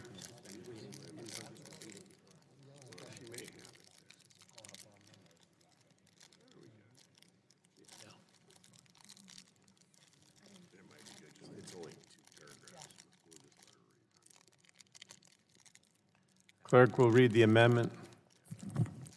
Amendment to H.R. 1386 offered by Mr. Burgess, page 2, line 15, strike solely. In subparagraph C of section 1311.1.2 of the Patient Protection and Affordable Care Act, as proposed to be added by section 2A1, add to the end the following flush sentence, quote, "In awarding such grants, an exchange may consider an entity's record with respect to waste, fraud, and abuse for purposes of maintaining the integrity of such exchange," close quote. Mr. Burgess is recognized in support of his amendment for 5 minutes. And thank you, Mr. Chairman. First off, this is not an amendment that I filed. My understanding was the majority had filed this amendment, but as I heard the reading of it just now, I'd say it sounds very reasonable. An entity's record with respect to waste, fraud, and abuse for purposes of maintaining the integrity of such an exchange. I think that's something that we should be for, and I think we should have a chance to vote on this amendment, and I would urge members to support it. And I will yield back.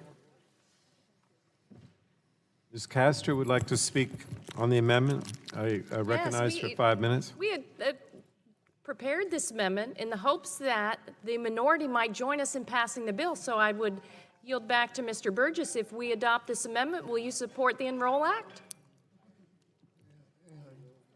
The gentleman, the gentlewoman has the time. Yield it to Mr. Burgess, I guess. I get, okay, I'm not getting an answer. This amendment is not, it's not needed. There has been no issue with Navigator grantees across the country. Where there has been waste and abuse is actually in CMS. And I'd like to offer for the record the news report that broke last week. The exclusive key Trump health official spends millions on GOP-connected consultants. Apparently, the director of CMS now is going outside of the agency, spending millions of dollars on PR. The CMS director that has a whole host of folks who work for her in the publicity shop, public information, is going out and spending taxpayer dollars on promoting herself personally. That's where the abuse has been. That's where the fraud apparently is. So I would highlight that. I'll ask unanimous consent to Reserving the right this to for the object. record and ask everyone to vote this amendment down. Reserving the right to object. I don't know that we've seen that, and we had a long discussion about entering the CRS report into the Why record. don't we, without it being shared in advance and 2 hours in advance. We'll ask Time that to read the, it in advance and. We won't entertain the gentlewoman's motion until you've had a chance to look at it. We'll pass out copies and then we'll come back to it. All right?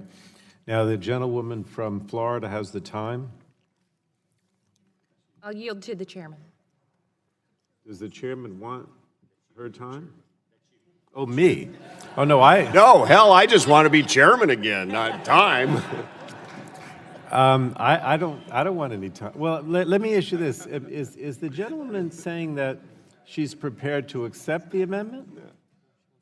No, I don't think so at this time.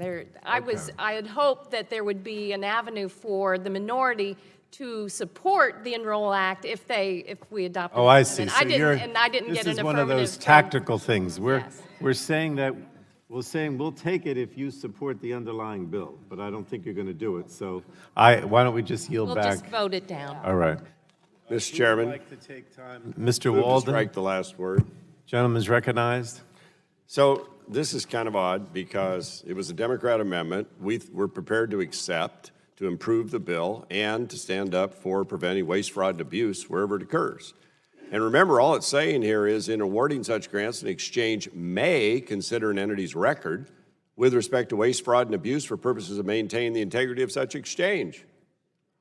Well, now that seems like a pretty reasonable addition and a pretty good safeguard that whether you're for or against the underlying bill, you'd want to include.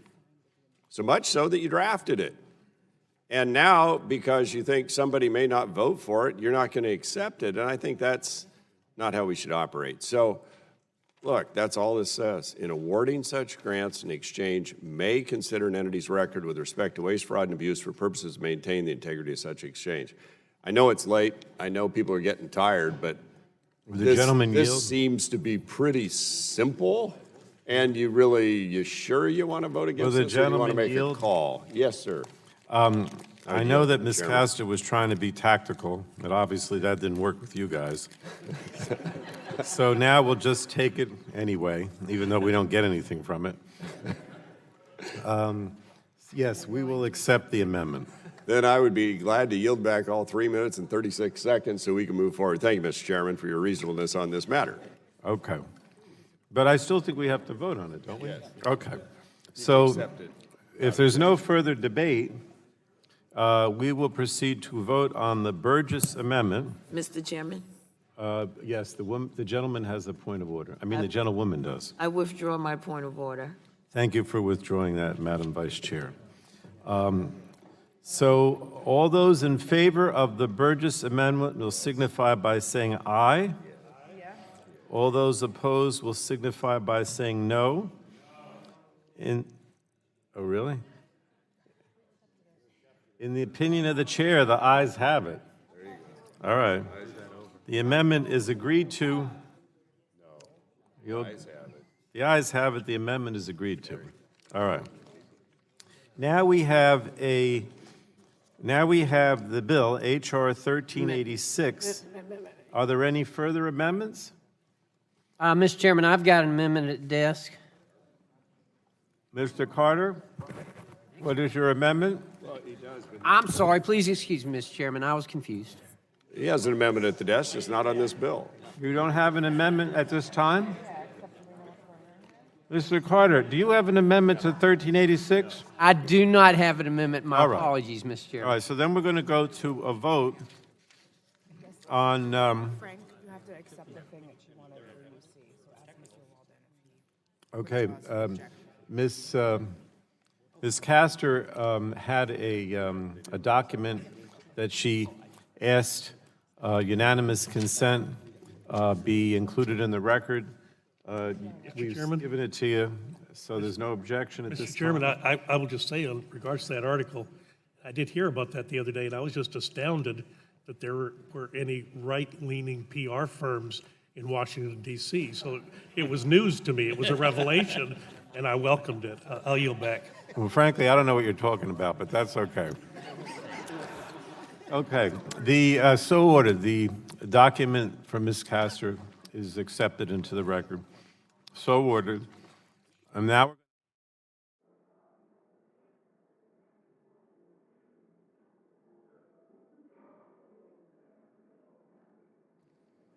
Ranking member wants a recorded vote on H.R. 1386 as amended.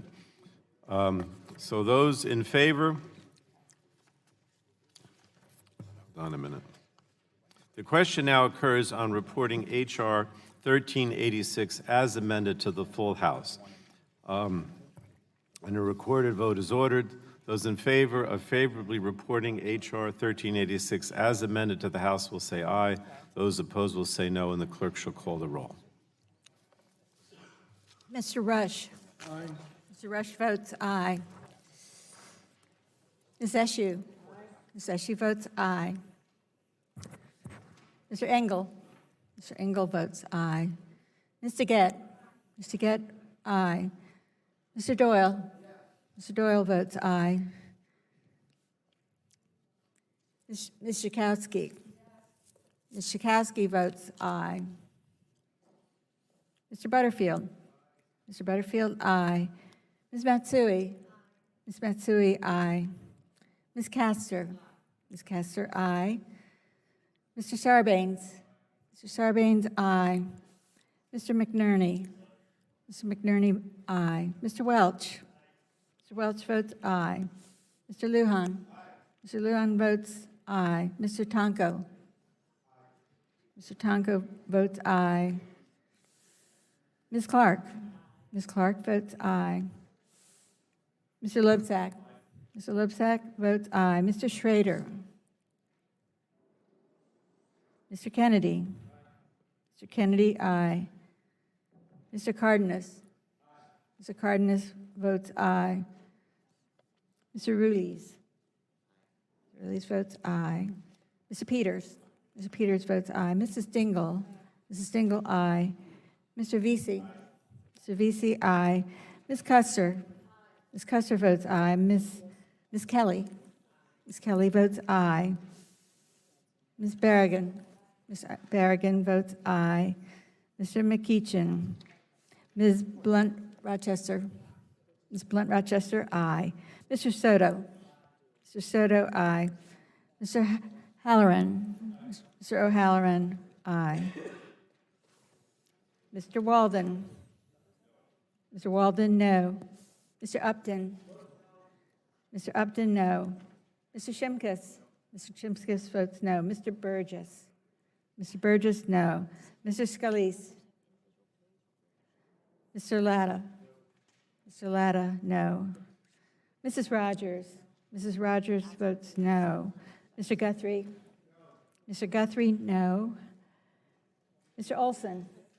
Mr. Olson, no. Mr. McKinley. McKinley votes no. Mr. Mr. Kinzinger.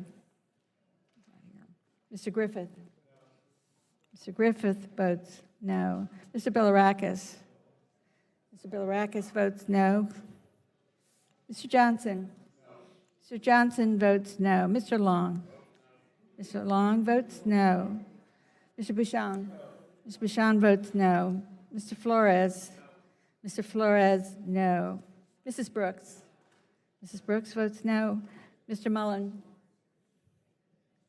Mr. Hudson. Mr. Hudson votes no. Mr. Wahlberg. Mr. Wahlberg, no. Mr. Carter. Mr. Carter votes no. Mr. Duncan. Mr. Duncan votes no. Mr. Giaforte. Mr. Giaforte, no.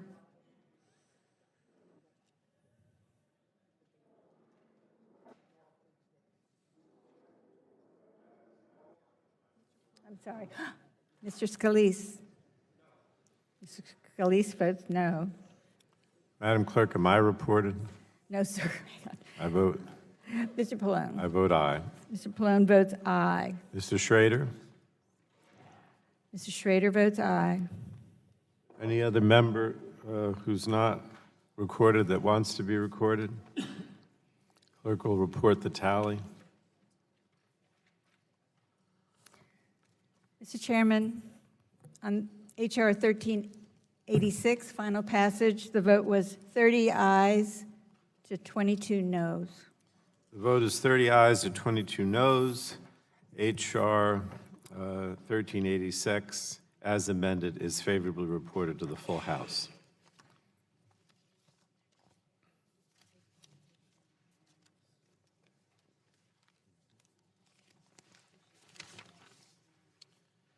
The next bill up for consideration in this packet is H.R. 987, sponsored by the gentlewoman from Delaware. The chair calls up H.R. 987, the Marketing and Outreach Restoration to Empower Health Education or More Health Education Act of 2019, and the clerk will report the title of the bill. H.R. 987, a bill to amend the Patient Protection and Affordable Care Act to provide for federal exchange, Without objection, the outreach, first and reading of the bill will be educational dispensed activities. with. The bill is now considered as read, and the gentlewoman from Delaware is recognized in support of her bill for 5 minutes. Thank you, Mr. Chairman. Today is an opportunity for us to do the work that our constituents sent us here to do. Build on the progress we've made by ensuring that all Americans have access to quality, affordable health care. Unfortunately, last Friday, we saw reports, as Ms. Castor submitted, that the Trump administration paid millions to what appears to be politically connected consultants, some of whom work not to advance the cause of expanding health care for all Americans, but instead to promote and bolster the public image of the CMS agency head. This raises serious questions about the administration's leadership over America's healthcare system and trust in CMS's ability to oversee our country's most critical health programs, Medicare, Medicaid, and the Affordable Care Act. While the administration was paying $2.25 million on the image of the agency or the head of it, it cut critically important advertising and outreach funding by 90%. Funding we use to educate people about coverage and open enrollment dates. This irregular allocation of funding needs to be questioned. That's why I support Chairman Pallone's call for an inspector general to investigate these contracts and determine whether this was an appropriate and legal use of taxpayer dollars. We deserve transparency, and I will work with my colleagues to shine a light on any inappropriate use of government funds. In light of this development, our work today is even more important than ever.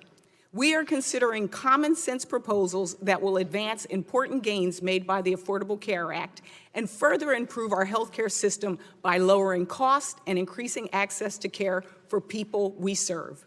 All of us, Republicans and Democrats, want the same thing for our constituents: affordable, accessible, high-quality health care. So I ask my colleagues to join in support of H.R. 987, the More Health Education Act, which will restore funding to the ACA's marketing and outreach programs to help attract healthy people to the marketplace, stabilizing the risk pool. The administration's decision to drastically cut the marketing and outreach budget for all 50 states from $100 million to just $10 million undermines the marketplace and fails the American people. Mid-November of 2019, the Kaiser Family Foundation conducted a study during the open enrollment period and found that only 1 in 4 uninsured adults knew the deadline to enroll. With the administration's decision to cut the open enrollment period in half and reduce the Navigator program by more than 80%, we now have less time and fewer resources to get the message out and let people know when to sign up for coverage. We know that funding the ACA's outreach and marketing not only boosts enrollment, but it is cost-effective. According to Joshua Peck, a former senior advisor at CMS who oversaw the marketing program, the private sector spends between $250 and $1,000 per enrollment. How much did it cost the federal government? $29. It cost the government just $29 to enroll someone in the individual marketplace using TV ads. That's getting your money's worth. A July 2018 Government Accountability Office report on ACA outreach and enrollment even cites an HHS study on the most effective forms of advertising for new and returning enrollees. The GAO found that the study named television ads as one of the best forms of advertising for enrolling Americans. Despite objective facts-based analysis, the administration eliminated these ads. That study has yet to be made public, which is why I led a letter with my Energy and Commerce colleagues calling for CMS to release it. The American people deserve to know the facts. I'm proud to say groups representing doctors, hospitals, and patients support this bill. Because when we help educate Americans about when they can enroll and what their options are, we can help more people get covered, create a better risk pool, and bring down the cost of premiums, moving one step closer to stabilizing the individual marketplace. That's why I thank my colleagues on both sides of the aisle for moving my bill out of the Health Subcommittee. Without any objections, I thank you very much for that. That was very nice. And I hope that we can come together so that we can do that again today. Thank you, Mr. Chairman, and I yield back. I thank the gentlewoman. Now we're commenting on the underlying bill. We haven't gotten to the amendments yet. Does anybody on the Republican side would like to comment on the bill itself? All right, then we'll move to amendments. I know that the gentlewoman has, there are no bipartisan amendments. The gentlewoman has a manager's amendment. Recognize the gentlewoman from Delaware to offer that. Mr. Chairman, I have an amendment at the desk labeled Amendment to H.R. 987. My amendment would make a technical change to the bill. My amendment. Clerk, we have to report it first. We have a copy? I do. All right, the clerk will report the amendment. Amendment to H.R. 987 offered by Ms. Blunt Rochester. Page Without 2. objection, the reading of the amendment will be dispensed with, and gentlewoman from Delaware is recognized for 5 minutes. Thank you, Mr. Chairman. This is just a technical change to the bill, and it ensures that the Department of Health and Human Services conducts outreach and advertising about the ACA, not just to individuals who just enrolled, but also to people who are currently enrolled, to make sure that they are reminded of when the coverage deadlines are. Gentlewoman yields back. Does anyone, the gentleman from Virginia is recognized on the Lisa Rochester amendment. Thank you, Mr. Chairman. If I could ask counsel some questions, because I understand now what the gentlewoman is attempting to do, but when you go from potential enrollee to an individual, it clearly is broader. So the question is, what are the legal ramifications of that expansion? And what I'm looking for is, does this mean we now have to reach out to people who would not otherwise be eligible if they're on Medicare, or would it, and could it also be that they would now have to reach out to people who would not be eligible for tax credits, even though they theoretically could enroll illegal aliens, et cetera? The question is addressed of the counsel. Committee counsel. Sorry, could you repeat the question? Sure. I'm trying to figure out what the legal ramifications of switching from potential enrollee to an individual, which is clearly broader. So my question would be, is that shift going to make it so that HHS has to reach out to people, say, who couldn't enroll, on people who are on Medicare, who are over the age of 65, or to people who wouldn't be eligible for a tax credit, but could theoretically still enroll, say, an illegal alien? The amendment is intended to ensure that individuals that are currently enrolled can also be, and that is what the agency had suggested in their technical assistance. I understand that's what its intent is. I'm asking you as counsel, is that as far as it goes? Because it looks like to me the word individual goes so broad it could include other classes. May not have been the gentlewoman's intent, may not have been the agency's intent, but our job is to make sure we know what these words are and how they're impacted by the law. So wouldn't it include other individuals who could theoretically sign up but who would not be eligible for a tax credit? I can't speculate on who else the agency may determine that they need to do outreach. Well, I'm not asking you to speculate, I'm asking you for an opinion as an attorney. Again, I think that is within the scope of the Secretary's discretion with respect to using these funds. So the answer would be, yes, the Secretary could do that. There wouldn't seem to be within the scope of the bill, no. So the Secretary couldn't do that. The Secretary could do that, but there is no reason why to believe that would be within the Secretary's discretion to do. Because individual is much broader than enrollee, correct? Potential enrollee. Yes, individual is broader than potential enrollee. Absolutely. Thank you. I appreciate that very much and yield back. All right, so we're on the manager's amendment sponsored by the gentlewoman from Delaware. Does anyone else want to speak on that?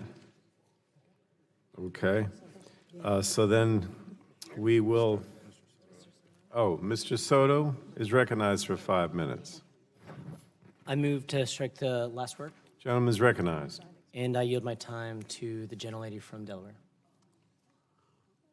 I thank the gentleman for his question, and since it's my bill, I would like to share a little bit of intention here. You asked what was the intention. The intention is, for example, we talked about television ads.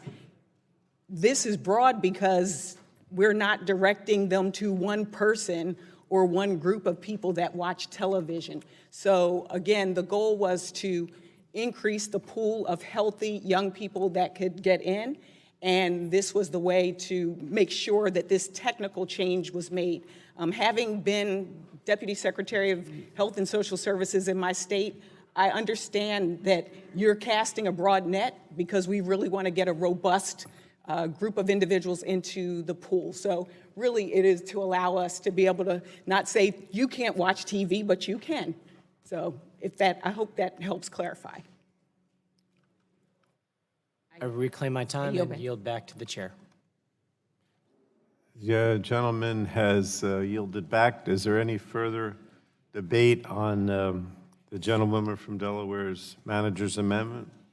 If not, we'll proceed to a vote. All those in favor of the amendment will signify by saying aye. All those opposed will say no. In the opinion of the chair, the ayes have it, and the amendment is agreed to. Are there any further amendments to H.R. 987? Mr. Chairman. Who seeks recognition? Oh, Mr. Carter. Do you have, did someone raise a point of order? Oh, Mr. Carter? Yes, sir. What Mr. is your Chairman, I have an amendment labeled? amendment at the desk. Does the clerk have the amendment by Mr. Carter? To these two. Yeah, to these two. And then it's Castor. And it's Castor. 2. How is it labeled? It is labeled 2 of 2. O2? 02. Clerk has it. Clerk will report the amendment. Amendment to H.R. 987 offered by Mr. Carter. Page 3, beginning on Without line objection, the 10. reading of Mr. Carter's amendment will be dispensed with. Mr. Chairman. gentlewoman from New York raises a point of order, Yes, Mr. Chairman. reserves a point of I order. reserve a point of order, Mr. Chairman. Okay, and Mr. Carter is recognized for 5 minutes in support of his amendment. Thank you, Mr. Chairman. Mr. Chairman, I thought we had a very good, robust debate at our subcommittee markup, so I wanted to offer this amendment again and hope that my friends across the aisle had reconsidered. And please understand, I know it's late, I know we've been here a long time, but I do offer this amendment with all sincerity and do feel like it is extremely important. And I hope that I can articulate the points that I'm trying to make here. For the members who were not at our Health Subcommittee markup, and I'm concerned that the taxpayer dollars in the underlying legislation are strictly available for outreach and education about Obamacare plans. Instead of educating patients on all plan options available to them, this bill places a federal restriction on utilizing the funding for the promotion of more affordable choices. In this case, the short-term limited duration insurance plans. Now, I know that you refer to these plans, these short-term plans, as junk plans. But if we look at the facts, we'll see a couple of things. First of all, for starters, these plans were legal under the Obama administration. Again, short-term limited duration insurance was legal under the Obama administration. If you're referring to these as junk plans now, they were junk plans back then. They have not changed. These plans were also regulated. Another fact that was ignored in our debate last week, they were regulated at the state level under the Obama administration, and they are still regulated at the state level under the Trump administration. On the federal level, towards the end of his term, President Obama's administration restricted these plans from being able to be held for 12 months to just 3 months. The Trump administration has since revised these regulations, once again allowing short-term plans to be available to consumers for up to 364 days, renewable up to 36 months. In today's marketplace, the facts are that premiums across the country are too high for too many patients, and in about a third of the country, Obamacare only offers one choice. The Trump administration regulation aims to provide relief from rising premiums and expand access to affordable health care plans. These short-term plans are more affordable and may be attractive options for individuals who are between jobs, cannot afford Obamacare coverage, or cannot continue to see their doctor because they are out of network. And again, I want to reiterate, states have the abilities and the authority to regulate these plans. In Chairman Eshu's home state of California, they're banned. The same thing in New Jersey, Mr. Chairman, in your home state. In the Republican leader of the committee's state of Oregon, they're limited to 90 days. And in my state of Georgia and Dr. Burgess' state of Texas, the plans don't have any limitations. Now, I heard the arguments last week that these plans are no good. And I willingly admit that for many people, they might not be the right choice. Mr. Chairman, you made the point yourself that many people who buy these plans don't understand what they cover and what they don't cover. And that's my point exactly, why I'm advocating that they be educated. Now, here's where we differ. Chairman Pallone and Chairwoman Eshu seem to think what's best for their state is best for mine too.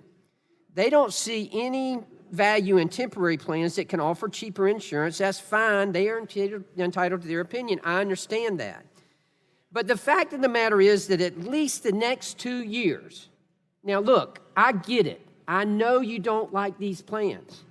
But the point remains that he's going to be president for at least 2 more years. I would submit that he's probably going to be president for 6 more years. I know you don't agree with that. But the point still remains that for at least the next 2 years, these plans are going to be offered. And we owe it to the citizens to let them know that they're available and let them know what they do. Now, when I was taking pharmacology, it was important for me to know what a drug does. But it was also important to know the side effects of a drug. It was also important to know what else it would do. That's what's important here, is educating these people. That's all we're trying to do. Again, I get it. I know you don't like these plans. I know you don't like this president.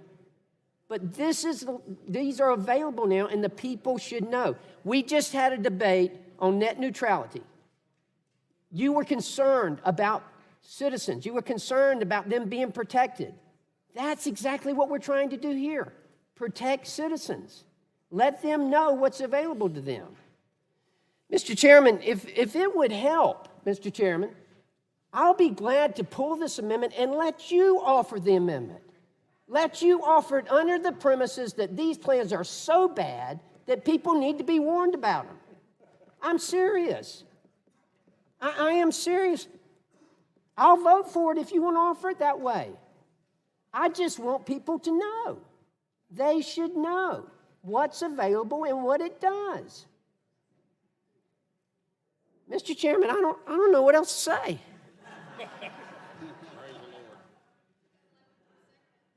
The gentleman finished? I yield, Mr. Chairman. I'm No, you don't have serious. anything I'm to yield. appealing to you. Time is up. I would like to, I'm going to just recognize myself in opposition to the gentleman's amendment. And I appreciate your enthusiasm. But look, the problem is you say a couple of things that I don't agree with. First of all, you suggest that, well, these plans are going to be around here anyway, so why not market them? Well, I don't agree with that. I know you're talking about the junk plans, and I think Mr. Shimkus may have another amendment. I don't know if he's going to do it or not with regard to the associated health plans.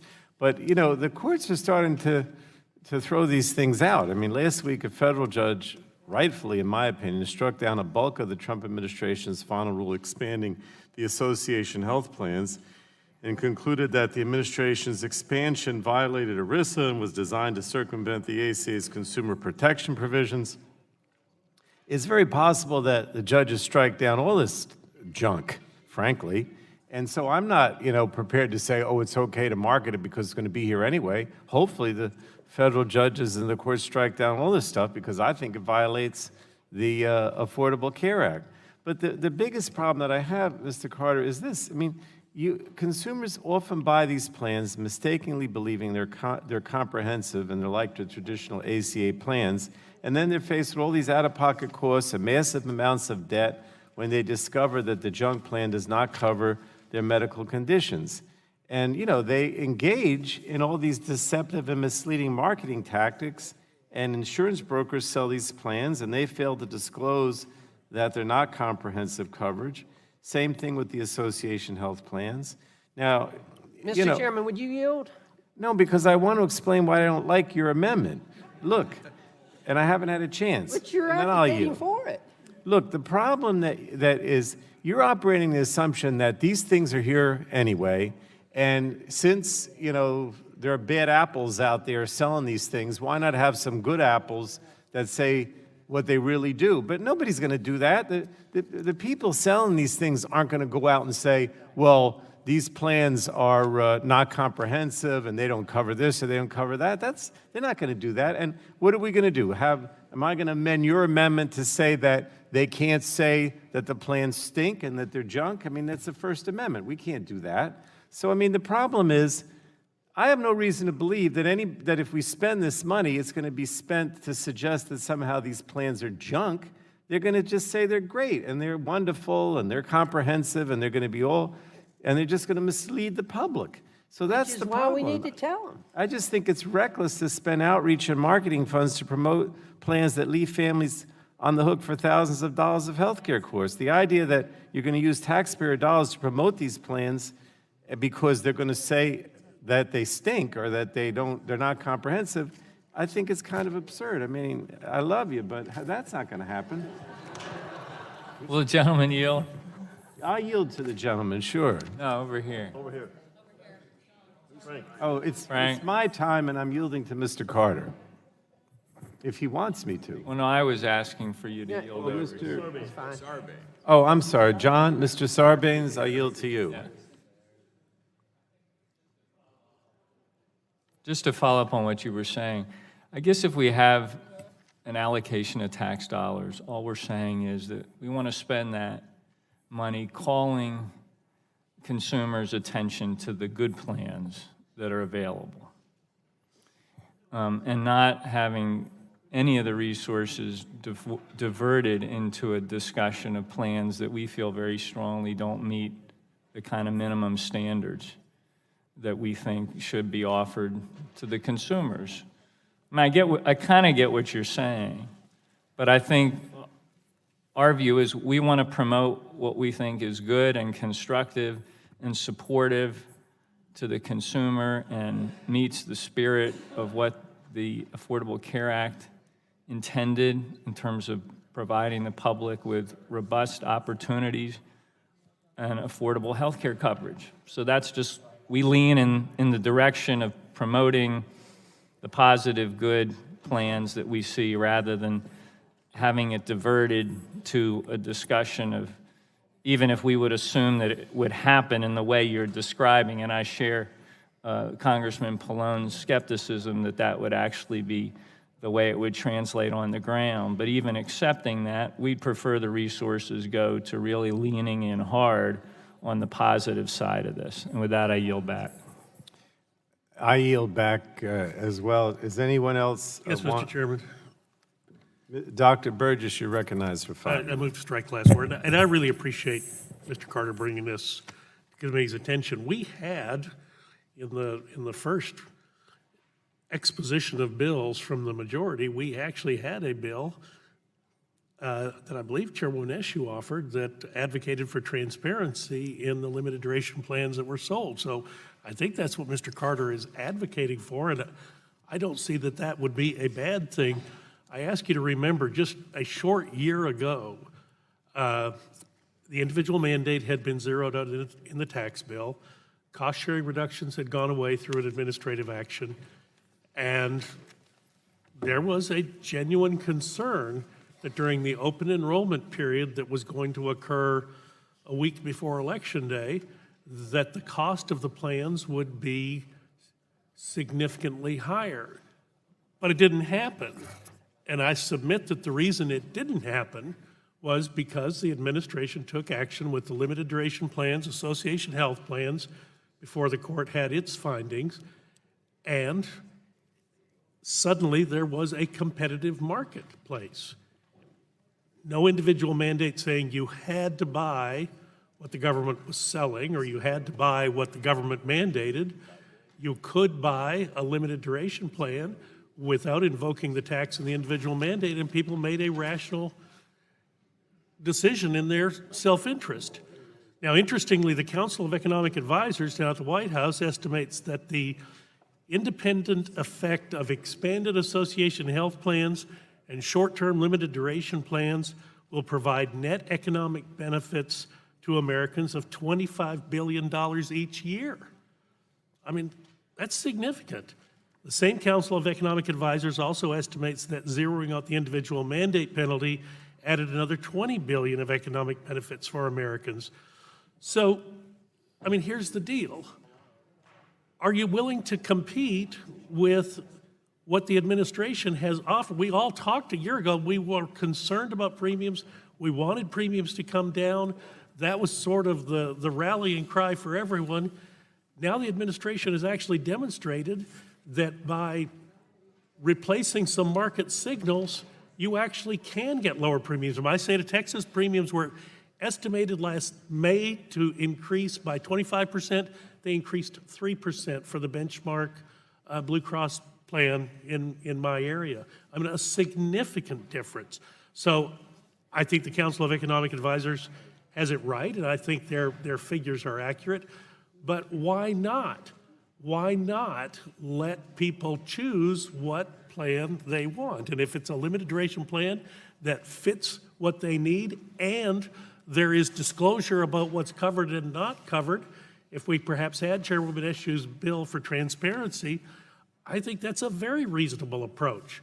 And I think it would reflect well on the work of this committee that we were willing to consider. I've had nothing but concern and complaints on the floor of the House that I won't do anything to help fix the problems with the Affordable Care Act. Here's an offer to fix a problem in the Affordable Care Act. What's the problem with the Affordable Care Act? The premiums are too damn high. And by the administration's actions, they were brought down. Now, it's interesting you bring up the lawsuit. The New York Attorney General brought the lawsuit, and it did stop the sale of the association health plans. I think that was a big mistake. I know chambers of commerce, I know farmers groups that were interested in these plans, and they were working with insurance carriers. Now all that has been put on hold. Look, we hear about how the Attorney General in the state of Texas has caused people to perhaps be at risk of losing their insurance. What did the Attorney General in the state of New York do? I mean, that caused people to lose their insurance, and I don't see anyone crying any crocodile tears for the poor people who were organizing these association health plans under administration rule. I actually think it's incumbent upon us at this, we are the authorizing committee. I think it's incumbent upon us to look seriously at those rules the administration was promulgating, and to put that in statute, to put that into law, so that it would not be subject to the vagaries of a court decision. And we could put into that same law that there would be disclosure, that there would be transparency, and people wouldn't need to be concerned that they weren't buying what they thought they were buying, because everyone would know. I thank the chairman for his forbearance, and I'll yield back. The gentleman's time has expired. I saw some hands. The gentleman from Massachusetts, Mr. Kennedy, recognized for 5 minutes. Thank you, Mr. Chairman. And I want to thank the gentleman from Texas. I appreciate what you said, and on the one hand, it makes a lot of sense. On the other hand, I think it actually exposes the great difference that I think Republicans and Democrats have about the nature and the role of federal government in healthcare. So I do think I understand the options that you talked about and the alternatives and the lower, on the one hand, the front end, lower costs from short-term loan duration plans, associated plans, association health plans, and the various products that the administration has created to circumvent or get out from underneath the various consumer protections put forth in the Affordable Care Act. That works great until you need health care. And the problem with health care is that at some point, everybody's gonna need it. Whether you're watching,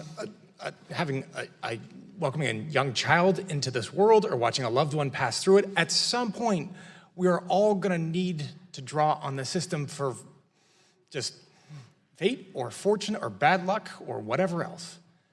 And what Democrats have put forth, the entire intent behind the Affordable Care Act is knowing that at some point you're gonna need it. You have two options. You can not have that coverage, or you can have high deductible plans, or you can have coverage that doesn't actually mean that anything is actually covered. And then you stare down medical bankruptcy, or you stare down bad debt, and that cost gets socialized onto all of the rest of us, because we then pay for you for free riding. Or because we're all gonna need that system and depend on that system, you all pay into it. And it is actually a form of personal responsibility to make sure that you're not gonna free ride off that system, because all of us are gonna depend on that system, and so we all pay into that system. That is what the Affordable Care Act does. And so we can frame this debate about individual liberty and choice and lower cost, and that makes sense until you actually need health care. And our point is, at some point, we all are, and we all do. So knowing that, and if you can find somebody that doesn't, which I don't think our colleagues are actually arguing, because we just went through a series of bipartisan bills to lower the cost of prescription drugs, because the vast majority of Americans need prescription drugs. And we've heard argument after argument about how, despite a lawsuit that the president signed on to, again, or his administration signed on to again last week, that you stand very strongly for pre-existing conditions, because 130 million plus Americans have pre-existing conditions and suffer from those conditions, and we want to protect them. So then let's cover them and let's protect them and make sure that coverage means more than just saying something, but means that when you need healthcare, you get the coverage. And if we're gonna say that, then people gotta pay for it. Well, do anyone yield? Otherwise, you end up creating a system where you free ride, which I know is not what you want, because if that were the case, that's socialism. And I don't think you're arguing for that last time I checked. And yes, I yield to my good friend from Texas. Well, no, you all are arguing for socialism. Are the 130 million people who have pre-existing conditions, most of whom are covered under ERISA plans through their employer right now, is that junk insurance? Are they not covered? Are they not doing what is required to provide the protection for themselves or their families if they become ill? Doctor, the point I am making, and that the one that I don't think is, I think we would all agree with, is that if you're going to try, look, I come from Massachusetts, where we created this experiment. We've got 98% coverage. We passed the base for the Affordable Care Act, otherwise known in our state as Romney Care, on the idea that the individual mandate was a conservative position to make sure that we pushed back against free riders, to make sure that we brought people into that system so that nobody was able to free ride off somebody else. And that's, I'm just going to reclaim my time for a second. My question. I'm just reclaiming my time. So the point is that we all, if you're going to pay into it, or if you're going to need it, somebody then needs to pay for it. And we can go back to a system where if the lawsuit put forward by 20 Republican attorneys generals that's signed onto by this administration with not a whole lot of public pushback from our colleagues here, is if that plan is successful, we can go back to a place where you end up having a whole bunch of folks that do suffer medical bankruptcies. And by the way, that rate for seniors is actually going up, where you do have a whole bunch of bad debt payments back from the government to hospitals because they can't make ends meet. Or we can try to say, look, let's align these incentives and make sure people get the coverage that they need when they need it, at a price that they can afford. That should be our intent. And with the 9 seconds, I yield back. Well, number one, the Affordable Care Act is not affordable, but are ERISA plans not The time has satisfactory expired, and the coverage? gentleman has not yielded. It would be more affordable if you guys helped make All it right. affordable. We're trying. All right, if someone on the Republican side would like to. Gentleman is. I move strike last word, Mr. Chairman, and I know we're having a lot of debate this week on this set of issues. I just finished my 20th town hall in my district, and in multiple locations, I had middle-class people who came to me and said, I can't afford to buy insurance because the premiums are so much, and they told me what they had been buying, what the premiums were, what they are now. And then others who said, I'm doing that, but the deductibles are so high. I can't pay for what I'm doing. So we all would agree we need to address cost of health care. I think we all agree there's got to be a better way to bring down those costs and help those consumers. For those who are concerned about the lawsuit, the court decision that ruled that Obamacare is unconstitutional, that's what the judge ruled, and it's under appeal, and we all know that, and it's stayed for now. The majority could move a bill that repeals the individual mandate. That would moot the lawsuit. The majority could reinstate the penalty, and I think that would moot the lawsuit. You could join with us to pass a bill to give a safety net for those with pre-existing conditions, and I would imagine we could work together and come up with that bill so that irrespective of the final determination on the constitutionality of the Affordable Care Act, people with pre-existing conditions can sleep well at night knowing we took care of them, because I think we all care about those people. So there's lots we could do here. And we did good work today. Let's admit it to ourselves. It's okay to say we actually made progress today on drugs and drug costs. We did it together. And we've done a lot of good health care work in this committee together. Opioids, community health centers, CHIP, on and on and on. We've done a lot of good things. And I think in my state that did get a waiver to put forward a 90-day, we chose 90-day plan, it fills a gap.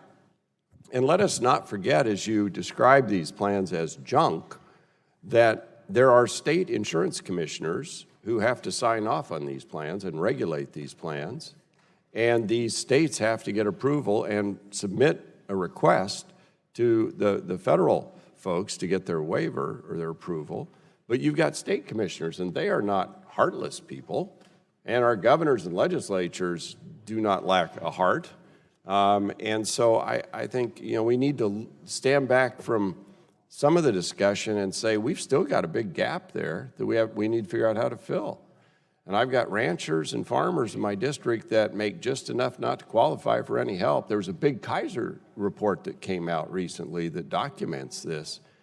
And so we've got to work together on this. And I do think there is value in being able to get the word out to people like that there are alternatives that their state insurance commissioners have said are valuable, but we should have full disclosure. Full disclosure. And if there are sham plans, then let's go take them down. I'm all for that. If they're advertising they cover something they don't, that's fraud. And let's go after them, and I'll join you on it. But in the meantime, coming from Oregon, we experimented a lot in the 80s and 90s on how to fill these gaps, higher risk pools, the Oregon Health Plan. I was there through all that, helping people with pre-existing condition at least be able to get a catastrophic policy so they can go broke. And so I just suggest to my friends on both sides that we can come together on this, and we should. American people are counting on us to bring down the costs. And if I'd stayed one seat to my right as chairman, my whole initiative was going to be to look at cost of health care from one end to the other. The military-industrial complex in America pales in comparison and contrast to the medical-industrial complex. And it's up to us to intercede where there's squeeze and get it out. And we did some of that today, and we got a lot more opportunity coming forward. So I know it's late, I'm sorry, but The gentleman I would just yield to my realized. friend from Illinois. And I would just refer maybe to the chairman and maybe for the chairman of the health sub. Why don't we call, if you would call a hearing on this debate that we're having. I have an amendment, we could debate it here, but let's call in the associated health plans. Let's call in the Obamacare plans. Let's do these short-term plans. Let's have a hearing and have these questions asked, and I think that would help us with experts, preparation, questions, and then we can maybe move forward on some. That's what I would recommend. And I yield back to Mr. Walden. And I would yield back. And we have several more who would like to speak. I recognize Dr. Ruiz for 5 minutes. Thank you, Mr. Chairman. I agree with Mr. Walden that premiums are really skyrocketing. They're causing a big burden to middle-class families in particular. I disagree with their plan moving forward because in order to understand why they're skyrocketing, one must understand that, one, they are skyrocketing because of changes that were done to the risk corridor payments by Senate Republicans. Two, they're skyrocketing because of the end of the care of the cost-sharing reduction subsidies for point of care for middle-class families when they need it in order to help those families who meet the criteria to receive that assistance. They are not industry bailouts when the industry is making record profits. Three, it's the lapse in the reinsurance programs, which we're trying to address now. Four, it's the constant attack and instability of the exchange market that health insurance companies need to account for, raise their premiums. And five, it's the constant undermining of enrollment of younger and low-risk individuals in the market, siphoning them out or not requiring them to join, therefore leaving a higher risk group within the market, which increases overall cost. And mind you, we understand that, and that's why these bills that we're addressing today will reverse that, will mend that, and will put us in a solid, pragmatic footing towards reducing premiums for everybody. Now, I speak of premiums, but we need to keep in mind that if we only address premiums, then we are fooling ourselves, and we are only using premiums as a political marketing messaging tool, because we know that there are several factors that have to do with the cost of health care. One, it's premiums. Two, it's deductibles. Three, it's co-pays. And four, it's out-of-pocket cost for whatever the health insurance company refuses to cover or to pay for. So a junk plan, in definition, is a plan that is offered to you at a very, very low premium, enticing you to join, but yet you have to pay a very, very high deductible, a very high copay, or there's no guarantee in coverage in the essential health benefits. Therefore, you will have to pay a hell of a lot out of pocket when you do get sick. And I'm an emergency physician, so I know that nobody is immune to accidents. Nobody is immune to the possibility of having a very life-threatening or very severe, costly, complex diagnosis. And so, in addition to that, because there is no coverage for pre-existing illness in these or protections for patients, then health insurance companies are able to deny you, charge you more, raise your deductibles, raise your co-pays, and therefore your overall out-of-pocket pays. And when you entice perhaps the younger individuals and the healthier individuals into these, what I call junk plans, then what happens is you're leaving behind the higher risk, older individuals in the exchanges, which means that the original problem that you're complaining about in terms of high premiums in the individual market, you're actually making it worse. You're making it worse with these. So, yes, premiums are skyrocketing. Yes, we have to look at the comprehensive cost of healthcare to the patient. Yes, we have to ensure that we reduce premiums in a pragmatic way, and this committee hearing is a way to address those with the solutions that we have in front of us to pass today, and I'm glad that we are, and I yield back my time. Gentleman yield. I yield back my time, sorry. Would one of the Republicans like to speak? Will the gentleman yield to over here? No, the time is over. Who would like 35 to? seconds. Well, I can't. Does Can anybody Mr. else? Ruiz yield here for 35 seconds? You can take your own. Is there a Republican who wants to speak? Mr. Hudson? Thank you. Move to strike the last word. Gentleman's recognized. Thank you, Mr. Chairman. I yield to my colleague, Mr. Carter. Mr. Chairman, you know, what has evolved out of this has been a disagreement on the Affordable Care Act. But the fact still remains that education of the patients of what is available out there is the most important thing. It is irresponsible of us as members of Congress to let someone buy one of these plans and not know what they're buying. It is incumbent upon us to make sure that we're doing everything we can to let them know what they are buying. I agree with you, Mr. Chairman. You make the point. You make it great. You make the point clear that some of these people don't know what they're buying. That's why we need to educate them. I fail to see how education can be the wrong way to go. That's all I'm proposing here, is that we educate the people. Let them know what this does. I know it's not what you want it to do, and it very well may not be what they want it to do. And once they find out, they may say, no, that's not what I want. But it may be what they do want. But they have to know. They have the right to know. And I yield back to the gentleman from North Carolina. Would the gentleman from North Carolina yield? I'd like to yield to Mr. Walden. I thank the gentleman. And I just want to point out that in the state of California, I can't imagine these junk plans are having any impact whatsoever, as you described them, because they are banned. State of New Jersey, they're banned. State of Oregon, our insurance commissioner and governor, and we are a pretty blue state, as my friend from the Willamette Valley would confirm, I think. We allow short-term duration plans to cover a gap for 90 days. State of Texas, Dr. Burgess, I think years go longer than that. But again, in every state, you've got people just like us who care just as deeply, looking at the problems they face and saying, how do I fill this gap as a governor, as a state legislature, as an insurance commissioner? Because we all know there's still a gap in coverage, and there's a growing gap in affordability.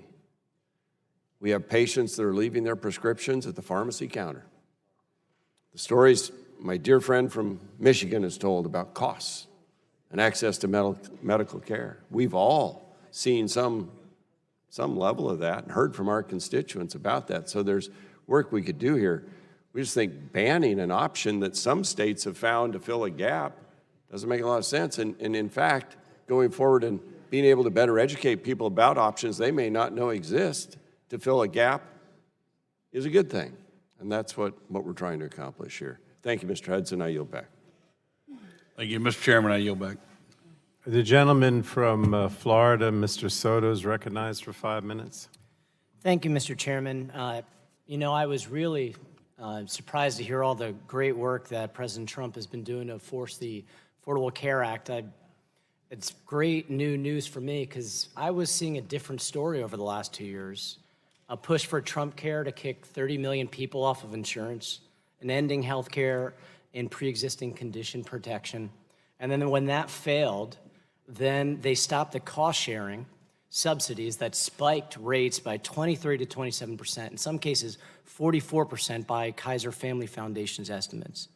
And then from there, if that sabotage wasn't enough, then cutting the marketing budget from $26 million cut down to $10 million, and cutting the enrollment period in half. And despite all this, we still had an increase in enrollment in Florida.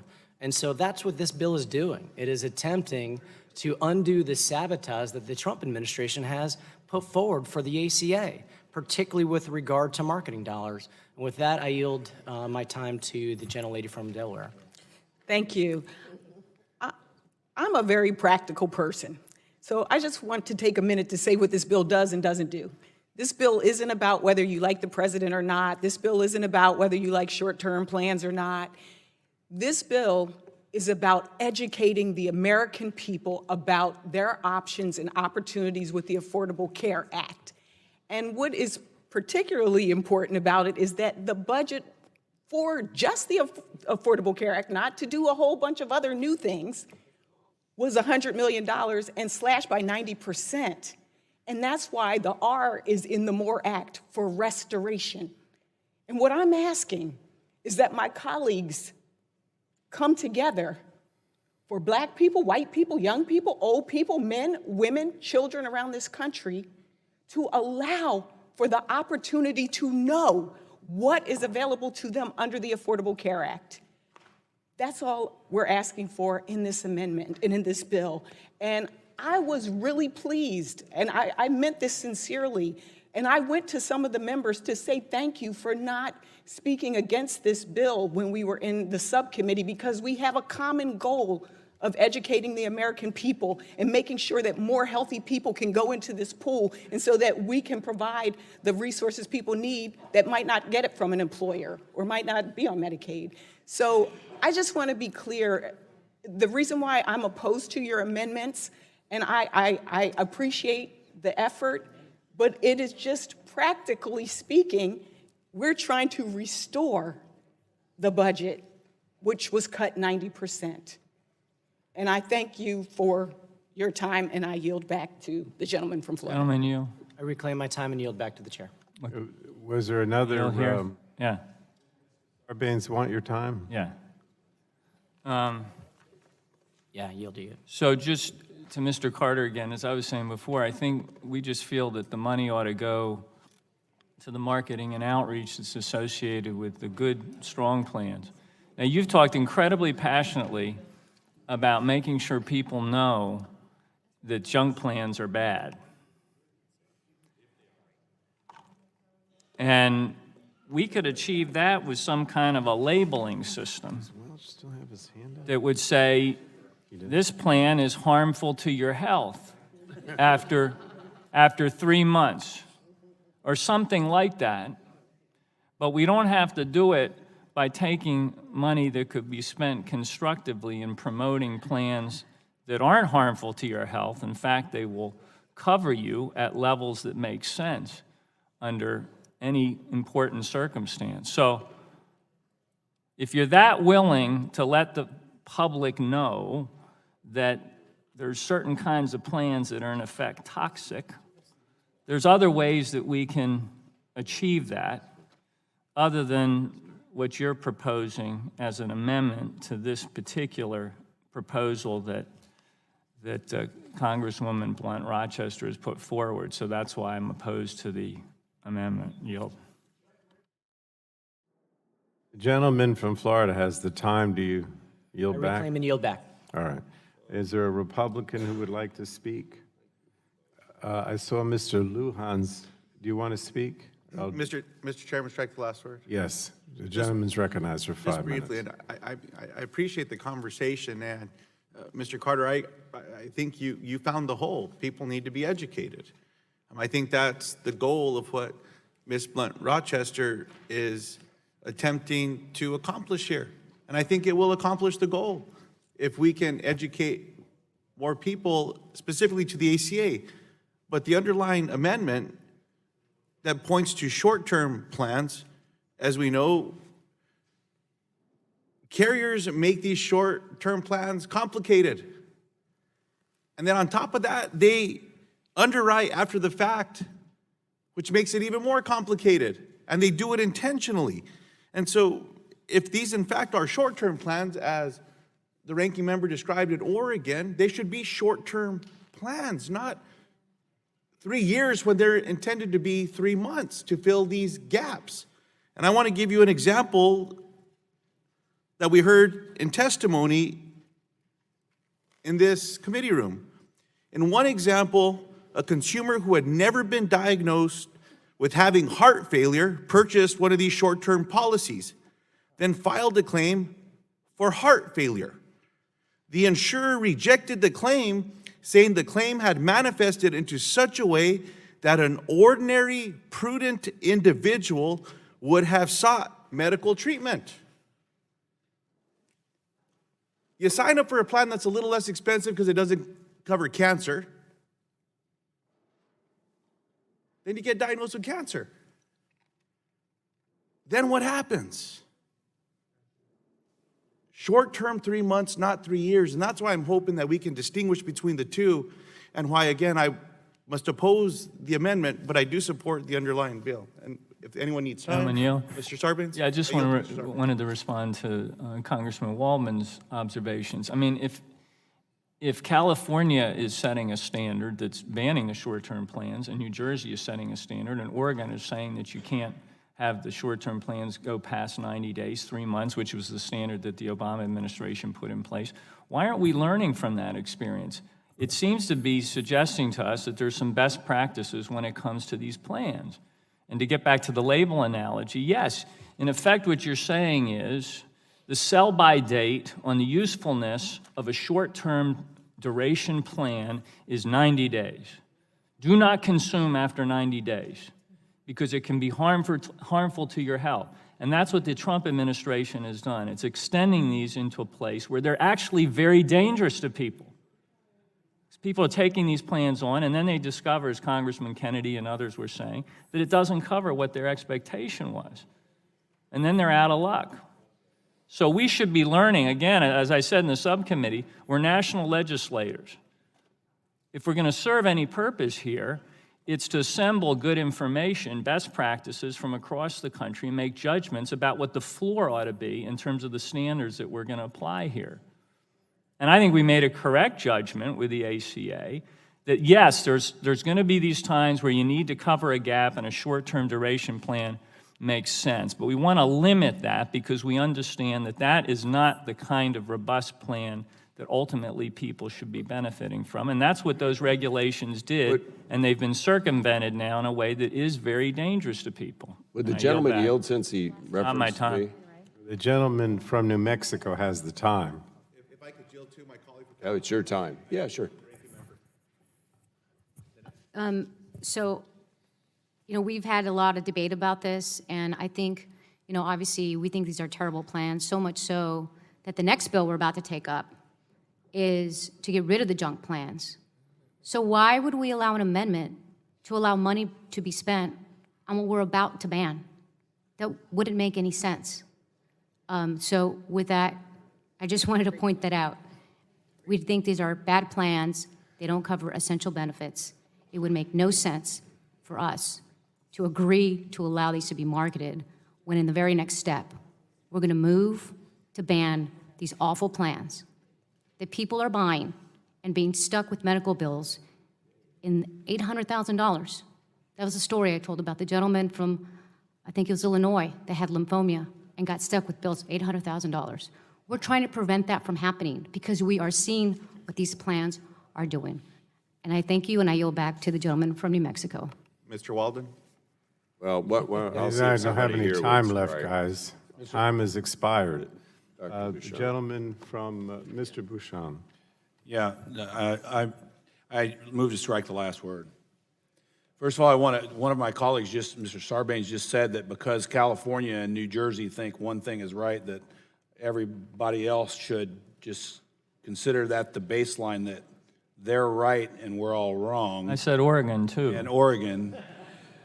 But I would just beg to That's what I differ want. that out in Indiana, a lot of the things that New Jersey and California think is right for their citizens, our government doesn't think is right for our citizens. That doesn't make us right or California wrong or California right and us wrong. It's just we serve different groups. So I just want to point that out. And now I yield to the ranking member. I thank the gentleman for pointing that out, and I fully concur, because again, Oregon's 90 days, California's 0 days, New Jersey's 0 days, Texas, I think, is longer for those who are from Texas.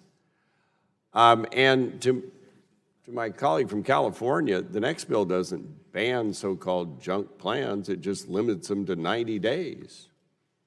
States will still regulate on these short-term plans.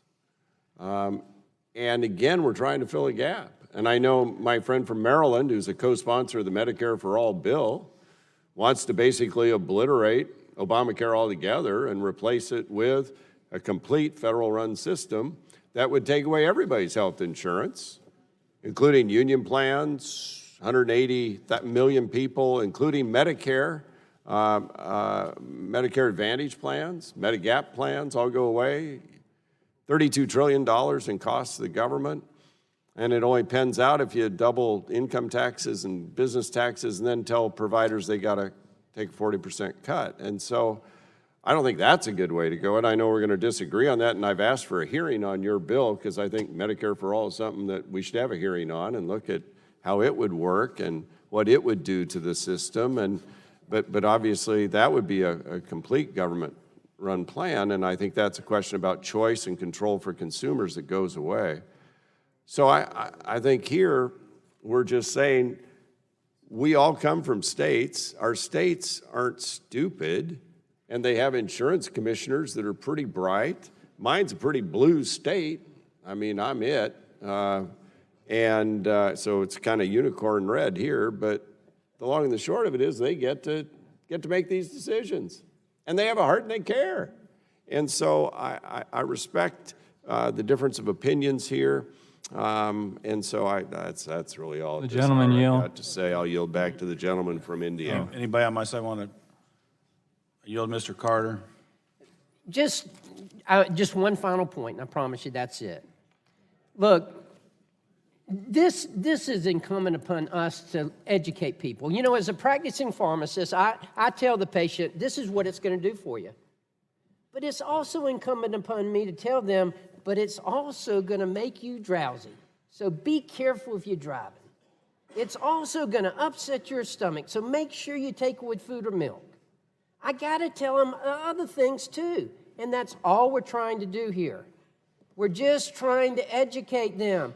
Ignoring it is not going to solve it.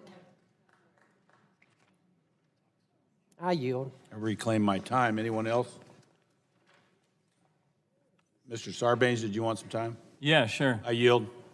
First of all, I'm a very strong supporter of the Affordable Care Act. I'm proud of the work that we've done on it. What we're trying to do here is strengthen the Affordable Care Act. Secondly, I think we can learn from the states.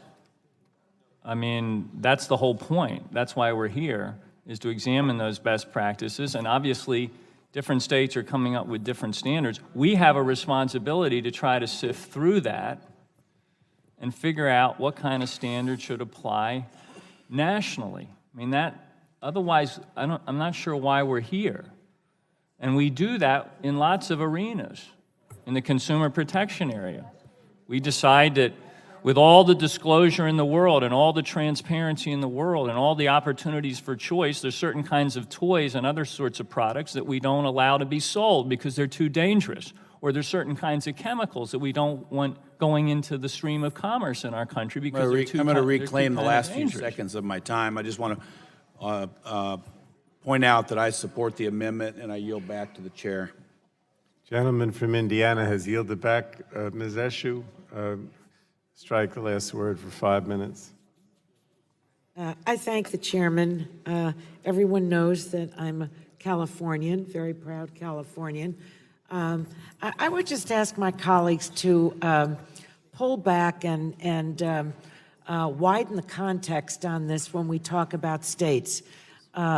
We all believe that the states are our laboratories for innovation and experimentation.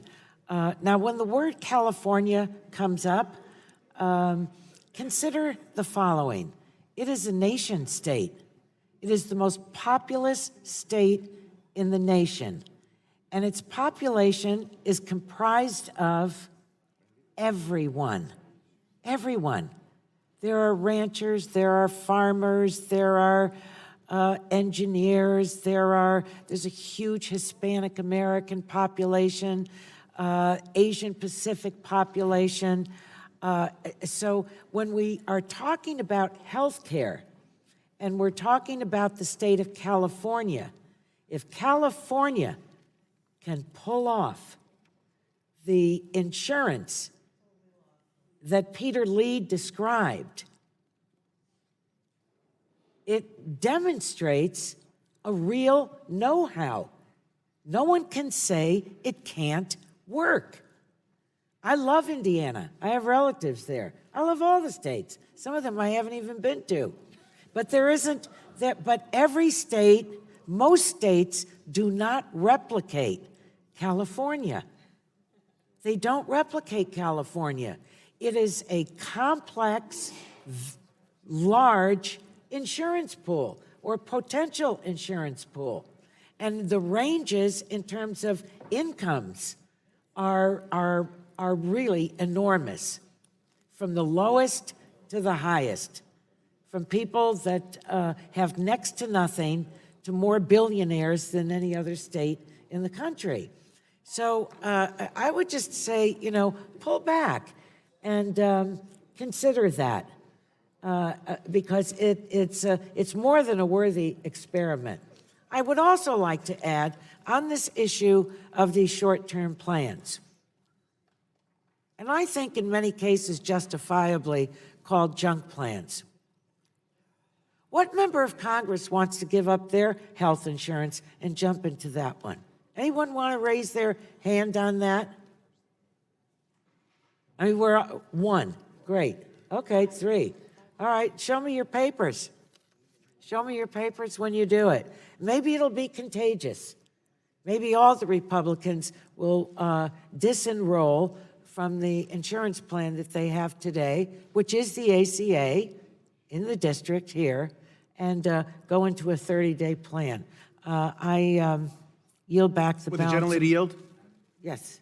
Mr. Chairman, so I just took my due diligence to go to the Texas Department of Insurance website, which is tdi.texas.gov. And I put short-term plans. And so the superintendent of insurance, the Texas Department of Insurance, took their time to put this together, which I appreciate. And it says, what do you need to know about short-term health insurance? And when you go down to know what the plan covers, here's what it says, and I quote, "It's important to ask what's covered and what's not. For example, short-term plans might not cover emergency care, maternity care, prescriptions, or certain other services, might not cover care for some types of accidents or health issues, and don't have to cover pre-existing conditions. If a company sells you a plan, it may deny a claim if it determines that you had a related condition in the past." I think that's what the point we're trying to make here. So I appreciate the questions, but I wanted just to provide a little clarity on what's included and what's not. I yield back. Gentlewoman yields back. Does anyone else want to? All right, so just so you know, we're on the Carter Amendment to the Lisa Blunt Rochester Bill, H.R. 987. If there's no further comments, we will proceed to a vote on the Carter Amendment. All those in favor of the Carter Amendment will signify by... Mr. Chairman? Oh, I'm sorry, you have made a point of order. Mr. Chairman, I revoke my point of order. Gentlewoman, Withdraw, excuse me. Gentleman, Thank you. It's late. withdraws her point of order. So, again, all those in favor of the Carter Amendment will signify by saying aye. Aye. All those opposed will signify by saying no. Opinion of the chair is the noes have it, and the amendment is not agreed to. Are there any further amendments to the HR 987? Mr. Chairman, I have one I'd like to offer, speak on it and withdraw. Just That's so we fine. can- Gentlemen's recognize, well, let's, the clerk have Mr. Shimkus's amendment? It's 01. It's the one we struggled over in the subcommittee.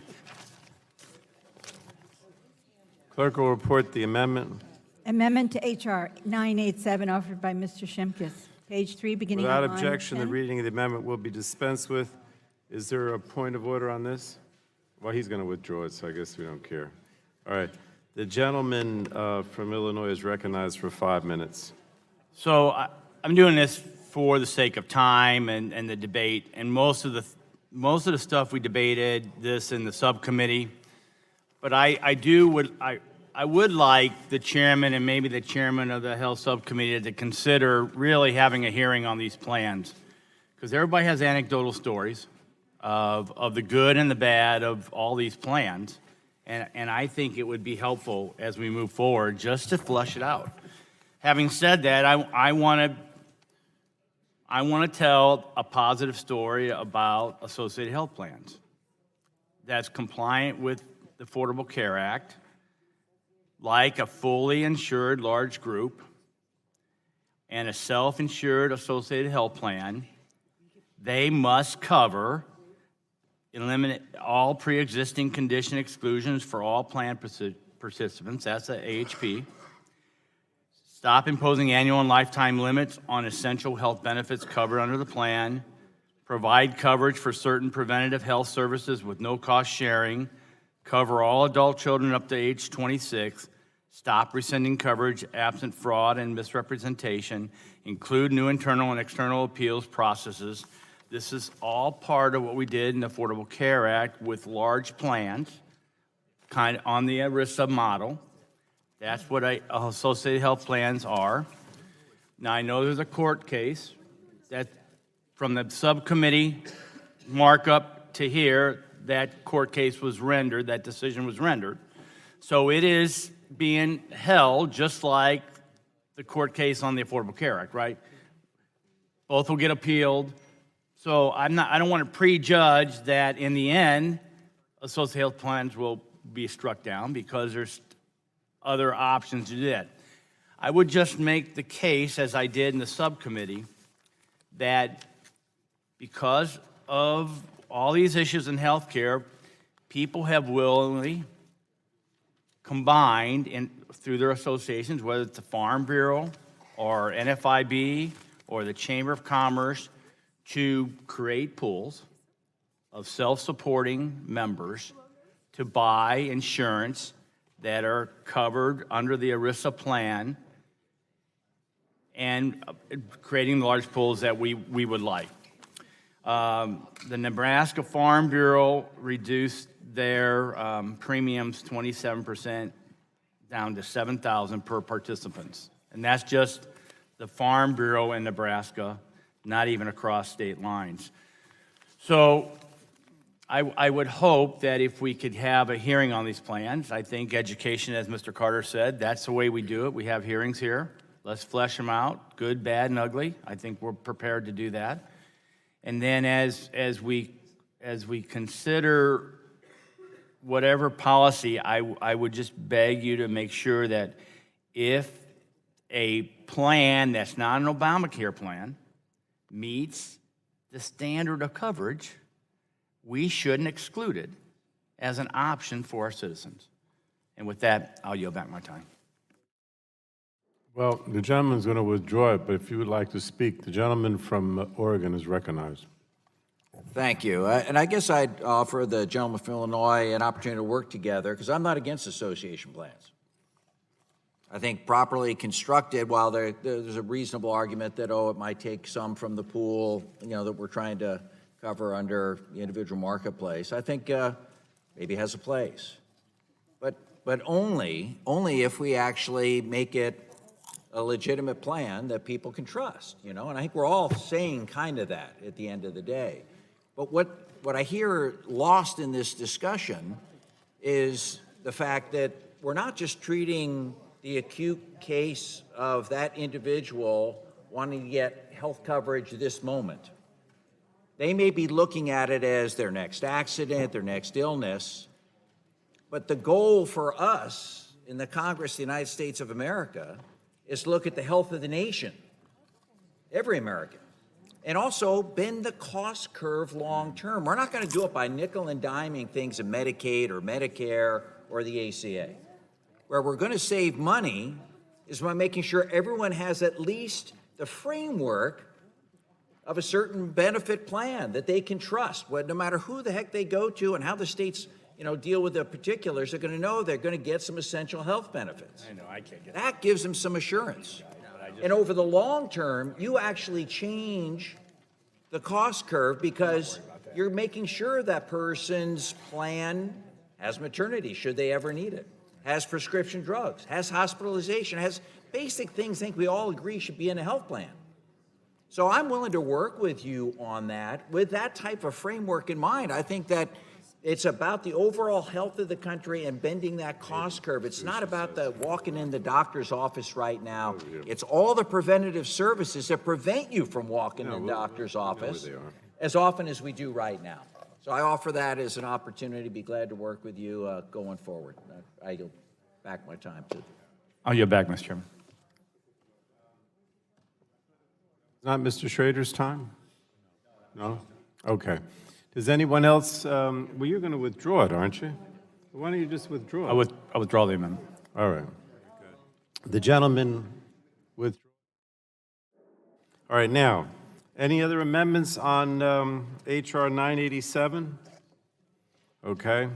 So we'll go to the question now occurs on reporting HR 987 as amended to the full House. All those in favor of favorably reporting HR 987 as amended will signify by saying aye. All those opposed say no. Opinion of the chair, the ayes have it. Oh, you want a roll call? All right. Recorded vote is ordered. Those in favor of favorably reporting HR 987 as amended to the House will say aye. Those opposed will say no, and the clerk shall call the roll.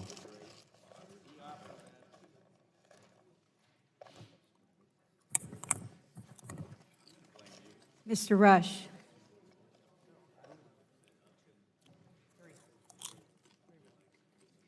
Ms. Eshoo. Ms. Eshoo votes aye. Mr. Engel. Mr. Engel votes aye. Ms. DeGette. Ms. DeGette votes aye. Mr. Doyle. Mr. Doyle votes aye. Ms. Schakowsky. Ms. Schakowsky, aye. Mr. Butterfield. Mr. Butterfield votes aye. Ms. Matsui. Ms. Matsui, aye. Ms. Castor. Ms. Castor, aye. Mr. Sarbanes. Mr. Sarbanes, aye. Mr. McNerney. Mr. McNerney, aye. Mr. Welch. Mr. Welch, aye. Mr. Lujan. Mr. Lujan, aye. Mr. Tonko. Mr. Tonko votes aye. Ms. Clark. Ms. Clark votes aye. Mr. Loebsack. Mr. Loebsack votes aye. Mr. Schrader. Mr. Schrader votes aye. Mr. Kennedy. Mr. Kennedy, aye. Mr. Cardenas. Mr. Cardenas votes aye. Mr. Ruiz. Mr. Ruiz votes aye. Mr. Peters. Mr. Peters votes aye. Mrs. Dingle. Mrs. Dingle votes aye. Mr. Vesey. Mr. Vesey votes aye. Ms. Custer. Ms. Custer, aye. Ms. Kelly. Ms. Kelly votes aye. Ms. Barragan. Ms. Barragan votes aye. Mr. McEachin. Ms. Blunt Rochester. Ms. Blunt Rochester, aye. Mr. Soto. Mr. Soto votes aye. Mr. O'Halloran. Mr. O'Halloran votes aye. Mr. Walden. Mr. Walden. Mr. Walden votes no. Can we just quiet down a little? I don't think she can hear you. Mr. Upton. Mr. Upton, no. Mr. Shimkus. Mr. Shimkus, no. Mr. Burgess. Mr. Burgess, no. Mr. Scalise. Mr. Scalise votes no. Mr. Latta. Mr. Latta votes no. Mrs. Roger. Mrs. Rogers, I think. Mrs. Rogers votes no. Mr. Guthrie. Mr. Guthrie, no. Mr. Olson. Mr. Olson votes no. Mr. McKinley. Mr. McKinley votes no. Mr. Kinzinger. Mr. Griffith. Mr. Griffith, no. Mr. Bilirakis. Mr. Bilirakis, no. Mr. Johnson. Mr. Johnson, no. Mr. Long. Mr. Bouchon. Mr. Bouchon, no. Mr. Flores. Mr. Flores votes no. Mrs. Brooks. Mrs. Brooks votes no. Mr. Mullen. Mr. Mullen votes no. Mr. Hudson. Mr. Hudson, no. Mr. Wahlberg. Mr. Wahlberg votes no. Mr. Carter. Mr. Carter votes no. Mr. Duncan. Mr. Duncan votes no. Mr. Giaforte. Mr. Giaforte, no. Mr. Pallone. It's aye. Mr. Pallone votes aye. Does any member still need to record their vote? Mr. Rush? Aye. Mr. Rush votes aye. Any other member who wishes to be recorded? Clerk will report the tally.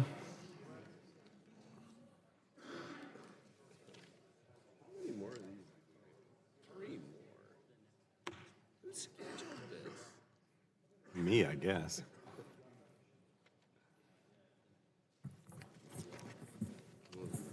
The tally, please. Yes, sir. Mr. Chairman, on that vote, H.R. 987, final passage, the yeas were 30, the nays were 22. The vote is 30 ayes to 22 noes. H.R. 987, as amended, is favorably reported to the House. Next bill is H.R. 1010, a bill to provide that the rule entitled Short-Term Limited Duration Insurance shall have no force or effect, and the clerk will report the title of the bill. H.R. 1010, a bill to provide that the rule entitled Short-Term Limited Duration Insurance shall have no force or effect. Without objection, the first reading of the bill will be dispensed with. The bill is now considered as read. This is Mrs. Castor's bill, so we will recognize her now for 5 minutes to speak in favor of her bill. Thank you, Mr. Chairman. I think we could incorporate by reference the debate from the last bill, but H.R. 1010 proposes to overturn the Trump administration's, one of the Trump administration's most egregious sabotage efforts on affordable health care for our neighbors, and that's their proposed expansion of subpar junk insurance plans, and they're trying to do this by HHS rule. The rule would expand the limited duration. What's allowable under the law right now is only 3 months. They propose to expand it to 12 months with an optional 3-year renewal. 4 years is not short-term. The Trump administration's junk insurance plans do not have to provide basic benefits or real financial protections. They would return patients to the days when, if they got sick or, God forbid, a cancer diagnosis, the plan can impose unreasonable limits on coverage and exclude vital benefits. These subpar and deceptive junk plans exclude coverage for pre-existing conditions in a lot of cases. They discriminate based on age, on health status, and your gender. In the recent HHS budget hearing, we asked Secretary Azar about this, and he admitted that junk plans exclude coverage for basic health services such as hospitalization, treatment for substance use disorders, and prescription drugs. And I asked him directly, because there's been a lot of debate on pre-existing conditions, I asked him, So you are aware that these plans can exclude coverage for pre-existing conditions or decline to offer coverage to individuals with pre-existing conditions, yes or no? And he responded, yes, that is correct. Remember, the whole point of this package of bills that Democrats are bringing are to lower health care costs for everyone. What the CBO has estimated that the HHS rule will do is make health insurance less affordable for consumers with pre-existing conditions by undermining the market for comprehensive coverage. The CBO estimates that this rule will result in 3% higher premiums, or roughly $400 more per year for individual coverage and $950 more for family coverage. We can't have that. I will go ahead, because we've debated the short-term limited duration junk plan so much, I will go ahead and yield my time to anyone who wants Will to. the gentlewoman yield? I yield to the gentlewoman from California. Thank you. I just want to thank you for introducing this legislation. I'm proud to be a co-sponsor. And a little while ago, I thought I was in California for a moment and thinking about the ban. But I'm really glad to see that this is an effort to undo what the administration is doing and trying to do in expanding these to be so, long-term. One of the things that we just didn't cover, I want to just touch upon real quick, is short-term plans effectively impose an age tax on seniors because they're allowed to charge seniors more for coverage. Currently, the ACA limits how much more plans are allowed to charge seniors. And the bottom line is the short-term plans are junk insurance, plain and simple. People believe they get coverage. They believe they're going to be covered. Then they get sick, they need care, and they realize the plan will not cover their treatment. In some cases, they get treated, and they don't know until they get a bill months later after they have started treatment. So these actions by the Trump administration to expand access to short-term plans is wrong. Not only do these actions directly threaten 133 million Americans with pre-existing conditions, but they also threaten Americans who wish to have a strong, affordable, and comprehensive coverage. And with that, I yield back to Ms. Castor. Gentlemen, I yield to my colleague from Maryland, Mr. Sarbanes. thank you for the bill, and I just wanted to note that I think the short-term duration plans are vulnerable both on their merits, which we've discussed at length here, but as I recall from the testimony of Secretary Azar, they're equally vulnerable on the process by which the Trump administration extended these plans. I don't believe that they were subject to the comment, the public comment that is normally required before you make a change like that. And if you're going to make a change that creates this kind of vulnerability, you ought to go through the front door, not through the back door. So on process as well, I think they're vulnerable. I thank you for your bill, and I yield back. I yield back. The gentlewoman's time has expired. Does someone on the Republican side, this is on the underlying bill? Yeah, Mr. Chairman, I have an amendment at the desk. Oh, you want to go to the amendment? Okay. Gentleman's recognized. Well, what is your amendment, Mr. Johnson? Do you have a number or anything? You have it? Okay, the clerk has it. Clerk will report the amendment. Mr. Chairman. Amendment. Mr. Chairman. Oh, I'm Amendment. sorry. The gentlewoman reserves a point of order. Thank you, Mr. Chairman. Amendment to H.R. 1010 offered by Mr. Johnson of Ohio. Add at the end the following new Without section. objection, the reading of the amendment will be dispensed with, and Mr. Johnson is now recognized for 5 minutes on his amendment. Thank you, Mr. Chairman. And, I understand what my colleagues are saying. None of these plans are necessarily perfect, but the description of the problems caused by these plans are exactly the things that we've been complaining about for the last 8 years, ever since the Affordable Care Act came into being in the first place. That's what's happened. People have lost their access. People have lost their coverage. People have seen their premiums skyrocket. When I talk about health care in eastern and southeastern Ohio, one of the most common and urgent concerns I hear is about limited options in the health insurance market. In the state of Ohio, 16 counties have only one insurance option on the Obamacare exchange. 1/4 of those underserved counties are in my district, in eastern and southeastern Ohio. Nationally, 35% of counties have only one offering on the exchange.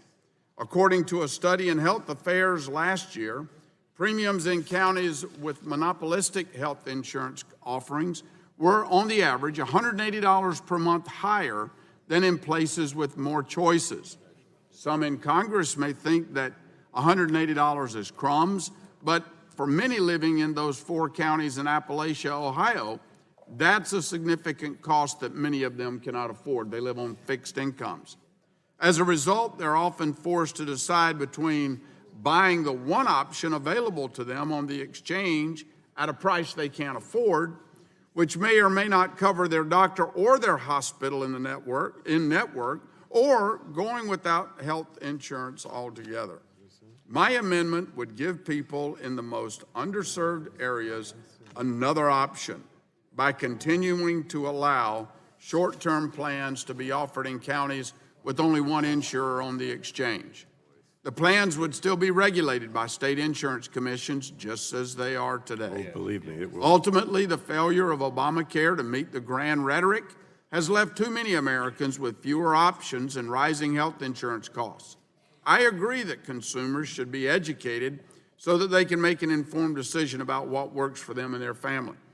But that doesn't work if people have only one option available to them. This amendment would do the bare minimum by providing a choice in health insurance to those whose choice on the exchanges is an unaffordable plan that might not meet their needs or going without. And with that, I yield back.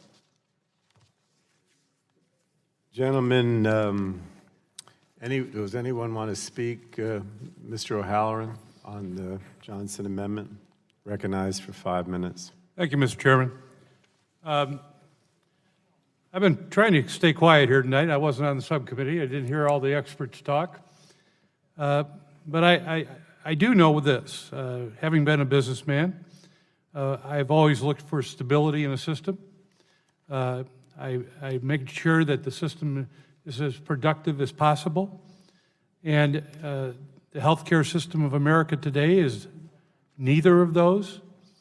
And for stability, we need long-term health care in the families that are going bankrupt, the elderly that are going without drug care, the children that are suffering from all this, the amount of people that are not being treated for mental health and other diseases, drug abuse. This is not the America that I grew up in. This is something that we have to identify, that we have a problem here that cannot take any time off. We have to stabilize the system, just like a doctor would stabilize their patient. And then from that point on, make sure that we get a system in place that works for the American people. This is one of the worst issues that I have seen in America in all my time here on earth. And it is probably one of the most destructive processes that we have in America right now. We have to come together on this. But first, we have to stabilize. And I think that's part of what we're trying to accomplish here. I grew up in a family in a low-income area that struggled to make sure that we even had food on the table. And there are so many American families that have that don't have the ability to pay the cost of health care. We have Medicaid that helps them out, but then there's the families that are actually working that can't even afford it anymore. And they have suffered through years and years and years of not being able to keep up with inflation. And so we need to find an understanding here that this process has to find a way to stabilize it. And that's what I think we're trying to do here today. I don't think there's any people in this committee that don't understand the need to stabilize the system. It's just that politics are getting in our way. And if we can just get over this idea that a short-term loan to a businessman at high interest rates is not going to work for that business. A long-term loan at decent rates will work for that business. The idea that our families are structured around the fact that if they don't have health care, they can't accomplish what they need to do and stay together as a family. We are losing families left and right in this country. They are going bankrupt left and right in this country because we took 2018 off from health care as far as I'm concerned. And now we have somebody who wants to say, well, we'll wait for 2020 until we start to get serious about this. We better stay serious about this now and today. And I yield back. Would the gentleman yield to me? I will. I would just urge opposition to the Johnson Amendment. Again, not to prolong it, but I don't see how it's going to help people who are in a county or a market that has, one or two comprehensive plans to say, okay, you can opt for one that is a junk, or, I just don't see the point. Will the gentleman yield? I'll explain the point again. Well, it's not my time, so. Would the gentleman yield, Mr. O'Halloran? I will. Well, the point is, and you actually, Mr. Chairman, just made the point. If you've got people that live in counties that have one choice, and that one choice is an exchange plan that they cannot afford, what do you expect them to do? That's what these short-term plans are designed to do, is to fill that gap. That's exactly what we're talking about. So I yield back. Thank you, Mr. O'Halloran. I'm not going to prolong the point. Thank Yield you. then. Yields back. Would anyone else, we're now on the Johnson Amendment to Ms. Castor's amendment. Did anyone else want to speak? If not, all right. I almost missed it. It was great. So, we have, we're going to proceed to a vote on the Johnson Amendment. All those in favor of the amendment will signify by saying aye. All those opposed will signify by saying no. Any of the chairs, the noes have it. The amendment is not agreed to. Are there any other amendments to Ms. Castor's bill, H.R. 1010? I didn't have to look. Okay, the question now occurs on reporting H.R. 1010 to the full House. All those in favor of favorably reporting H.R. 1010 will signify by saying aye. All those opposed will say no. In the opinion of the chair, the gentleman from Oregon wants a recorded vote. Recorded vote is ordered. Those in favor of favorably reporting H.R. 1010 to the full House will say aye. Those who oppose say no. The clerk should call the roll. Mr. Rush. Mr. Rush votes aye. Ms. Eshoo. Ms. Eshoo votes aye. Mr. Engel. Mr. Engel votes aye. Ms. DeGette. Ms. DeGette votes aye. Mr. Doyle. Mr. Doyle votes aye. Ms. Schakowsky. Ms. Schakowsky votes aye. Mr. Butterfield. Mr. Butterfield votes aye. Ms. Matsui. Ms. Matsui votes aye. Ms. Castor. Ms. Castor votes aye. Mr. Sarbanes. Mr. Sarbanes, aye. Mr. McNerney. Mr. McNerney votes aye. Mr. Welch. Mr. Lujan. Mr. Lujan.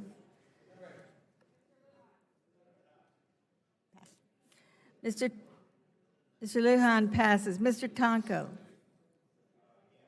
Mr. Tonko votes aye. Ms. Clark. Ms. Clark votes aye. Mr. Lobsack. Mr. Lobsack votes aye. Mr. Schrader.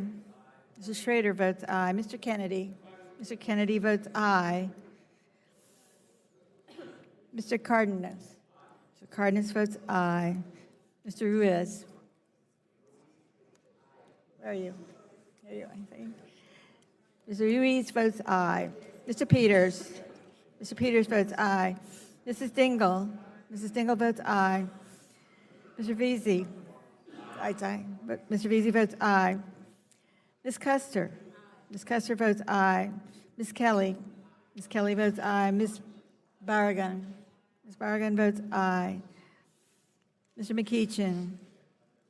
Ms. Blunt Rochester. Ms. Blunt Rochester votes aye. Mr. Soto. Mr. Soto votes aye. Mr. O'Halloran. Mr. O'Halloran votes aye. Mr. Walden. Mr. Walden votes no. Mr. Upton. Mr. Upton, no. Mr. Shimkus. Mr. Shimkus votes no. Mr. Burgess. Mr. Burgess votes no. Mr. Scalise. Mr. Scalise votes no. Mr. Latta. Mr. Latta votes no. Mrs. Rogers. Mrs. Rogers votes no. Mr. Guthrie. Mr. Guthrie votes no. Mr. Olson. Mr. Olson votes no. Mr. McKinley. Mr. McKinley, no. Mr. Kinzinger. Mr. Griffith. Mr. Griffith, no. Mr. Bilirakis. Mr. Bilirakis, no. Mr. Johnson. Mr. Johnson votes no. Mr. Long. Mr. Bouchon. Mr. Bouchon votes no. Mr. Flores. Mr. Flores votes no. Mrs. Brooks. Mrs. Brooks votes no. Mr. Mullen. Mr. Mullen, no. Mr. Hudson. Mr. Hudson votes no.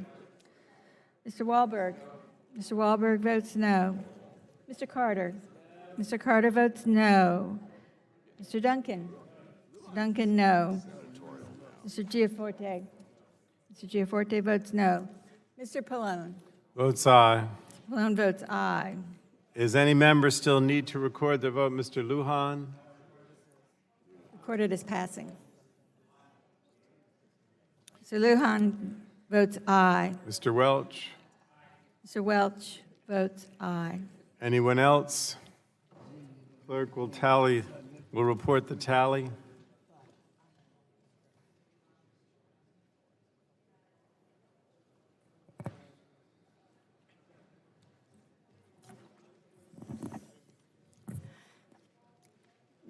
I'm ready when you are. The tally, please. Yes, sir. On that vote, Mr. Chairman, on H.R. 1010, final passage, the yeas were 30 and the nays were 22. The vote is 30 ayes to 22 noes. H.R. 1010 is favorably reported to the House. Now, let me just explain. Our plan is to get through, we have two more bills in this ACA package. Our plan is to get those done tonight. The next one has no amendments, so I think we could do this in the next half hour and be done by 12, but we want to complete them. And then we would come back tomorrow morning at 9 o'clock to do the Paris Agreement bill, and do that tomorrow morning beginning at 9. So right now we're going to move to the... Mr. Chairman? Yes. If I might, I don't believe we recognized. have any amendments on this next bill. We do not. Right. Can we get regular order from the committee? Yeah, I'm just saying that I don't believe the Republicans Gentleman was recognized. has any amendments on this next bill, just as a note of how we can move ahead here. All right. So the next bill is H.R. 986. Chair calls it up. It's the Protecting Americans with Pre-Existing Conditions Act of 2019, and the clerk will report the title of the bill. H.R. 986, a bill to provide that certain guidance related to waivers for state innovation. Without under the Patient objection, the Protection- first reading of the bill will be dispensed with. The bill is now considered as read, and the sponsor, the gentlewoman from New Hampshire, Annie Custer, is recognized for 5 minutes. Thank you, Mr. Chairman, and I appreciate the inclusion of my legislation in today's markup, which will help protect Granite Staters and Americans across the country with pre-existing conditions. In the interest of time at this late hour, I'll keep my remarks short. I'm proud to speak on my bill, H.R. 986, Protecting Americans with Pre-Existing Conditions, which aims to crack down on junk health plans that threaten access to quality, affordable health care. Specifically, my straightforward bill would protect Section 1332 of the Affordable Care Act. This section provided states with flexibility in setting standards and guardrails for health insurance plans as long as plans remain comprehensive, affordable, and accessible. Many of the current 1332 waivers established a reinsurance program to stabilize costs, something that my colleagues on both sides of the aisle support. However, in October 2018, the Trump administration issued new guidance on 1332 waivers that would weaken the statutory guardrails established under the ACA. Under this new guidance, states would merely have to demonstrate that as many individuals as could have access to comprehensive coverage as under the Affordable Care Act. And this is where the Trump administration gets it all wrong. There is a big difference between actually having coverage and having it made available by states. The Trump administration's guidance also bolsters short-term limited duration plans, which can often deny coverage, charge higher premiums based on health status, and charge more based upon pre-existing conditions. The expansion of these watered-down, weak health plans will move us backward and will specifically leave older, sicker Americans with higher out-of-pocket costs and more uncertainty as to which medical procedures are covered. Lastly, the Trump guidance would allow states to direct ACA subsidies and taxpayer dollars toward junk plans, which work to destabilize the risk pool for both the Affordable Care Act compliant plans and marketplace plans. We cannot allow this guidance to move forward. If the Trump administration were to be successful in this venture, women would once again be susceptible to discrimination by excluding important benefits, charging higher premiums, and limiting coverage altogether. My bill would revoke the October 2018 guidance and protect the guardrails that were put in place under the Affordable Care Act to ensure that Americans with pre-existing conditions would not be denied coverage. I thank Chairman Pallone for his support and commitment to advancing the legislation, and I yield back the balance of my time. Woman, someone on the Republican side like to be recognized? Mr. Walden? Yeah, I just claim the time to strike the last word in opposition to this legislation. I think it's not, and Dr. Burgess, do you want to weigh in with anything on it? We went through this in subcommittee. I think we know the arguments, and we're opposed. I yield back. I'm going to proceed then to vote on the bill. Question now occurs on reporting H.R. 986 to the full House. All those in favor of favorably reporting H.R. 986 will signify by saying aye. All those opposed will say no. No. Recorded vote? The gentleman from Oregon has asked for a recorded vote. A recorded vote is ordered. Those in favor of favorably reporting H.R. 986 to the House will say aye. Those opposed will... You don't want to do it? We're all right. Well, then we're going to go back and say that the bill is... No. Just say the ayes have it. Okay, so we don't have to do it again. Okay, the ayes have it. H.R. 986 is favorably reported to the House. Next.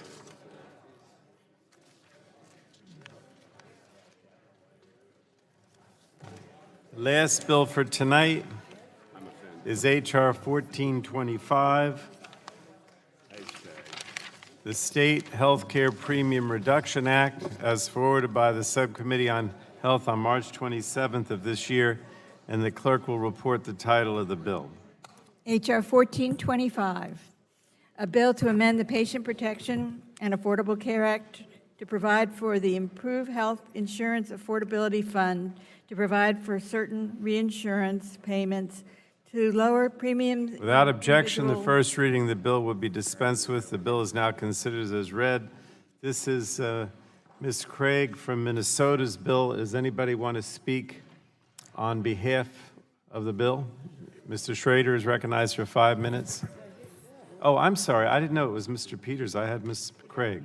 Or Mr. Peters. Thank you, Mr. Chairman. Representative Craig and I introduced this bill. It makes good on our Congress's collective promise to lower the out-of-pocket costs for the American people. As you know, the bill would reduce costs, improve coverage by increasing competition, and protect people with pre-existing conditions through insurer participation in the individual marketplace. Our bill provides $10 billion in annual funding for all 50 states to set up their own reinsurance funds. It would lower premiums estimated by 10%. States can use the funds to provide premium subsidies or cost-sharing support, and would set up a default federal reinsurance program if states do not establish their own. The debate is really about one thing. There's not a lot of disagreement among experts that reinsurance is one of the main strategies that you can do to make sure that those high-cost cases don't skew insurance premiums. This is one of the few things that people agree you could do to make sure that premiums stay down. We've tried it before, and it's worked. I would say in advance, this is not an attempt to, this makes no changes to the application of the Hyde Rule within the Affordable Care Act. It preserves the same rule. I understand that many of us weren't here when the law was enacted. There's many of us on the Democratic side who would get rid of the Hyde Rule altogether. I understand that this was a compromise. This bill does not affect the compromise and preserves the rule that federal funds cannot be used for abortions. And with that, at this hour, I will yield back my time. Thank the gentleman. Did you want his time? Yes. Mr. Take me that long. Yield to Mr. Schrader from Oregon. Thank you. Please support this legislation in front of us that keeps taking big steps to address the rising cost of premiums and impacts the individual marketplace. That's where the root cause of all the premium increases that we hear talked about is the imbalance in the individual marketplace. It's very similar to legislation I proposed last year, bipartisan legislation we proposed last year, and what my colleagues on the other side of the aisle have supported. They supported it in their repeal bill in the last Congress. The bill provides a pathway for helping stabilize the costs for all and ensure more Americans can actually afford health insurance, as we've talked about. Maintains state flexibility, has the mechanisms to ensure resources get back to the individuals who need the help the most. ACA gave millions of Americans health care for the first time, but there are more sicker, older people in the individual market than we originally thought. So those middle to upper middle class folks without ACA subsidies, not on Medicare, not on Medicaid, or have employer-based health insurance, pay rising premiums and deductibles. And that's bleeding over now into the small group market. Reinsurance this bill will go a long way to spreading that risk and keeping rising premiums and deductibles under control. It's the one most important thing we can do in this Congress. And I'd reiterate what my colleague from California said, this in no way impairs or undoes the Hyde Amendment. I hope my colleagues can recognize the good faith efforts that have been put forward, come together on this issue. Again, it's very similar to the bipartisan bills we had in the last Congress. I'd urge a yes vote and hope we can come together, reduce health care costs for all Americans. I yield back to. Thank you. I yield now to Ms. Eshoo from California. I thank the gentleman and my friend from California. My thanks to you and to Angie Craig for the work that you've done on this legislation. This $10 billion annually to establish a state reinsurance program is going to go right at the subject matter that we have debated, agreed on, and disagreed on tonight, and that is the issue of affordability, because it's going to have an effect on the insurance pools. So it's very important legislation. It's been, the authors say that it will lower premiums by 10%. So 10% is a lot of federal money. And so I want to compliment the gentleman for his work, the temperament that he brings to everything here, and for bringing forward something that really is going to put a dent in the costs and restore some affordability to health insurance premiums in our country. Thank you. Thank you. And I would also just acknowledge Mr. Schrader. He did point out that the work went into this in previous terms. Dr. Barra and Ms. Custer were also involved in in working on this. We're finally glad we have a chance to introduce it, and we urge everyone to support the proposal, and I yield back. Thank Mr. Peters. Does anyone on the Republican side want to speak on this, Mr. Peters' bill? Mr. Chairman, I have an amendment to ask. Okay, we'll move to that. I'll now recognize the gentleman from Texas, Mr. Burgess, to offer an amendment in the nature of a substitute. What is your amendment labeled as? It's labeled as 1425 FCAMD underscore 02.xml. Does the clerk have that?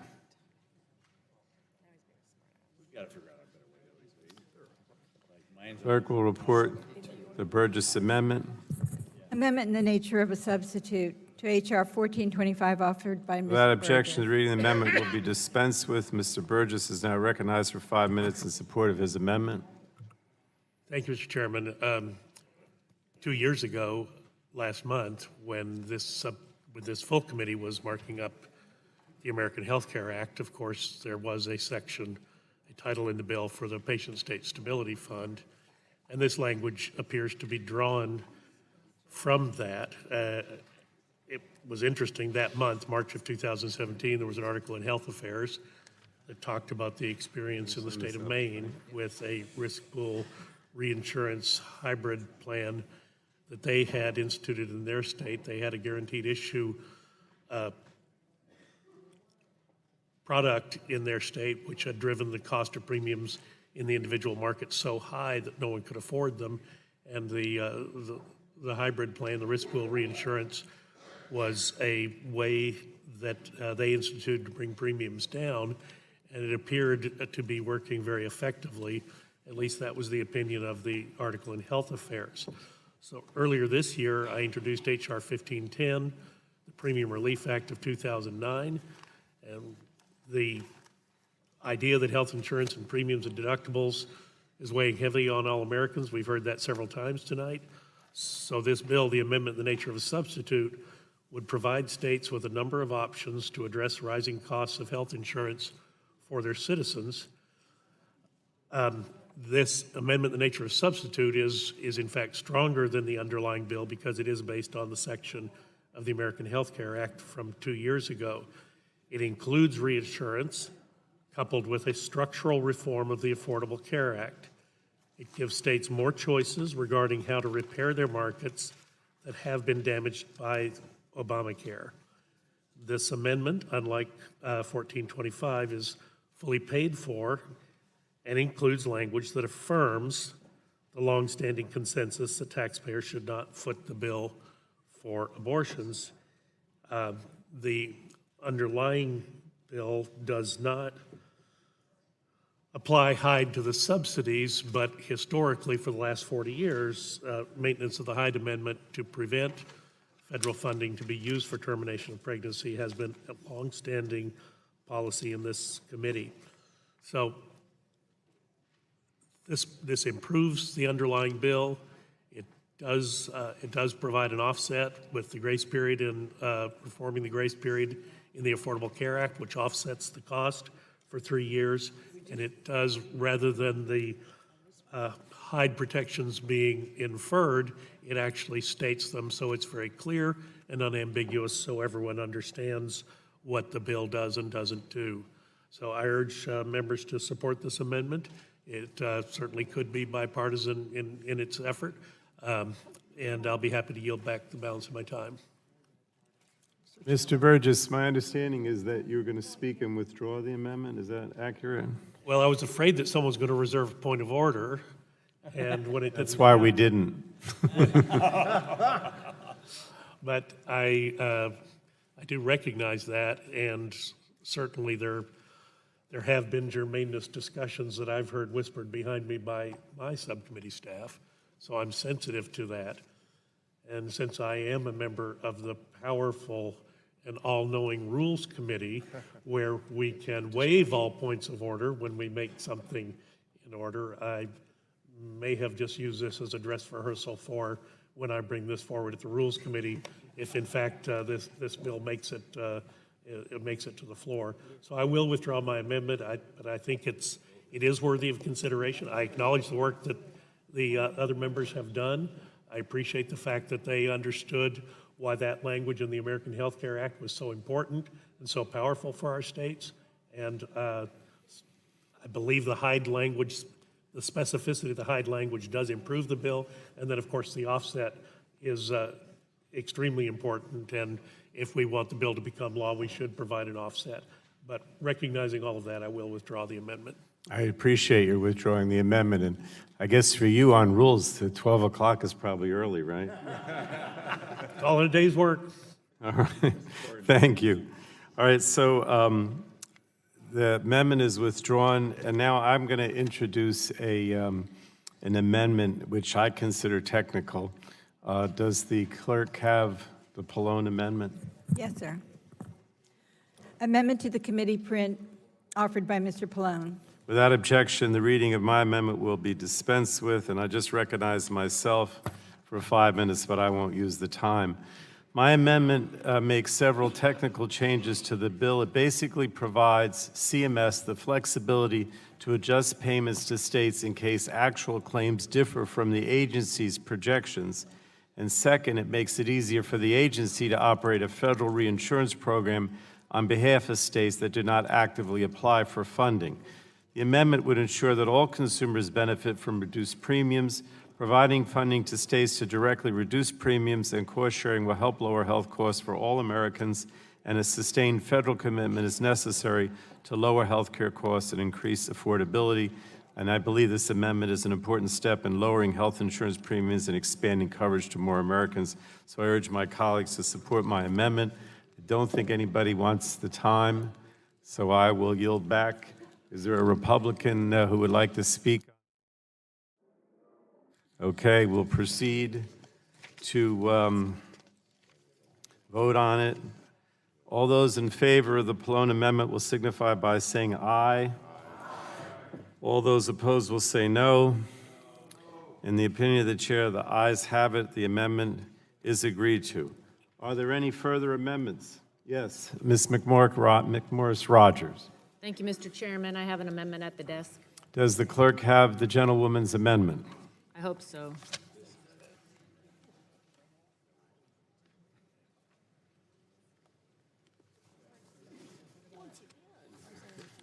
What's the number?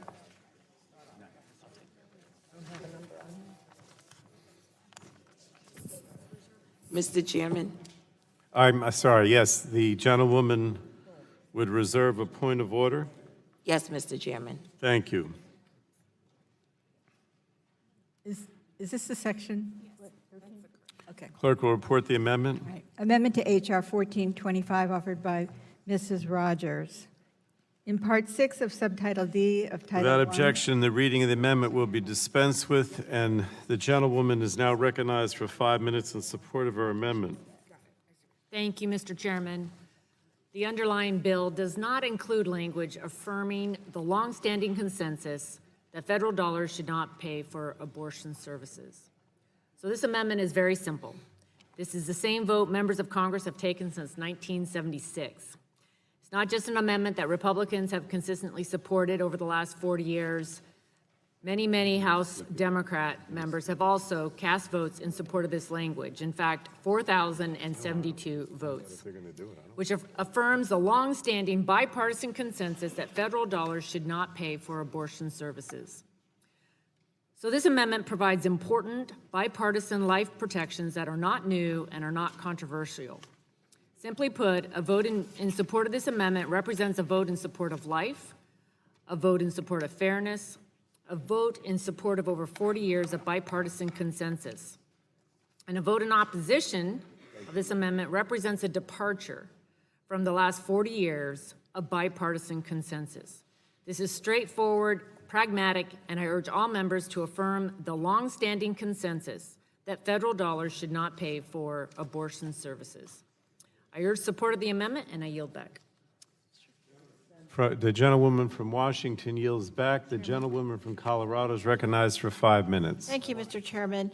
Unfortunately, what the gentlelady is saying is just simply inaccurate, because what this amendment does is it codifies the Hyde Amendment. It puts it into statute, which has not been the law for the last 40 years. I disagree with the Hyde Amendment, and I'm going to talk about that in a minute, but it has been in the annual appropriations bills where Congress could decide what we're going to do from year to year. And unfortunately, from my view, from year to year, the Hyde Amendment has said we will not use federal funds for abortion. So that would cover, if it was passed, it would cover this. But what this amendment does is it codifies the Hyde Amendment for the first time under the insurance law. This was the fight that we had 8 years ago, or 10 years ago, when we passed the Affordable Care Act. And now at 10 of 12, I guess it's the last thing we're going to fight about tonight. But here's the thing. Not only is this far, far beyond current law, it's also really bad public policy, because what has happened is for 40 years, anti-choice politicians have used the Hyde Amendment to try to stop people from getting the health care that they need. And so what we should be doing, and what this bill attempts to do, is to expand people's access to the health care that they need, not to take away their rights. And so rather than looking at ways that we can restrict even current law and the ability of women to get the full range of health care services they need, this amendment only restricts it more. And so it's very bad public policy, and frankly, it is just not accurate to say that it's a repeat of the Hyde Amendment, because it goes much, much farther. And frankly, if this amendment passed, then I would be forced, as I think most people on this side of the aisle would be, to vote against the bill. And I'm happy to yield my time to Ms. Schakowsky. I thank the gentlewoman for yielding. So this amendment, yes, would expand the reach of the Hyde Amendment into statute and apply these harmful abortion restrictions to the private insurance market for the first time.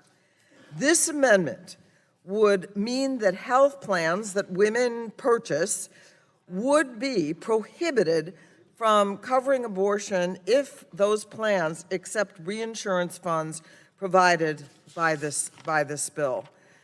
My colleagues across the aisle have already made abortion coverage severely restricted and difficult to obtain in many parts of the United States.